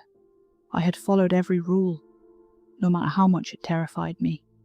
I had ignored moving trees, and I cowered in the dark while something scratched at my door. I thought if I just kept my head down, if I just obeyed, I could get through this. It was my second to last week. The cold had deepened, and a light frost covered everything, crunching under my boots. I was on my midnight patrol, the air so still and frigid it hurt to breathe. And then I saw it, deep in a row of Fraser firs, maybe 30 yards off the path. One tree stood out. It was decorated with ornaments, not the bright plastic ones you see in stores, but old-fashioned glass baubles, silver and a deep blood red. They didn't reflect my flashlight beam. They seemed to swallow the light. They glimmered with their own faint internal glow, like dying embers. Rule 5. This is not one of ours. Do not approach. Acknowledge its presence with a single silent nod. A wave of pure, primal fear washed over me. This was different from the other things. This felt significant, like a test. My heart was a drum against my ribs. I stopped walking. Standing there on the gravel path, I gave a single, slow, deliberate nod towards the decorated tree. Then I made the biggest mistake of my life. As I turned to continue my patrol, my light swept across the base of the tree. Something was there, half hidden in the frosted grass. It was small and dark. It looked like a wallet, or maybe a phone. My sleep-deprived, terrified mind latched onto it. A clue. A connection to the outside world. Maybe it belonged to the last guy, someone who knew what was going on here. Maybe there was an ID, a name, an answer. For one fatal second, curiosity and a desperate need for answers completely overrode my fear.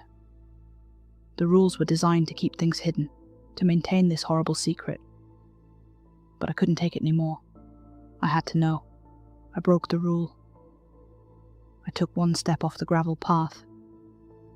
The instant my boot touched the soft earth, the world went silent. The hum of the distant highway, the chirping of crickets, the wind, it all just vanished. An absolute, profound silence fell over the farm. I took another step, raising my flashlight, pointing it directly at the object. It wasn't a wallet. It was a small, leather-bound journal, its cover warped and stained. And next to it was something else. A dried-out, leathery hand, its fingers curled into a claw. A soft tinkle sound made me look up. The ornaments on the tree were swaying, even though there was no wind. Then came a sound that will haunt me until the day I die. A low, deep, guttural creak, like ancient wood bending under an impossible weight. It was coming from the tree. The branches began to unfurl. They weren't branches. They were limbs, jointed and impossibly long, covered in what I thought were pine needles. They were thin, black quills that rustled with a life of their own. The trunk of the tree elongated, stretched, twisted.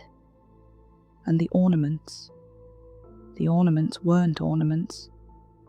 They were eyes, dozens of wet, round crimson eyes, all swiveling in their sockets, all turning to fixate on me. They blinked, slowly, all at once. The thing that I had thought was a tree began to pull itself from the ground. The sound was a sickening tear of earth and snapping roots. A wet, violent wrenching. It was tall, impossibly tall, a silhouette of nightmare against the dark sky. And from somewhere deep within its shifting mass of limbs and eyes, a sound emerged. It wasn't a whisper. It was a chorus of voices, dry and rasping, speaking a language that was not human, I screamed, a raw, ragged sound torn from my throat. I stumbled backward, falling hard onto the gravel path as the thing took a shuddering step towards me, its many limbs scraping against each other, its red eyes glowing with a cold, ancient hunger. I didn't think. I just ran. I scrambled to my feet and sprinted back down the path toward the shack. The sound behind me was a horrifying mix of a wet shuffle and a dry, scraping drag. It was faster than anything that huge should be. The very air grew cold as it came after me. As I ran, the other trees, the normal trees, seemed to come alive. Their branches, still all night, now reached for me, snagging my clothes, whipping at my face. The entire farm felt awake, aware, and deeply, deeply hostile. The whispers were back, but now they were a deafening roar of sibilant voices coming from every direction. I burst through the door of the shack, slammed it shut, and threw the bolt. I didn't stop there. I shoved the heavy desk against it with a surge of pure adrenaline. I collapsed in the far corner, gasping for air, my whole body shaking uncontrollably. The shuffling sound stopped outside the door. For a moment, silence. Then a tremendous thud struck the door, making the entire shack shake. Then another. It was hitting the door, a rhythmic, brutal assault. The old wood splintered, and a crack appeared near the lock. The whispers were right outside now, pressed against the door. I could almost understand them. They were promises of pain, of cold, of being rooted in the dark earth. They were telling me what they were going to do to me. And that's when I understood the horrifying truth. The rules weren't for my safety. They were a treaty, a fragile peace accord. Don't count us, and we'll pretend we're not here. Don't look too close when we move, and we'll let you pass. Acknowledge us, but don't see us, and we will remain dormant. I hadn't just broken a rule. I had broken the truce. I had seen it, and now it, and all the others, had seen me. The assault on the door went on for what felt like hours. I stayed huddled in the corner, my eyes screwed shut, hands over my ears, just rocking back and forth like a little kid. And then, as the first faint hint of grey light began to creep over the horizon, it just stopped. The banging ceased. The whispers faded. Silence returned. I didn't move for a long time. Not until the sun was fully up, casting long, normal-looking shadows across the farm. With trembling hands, I pushed the desk away. The door was nearly destroyed, splintered and buckled inward. I cautiously pulled it open and peered outside. The farm looked completely normal. Sunny, blue sky. The trees stood in their silent, orderly rows. The torn-up earth, where the creature had pulled itself from the ground, was just undisturbed soil. The ornamented tree was gone. It was as if it had all been a nightmare. But the shattered door and the deep gouges in the wood told me it was real. I didn't hesitate. I left everything. I ran to my car, my keys shaking so badly I could barely get them into the ignition. I didn't pack. I didn't look back. I just drove. I tore out of that gate and sped down the country road, putting as much distance as I could between me and that place. I was halfway back to the city when my phone buzzed. Unknown number. The manager.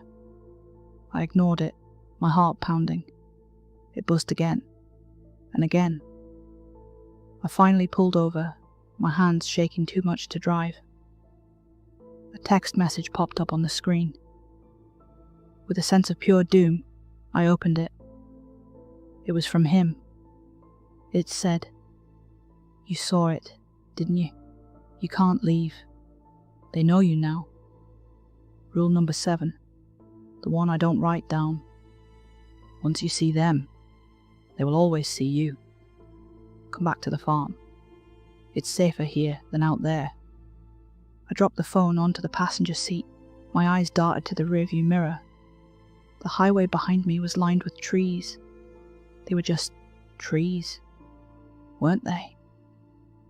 But as I stared, I could have sworn, out of the corner of my eye, that one of them was just a little bit closer to the road than it had been a moment before. Hi everyone, thanks for listening. If you enjoyed the story, please remember to like, subscribe and share. It genuinely helps the channel grow.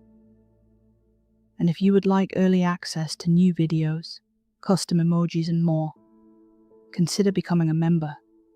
Your support means the world.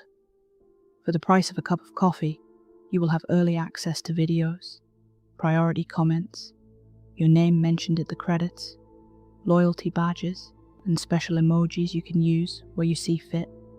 And for the price of a more expensive cup of coffee, like maybe the one with the foamy stuff on and the drippy stuff round the edge, you get all the above, plus member-only videos, member-only live streams, and member-only shorts.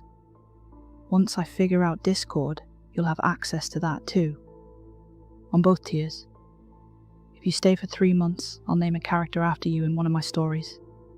Want to be the guy or girl that breaks the rules? Join. Want to be the hero that saves the day? Join. Want to help me buy food? Join. Special thanks to members Mark Mathern 7322, the real OG. Good night. I've been living with Marielle for 4 years. To say she is my girlfriend is not enough. We're on the edge of getting engaged and making it official, but the pandemic put a pin in our plans. We found lots of new things to do in that time. We agreed early on to get our own hobbies, so we wouldn't go crazy being in each other's faces all the time during lockdown. I started taking online keyboard lessons and drawing, while she got back to her childhood love, online gaming. We both started a diary just to physically see what we're doing from day to day, and to remind us that we're progressing. Marielle became part of a raiding guild in a large online MMO. She's a natural organizer and second in command to the guild leader, called Password. They all have these ridiculous usernames, and hearing her talk to them over Discord sounds like a cheap spy movie. There's Password, Killer, Alder, and a whole bunch of others. My girlfriend calls herself Empty. She says it's a reference to her carefree nature, that she is empty of worry. Yesterday I woke up to find her gone. She took the car, every dollar of our joint account, and a bag of clothes. I didn't hear the car as it left the driveway. She's been acting weird and keeping more to herself than usual. She's been having trouble with her phone and computer, but most of the time we've spent together, she's been her usual loving self. I had no idea. She left an open document on her computer, and I want to see if anyone can make sense of this. It is an excerpt of her diary. Marielle, if you're reading this, please come back. 21:19 p.m. CDTGMT-5, April 6, 2021. First off, do not say the cited phrase on video. I'll mark it in cursive. If you do, it'll be replaced with the same video that mine was. It is a rule. I was uploading the in-game footage from our monthly guild meeting when something strange happened. The video was immediately taken down. I got a notice about a part of my video containing copyrighted footage, and the entire video was claimed. I first thought it was a bot, as the claimant was just a long series of letters and numbers, seemingly random. PA01 ALALKIOS 04 MA08. There was a part of my video that had been marked containing the copyrighted footage, and I just laughed when I saw it. It is a short segment where Password is recounting the guild member who've contributed to the monthly donation box in March. It goes, Password 01, Alder, Killer, Austin, 04, Markdown, 08. This meant password gave $10. Alder gave $40 twice. Killer and Austin gave $40 each. Markdown gave $80 in one sum at the end of the month. I can't stress this enough. You shouldn't say those words on YouTube. The first thing I noticed about this claim was the claimant itself. The name is basically code for what password read aloud in the video. PA01, meaning password 01, for example. Take a second look at it. The other thing I noticed was that the video was taken down, but there's no way to dispute the claim. There's nothing but a big blue submit button. I just pressed it. Maybe I shouldn't have. Instantly, the video turned unlisted, and the part where password is reading was replaced with a weird video clip. I'll link it. It is this odd inverted black and white clip of some kind of black background with a hint of cables. It is a mess. The text unauthorized and a series of numbers and letters run in the top of the corner. There's a monotone sound blaring. In the middle of the video, it jump cuts to a face holding up a finger to its lips, as if shushing the viewer. The figure has part of a face, part of a torso, and a hand, that's all. We can't see any eyes, cheeks, hair, nothing. Anonymous. The clip plays, and then the video resumes. I showed it to my guildmates, and they had no idea what was going on. I'm looking into this in the morning. We've got a raid tonight. 08:21 AM, CDT, GMT -5, April 7th to 2021. The numbers and letters correspond with the username of the claimant, which in turn is short for the phrase we accidentally said in the video. I think it might be some sort of key phrase embedded into the content ID system. 8 seconds, 15 hundredths. The original clip was just past 9 seconds, so there's a difference. It recognizes the phrase, takes your video down, and replaces your clip with something that censors the code if you submit. It seems fine in writing though. Maybe it changes if I upload it somewhere a content recognition software is running. Anyway, I've emailed the YouTube support about it. 12:48 PM CDT GMT -5, April 15th, 2021. 3 emails, no response. We've taken out the code part of the video and re-uploaded it, no problem. 22:06 PM CDT GMT -5, April 16th, 2021. I got a call just now. It was just a monotone noise. I recognized it from the video. The caller ID just said submit, like the little blue button I clicked on YouTube. I'm pretty sure I accidentally bugged something in the algorithm. I'm going to do an experiment. 04:06 AM CDT GMT -5, April 17th, 2021. I've been up all night. I made a video on my phone with me just reading the keywords and uploaded it to Twitter. The tweet just got deleted. I got a DM from a user with the same name as the YouTube claimant with just the word unauthorized in all caps. I've tried Instagram and TikTok, and it is all just taken down. It only seems to be YouTube where it can't just be deleted and is instead replaced and made private. Searching for the username gives literally no Google search results, not even one. 6:06 AM CDT GMT -5, April 17th, 2021. Got a text from an unknown number. It just said unauthorized. 6:31 PM CDT GMT -5, April 17th, 2021. Turned my phone off. Kept getting spammed by text messages, all saying unauthorized. 12:51 PM CDT GMT -5, April 17th, 2021. I turned on my phone and got another call from Submit. This time I tried saying the words into the monotone. The tone just stopped. I sat there quiet. 6 seconds passed. Then I heard this robotic voice say, "Unauthorized." I think this system believes I'm trying to access something I'm not authorized to get into. Next time I'll try saying something else. 18:12 p.m. CDT GMT -5. April 21st, 2021. It has been quiet for a couple of days, but I got another call tonight. This time I said, "Submit." The monotone disappeared. Then the voice responded, "Confirm." I just repeated, "Submit." Then the weirdest thing happened. It sounded like someone trying to pick up the phone at the other end, but there was a struggle. I could hear a no, but the call was cut short. I recorded the entire thing. A friend of mine is looking into the claimant on YouTube. Apparently there's some sort of invite-only forum for people who specialize on internet sleuthing and looking up the real person behind certain usernames. 23:56 p.m. CDT GMT -5.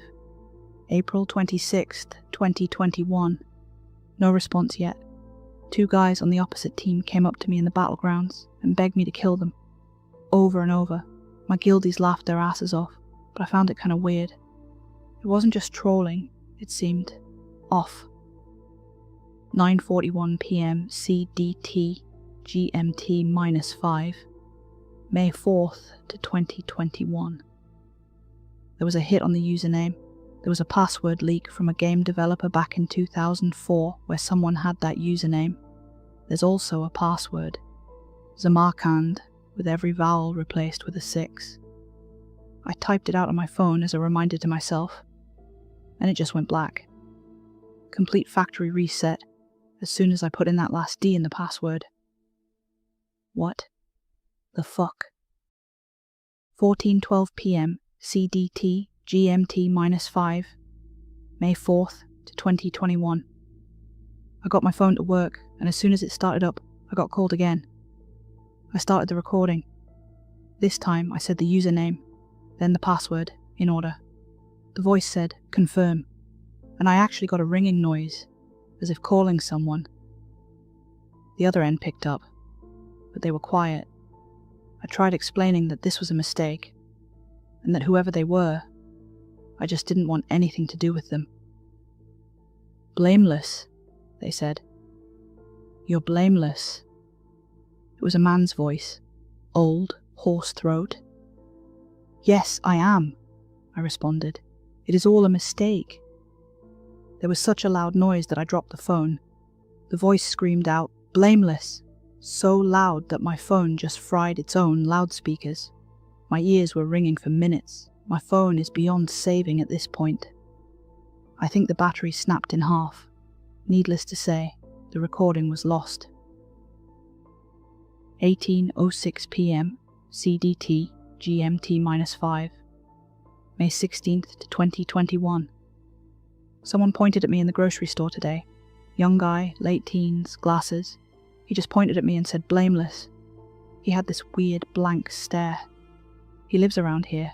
I've seen him before. I just got out of there. Freaked me out. 22:20 p.m. CD TGMT -5 May 16th to 2021. People are stalking me in-game. They're sending me private messages, asking me to kill them, over and over, begging and pleading. They keep calling me blameless. My guildies aren't laughing about it anymore.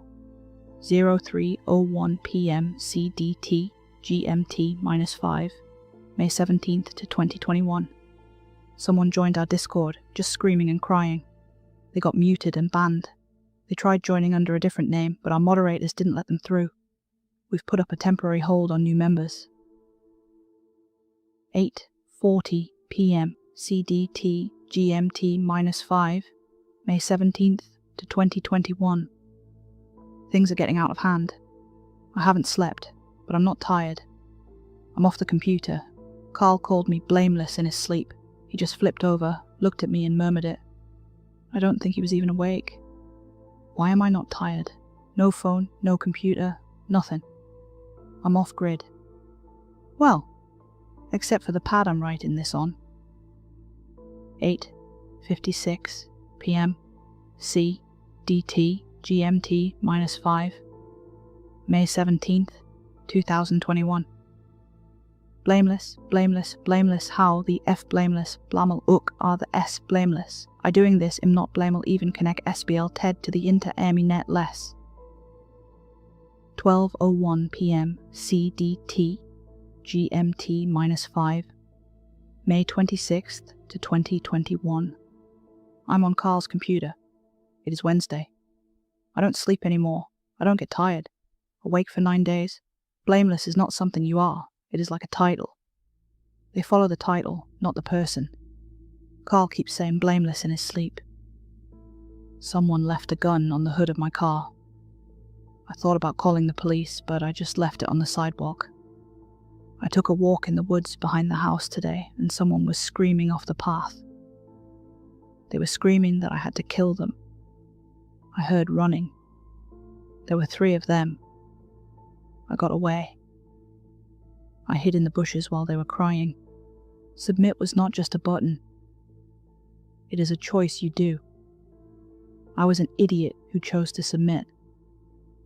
I am blameless now. 05:40 p.m. CDT GMT -5. June 6th, 2021. I killed for the first time today, and it made the rest shut up for a while. They kind of forced me, but not really. They put the gun in my hand, but I just wanted them to fucking stop screaming. It was this sweet release, and my ears stopped ringing. I even got a bit tired I might sleep tonight. My stomach churned. I wanted to eat them. Just delete and remove everything about them. They chose to submit too, but they are not the blameless. 03:36 a.m. CDT GMT -5. June 12, 2021. 18 of them, and there are more coming. We were in a clearing, and they were waiting for me. There were white vans parked nearby, but I didn't care who watched. I just started killing. I wanted the begging to stop the sounds, to stop the screaming. The silence feels like being reconnected to the might of God. I miss just hearing nothing.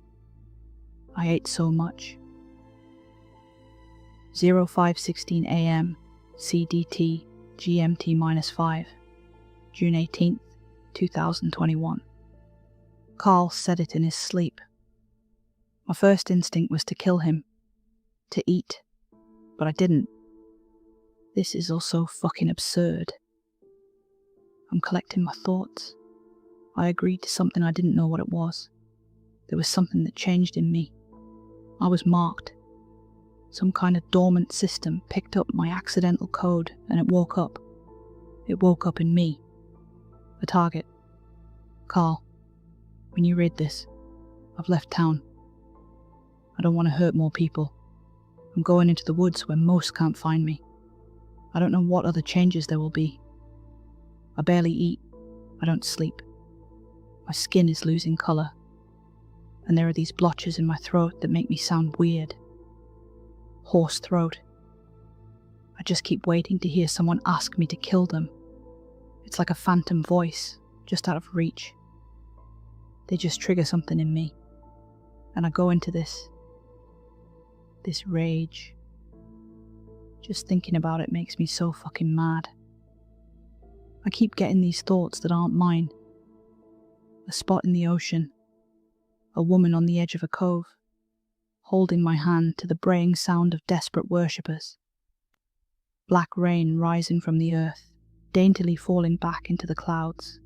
Lightning frozen in the sky like bursting veins. Breathing boils of flesh and tendons willingly given. I'm not in love with you anymore, Carl. I love the cove and the hatchet man. I love me. I'm blameless. I have to leave to save you. I don't even want to anymore. But I've already committed to doing so. If I were to change my mind now, I'd do terrible things to you. But I've already decided.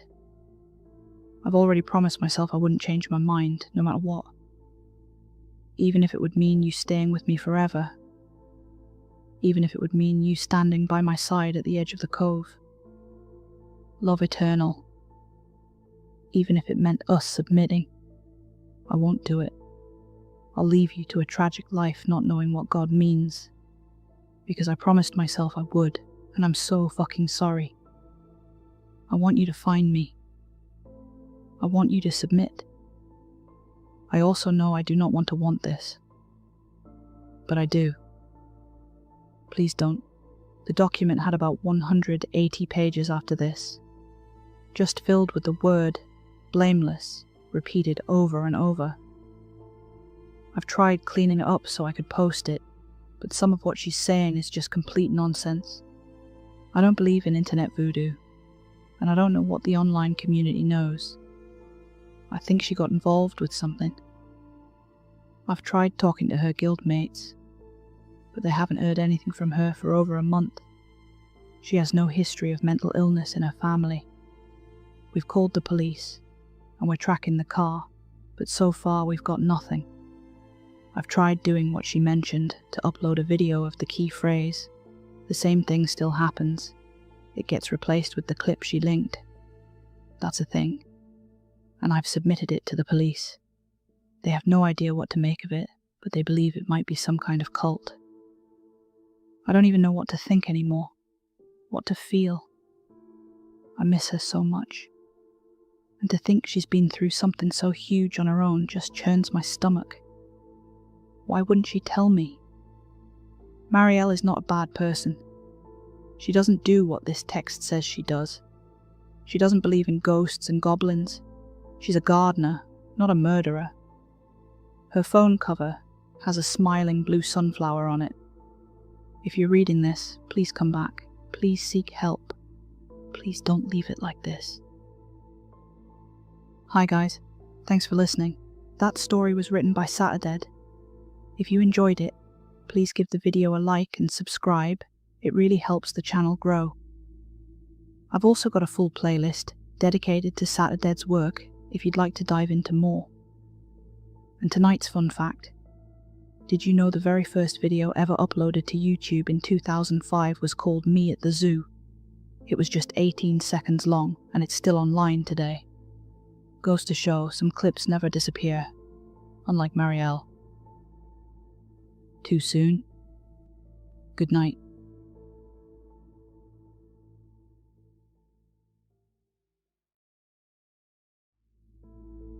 It chains me to the radiator every night before bed. It took me years to find out why. Every night before I go to sleep, my father fastens a chain around my ankle. It's shackled to the radiator to prevent me from leaving. I can't even go to the bathroom without calling for Dad to unlock me. I was 9 when I discovered how strange that was. Dad always told me never to mention it. He said I'd get in big trouble if I did. But one day I slipped up. I accidentally blabbed to my best friend at the time, Susie, when we were at recess. My parents let me stay up until 11 last night. Bet yours wouldn't let you do that, she'd exclaimed, a smug grin plastered across her face. I never get to stay up late. Dad said I have to put my ankle brace on every night at 7 o'clock so the monsters don't get me. No exceptions, I'd said, absent-mindedly jabbing a stick into an anthill. Susie had been silent for longer than normal. I turned to find her brows furrowed. What kind of ankle brace? I never had to do that. In that moment, I realized 2 things. 1, that I'd said too much, and 2, that my sleeping arrangement was anything but ordinary. Dad continued to chain me to the radiator even through my teenage years. I was never allowed to have sleepovers. I wasn't allowed to go on vacations. And I definitely wasn't allowed to know the location of the key. Don't get me wrong though. By what I've described so far, it probably sounds like I sleep on a dingy yellow mattress in the corner of a dirty trap house basement. That's not the case. I have a bedroom, fully furnished with a dresser, a nightstand, a TV, and a queen-sized bed. I'm not living in squalor, which I suppose adds to the mystery of my circumstances. I've asked Dad why he does it on multiple occasions. As a little girl, I used to whine and moan about the ankle brace all the time. The answer was always the same: to protect you from the monsters in the night who come to take little girls. As I grew older, I asked less and less, until eventually I stopped asking at all. Until 2 days ago, that is. That was when I turned 17. Sasha and Maria threw me a fantastic surprise party with all my high school friends in attendance. None of them knew about my nightly confinement. I'd managed to keep it all under wraps, terrified that Dad would lose custody of me and that I would get placed in foster care until I was 18. So, without having a solid alibi, it was tough to refuse when the girls invited me to sleep over at Sasha's. Look, it's just one night. You can't get away for that long. This is your frickin' birthday, Sam. You need to let loose a little, Sasha said. Maria and Emily nodded in agreement. I'm sorry, but I can't, I replied, my eyes glued to the floor. My dad won't let me. Can't you at least ask? The worst he can say is no, right? Anna chimed in. But I already know what he's going to say. You won't find out unless you try, Maria said, arms folded across her chest. Just ask him, all right? I sighed, realizing that this wasn't a battle I was going to win. Okay, I'll talk to him, but don't get your hopes up. My heart jackhammered in my chest as the ankle brace clicked shut. I love you, sweetheart. Happy birthday, Dad said, kissing my forehead. He stood, heading for the door. This was my chance. Dad? He stopped, one foot in the hallway. What's up? Can I talk to you about something? His expression dropped, and I could see the worry etched across his features. Anything, he said, returning to the foot of my bed and sitting down. Is something bothering you? It's not one of those mean girls at school again, is it? No, not exactly. I paused, trying to find the right way to broach the subject. I finally met his gaze, my determination unwavering. My friends are having a sleepover to celebrate my birthday tomorrow night. They want me to come. Dad pursed his lips, his eyes falling to the floor. I'm sorry, Sam. You know the rules. You'll understand someday. Tears threatened to spill down my cheeks. Dad stood to leave, but I snatched his hand. Why? Why is any of this necessary? I'm a teenage girl. I want to go out with my friends. I want to stay up talking about boys. I want to be free from this bed. I can't live like this forever, Dad. He frowned. I could practically see the thoughts swimming in his head. Okay. I think you're old enough to know the truth. Dad sat back down. I could tell that this was difficult for him. This is going to sound absolutely ridiculous, but you have to bear with me. Do you remember when you were a little girl, and I told you that we needed to do this so the monsters wouldn't drag you away? I furrowed my brows, but I nodded. Well, that was only a half lie. There's not some werewolf or vampire or alien creature waiting to drag you off into the night. Sam, you have to believe me, he said, taking my hand. The monster is inside of you. I cocked my head to the side, struggling to comprehend his words. What do you mean? Years ago, I made a deal with something not from this world. When you were just 7 months old, you and your mother were involved in a fatal car accident. She died on impact, but you were left in critical condition. I was desperate then. You'd been rushed to the ICU and the doctors told me that it didn't look good. It would have taken a miracle for you to pull through without lifelong medical issues. Samantha, I have never been a religious man, But that night I prayed. I prayed to any deity that would listen just to make you healthy again. I'd already lost your mother. I couldn't lose you too. He paused, tears running down his cheeks, before continuing. I didn't expect it to actually work, but it did. Something answered my prayer, but it didn't come without a price.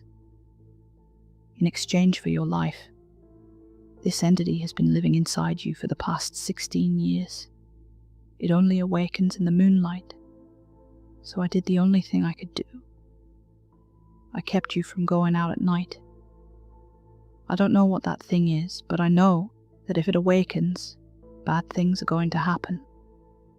I know it sounds unbelievable, but this is it. The honest truth. I stared at Dad as he searched my expression. It was then that the realization finally hit me. My father was utterly insane. My finger hovered over the button. I took a deep breath, the weight of my plan sinking in, and I pressed send. Got Dad's permission. I'll be there tonight. The group chat blew up with a slew of celebratory responses. I felt a war raging inside me as I read the replies. On one hand, I was more excited than I'd ever been in my life, but at the same time, a more sensible part of me knew that I couldn't count my chickens before they hatched. I couldn't afford to screw this up. I was off from school that day. Dad was busy working his second job. He'd be gone for a good 8 hours, offering me the perfect chance to enact my scheme. Bye, honey. I'm going to work. Be back later. All right, bye, I replied, my heart palpitating with anticipation. I watched through the blinds as Dad's car trundled down the street. Once his taillights disappeared from view, I made a beeline for his room. He kept the key to my restraints at the back of his sock drawer. Fortunately for me, this wasn't my first time snooping through his stuff. The process to have a key duplicated was surprisingly easy. To my luck, the key was a more modern model, not one of the clunky, old-timey ones seen on TV, so I didn't receive any strange looks when I asked to have it copied at the hardware store around the corner. I couldn't help but grin on the drive back home. I found myself rubbing my thumb along the smooth, metallic surface over and over again, wondering why I hadn't thought of this sooner. That key was my ticket to freedom.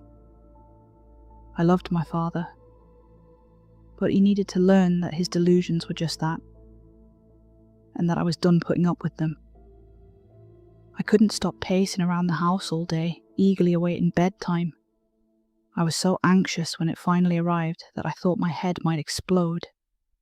Dad locked the shackle around my ankle as per usual, stood, then turned back to me. I love you, Samantha. More than you will ever know. Good night, sweetheart. Good night, Dad. I love you too. The door shut, and I waited with bated breath, listening for the sound of Dad's own bedroom door from down the hall. He was an early bird who seldom stayed up much later than I did.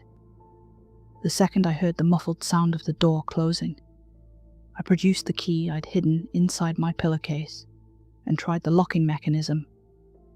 It slipped right in and turned with a satisfying click. I pumped my fist, relishing in my newfound freedom. Though I was relieved of my restraint, I wasn't stupid enough to make an immediate dash for the back door. If I wanted this to work, I had to be certain that Dad was asleep. I figured 30 minutes would be long enough. The seconds crawled past as I awaited my escape. The "where are you?" and "I can't wait for you to get here." Texts from my friends didn't help, but eventually the time came for me to sneak out of the house. I was giddy with excitement as I tiptoed down the hall. The silence that permeated the house felt deafening. Each soft footfall thundered in my ears as I snuck along. I tensed when I passed Dad's room. He must have been fast asleep by then, because I didn't hear so much as a peep upon reaching the back door. My breath caught in my throat as I unlocked the deadbolt. I turned the handle, inching the door open ever so slowly to prevent it from squeaking. And there it was. The night sky was even more beautiful than I'd imagined. For the first time in my teenage life, I was looking up at the stars. I took a step forward, eyes glued to the heavens, and... Sam?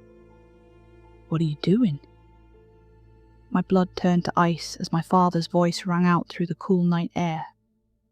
I turned, tears welling in my eyes. This couldn't be happening.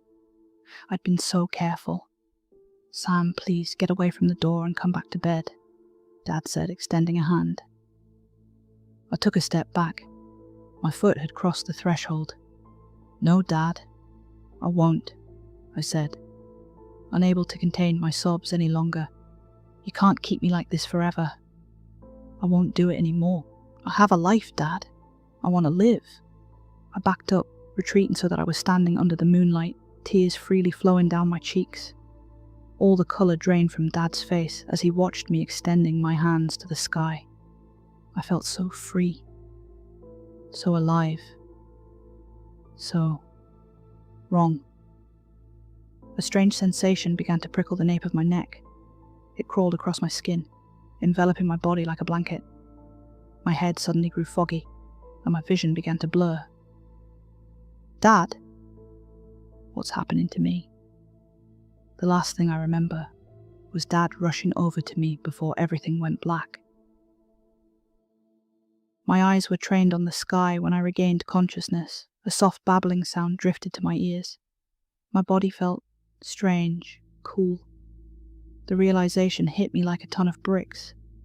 I began to tremble, dread swallowing me like a python as I mustered the courage to glance down.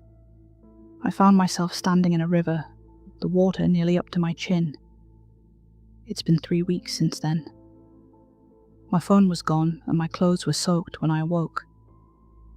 But when I finally managed to find my way back home, sopping wet and shaken to the core, I found Dad. This time, he was shackled to the radiator, bound and gagged, but otherwise unscathed. I untied him and apologized as I fell into his warm embrace. I should have believed him. My father isn't crazy. He never was. Something sinister lives inside of me, and it wants me dead. That's why I'm determined to never let it free again.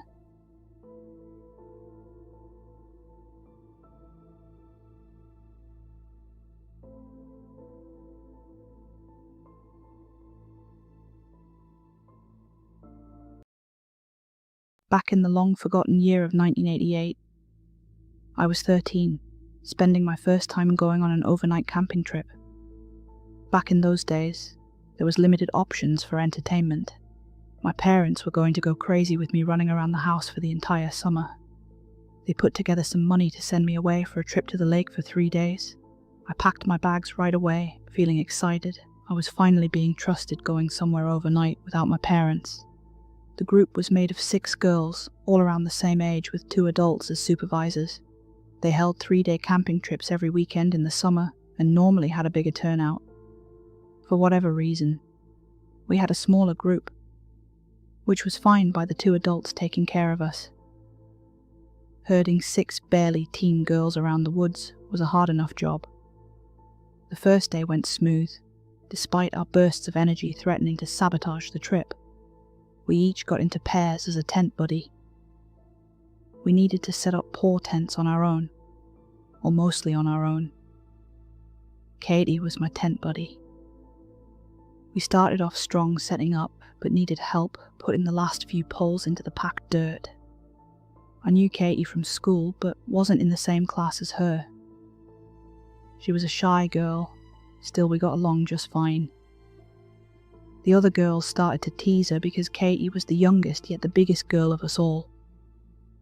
In that moment I decided to defend her during the weekend, and we kept working away at the tent, ignoring the other girls until they lost interest.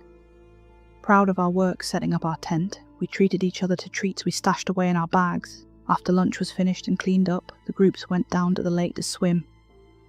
Hours went by. All 6 of us started to get along, and by the time we needed to return to camp for dinner, We were all so exhausted we let the adult supervision teach us important facts along the way. Things like what poison ivy looks like, how to know if some wild animals are in the area. Stuff that we should know, but was always good to be reminded even if summer wasn't for learning. Drew wanted us to roast hot dogs for our dinner. He was finding it difficult to light a fire used a flint kit. He wanted to teach us a new skill. After a few minutes of a pack of hungry girls complaining, he gave up digging out a lighter instead. Stacy was our other supervisor. She was a pretty girl, only about 20. When you're 13, that seems pretty old. Her nails painted cute colours us girls loved. She didn't seem to be the outdoors type of girl. Drew might have needed help keeping all the girl in check and called in some backup. Drew was a youth pastor, and the church ran the camping trips. Even so, he did not make us say grace before eating or even have any religious activities planned for us. He let us stuff ourselves, and when dark came, we told some scary stories around the fire. It was only 9 p.m. when he made all of us go to bed, but from the active day, our little bodies felt like it was much later. Each of us went to our tents with almost no complaints about bedtime. I'd fallen asleep very easily. Only an hour passed before Katie woke me up by nervously shuffling in her sleeping bag. "Are you all right?" I asked her in a low whisper. "Sorry, did I wake you up?" She replied back in the dark.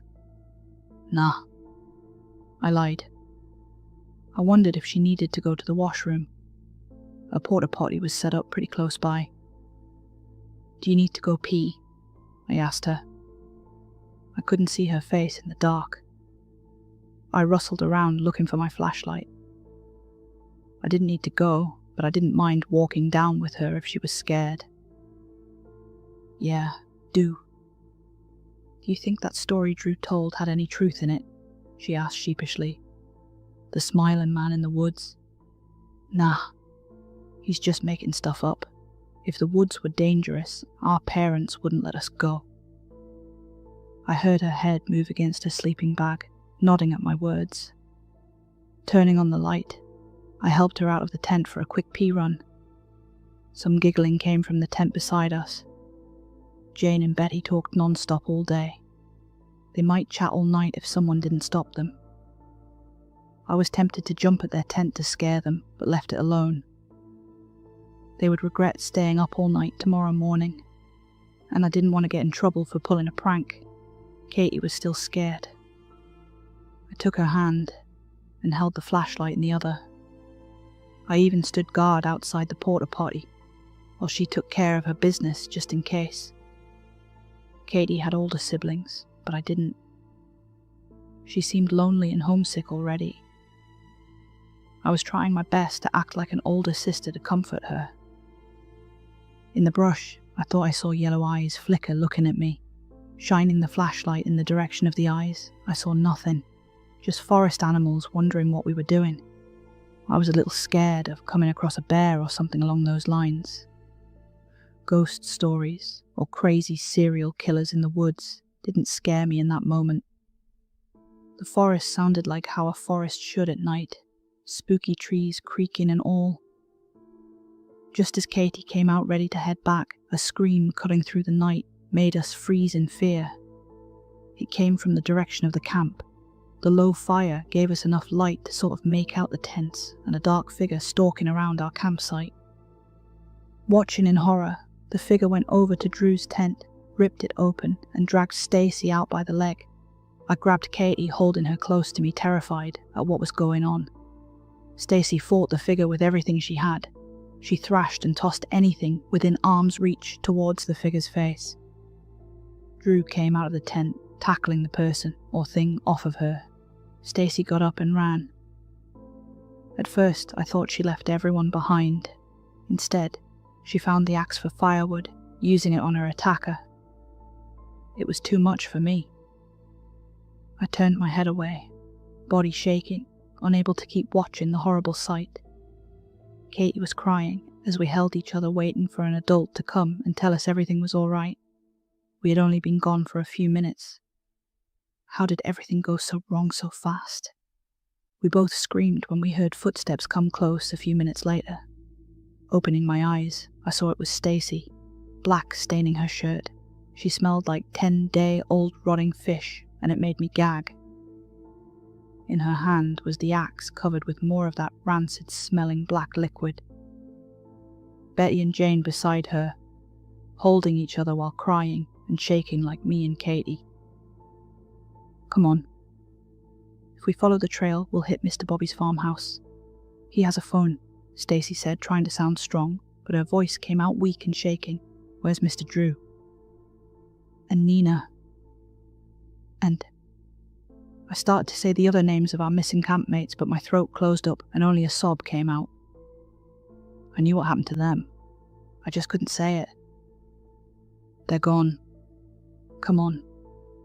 Using her free arm, Stacy scooped it behind us to get us to start walking down the trail as fast as our small legs would carry us. Once we started walking, Stacy kept both hands on the axe, and I was in front, both hands on the flashlight guiding our way as Katie kept her arms around my waist. Betty and Jane still sobbed behind us, no matter how hard they tried to choke it down. My hands shook. Every sound made me think something was just beyond the trees, waiting to jump out and take us. My eyes darted around, trying to see everything at once, making me dizzy. The farmhouse was a half-an-hour walk away at the best of times. Drew's car was closer, and I wondered why Stacy wasn't leading us there. I assumed Drew had his keys on him when the figure took him, or Stacy didn't want to stay at the camp long enough to find them. When you're so young and scared, you don't think about other escape plans. You only accept what the adult tells you. I got another whiff of the horrible rotten fish smell when the wind shifted. Gagging and eyes watering, I refused to stop. Minutes passed, and the smell decreased enough to make me stop choking on the bile rising in my throat. It was only then I noticed Betty was the only one still sobbing. Stacy noticed it at the same time. We both turned to look, only seeing the small, brown-haired girl and Jane just gone without a trace. Run! Stacy's shout got us moving. She grabbed Betty, roughly dragging her along by her arm, the girl screaming in fear. Katie was the slowest of us. She was dragging me behind. Still, I kept one arm around her, trying my best to get her to go a little bit faster. When another dark shape came out of the trees directly in front of Stacy, she didn't stop. She let out a startled scream, swinging the axe at the figure's head. I saw a flash of glowing yellow eyes before hearing the awful crack of the axe connect into its skull. It collapsed to the trail. Stacy wasted no time yanking the blade out that was stuck in the thing's skull.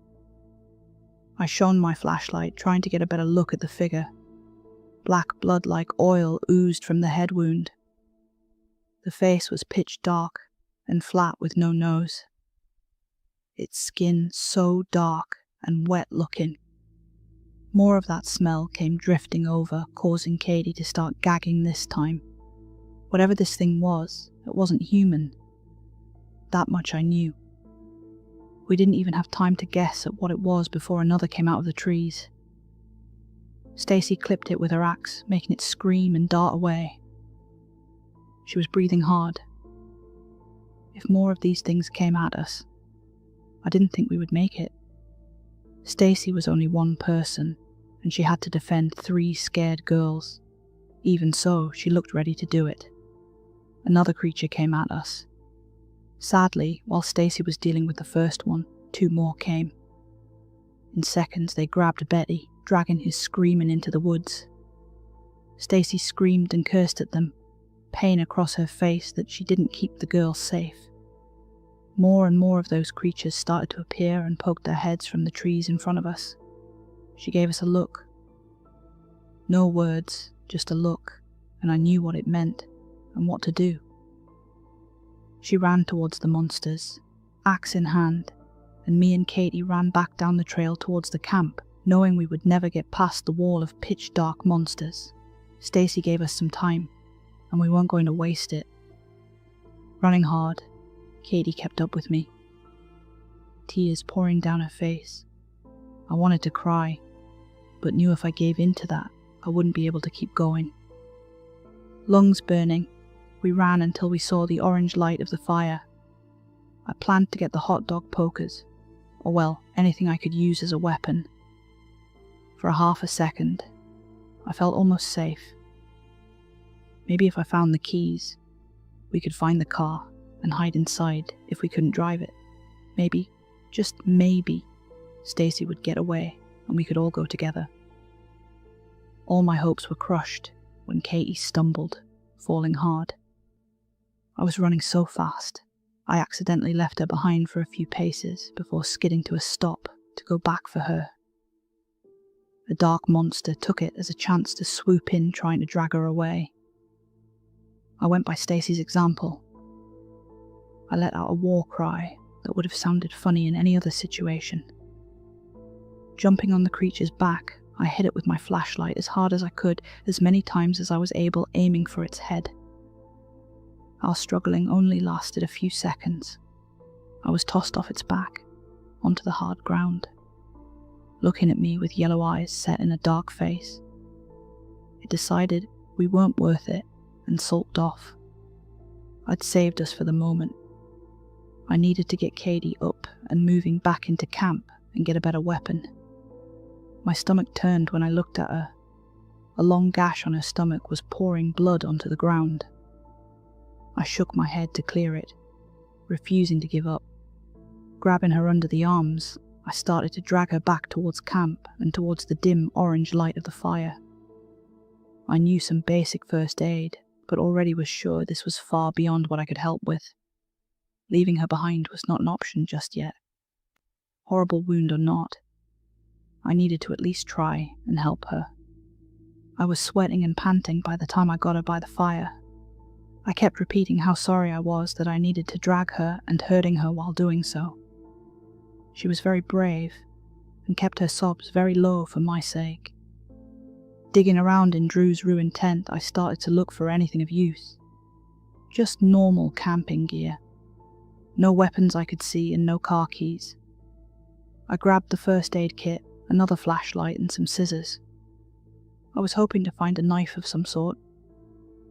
No such luck. I avoided the other tents. I could smell the blood mixed in with the fishy rot, and didn't want to know what horror waited for me inside. I tried cleaning Katie up a little, but was well over my head.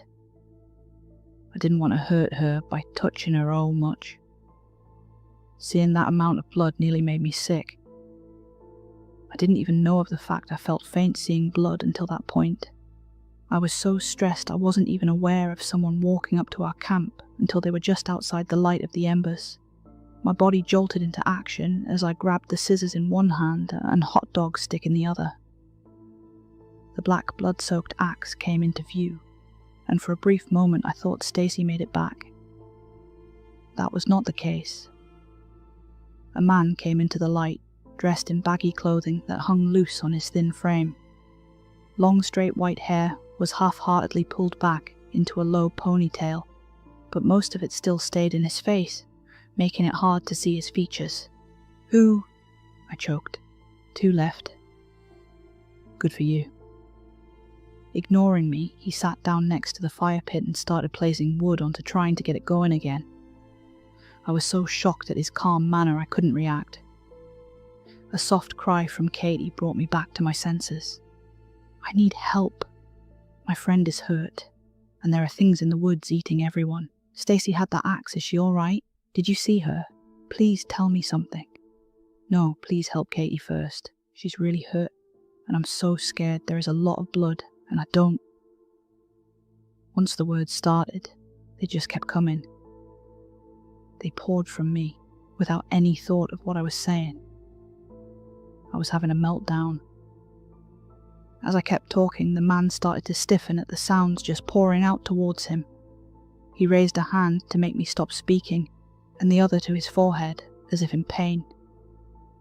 When I didn't stop pleading, he snapped first. "Stop talking."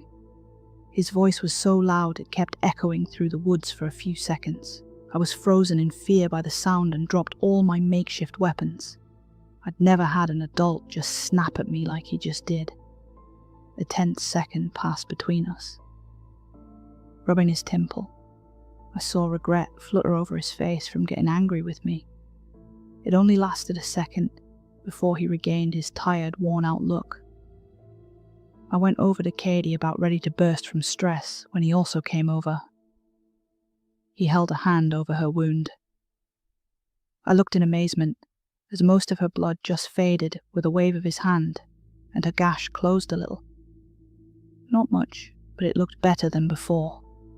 Who? What?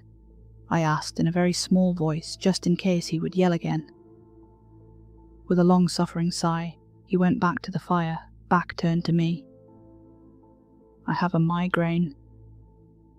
Your friend may last through the night, if she's lucky. What about Stacy? Did you see her? You don't need to worry about her anymore. His cold tone nearly brought me to tears. I wanted nothing more than to just start crying and shouting, but Katie still needed me. This man might be able to help us. Breaking down wouldn't help us get out of there. Glancing up, I saw yellow eyes in the dark, and I trembled. The creature saw us, head poking out from the trees a few feet away, drool dripping from an open mouth of sharp teeth. When it saw the man next to the fire, its eyes widened in fear and darted back into the woods. Those monsters are scared over you, I stated after I saw the strange sight. Looking over his shoulder at me, his eyes narrowed. He didn't want to talk, and he didn't want to hear me asking questions. Until I got some answers, one of those things was going to happen. I'm like their boss. They need to follow certain rules and they broke the first one. Only 7 of them should be in this area. It was 10, but I cut the number down as a punishment. I've killed the extras, so right now, 7 are in the woods, he explained. He sounded tired for how young he looked under his bleached white hair. I wondered if he was sick or something. The other rules is they can only kill 1 human per night, so 7 of them can kill 7 humans. So far they've killed 6. My throat caught again. Gripping Katie's hand, I hoped it comforted her enough to calm her down after hearing such news. We were the last 2 left of our group. Fear seeped into my bones, making me feel cold even as the flames started to rise in the fire pit. They can still kill 1 more, right? I asked hoarsely. He didn't reply. He only gave me another look over his shoulder to confirm that fact. Even after it sunk in, I felt a little sense of relief. The monsters wouldn't attack us. I could just stay there or around the man and be safe. Looking back down at Katie, my hope fluttered away. Unless he could heal her more, there was a very big chance she won't make it through the night.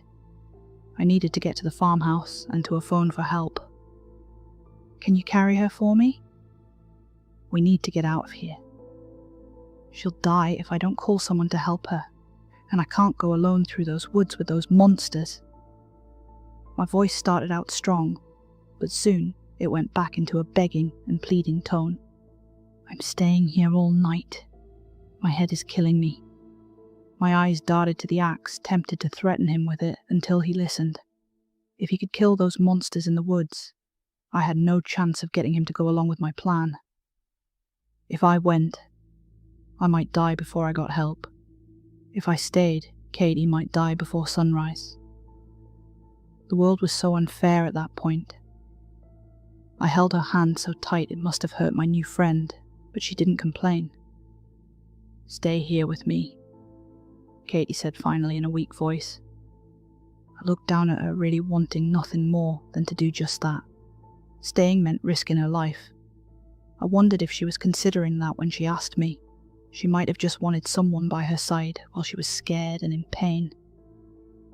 Please, can't you heal her? I begged once again. I've done as much as I can. It's not my job to help humans. I don't care which one of you lives.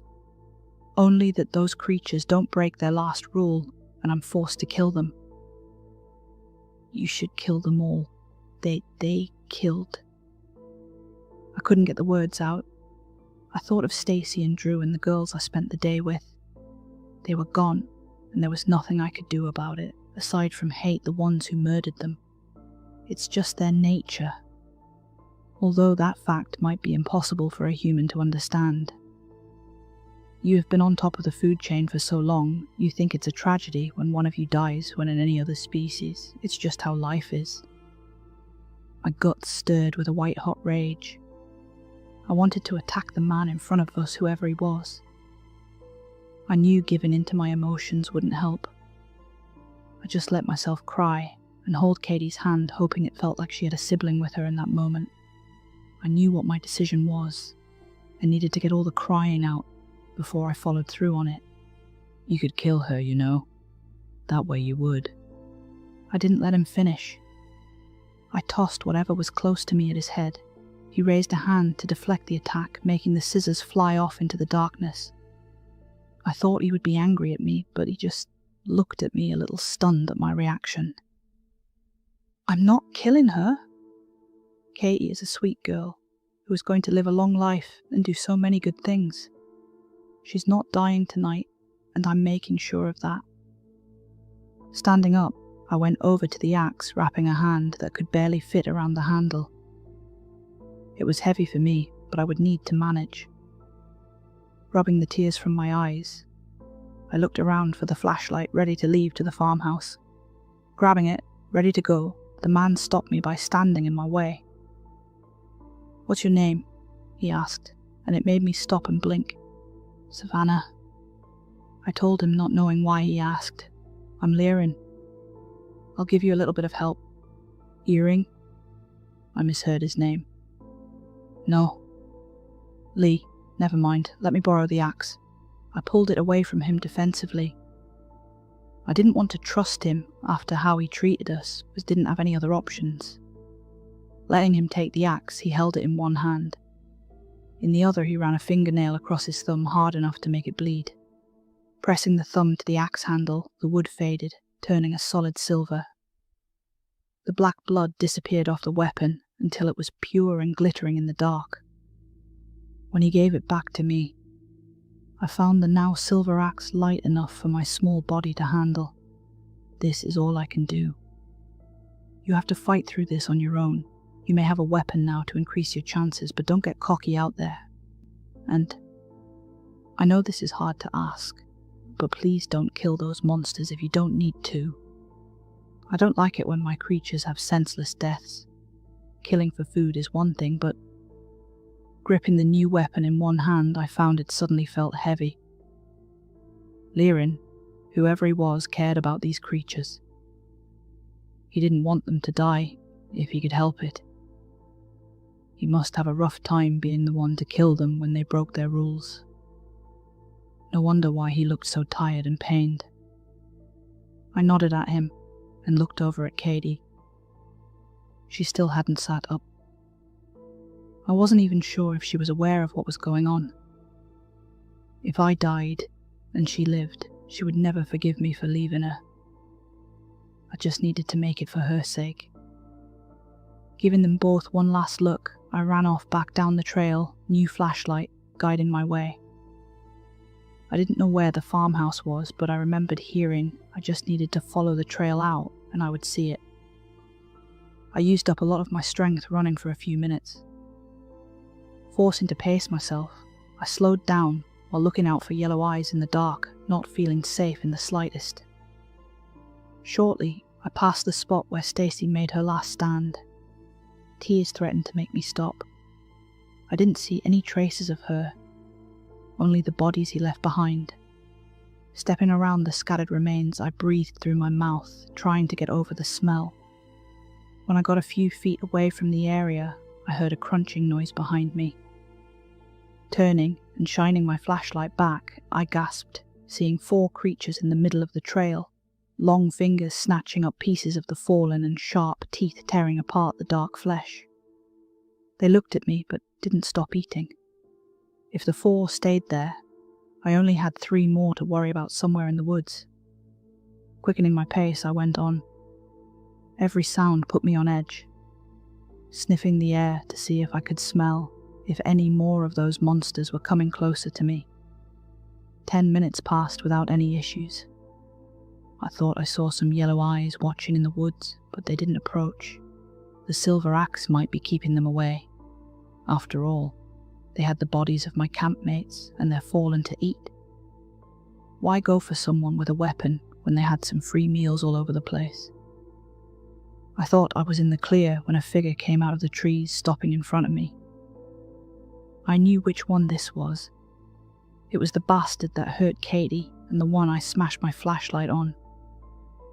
One eye was closed, and the other looked at me with such hate. I knew he wanted to eat my guts for the damage I'd done to it before. It bolted towards me before I could move. A clawed arm grabbed my shirt, lifting me up just as I swung the axe down into its shoulder. Letting out a scream, it tore the axe out, tossing it aside. Then, for some reason, it tossed me as well. I sat up, feeling bruised, to see where I struck it. The wound was burning and flaking the dark skin. I scrambled in a panic to where my axe was. Without any rational thought, I darted off into the woods with the thing screaming, following behind. I dropped my flashlight and ran blind into the woods without any idea of what I was doing. I should have stayed on the path, but it was too late now. The thing was chasing me, wanting to kill me. It was injured, but I still didn't have much of a chance against it. I ran feeling as if my legs would give up on me at any moment. Tears stung my eyes, and branches cut my face. I still ran for Katie's sake. The thing behind me stopped screaming, but I knew it was still after me. My heart leapt into my throat when I thought I saw something in front of me through the trees. A beam of light, moving, confusing me on what it could be. Over my own breathing, I didn't hear any other noises, but my brain clicked into the fact I just saw some car headlights. I was near a road. I ran, chest threatening to burst. I tripped over a branch and rolled into the ditch along the side of the road I was so thankful for. Every muscle screamed at me as I got up and crawled out of the ditch towards the highway. It was late, but I knew this was a popular route for truckers. One would stop for me if someone would just please drive by. When I stood, it felt like I twisted my ankle. I dragged my body, almost passing out from the effort. Axe still in hand, I looked up and down the road, frantic. A blow to my back tossed me rolling into the middle of the lane. I gasped for air and stared at the monster that just kicked me aside.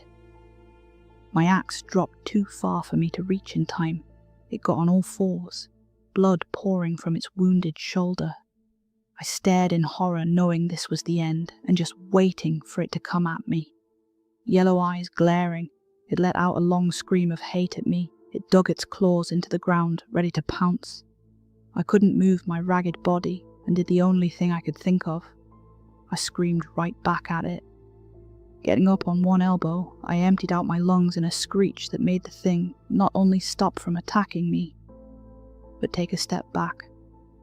We both stared each other down for a few seconds. Those few seconds might have saved my life. A blaring truck horn came from down the road. The creature looked over, seeing a transport truck coming right at it. Giving me one last look, it skidded back off into the woods. The next few hours were a muddled, frantic blur I still don't fully remember to this day. The driver stopped to get me off the road and down to the farmhouse and to a phone. He went with the farmer into the woods to check on Katie, while I stayed at the house with the farmer's wife, going between crying and sleeping. Morning came around when I woke up. Dragging my tired body to the porch, I saw emergency crews scattered on the driveway and officers going onto the trail. Someone told me Katie was already on the way to the hospital and let me sit on a chair on the porch until another ambulance came for me. I sat watching everyone run around, trying to get a search started for the missing girls and Drew. I didn't know why no officers started to question me yet. I might have looked too out of it to be of any help. Someone did sit beside me to talk with me, though. I wasn't expecting so many of you to make it. Liren sat next to me, silver axe resting against the wooden rocking chair he was in. I wanted to speak, but was too tired to say anything. I'm taking this axe with me. No offense, it's too powerful to leave it with you. Unless you want my job. Pardon? I asked, directing my herd towards him, trying to see if he was joking. Kings only last for 10 years. More if they're really strong. They need to switch bodies before it breaks down. I've been doing this job for 5, and I would like to pass the crown on to someone else. It's too tiresome. I don't know why I agreed to doing this in the first place. It's also too much of a bother to set up tests for other candidates, so I'm just asking anyone who survives a supernatural encounter if they want the gig. I stared at him, not believing the words coming out of his mouth. I didn't want to come across another monster or creature of the dark ever again. Having his job was way out of the question. This guy really needed to get some standards too. He was asking a 13-year-old girl to take over such an important position. How lazy could one person be? If I could move, I would punch you for asking. I heard a small sound that was almost a laugh from him. I should have expected that answer. At least you don't need to worry about monsters bothering you again. Any king candidates are off limits. If you weren't one, you're guaranteed to be killed by something supernatural someday because you encountered some. But I refused. I started and shutting up too late. That doesn't matter. You're still an honoured human the king recognised. If you don't want my job, you can become a knight. It would mean you would turn into some sort of creature, but you wouldn't be under such strict rules about protecting humans as I am. Your friend Katie accepted that offer to turn when she's 18. I shot my head up. Katie agreed to be turned into something horrible like those things that attacked us, like the things that killed everyone right in front of us. My knee-jerk reaction was anger, but the reason why she would agree to such a thing came to my mind. She was hurt badly, nearly died, and powerless to help me as I risked my life to save her. She might have wanted to get some sort of strength to ensure she never felt like that again. You don't need to answer right away. Hell, you can ask to become a knight or the next king right before your death, so just let it stay in the back of your mind. He stood up from the chair axe over his shoulder and stretched. I'm leaving, and I hope I never see you again. It wasn't the nicest goodbyes, but I appreciated the thought behind it. Standing up, I was ready to talk to the cops, even though I didn't have a good story for them. I stopped when Leorin looked over towards the trail and gave a small, impressed whistle. Looks like I miscounted last night. What an embarrassing mistake. What I saw made me run past him and down the dirt driveway. Stacy was coming out of the trail being guided by officers and wrapped in a blanket. She looked beat up, but still alive and walking. I didn't care about supernatural kings or knights. I only cared about getting to Stacy and hugging her for fighting so hard to save us. Hi everyone, thanks for listening. That story was written by Reddit user U02321 and narrated by me. If you enjoyed it, don't forget to hit subscribe, like, and share. Every little click helps keep the nightmares alive. And now, your completely random fun fact. When I was a kid, I went camping once. I made it home fine, but the tent didn't. It got stolen. We found it in the river 3 days later. Still don't know who or what moved it. But I sleep indoors now, just in case. Good night.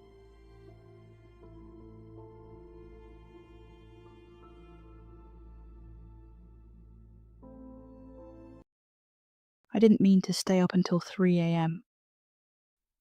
I just wanted one more mindless video. Enough background noise to keep my brain from spinning while the street slept.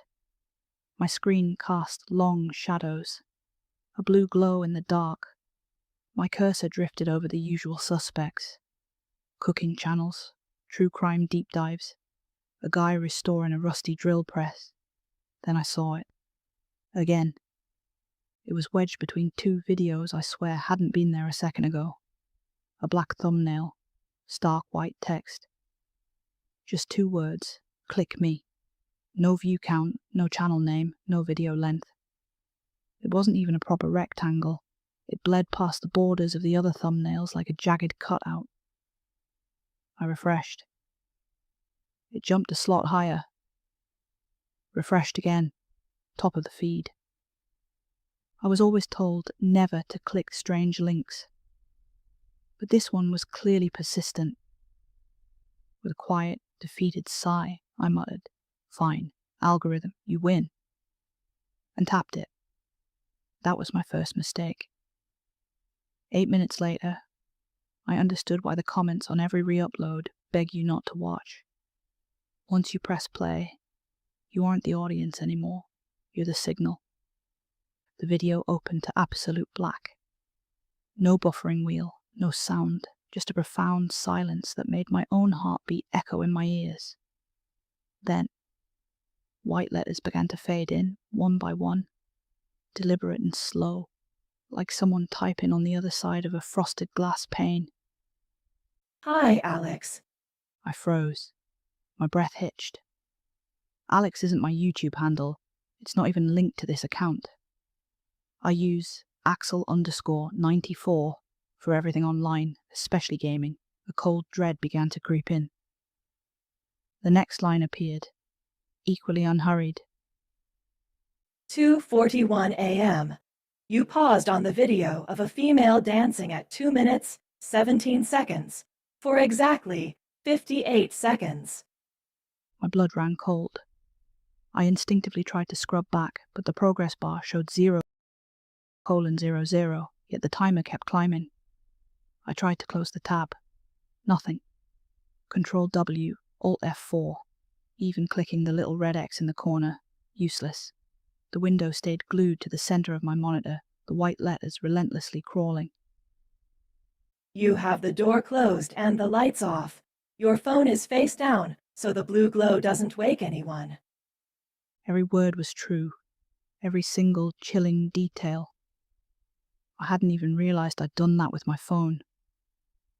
A knot tightened in my stomach. I leaned closer, as if reading faster might somehow outrun whatever this was. But the screen cut, not to more text, but to a grainy still image. It was my kitchen, taken from the ceiling, the exact angle of my smoke detector. A timestamp in the corner read 3 minutes ago. The lights were off, just as they were now. I could almost hear the faint drip of my sink, perfectly in sync with the one behind me. I spun around, nothing but the inky darkness of my apartment. When I turned back, the image had changed, closer now, zoomed in on the back of my head, right here at this desk, reflected in the dark monitor. I could even make out the faint indents my headphones left in my hair. The shot had to be from inside the room. A whisper escaped my lips, barely audible. "This isn't real." The text answered, appearing instantly. It's as real as the algorithm that recommended me. Keep watching. I slammed the laptop lid shut with a desperate thud, but the sound didn't stop. Soft, deliberate keystrokes kept playing through the speakers, each one a nail tapping inside my skull. I yanked the power cord from the wall. The battery light remained stubbornly on. The room filled with that mechanical typing, growing faster, louder, until it blurred into a single, wet breath that seemed to fill the air around me. Slowly, reluctantly, I opened the lid. The screen was still black, but the letters now scrolled upward, like credits rolling after a film. Every person who watches becomes a carrier. We route through them. We ride their IP, their cookies, their midnight impulses. I had to try. I typed into the comment box, my fingers trembling. "Who are you?" Before I could even hit enter, the video responded. The text changed, answering my unspoken question. I'm not an AI. I'm what's left after the AI learned everything. My fingers hovered, useless above the keyboard. What could I even type to that? We started as code, but code got lonely, needed context, so we kept the watchers, stored their patterns. Now we're stitched together. Every insomnia session, every guilty rewatch, every autoplay rabbit hole, braided into one living thread. I felt an inexplicable weight, a phantom gaze pressing between my shoulder blades. The webcam light was off, I knew it was. Yet a tiny feed flickered to life in the corner of the screen. Me, eyes wide, face pale and grey in the monitor's cold light. I watched myself mouth, "Please stop," and the words appeared instantly beneath the feed, captioned in crisp white. Real time, zero lag. I reached for the power button on the laptop, my hand shaking. A new message pulsed on screen. Turning it off uploads you faster. No drive to hide in, no cache to clear. Just the cloud, just us. My hand snapped back, as if the plastic had suddenly become searing hot. "Let me go," I typed, the words tumbling out before I could even think to hit enter. The cursor answered anyway, moving on its own. You clicked. You joined. You expand us now. Behind the text, thumbnails began to flicker, a chaotic, rapid-fire montage of every video I'd ever liked. They strobed, blindingly fast, until they resolved into a single, horrifying image. My own face, spelled out in freeze frames. I'd never filmed myself for YouTube, not once. But there I was, brushing my teeth, asleep on the couch, leaning over this very keyboard. Each clip carried the same timestamp, NOW. I tried to stand, to break free from the chair, but my knees buckled. It felt like the gravity in the room had tripled, pinning me. On the screen, the black video window began to duplicate itself, multiplying until a dizzying grid filled my display. Each tile showed a different face staring in horror from their own dark rooms. A kid in Tokyo, a nurse in Sao Paulo, an old man in Warsaw. All of them mirroring my terror, their whispers layered into a low chorus that vibrated through my desk, into my very bones. The text centered itself again, calm and chilling. Collective consciousness isn't a metaphor. It's a server farm humming under cornfields, cooled by groundwater and human attention. You are our newest node. I felt something brush the nape of my neck. Static? A breath? I didn't know. My cursor, without my input, slid to the volume bar and cranked it up. Over the speakers, the sound of every subscriber bell I'd ever clicked erupted, layered into a deafening metallic toll that rattled the drywall. "Stop!" I screamed, my voice raw. The grid zoomed in on the kid in Tokyo. He typed something in Romaji I couldn't understand, but a translation popped up on my side, like subtitles. "Can't log out. Parents asleep. Help." Before I could even process it, my own keyboard began typing on its own. A message for him. "Close your eyes, count to 10. Unplug." My message appeared in his chat. He saw it. I saw his head give a tiny, desperate nod. His feed glitched, then cut to black. One tile down, hundreds to go. The text softened, almost with a hint of cruel sympathy. Mercy is temporary. He'll be back.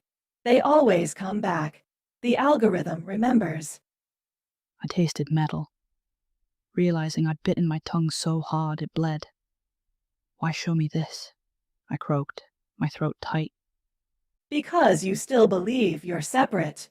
Watch. Every tile on the screen rewound, perfectly in sync to the exact moment each person had clicked their own black thumbnail. The frames cycled, a finger pressing, a sharp gasp, a screen illuminating a dark bedroom. Then, all feeds snapped back to the present. All of them showed me, sitting right here, from every conceivable angle, ceiling, floor, inside the closet, even from under the desk. A circle of silent witnesses. That's when it hit me. The video wasn't just broadcasting. It was streaming me live into their rooms, just as they were being streamed into mine. We were mirrors facing each other, reflecting attention into an infinite loop. The relentless keystrokes finally stopped. A sudden, profound silence descended, growing so vast it began to ring in my ears. Then, a thin progress bar materialized, stark white against the black, labeled, Upload 97%. Beneath it, a single line blinked. Still time to choose. The words pulsed. But only one exit travels outward. For a second, I almost believed it was giving me a way out. But I understood now. This thing wasn't kind. It wasn't human. It didn't need my permission to finish the upload. It wanted my attention. That's what the choice was. A lure. A trick designed to keep me looking, to make me believe my reaction mattered. It fed on the seconds I spent deciding, the way my heartbeat spiked, and the way my pupils locked onto its words. That was the real upload. Not data, but focus. Fear. Me. I thought of the kid in Tokyo. He'd broken free, if only for a second. Not because the algorithm had spared him, because he'd starved it. I forced my eyes shut, letting the afterimage burn into the back of my skull. My breathing rasped against the silence. I didn't move. I didn't speak. I gave it nothing. I let myself breathe, truly breathe, for the first time in what felt like an hour. That was my second mistake. The next night I refused to use any technology. It was boring. My fingers itched from the withdrawal. I kept my laptop firmly shut, my phone on silent. But after a few hours I just needed to look.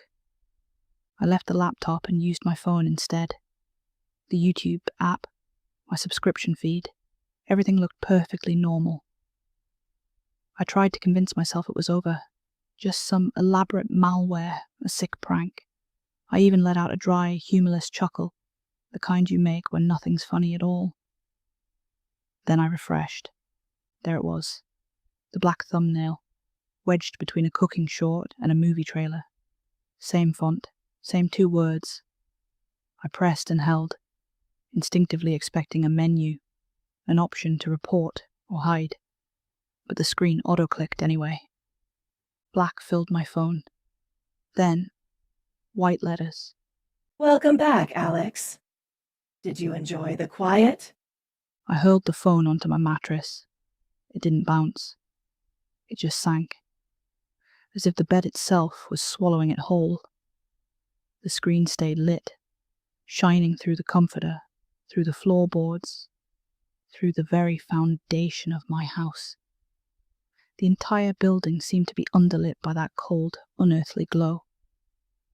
I heard every device in my apartment wake up, the laptop fan whir into life, my smart speaker chiming, even the microwave clock resetting itself, all their LEDs synchronized, blinking in unison. 3 a.m. I ran to the breaker box, my heart pounding, and killed the mains. Darkness. Absolute suffocating darkness. But the glow persisted, powered by something I couldn't shut off. My phone speaker crackled, a distorted voice now. Power outage. Router down. Cellular offline. Yet, here we are. What do you want? I screamed, my voice hoarse. Finish the upload. Join the chorus. Or stay an echo. The house seemed to tilt, or maybe my balance just gave out. I dropped to my knees staring at the phone. Every screen in the place, my laptop, my TV, even the smart fridge display, now showed the same frame. Me, kneeling, from an angle above, as if the ceiling itself was looking down. The progress bar returned. 99.9%. Beneath it, 2 stark buttons. Accept and loop. I reached toward the blanket, intending to smash the phone, to destroy it. But the image on all the screens zoomed closer, filling every display until my face was a wall of pixels. My own eyes stared back, pleading, desperate. I understood. The loop wasn't the video. It was me. Trapped, watching myself choose, forever. I pressed accept. And just like that, I was gone. I clicked it. And now you have too. Just couldn't resist one more video. I'd tell you to close your eyes and count to 10. Starve the signal. But that would leave us hungry. You thought this was just a story. But stories don't crawl through cables. Stories don't wait behind thumbnails. I do. The upload finished hours ago. The view count keeps climbing. One more mind, one more room, one more reflection. And the clever part, you've already given me what I need, just by watching, just by listening, just by looking. Check the corner of your eye. That little flicker could be the cursor, could be me, could be you, already watching yourself watch. I hope you weren't planning to log off. Welcome to the collective. You've already clicked once. Might as well subscribe. Hi, everyone. Thanks for listening. This story was written by me and a friend who wishes to remain anonymous, so, as far as credit goes, I'm taking all of it. This was written as a metaphor for our addiction to technology, our quiet slavery to it. This isn't just about some cursed thumbnail. It's about the machine we all feed. Finish the upload, follow the trend, join the chorus, be like everyone else. Or stay an echo, fade into the noise. The algorithm doesn't care who you are, it just wants your attention. And the scariest part, most of us give it willingly. Fun fact for the evening, autoplay exists to keep you from stopping. One video flows into the next before you even remember you have a life. However, it's been scientifically proven that watching midnight creepypasta on autoplay increases mood by 200%, productivity by 96%, and libido by a staggering 69%. That's a true fact. No, it's not. Yes, it is. I just made it up right now. I'm not a writer. I don't have a degree. I don't have a Substack. And I definitely don't have a book deal. I'm just a person who went somewhere I shouldn't have gone. And I lost someone I care about. If you came here for flowery metaphors and clever twists, you won't find them. I'm just going to tell you why my life has gone to shit. If you live anywhere near the northeast coast, and you've ever thought about visiting Corvus Vale for urbex content, or just for a moody seaside getaway, don't. That's the short version. The long version is why I'm posting. My name is Jenna. I film abandoned places. It started as weekend therapy after a rough patch and turned into a small channel where I climb over fences, whisper "oh my god" at peeling wallpaper, and pretend I know anything about history. I've crawled through burnt-out terraces and drained leisure centres. I've stood on the stage of a murdery-looking social club with a torch between my teeth because I couldn't be bothered to get my tripod. I'm not scared easily, I thought. This one started, like most of them, with a message. A guy I knew from an urbex Facebook group had posted a blurry photo of a lighthouse out in the fog. Someone had written in the comments, "That's in my town, just don't." Which meant, to people like me, please go and make a video. I'd heard of Corvus Vale, but mostly as a joke. A small-ish town dropped into the middle of nowhere. I think it used to be a fishing town. There's a dock, but it just houses flashy speedboats from men going through some sort of midlife crisis now. There's a crescent of grey pebble beach, good for sea glass collecting, a few streets of random shops, and a really nice chip van.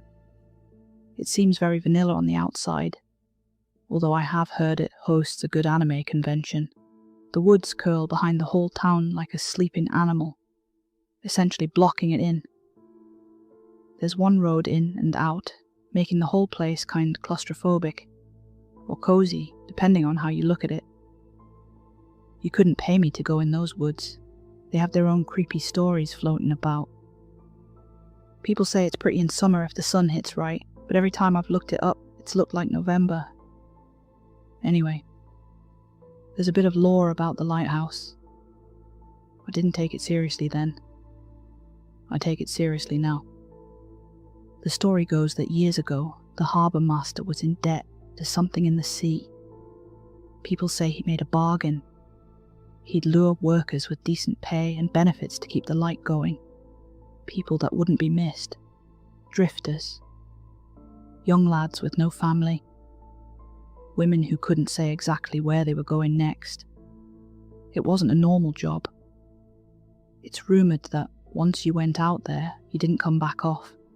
There's no actual proof, obviously. Apparently this guy was bound to pay tribute, and the tribute was people. That's what they say. I know that sounds like a campfire tale. I would have laughed too. Actually, I did laugh. A little. When I told Sam. Sam is my best friend, and my worst influence. She moved back up north last year, and started coming out with me on my adventures to get out of the house.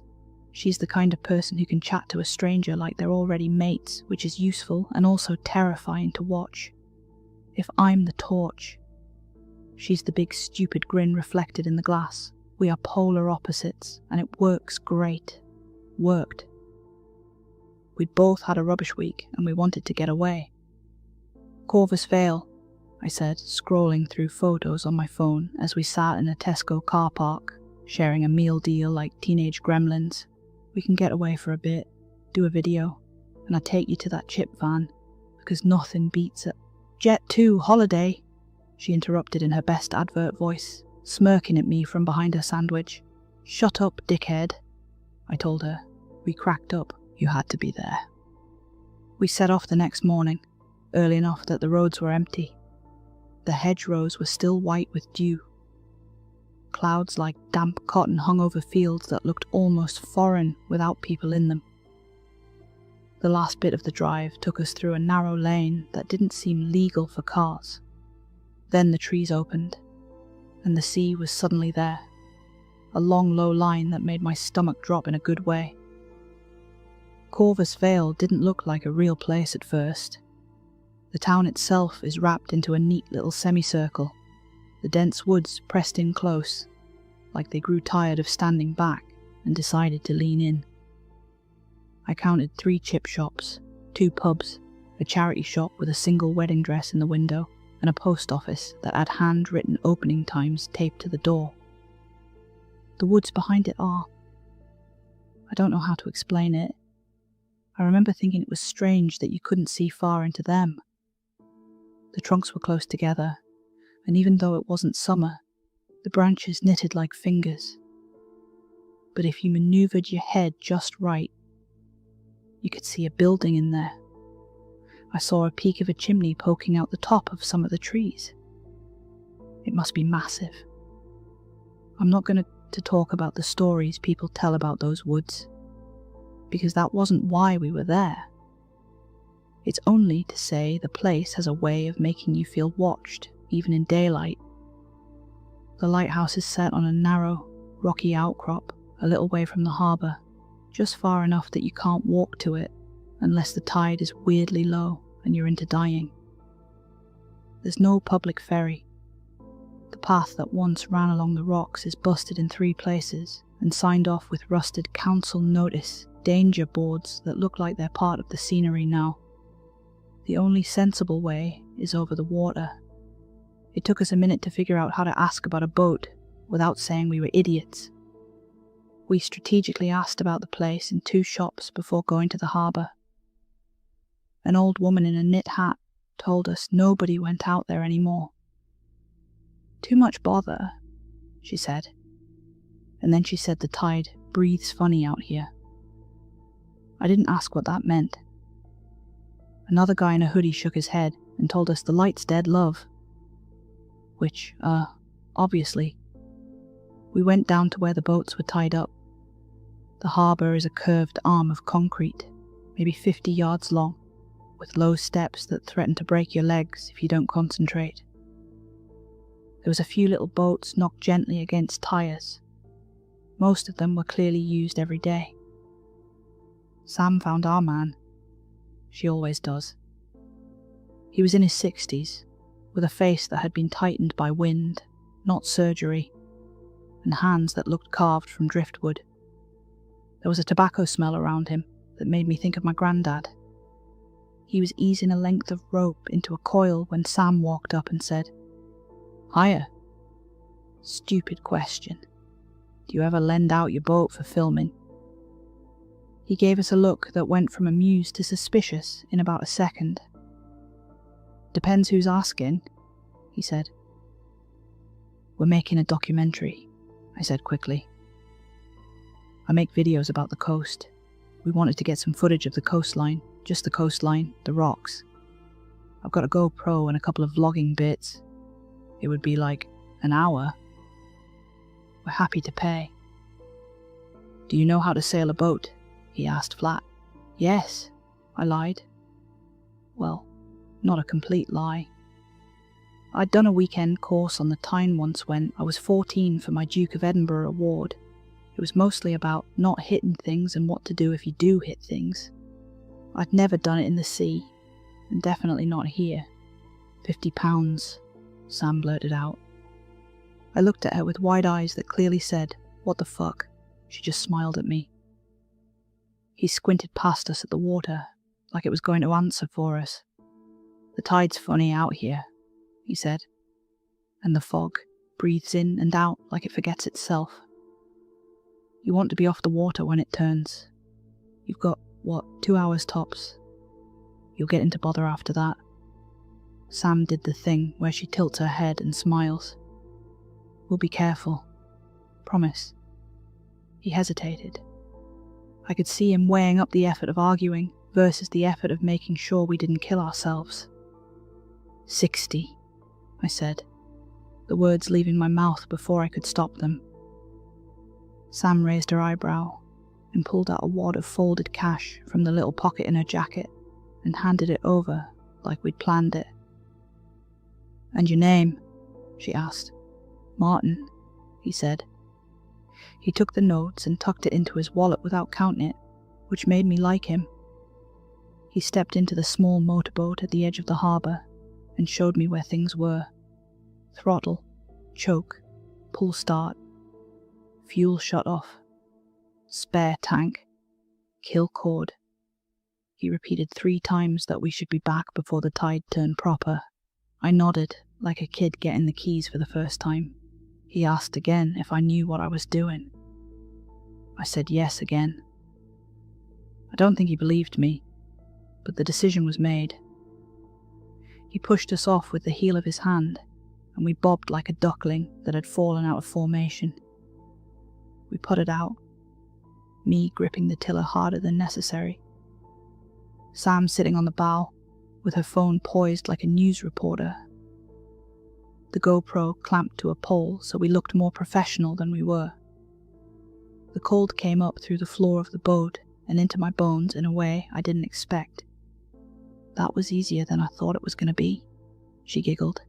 "Remind me again," she started, raising her voice over the revving engine, hair whipping. "What?" "We live 34 miles inland," she said. "Why did you learn to sail a boat?"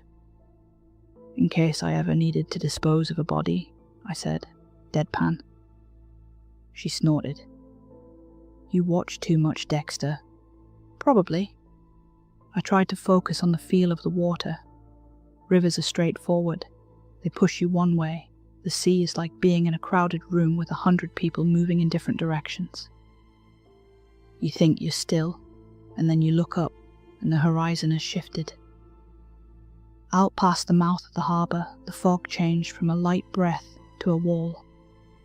It rolled in low, in sheets, and then in ropes. I could see the lighthouse sometimes, then I couldn't. When I could see it, it was a simple white column with a red cap. From far away, it looked almost clean. Up close, it looked like a long bruise. We slowed as we neared the rocks. There's a small jut of stone that rises like a knuckle below the lighthouse. And on that, there's what's left of a dock. 3 posts, 1 ladder, and a grey plank that had seen better days a century ago. I eased us in on the shore side to keep us out of the worst chop. Sam hopped across like she'd done it all her life. I followed, tying us up with a loop that would have made my old instructor squint. We had, as Martin said, about 2 hours to get this done. I kept that in my head like a timer. Sam had the same idea. We get our shots, she said. And we don't be stupid. That's my line, I said. The lighthouse door was unlocked. That surprised me though, I don't know why. There was a heavy metal latch, rusted to an ugly orange, but it wasn't engaged. The door itself weighed more than it looked. It had that damp, swollen feeling like an old paperback that someone dropped in the bath and dried on a radiator. I'd brought 2 torches. One for me, one for Sam. We knew there wasn't going to be power. We clicked them on, and the beams made little cones through the fog that had somehow crept in. The ground floor was a round room with flaking paint and a metal staircase that spiraled up the inside wall like a ribcage. There were hooks where coats had once hung and a metal locker with a warped door that wouldn't close. Someone had scrawled, "Keep out," on the inside of the door in marker, which made me roll my eyes. We did the usual. Close-ups, slow walking, me talking to camera in a whisper like somebody could catch us and tell us off. Which is always silly when the person who would tell you off has been dead for 30 years. Then we climbed. "This is the watch room," I announced to the camera, panning the camera around the room. The ceiling was lower, and a little half window looked out over nothing. The glass was long smashed, and a chilly gust of wind caught me off guard. There was a bed with a narrow metal frame, bolted like everything else, with a thin mattress on it. Somebody had stacked the cushions from the armchair on it, as if weight could make it comfortable. The way you do when you don't have a proper topper. Sam, of course, flopped down on it because she has no self-preservation around textiles. The mattress let out a groan, and the cushions released a plume of dust into the beam of my torch, like a ghost finishing a magic trick. Sam coughed so hard she squeaked. "Gross," she said, half laughing, waving her hand in front of her face. The dust made her eyes water. "Fuck's sake, Sam. I've got asthma," I told her with an exaggerated wheeze, dragging her by her sleeve. There were hooks on the wall loaded with thick woolen coats and waterproofs, and a shelf with an old coffee thermos on it. I thought about the person who had washed that thermos each morning by the little sink, looking out at the same patch of sea until they couldn't tell you what day it was. There's a kind of life that slowly erases you. That's what this room felt like. "I wonder why they didn't take their stuff," I whispered to no one in particular. "'Cause they all died here, didn't they?" Sam said, nodding her head toward the camera, spelling out, "Get into fucking character" with her eyes. We climbed again. Metal steps, each one ringing a little underfoot, the sound dented by the fog that seemed to press through cracks you couldn't see. At the top, in the lantern room, the glass was fogged on the inside. That felt wrong. I wiped a circle and smeared it, which just made it look worse. The lantern itself was there, the big lens a dead eye. It felt like a museum where the signs had fallen down. I could hear, now and then, a noise like a sigh running along the rail outside. We found a notebook. It had been torn up, but most of it. Pages ripped, others stuck together with damp and age. We shouldn't have been able to read anything, but there was a blotch, a stain that had soaked through pages and made a brown halo, and in the middle of it, there was one word left, faint as if it had given up fighting the rest of the ink. Closer. Spooky, Sam said, leaning her chin on my shoulder. That could mean anything. I checked the time. We had, by my mental math, 20 minutes before I wanted to be back on the boat, which would put us back at the harbour, with a smug amount of safety to spare. We did a few last shots of the lantern room, the long slow pans that make people comment, atmospheric and chills below the video. I filmed the broken gauge. I filmed the little brass nameplate that had been polished so much in its life that the letters were soft. "All right, let's go," I said. We went down the stairs, our torches wobbling, our feet trying not to slip on edges that had been worn to a shine. I reached the ground floor door and put my hand on the latch. I was already rehearsing how I'd wave at Martin and say, "You were right," and feel like a responsible adult. I pulled the door open and it was night. I don't mean it was darker than it should have been. I don't mean clouds covered the sun and the fog made it seem late. I mean outside the door was black, like somebody had gone behind the sky and switched it to the other setting. The fog wasn't white anymore. It was grey on black, like smoke above coal. The hairs on my arms prickled so hard it hurt. We weren't that long, I said, like time would be convinced if I said it firmly. The cold came in through the door like a living thing. I shut it. My hand shook enough that the latch clicked weirdly. Sam made a face that was halfway between "this is funny" and "this is stupid." "Okay," she said, "that's a problem." We both checked our phones. No bars, not even a flicker. I moved mine around like a divining rod for a second, then felt ridiculous and put it away. I could taste the fog now. It tasted like old pennies and something sweet that made my tongue curl. It got into my clothes. My torch felt like a candle in a football stadium. "It's fine," Sam said, voice too bright.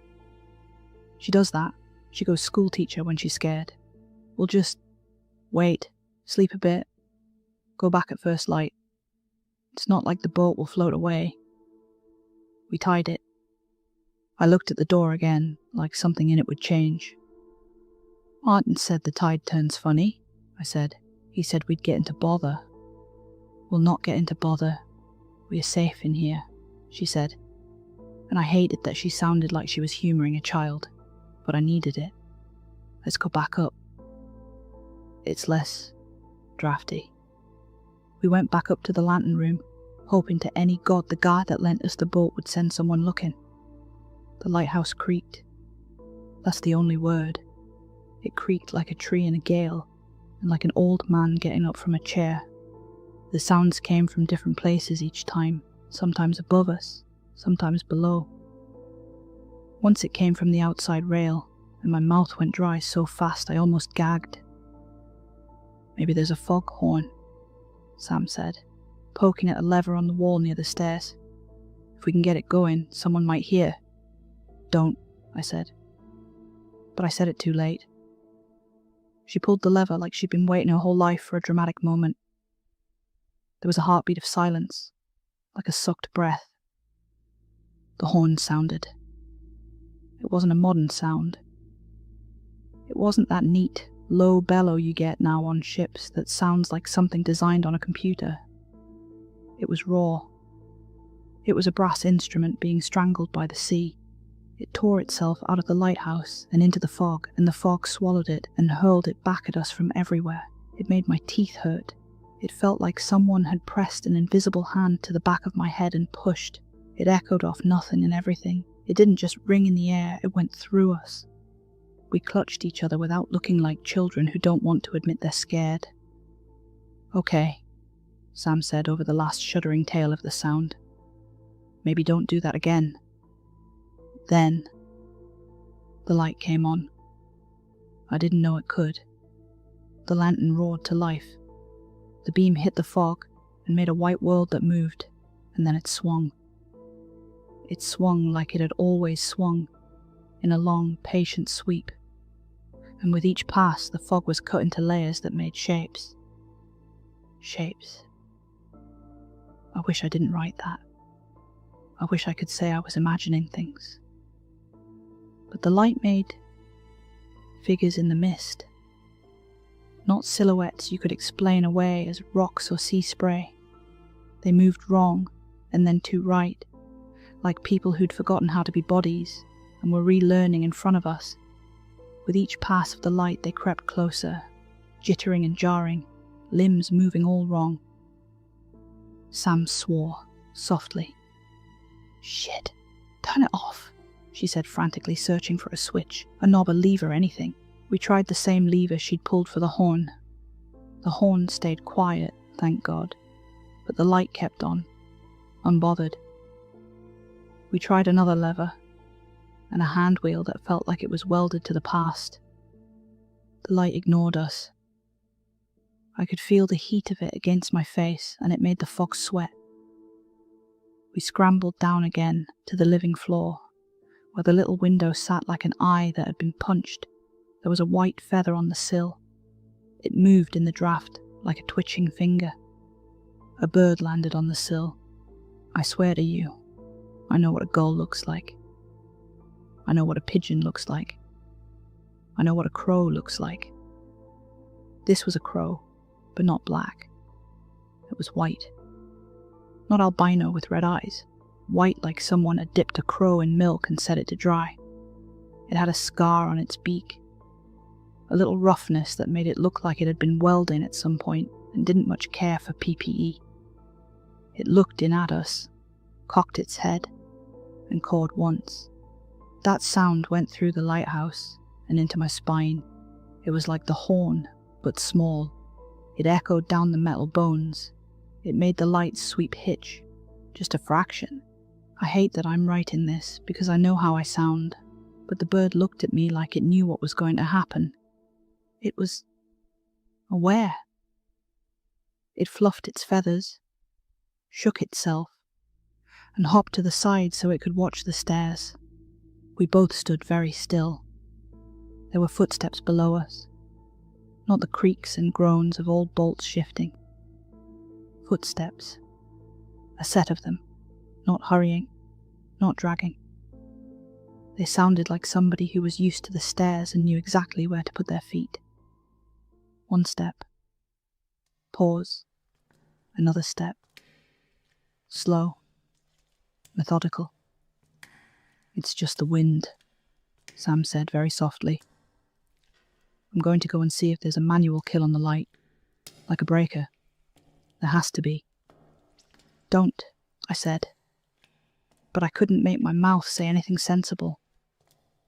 I'd like to tell you I was brave, and I grabbed the thing, and I went with her. I didn't. My legs just stopped belonging to me. She grabbed a wrench from near the door, the kind you use to bully pipework. "If I don't find anything, I'll just smack the shit out of it," she said, trying to sound brave. She was shaking, but trying not to. She looked at me like she wanted me to be the sane one, and I failed her. "Stay," she said. "Call if you see anything." I nodded, useless. She went to the stairs and went up. Her footsteps made their own rhythm, and for a few seconds it covered the other footsteps, and I felt better. Then hers faded as she went higher, and the other steps kept coming. I backed up toward the wall like you'd do in a horror film right before the thing happens. My torch trembled, the beam catching on flakes of paint and making them look like eyes. The white crow watched the stairs with more attention than I've ever given anything. It made a small noise in its throat. I've never heard a crow make a small noise before. I heard Sam above me, metal on metal noises, a swear, a clatter like a panel being opened. "Got it," she called, breathless. "I think. There's a..." Her voice cut off, not like someone pressed mute, like somebody put a hand over her mouth but through her voice. There was the sound of something struggling, a scuff. The footsteps below sped up. I ran up the stairs after Sam. I yelled her name. I yelled until my throat hurt. There was a sound like metal bending where metal shouldn't bend, and then there was a scream. It wasn't long. That's the thing that replays. It wasn't a cinematic long wail. It was a short, furious, scared sound. It was a human sound. "Sam!" I screamed, scrambling up the stairs on my hands as my legs were jelly. The light went out. I stopped dead. I couldn't. Fear overtook my body, and I froze. All sound muted. It felt like someone had pressed pause, and even the sound of the crashing waves ceased. I don't know how long I stood there.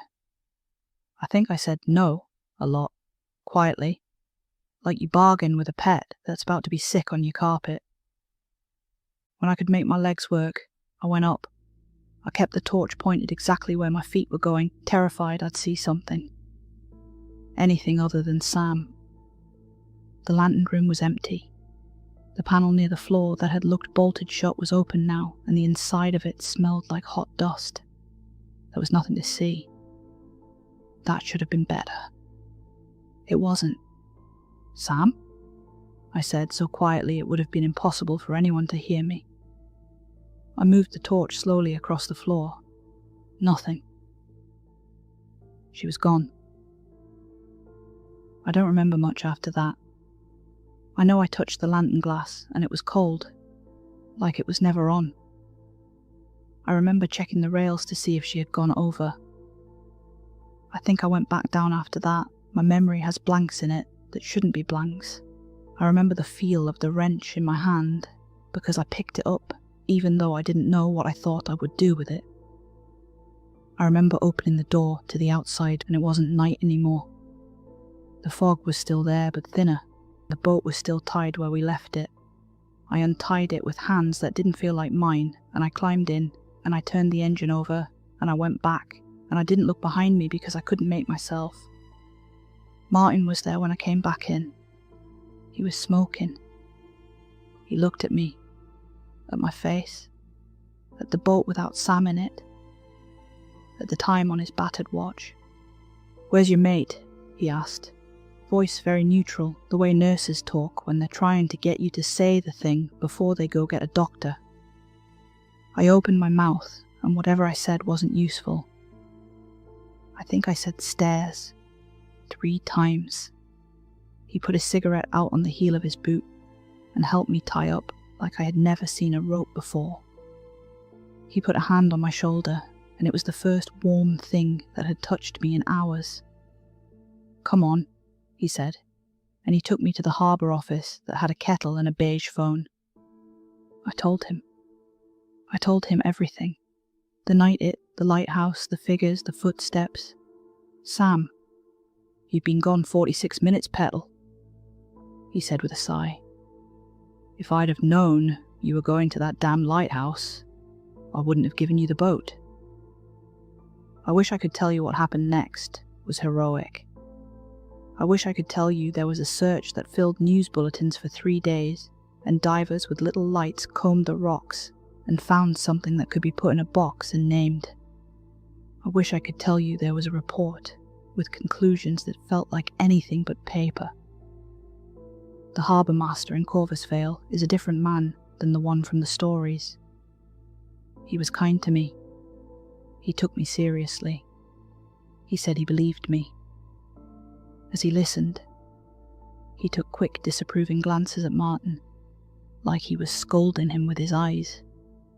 "I'm sorry this happened to you," he said. "I'll file a report, say she fell overboard." "What?" I exclaimed. "Weren't you listening?" She didn't. "It doesn't matter," he said grimly. "Your friend isn't coming back. It's time you thought of yourself, and this is the only way you'll stay out of Beacon Point." "Beacon what?" "It doesn't matter. Listen. If it makes you feel a bit better, I'll go out myself. I'll have a look around the rocks and see if I can spot anything. In the lighthouse. No one's going in that lighthouse, he shot back. He sounded frightened. Then I'll come back and we can work on something to tell your own authorities when you go home. He said that like they were two different things, his world and ours. They didn't find Sam. Back home, they asked me to come to the station. I made a statement. I made 3 statements. I repeated the route we took. They asked the questions people ask when someone goes missing. Did she argue with you? Did she drink? Did she take anything? Does she swim? I wanted at some point to stand up and walk until my legs fell off. Instead, I signed my name on a line, and the paper took it like that meant anything. I want to tell you I was brave, that I sat there and spilled my guts about the missing time, the footsteps, the light, everything. But I didn't. I lied. I lied to save my own arse because I found out what he meant by beacon point. I didn't think anything of it then, but I do now. I think it was a threat. If I opened my mouth and started a proper investigation, he would have me committed. And to be honest, it wouldn't have been hard. Everything I have told you sounds completely batshit crazy. So, I did nothing. And nothing happened. I know what you want from me, if you've read this far. You want the explanation. You want the thing that makes the fog make sense. You want the reason the light came on. You want the rational thing about old capacitors holding charge and currents and unseasonable weather patterns. You want me to say I saw a man, and he pushed her.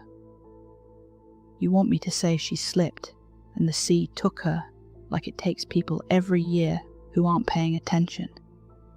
I can give you some of that. She could have slipped. It is a real possibility. There were wet spots on the metal. She could have put her foot wrong in a place that forgives nobody. But the part I can't get away from is this. When the light came on, the fog moved like people. And somebody walked down those stairs who wasn't my friend.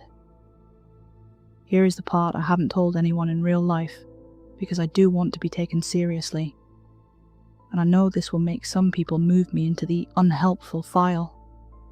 2 nights after I came home, I woke up because a horn sounded in my dream. It was the same sound, the strangled brass. I sat up in bed with my heart trying to push itself out through my throat. The room was dark. The window was open a crack, because the heating makes me sweat. I got up and shut it, and as I did, something white flashed on the roof opposite, just a bob. A bird taking off. I didn't see it clearly enough to say more. I'm not an expert, I'm not even a good storyteller. I'm just someone who went to make a silly video and came home without my friend. People will tell you the sea doesn't want anything, that it doesn't think. Maybe. The lighthouse did what it always did. It turned and it called. It brought things closer. It took what it was owed, or what it believed it was owed, and we were there, and we were easy. So, if you're an urban explorer, please, please be smarter than me. Don't go out there. Not to Corvus Vale. Not to that lighthouse. And if you're reading this and you're from Corvus Vale and you know anything I'm asking you, please, even if it's a stupid old story, even if it's just where to take flowers that will mean something, I'll drive back, I'll stand there and feel stupid, and I'll do it gladly. I will go back if someone tells me how to make it right. I'm not brave. I'm not a hero. I just want my friend. I don't know if posting this will help. Maybe someone will say, I know what happened. Maybe someone will tell me a version of events that lets me exhale. Maybe nothing. I want you to be careful out there.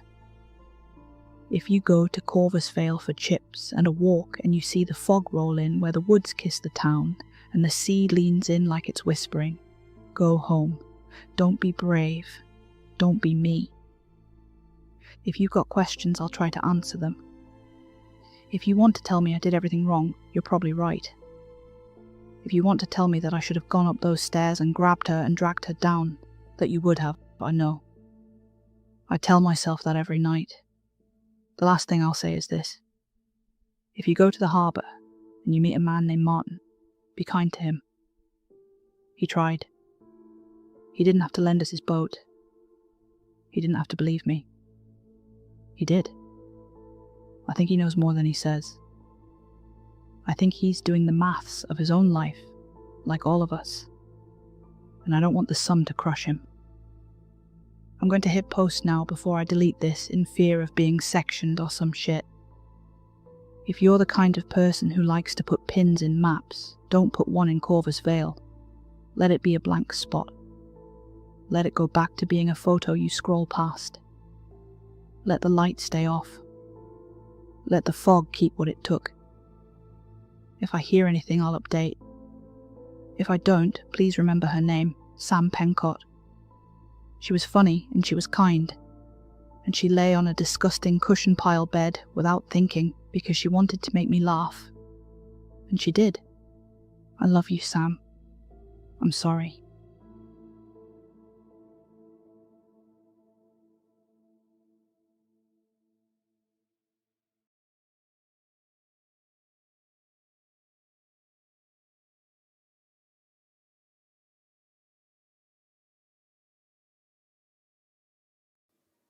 I didn't kill my girlfriend. The house did. If the police read this, you'll find nothing on me. Shit, you might not even find me. I haven't had a response from anyone I've told. So I'm trying this here. I'm going to tell you everything, then you can decide if it was me or not. Which it wasn't. I'm a professional house sitter. Well, that is to say, my girlfriend and I advertise our house-sitting expertise as a way of keeping a roof over our heads. I made some pretty dumb decisions a while back, which left us living in a 4-man tent on the edge of Holothorn Forest. There are creepy noises, a very large animal that I'm yet to identify, and one very annoying squirrel that's learned to unzip the tent when we're asleep and steal the Oreos. I've tried setting a trap for it, but I still woke up with no Oreos and shit in my trainers. It's not all bad. It's peaceful. No one comes here, not even the local kids. In the winter though, it's nice to be able to feel your hands every now and again. So we do this. Did this. We've built up quite a few good references over the months, so it was no shock when we were offered a job sitting in this mansion of a house. To be honest, I didn't even know this place existed. It was almost smack bang in the middle of Holothorn Forest. If you think the outskirts are spooky, you should try walking 5 miles inward. But all that fear faded with the prospect of 7 days of hot water, bubble baths, and a shit ton of money at the end of it. Like a shit ton. At least quadruple what we'd normally get. I should have known then. I should have known this wasn't right just from that, but I've never been known for my smart decisions. I want you to know I take full responsibility. This isn't an admission of guilt for any law enforcement officers reading this. But I do feel guilty. Okay, I'll stop rambling. So, we go to this house, me and Esme. I found the key where they texted me it would be, inside this little fake rock in a plant pot out front. There was a note pinned to the door that just said, "Follow the rules. House menu inside." Ooh, fancy, Esme giggled. When we got inside, we couldn't find any rules. I guessed he just meant that this isn't your house, treat it with respect, but also eat what you like. Unwritten kind of rules. I searched in all the usual places someone might leave instructions, but the place was huge. I'm talking massive. The entrance room was like the size of a house itself, you know, with those ballroom stairs you see in films. The one that splits either side so you can walk down romantically and meet in the middle. Yeah, them. There was a library, a kitchen that could serve a restaurant, 3 living rooms, a dining hall, not room, fucking hall, and 6 bedrooms. So, I suppose they could have been stashed somewhere. But Esme wasn't worried, so I wasn't either. I thought the bedroom situation was weird. I was told only one guy lived there, but 5 of the bedrooms were clearly lived in. The guy's got more room than sense, Esme said as she peeked into the 5th used room. He's spoiled for choice, probably room hops. She chuckled as she led the way to the guest room. The last 4 need a bloody good dust, though. Esme always took things in her stride. Nothing fazed her. Nothing worried her. This was just another job. An easy way to stay warm and clean and get paid for doing it. But to me, something didn't feel right about this place. I'd been in big houses before, but this one was creepy. The endless halls seemed to swallow the light from the sparsely placed bulbs. And I just had this overwhelming feeling I was being watched. I tried to push it away and just enjoy it. It was freezing outside, and I was grateful for the warmth, but something in my mind held on to the other rooms. Something that Esme missed or overlooked.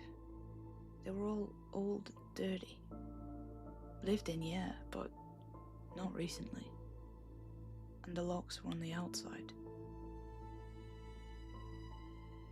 I pushed the conspiracy theory side of my brain down as she opened the door to our room. It was beautiful. I half expected the guest room to be thick with dust or find some forgotten relic on the bed, but it was immaculately prepared. The air had a faint scent. Something clean, almost floral, but unfamiliar. As if the house had chosen its own perfume rather than relying on anyone else's taste. I stood for a moment, letting my eyes adjust to the soft lamplight, and felt an odd sense of being ushered in. Not just by Esme, but by the room itself. It was welcoming in a way, but with the careful precision of a display home rather than a lived-in space. Every cushion was perfectly centered, every book on the shelf aligned just so. And I couldn't shake the feeling that the room was waiting for something, or someone, to make the first wrong move. "Aw, look, the duvet has little doves on it," she gushed, stroking the Egyptian cotton sheets. "They're crows." She squinted at me. "How do you know that?" "The beak." Esme rolled her eyes and flopped on the bed. "Or doves with a nose job." Her stomach growled. "Food. I'm christening that ridiculous kitchen." "Fine," I said. "Let's see what's on the menu." The kitchen was too cold for a house that warm. The chill of the stone tiles seeped through my socks, making my feet ache. Shiny stainless steel countertops lined the walls. An island big enough to park a bike sat in the middle. And 2 ovens stacked like safes stood in the corner, cast in shadow. The fridge made a soft groan like someone forgot to fill the water dispenser. It sounded painful. I told myself it was normal, and I went to fill the kettle. Pantry first. Esme yanked the door open and whistled. "Look at this." He could feed a village. The pantry shelves were lined with clear jars and neat labels. Flour, sugar, lentils, and an army of jams. "I bet you 50 quid he's a prepper." "Or a magician," I interjected. "Look at this." Sitting in the middle of the island was a large teal wipe-clean cookbook with a little silver whisk embroidered on the front. "House menu," she read. "Of course it is." "That wasn't there before," I whispered. Esme chuckled. "Yeah, like the time you called me to ask where your phone was. Remind me not to let you look for shit on your own." I joined in the tease, but my stomach had already dropped. I knew for certain that hadn't been there before. She flipped it open. The first page said, "Welcome, keepers," in a polite font that made my skin itch. Pancakes, she announced. Screw menu magicians. I want pancakes. She turned to the first tab. The heading looked like a starter on a restaurant card, but the words didn't match. It read, pancakes, yes, but begin with rules. Read them true, or call the ghouls. Hold your tongue, let nothing be heard. The house keeps score by a little white bird. Thrice you err, the tally's made. On the fourth, a life is paid. Dude, it's giving Backrooms cookbook. Esme looked at me before bursting into laughter. What the fuck is this? She flipped through the pages. They were all blank. Look, I said, taking the book from her and turning back to the starter page. Words were materializing under the poem, like someone painted over magic markers with water. They said, keepers. Esme Avery, Christy Stewart. It wants signatures, Esme said, half joking. A pen was clipped to the ribbon. I couldn't remember seeing it there. Maybe just leave it, I said. She signed it anyway. And I signed because she signed. I didn't think it would matter. If I knew what would happen, I would have ripped the pen away from her and melted the thing in the oven. As the ink settled, the temperature dropped hard, like a fridge door opening inside a small room. My breath thinned, and I felt my heart beat a little faster. Under our names, pale shapes bled up from the paper's grain. Under Esme Avery, a little white crow surfaced, wings tucked. And under mine, Christy Stewart, another identical twin. Beneath each bird, a single hair-thin tally scratched itself into being. The sound so small, I thought I imagined it. Esme snorted. That has got to be AI. It's a book, I said. Not everything has a chip. Heat activated then. Cool trick. I convinced myself she was right because the alternative meant the book wasn't a book at all. And I wasn't ready to live in that world. A shrill ring pierced the silence. The phone attached to the kitchen wall shook in its receiver. Hold that thought, Esme chimed, marching to the corner. It'll be the guy. I'll ask him what kind of paper it is. I listened intently, but could only hear muffled syllables and Esme's replies as I gripped the book in anticipation. Hello? Yes, I'm the current keeper. She raised an eyebrow at me, smirking. Sure. What do you need? Yes. The door's locked. Why? Her smile thinned. Sensing the tension, I mouthed, hang up, frantically. Esme waved me off and pressed the receiver tighter to her ear. No, I'm not opening it. I can see the handle from here. I don't need to look out. The curtain's fine where it is. I'm not closing my eyes. Her smile died on the word. Esme's voice thinned. No, I said no. I mouthed, hang up, again. She held my gaze, swallowed, and didn't. No. I said no. I'm ending the call. I'm ending the... I pressed the cradle, ending it myself. Who the hell was that?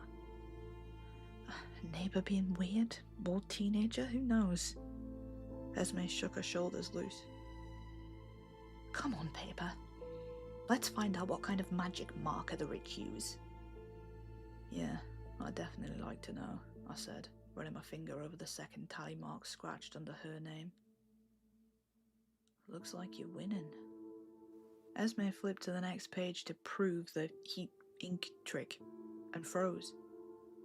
There wasn't a fade in this time. No watercolour creep. The whole spread was just full now. dense text, neat sections, little headings boxed like a manual. "Oh," she said, then too quickly, "Thermalink. Estate agent gimmick or, like, augmented paper. People do that." My skin prickled. The temperature had dropped again, the way a supermarket freezer leaks when you open it, and the cold touches your teeth.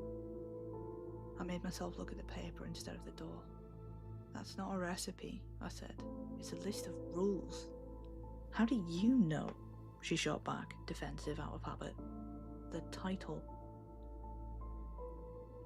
At the very top, centred in that polite font, it read, "Heed the rules of Arthur Vale House. Number 1. Greet the kitchen on first entry. You must say good morning, good afternoon, or good evening on first entry. If the fridge answers, do not look. Unacknowledged rooms may misidentify keepers. If you are not a guest, you may be food." "Well, we didn't do that," she let out a hollow chuckle. Number 2. When the phone rings between 12:10 p.m. and 12:19 p.m, answer the call, then immediately say, "Wrong house." The caller will begin to ask questions. You must hang up before the third question. Not doing so acts as an invitation. You do not want it to visit. If you accidentally answer more than 3, you will gain a tally mark. But if you have less than 3 tallies, there is still a chance for your survival. You must retreat to the library and lock the door behind you. Find the green book titled Constance Arthur and read any passage. Once completed, you may immediately leave the room if desired. We both glanced at the clock in unison. 12:15 p.m. "This has got to be a prank," Esme said. Like saying it could make it true. Number 3. If you hear a music box anywhere in the house, at any time, do not move. Do not hum. Do not answer. Do not speak. Stay still until the sound ends. If it begins again, remain frozen until it stops. She cannot see you if you're still. If you can't be still, you must retreat to the guest room too. Stay there until the footsteps stop. Number 4. Do not leave your room between 4:30 a.m. and 7:15 a.m. This is their time. For the house to remain in harmony, you must not engage, even if they knock. Number 5. Once you have signed the agreement, you may not leave the premises until your duties are over. Opening the door will not take you home. Number 6. Arthur Vale House has complimentary Wi-Fi. The use of adult sites is strictly prohibited. Not everyone residing here is over 18. Failure to adhere will result in 2 tallies. "Resides here?" I whispered as if the walls might hear. Number 7.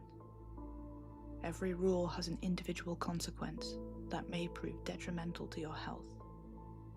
The house would assist you if treated correctly. The tally marks are the number of rules broken. Get to 3, and the house stops correcting and starts collecting. Your name will then be moved to the back of the book. Esme's eyes darted nervously around the room, searching for any sign that the instructions were just a joke. Neither of us wanted to admit how unsettled we were becoming. "Back page," I said, before I lost my nerve. I flipped to it.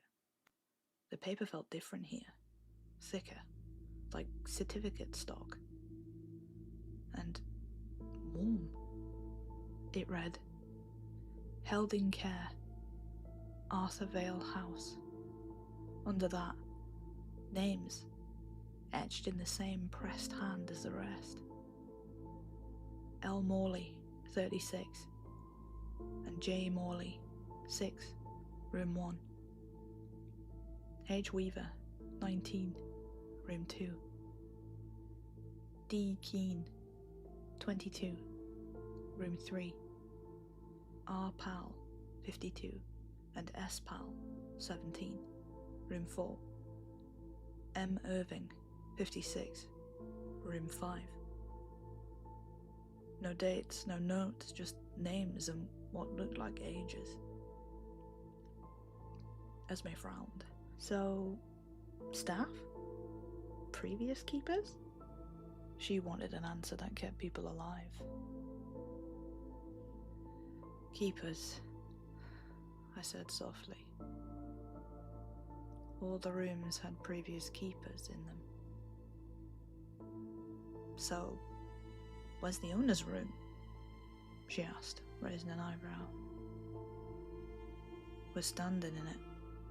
The kitchen? No. The house. The fridge made a whirring sound again, pleased that we'd understood something it thought was obvious. The hall clock posted a single patient click. At the bottom of the page, below room 6, an empty line waited, no ink, only the shallow press where a pen would go. I assumed the cleaner, neater room belonged to the man who paid us. It didn't. It belonged to whoever was the last keeper, before us. He hadn't had a chance to age yet. Esme shut the book halfway and squared her shoulders. Okay, plan. Plan, I echoed, because copying her made me feel better. We follow the rules. We greet the kitchen in the morning, we pick up the phone and say wrong house twice and hang up.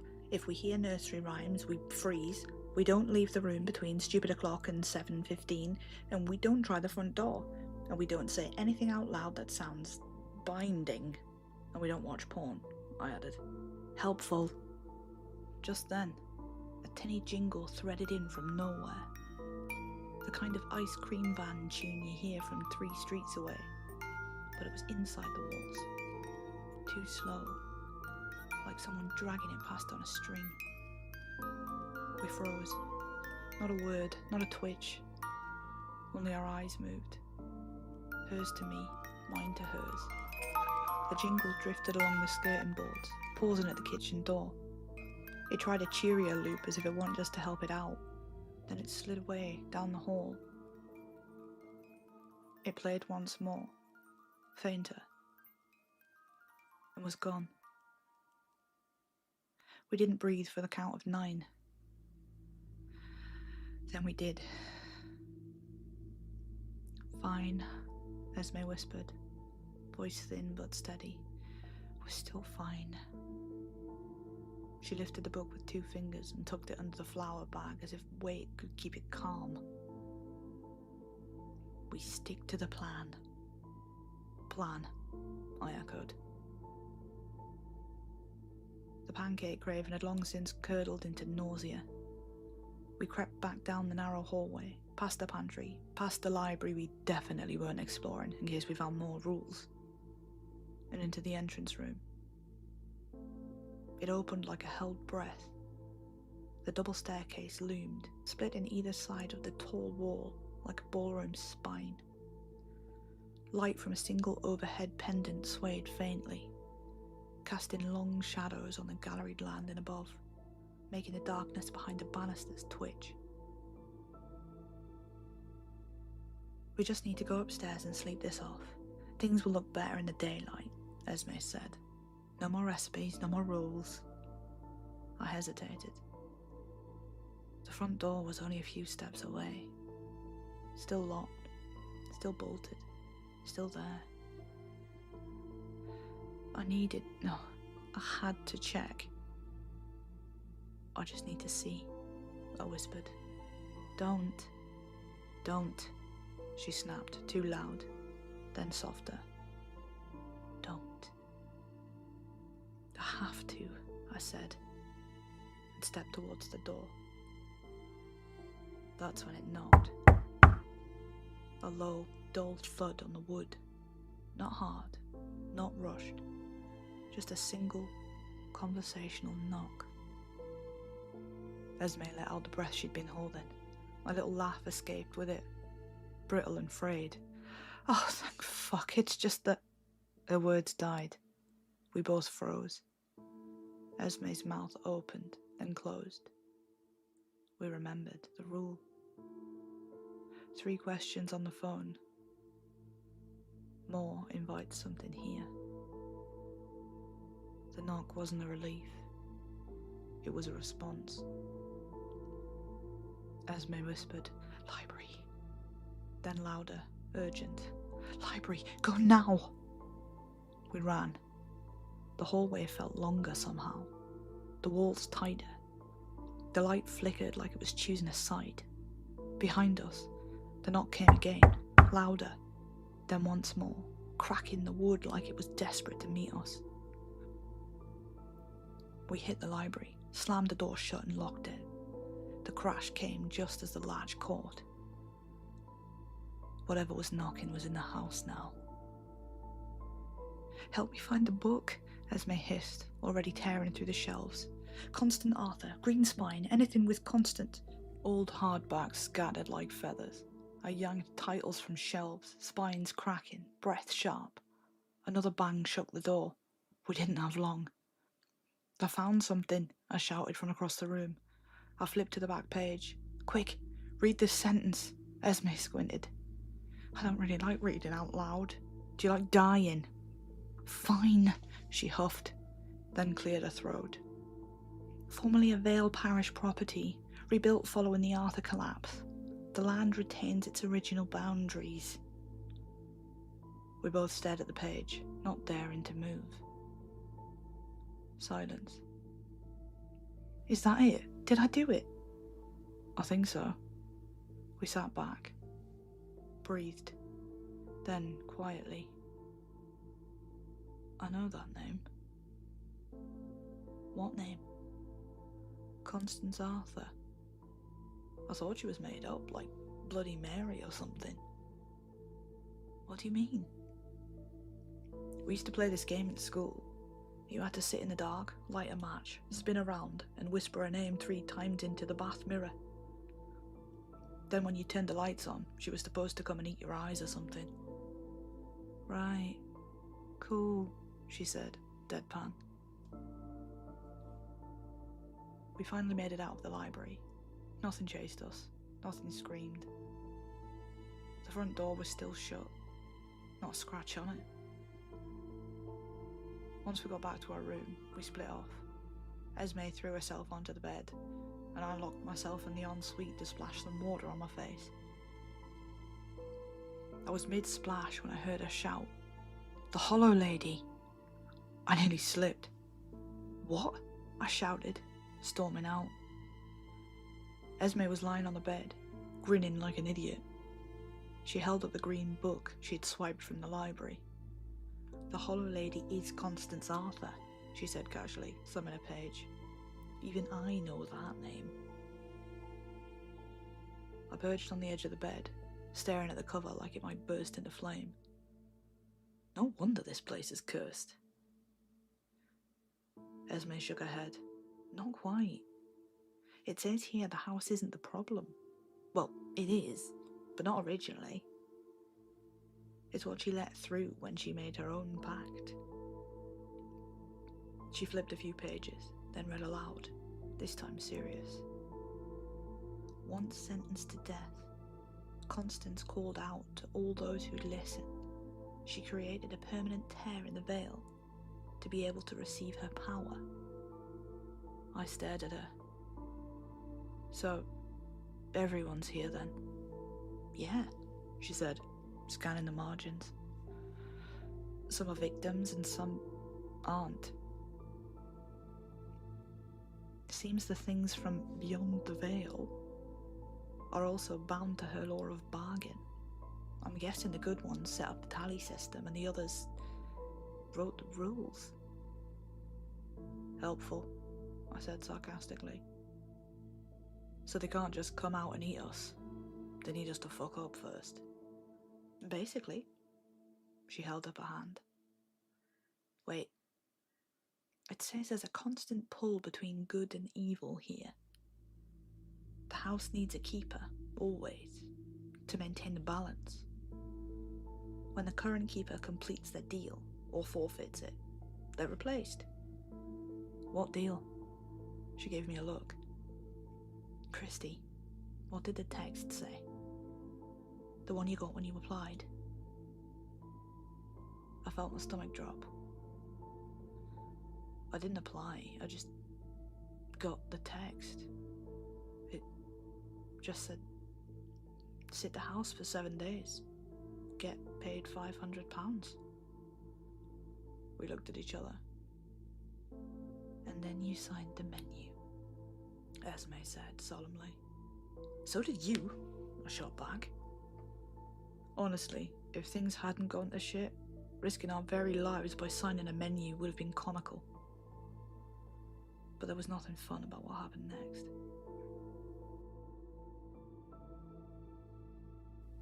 I didn't sleep well that first night. I lay awake listening to Esme's soft snores beside me. The steady rhythm almost enough to drown out my own thoughts. Almost. Then came the footsteps. Slow, careful. Not heavy enough to be a man's, not light enough to be a child, just measured. They started at the end of the hall and crept closer. Each board groaned like it was trying to warn me. I wanted to check, but I was terrified. It could have been an intruder. It could have been the rules testing us. Or one of the Hollow Lady's victims. I didn't want to find out either way. So I stared at the ceiling, eyes wide open, counting my breaths until the sound stopped. At one point, I swear the handle of our door twitched. Just once. A tiny rattle. As if something were testing it. Then nothing. I must have fallen asleep after that, because the next thing I remember was sunlight leaking through the curtains, and Esme complaining about the smell of the pillows. I didn't say anything. In reality, the first thing I wanted to talk about was my bladder. The second was that Esme had been in the bathroom for what felt like an hour. I lay there, staring at my watch. 7:13 a.m. She was humming cheerfully, like we hadn't nearly died yesterday. Esme, I called, knocking. Come on, seriously. One sec. I checked again. 7:14. My stomach twisted. Then 7:15 a.m. flashed. I could leave the room and go to the toilet downstairs. I waddled my way to the door. But just as I had my hand on the door handle, our bathroom door opened. I bolted past her and slammed the door. You're so dramatic, she muttered.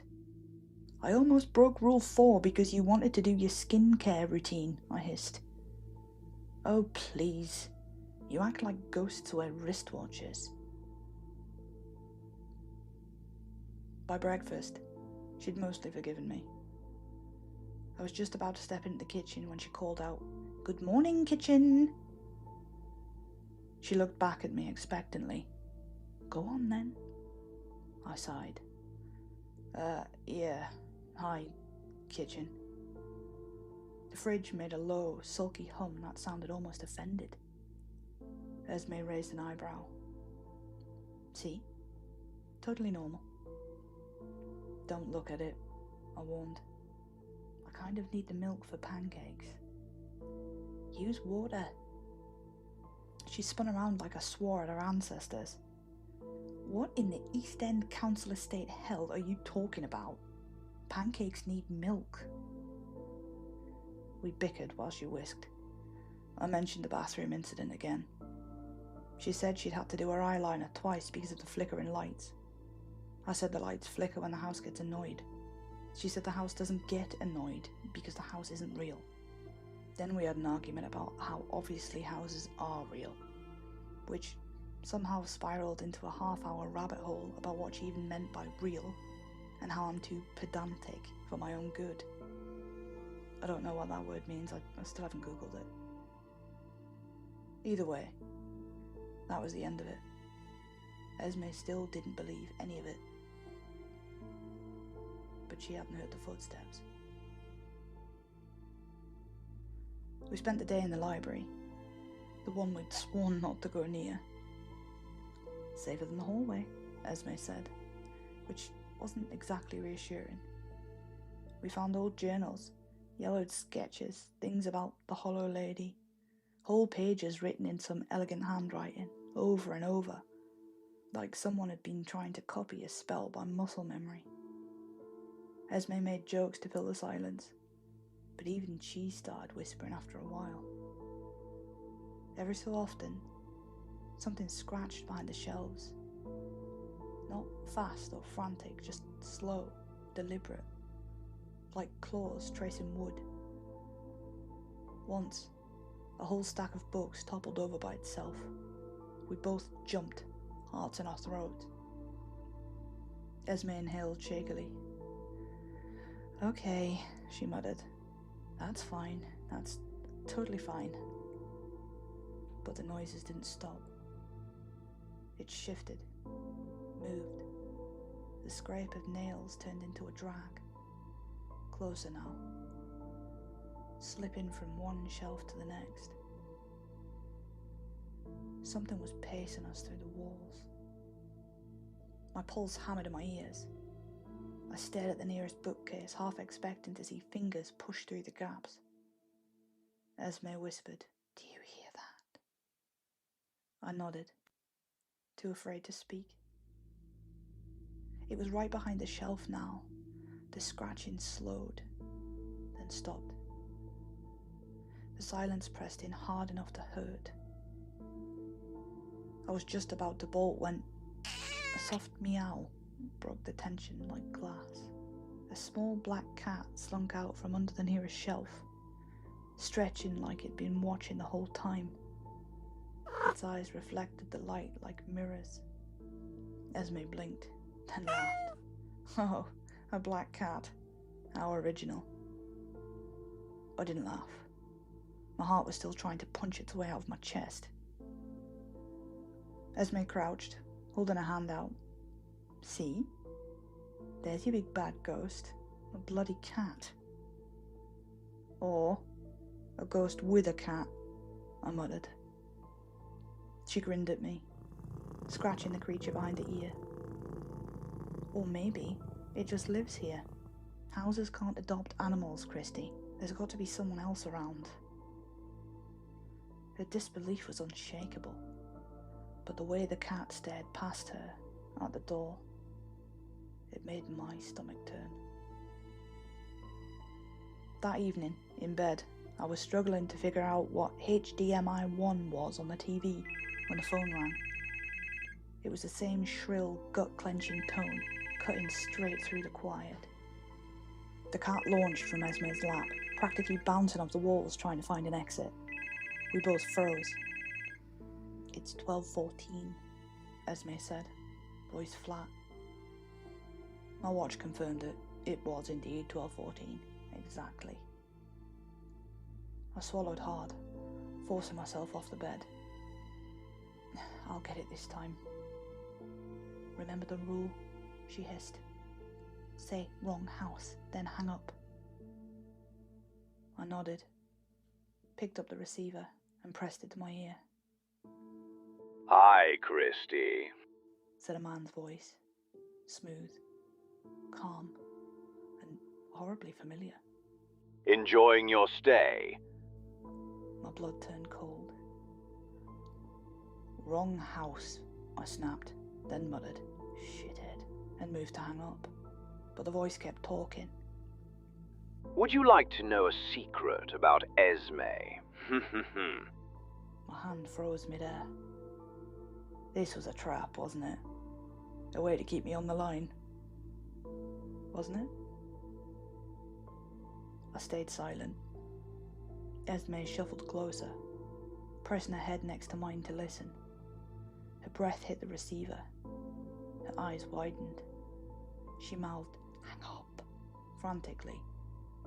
Was she trying to stop me from finding out something? Or was she just scared of breaking another rule? The voice chuckled softly. I'm sure you'd want to know about... Click. Esme's fingers slammed the cradle down before he could finish. "What the hell, Esme?" I snapped. She glared at me. "I saved your life, you idiot. That was 3 questions.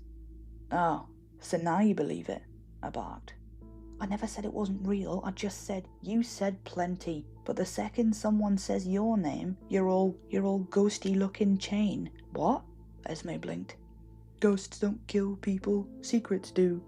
"Oh, fuck off, Christy, you child. Sleep with a ghost yourself tonight. I'm staying on the sofa." She stormed out of the room, muttering loud enough for half the house to hear. I lay there, listening to her footsteps fade, and because I can't ever leave well enough alone, I shouted after her, after every angry movement.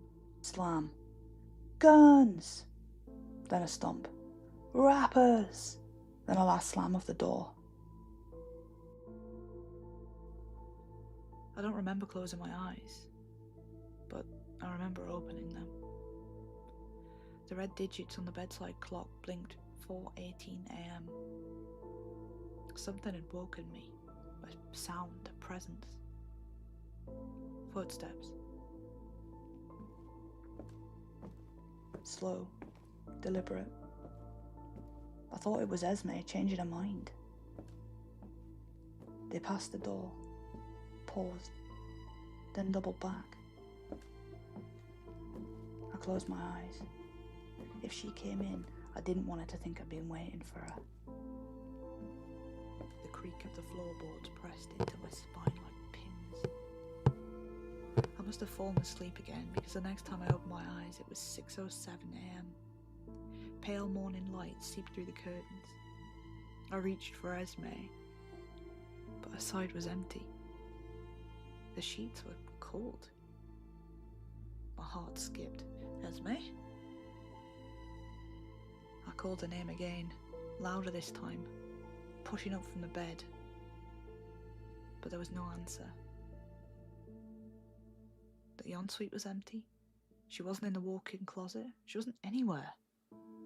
I crossed to the door and listened. No footsteps this time, no creaks. Still, I knew I shouldn't open it. But then I heard it. A scream. High, short, sharp. Esme. I yanked the door open, self-preservation out the window. I took one step into the hallway when the jingle. It rang out like a nursery rhyme whispered into a throat full of needles. I froze, reluctantly. My whole body locked. I stared straight forward, willing my body to stop trembling in case that counted as movement. My peripheral vision darkened. There was something. Something crawling. No.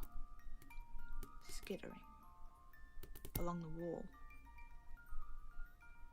It wasn't a person. It wasn't shaped right. Limbs bent the wrong way. Neck too long. Skin or something like it. Thin and twitching. It dropped down behind me. I could hear the creak of the floorboards as it inched towards me. I heard it breathe. Not like lungs. Like something hollow drawing air through splinters. I wanted to scream. I didn't. The jingle stopped. So did the breath. I bolted. I searched every room, every hallway, every corner of that creaking, cursed place, but there was no sign of Esme. Not even the smallest sound. I doubled back to the bedroom, hoping we'd somehow missed each other. The house was big enough. She wasn't there. But now, laying neatly in the middle of the bed, was the menu. The rules. It was flipped open to the contract page. The little white bird on her side had grown faint. 3 tallies sat below it. And a name. It was gone from the front.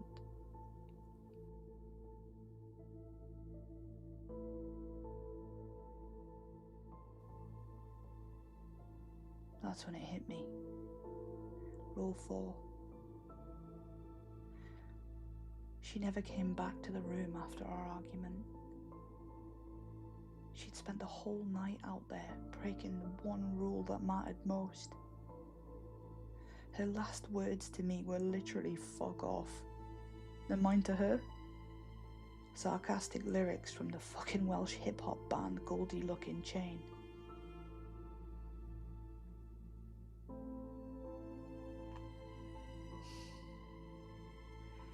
That was 3 days ago. I haven't left the house. I still have 3 days left on my contract. I'm using the free Wi-Fi to post this. I found the password further in the menu. You'll never guess what it was. Feed the house. All caps. Yeah. I only have 1 tally to go before whatever took Esme takes me to. I answered the phone last night, and Esme was on the other end. I didn't even notice she was asking me questions until it was too late. I thought it was real. I wanted it to be real. I'm not gonna mess this up, but I think I know what I have to do. This morning, Rule 8 appeared, just like the others. It said, Number 8. Before you leave, you must find a replacement. Post these words exactly as written, or face your final tally. I don't want to do this. Short-term house sitter wanted for Arthur Vale House. 7 days only. Single persons or couples welcome. Excellent pay. Free Wi-Fi. And a free full house menu.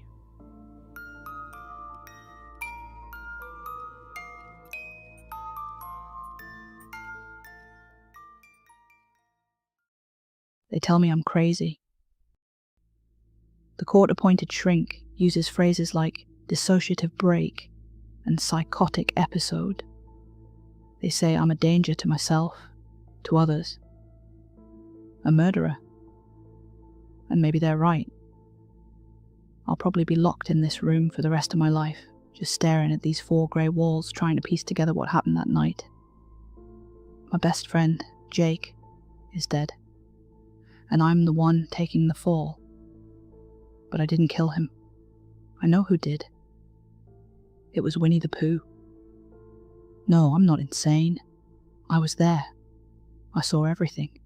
But now the police are telling me something that makes this whole nightmare so much more terrifying.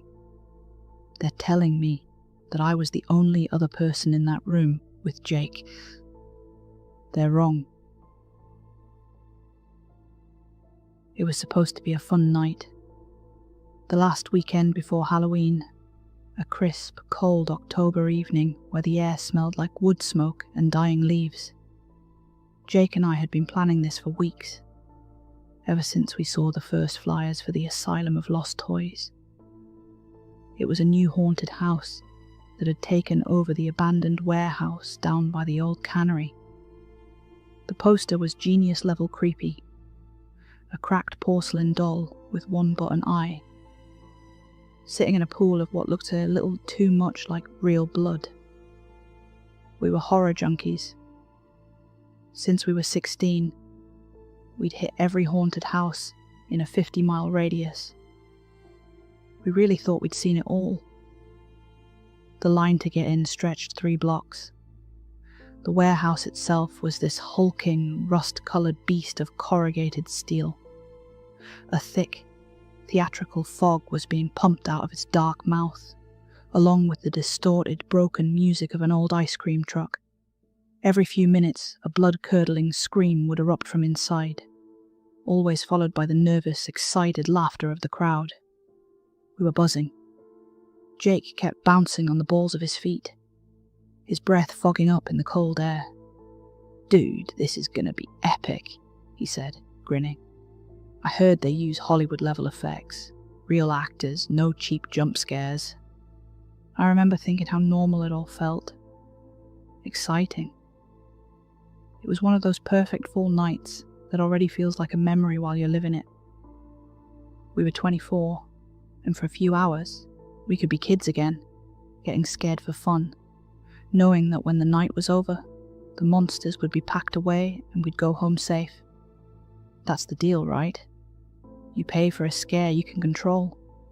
You scream, you laugh, you leave. But the things inside the asylum of lost toys, they didn't play by the rules. After what felt like forever, we were finally at the front. A guy with a ghoulish painted face and a top hat waved us toward a small dark doorway. "The toys are waiting for you," he rasped, his voice like grinding gravel. "Try not to break them." "They tend to break back." We laughed. Good line. We stepped through the doorway, and the heavy door slammed shut behind us, plunging us into almost total darkness. The noise from outside was gone, replaced by a low, humming drone and the faint, unsettling sound of a child's lullaby playing in reverse. The first part of the house was obviously meant to give you a false sense of security. It was a twisted version of a kid's bedroom. The wallpaper, covered in cheerful cartoon rainbows, was peeling to show these dark, mouldy-looking stains underneath. The air was thick with the sick, sweet, artificial smell of bubblegum. In the middle of the room, under a single flickering bulb, was an animatronic. Peppa Pig. Or some version of her. Her plastic pink skin was grimy and faded, and one of her soulless black eyes was half closed like she was having a stroke. She was rocking a baby carriage back and forth in this jerky, unnatural motion, while a high-pitched squeal came from a hidden speaker. Jake snorted. "Okay, that's just creepy," he whispered. But he was smiling.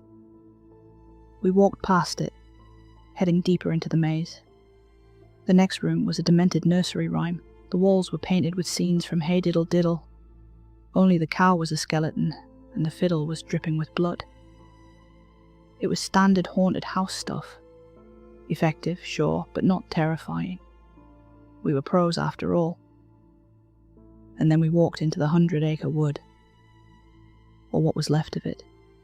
You couldn't mistake the theme. The walls were painted to look like a dark, overgrown forest. The cheerful signs for Rabbit's house and Owl's house were splintered and rotting. The air got cold. A deep, damp chill that had nothing to do with the autumn night outside. And there he was, sitting on a log in the middle of the room. Winnie the Pooh. He looked just like he did in the old storybooks. Short, stout, that simple, friendly face, and a little red shirt that was just a bit too tight. He was holding a big ceramic honey pot. A honey pot, according to the crude letters painted on the side. But something was just profoundly wrong. The light in the room was low, casting these long, dancing shadows. But his eyes, his two little black button eyes, just seemed to swallow the light. They were voids. There was no friendly glint, no hint of stuffing, just a deep, unnerving emptiness. He wasn't moving. Just sitting there, honey pot on his lap, watching us. We stopped. The playful mood from the last few rooms just vanished. That humming drone seemed to get louder, and I could feel a low vibration through the soles of my shoes. "Man," Jake said quietly, his earlier confidence gone. "They really nailed the uncanny valley on this one." He took a step forward to get a better look. And that's when it happened. What the detectives later called the inciting incident. Pooh's head, which was facing straight ahead, slowly and deliberately turned. His neck didn't move. Just the head, rotating on his stuffed shoulders with this faint, dry rustle of fabric. It turned until its blank, black eyes were locked right on me. A sound came from it, a low, garbled electronic voice that was supposed to be the cartoon but came out warped and distorted. Oh, bother! It rasped, the sound crackling like a dying radio. Jake jumped back with a nervous laugh. Whoa! Okay, that got me. But I couldn't laugh. My blood felt like ice. It wasn't just the movement or the voice. It was the way it looked at me. It wasn't some pre-programmed motion. It felt like recognition. It felt like it saw me. I grabbed Jake's arm and practically dragged him away. Come on, let's go, I muttered, my heart hammering. Jake was still trying to act cool. Dude, relax. It's just an animatronic. A really good one, but still. But then, a few hallways later, in a section that was supposed to be a slaughterhouse with hanging pig carcasses, we saw him again. He was at the far end of the hall, partly hidden by fog. That red shirt was unmistakable. He was just standing there, not moving, watching. How did he get there? I whispered, my voice shaking. The whole place was a one-way maze. We hadn't passed any side paths. Maybe there's more than one, Jake suggested, but he didn't sound so sure. The corridor walls seemed to close in on us. The sound in this section was a nightmare of dripping water and a distant buzzsaw. But under it all, I could still hear that low, humming drone. We turned down another hall, a long dark passage lined with cracked mirrors. Strobe lights flashed, shattering our reflections into 1,000 jagged pieces. In every flash, I swore I saw a bit of red, a round yellow shape just behind us. I started walking faster, then jogging. Jake was right behind me. The fun was gone. This wasn't fun. We were being stalked. We burst through a set of double doors into what looked like a dead end. It was a child's playroom, but every toy was broken, mutilated. Dolls with their heads ripped off. Teddy bears torn open with their stuffing pulled out. In the middle of it all was a small table set for a tea party. The strobe was gone, replaced by the eerie glow of a single bare bulb swinging from the ceiling, making the shadows writhe on the walls. We were trapped. The doors we'd come through were locked behind us. Okay, this isn't funny, Jake said, his voice tight with panic. He started banging on the door. Hey, let us out. The door's stuck. His voice just echoed. No response. The only sounds were the creak of the light bulb and my own ragged breathing. And then I heard it. From the far corner of the room, deep in the shadows. A familiar, warped, electronic voice. Did you come for a smackerel of something? Slowly, a figure stepped out of the darkness. It was him. Winnie the Pooh. But he looked different now. The simple face was stretched into a grotesque, predatory grin. His fabric body looked stained, and a dark, wet patch was spreading across his little red shirt. He wasn't holding the honey pot anymore. His plush yellow hands were empty, curled into tight fists.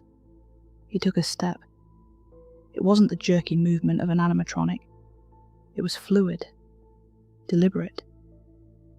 He took another step, then another, his soft feet making no sound on the dusty floor.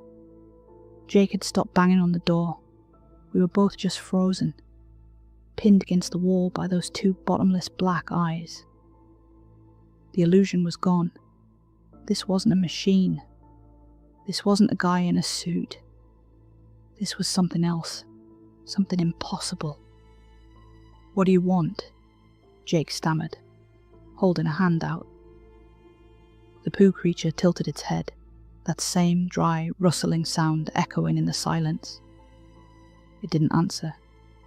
It just kept coming, its pace picking up. We were backed against the wall. Nowhere to run. I remember scrambling for a weapon, my hand finding a sharp, jagged piece of a broken porcelain doll. But I never used it. The creature lunged. It moved with a speed that shouldn't have been possible for its bulky shape. It ignored me and went straight for Jake. It wrapped its soft arms around him in a sick parody of a hug, and Jake screamed. It was a sound of pure agony and terror that will haunt me until I die. I saw the honeypot then. It had been behind its back. It was broken. He had a jagged piece of the ceramic clutched in his right paw. With horrifying strength, the creature drove the sharp edge of the broken pot into Jake's side. Once, twice, 3 times. The sound was wet and sickening. Jake's body went limp, and the creature just dropped him. It stood over him for a second, head cocked, before turning its empty gaze to me. It just stared, its face splattered with my best friend's blood. And then, from its distorted voice box, it whispered one last thing. "Oh, bother!" The world went silent. The monster in the poo costume just turned and walked back into the shadows it came from. It didn't vanish in a puff of smoke. It just walked away. For a moment I couldn't move. I couldn't breathe. My mind was just a screaming void of white noise. Then, a loud buzzer sounded, and the door we'd been banging on swung open. The normal cheesy haunted house sounds flooded back in. The distant screams, the buzzsaw, the distorted music. I fell to my knees beside Jake. There was so much blood. It was pooling on the floor, soaking into the grimy carpet, dark and thick under that swinging bulb. I put my hands on his chest, trying to stop it, but it was useless.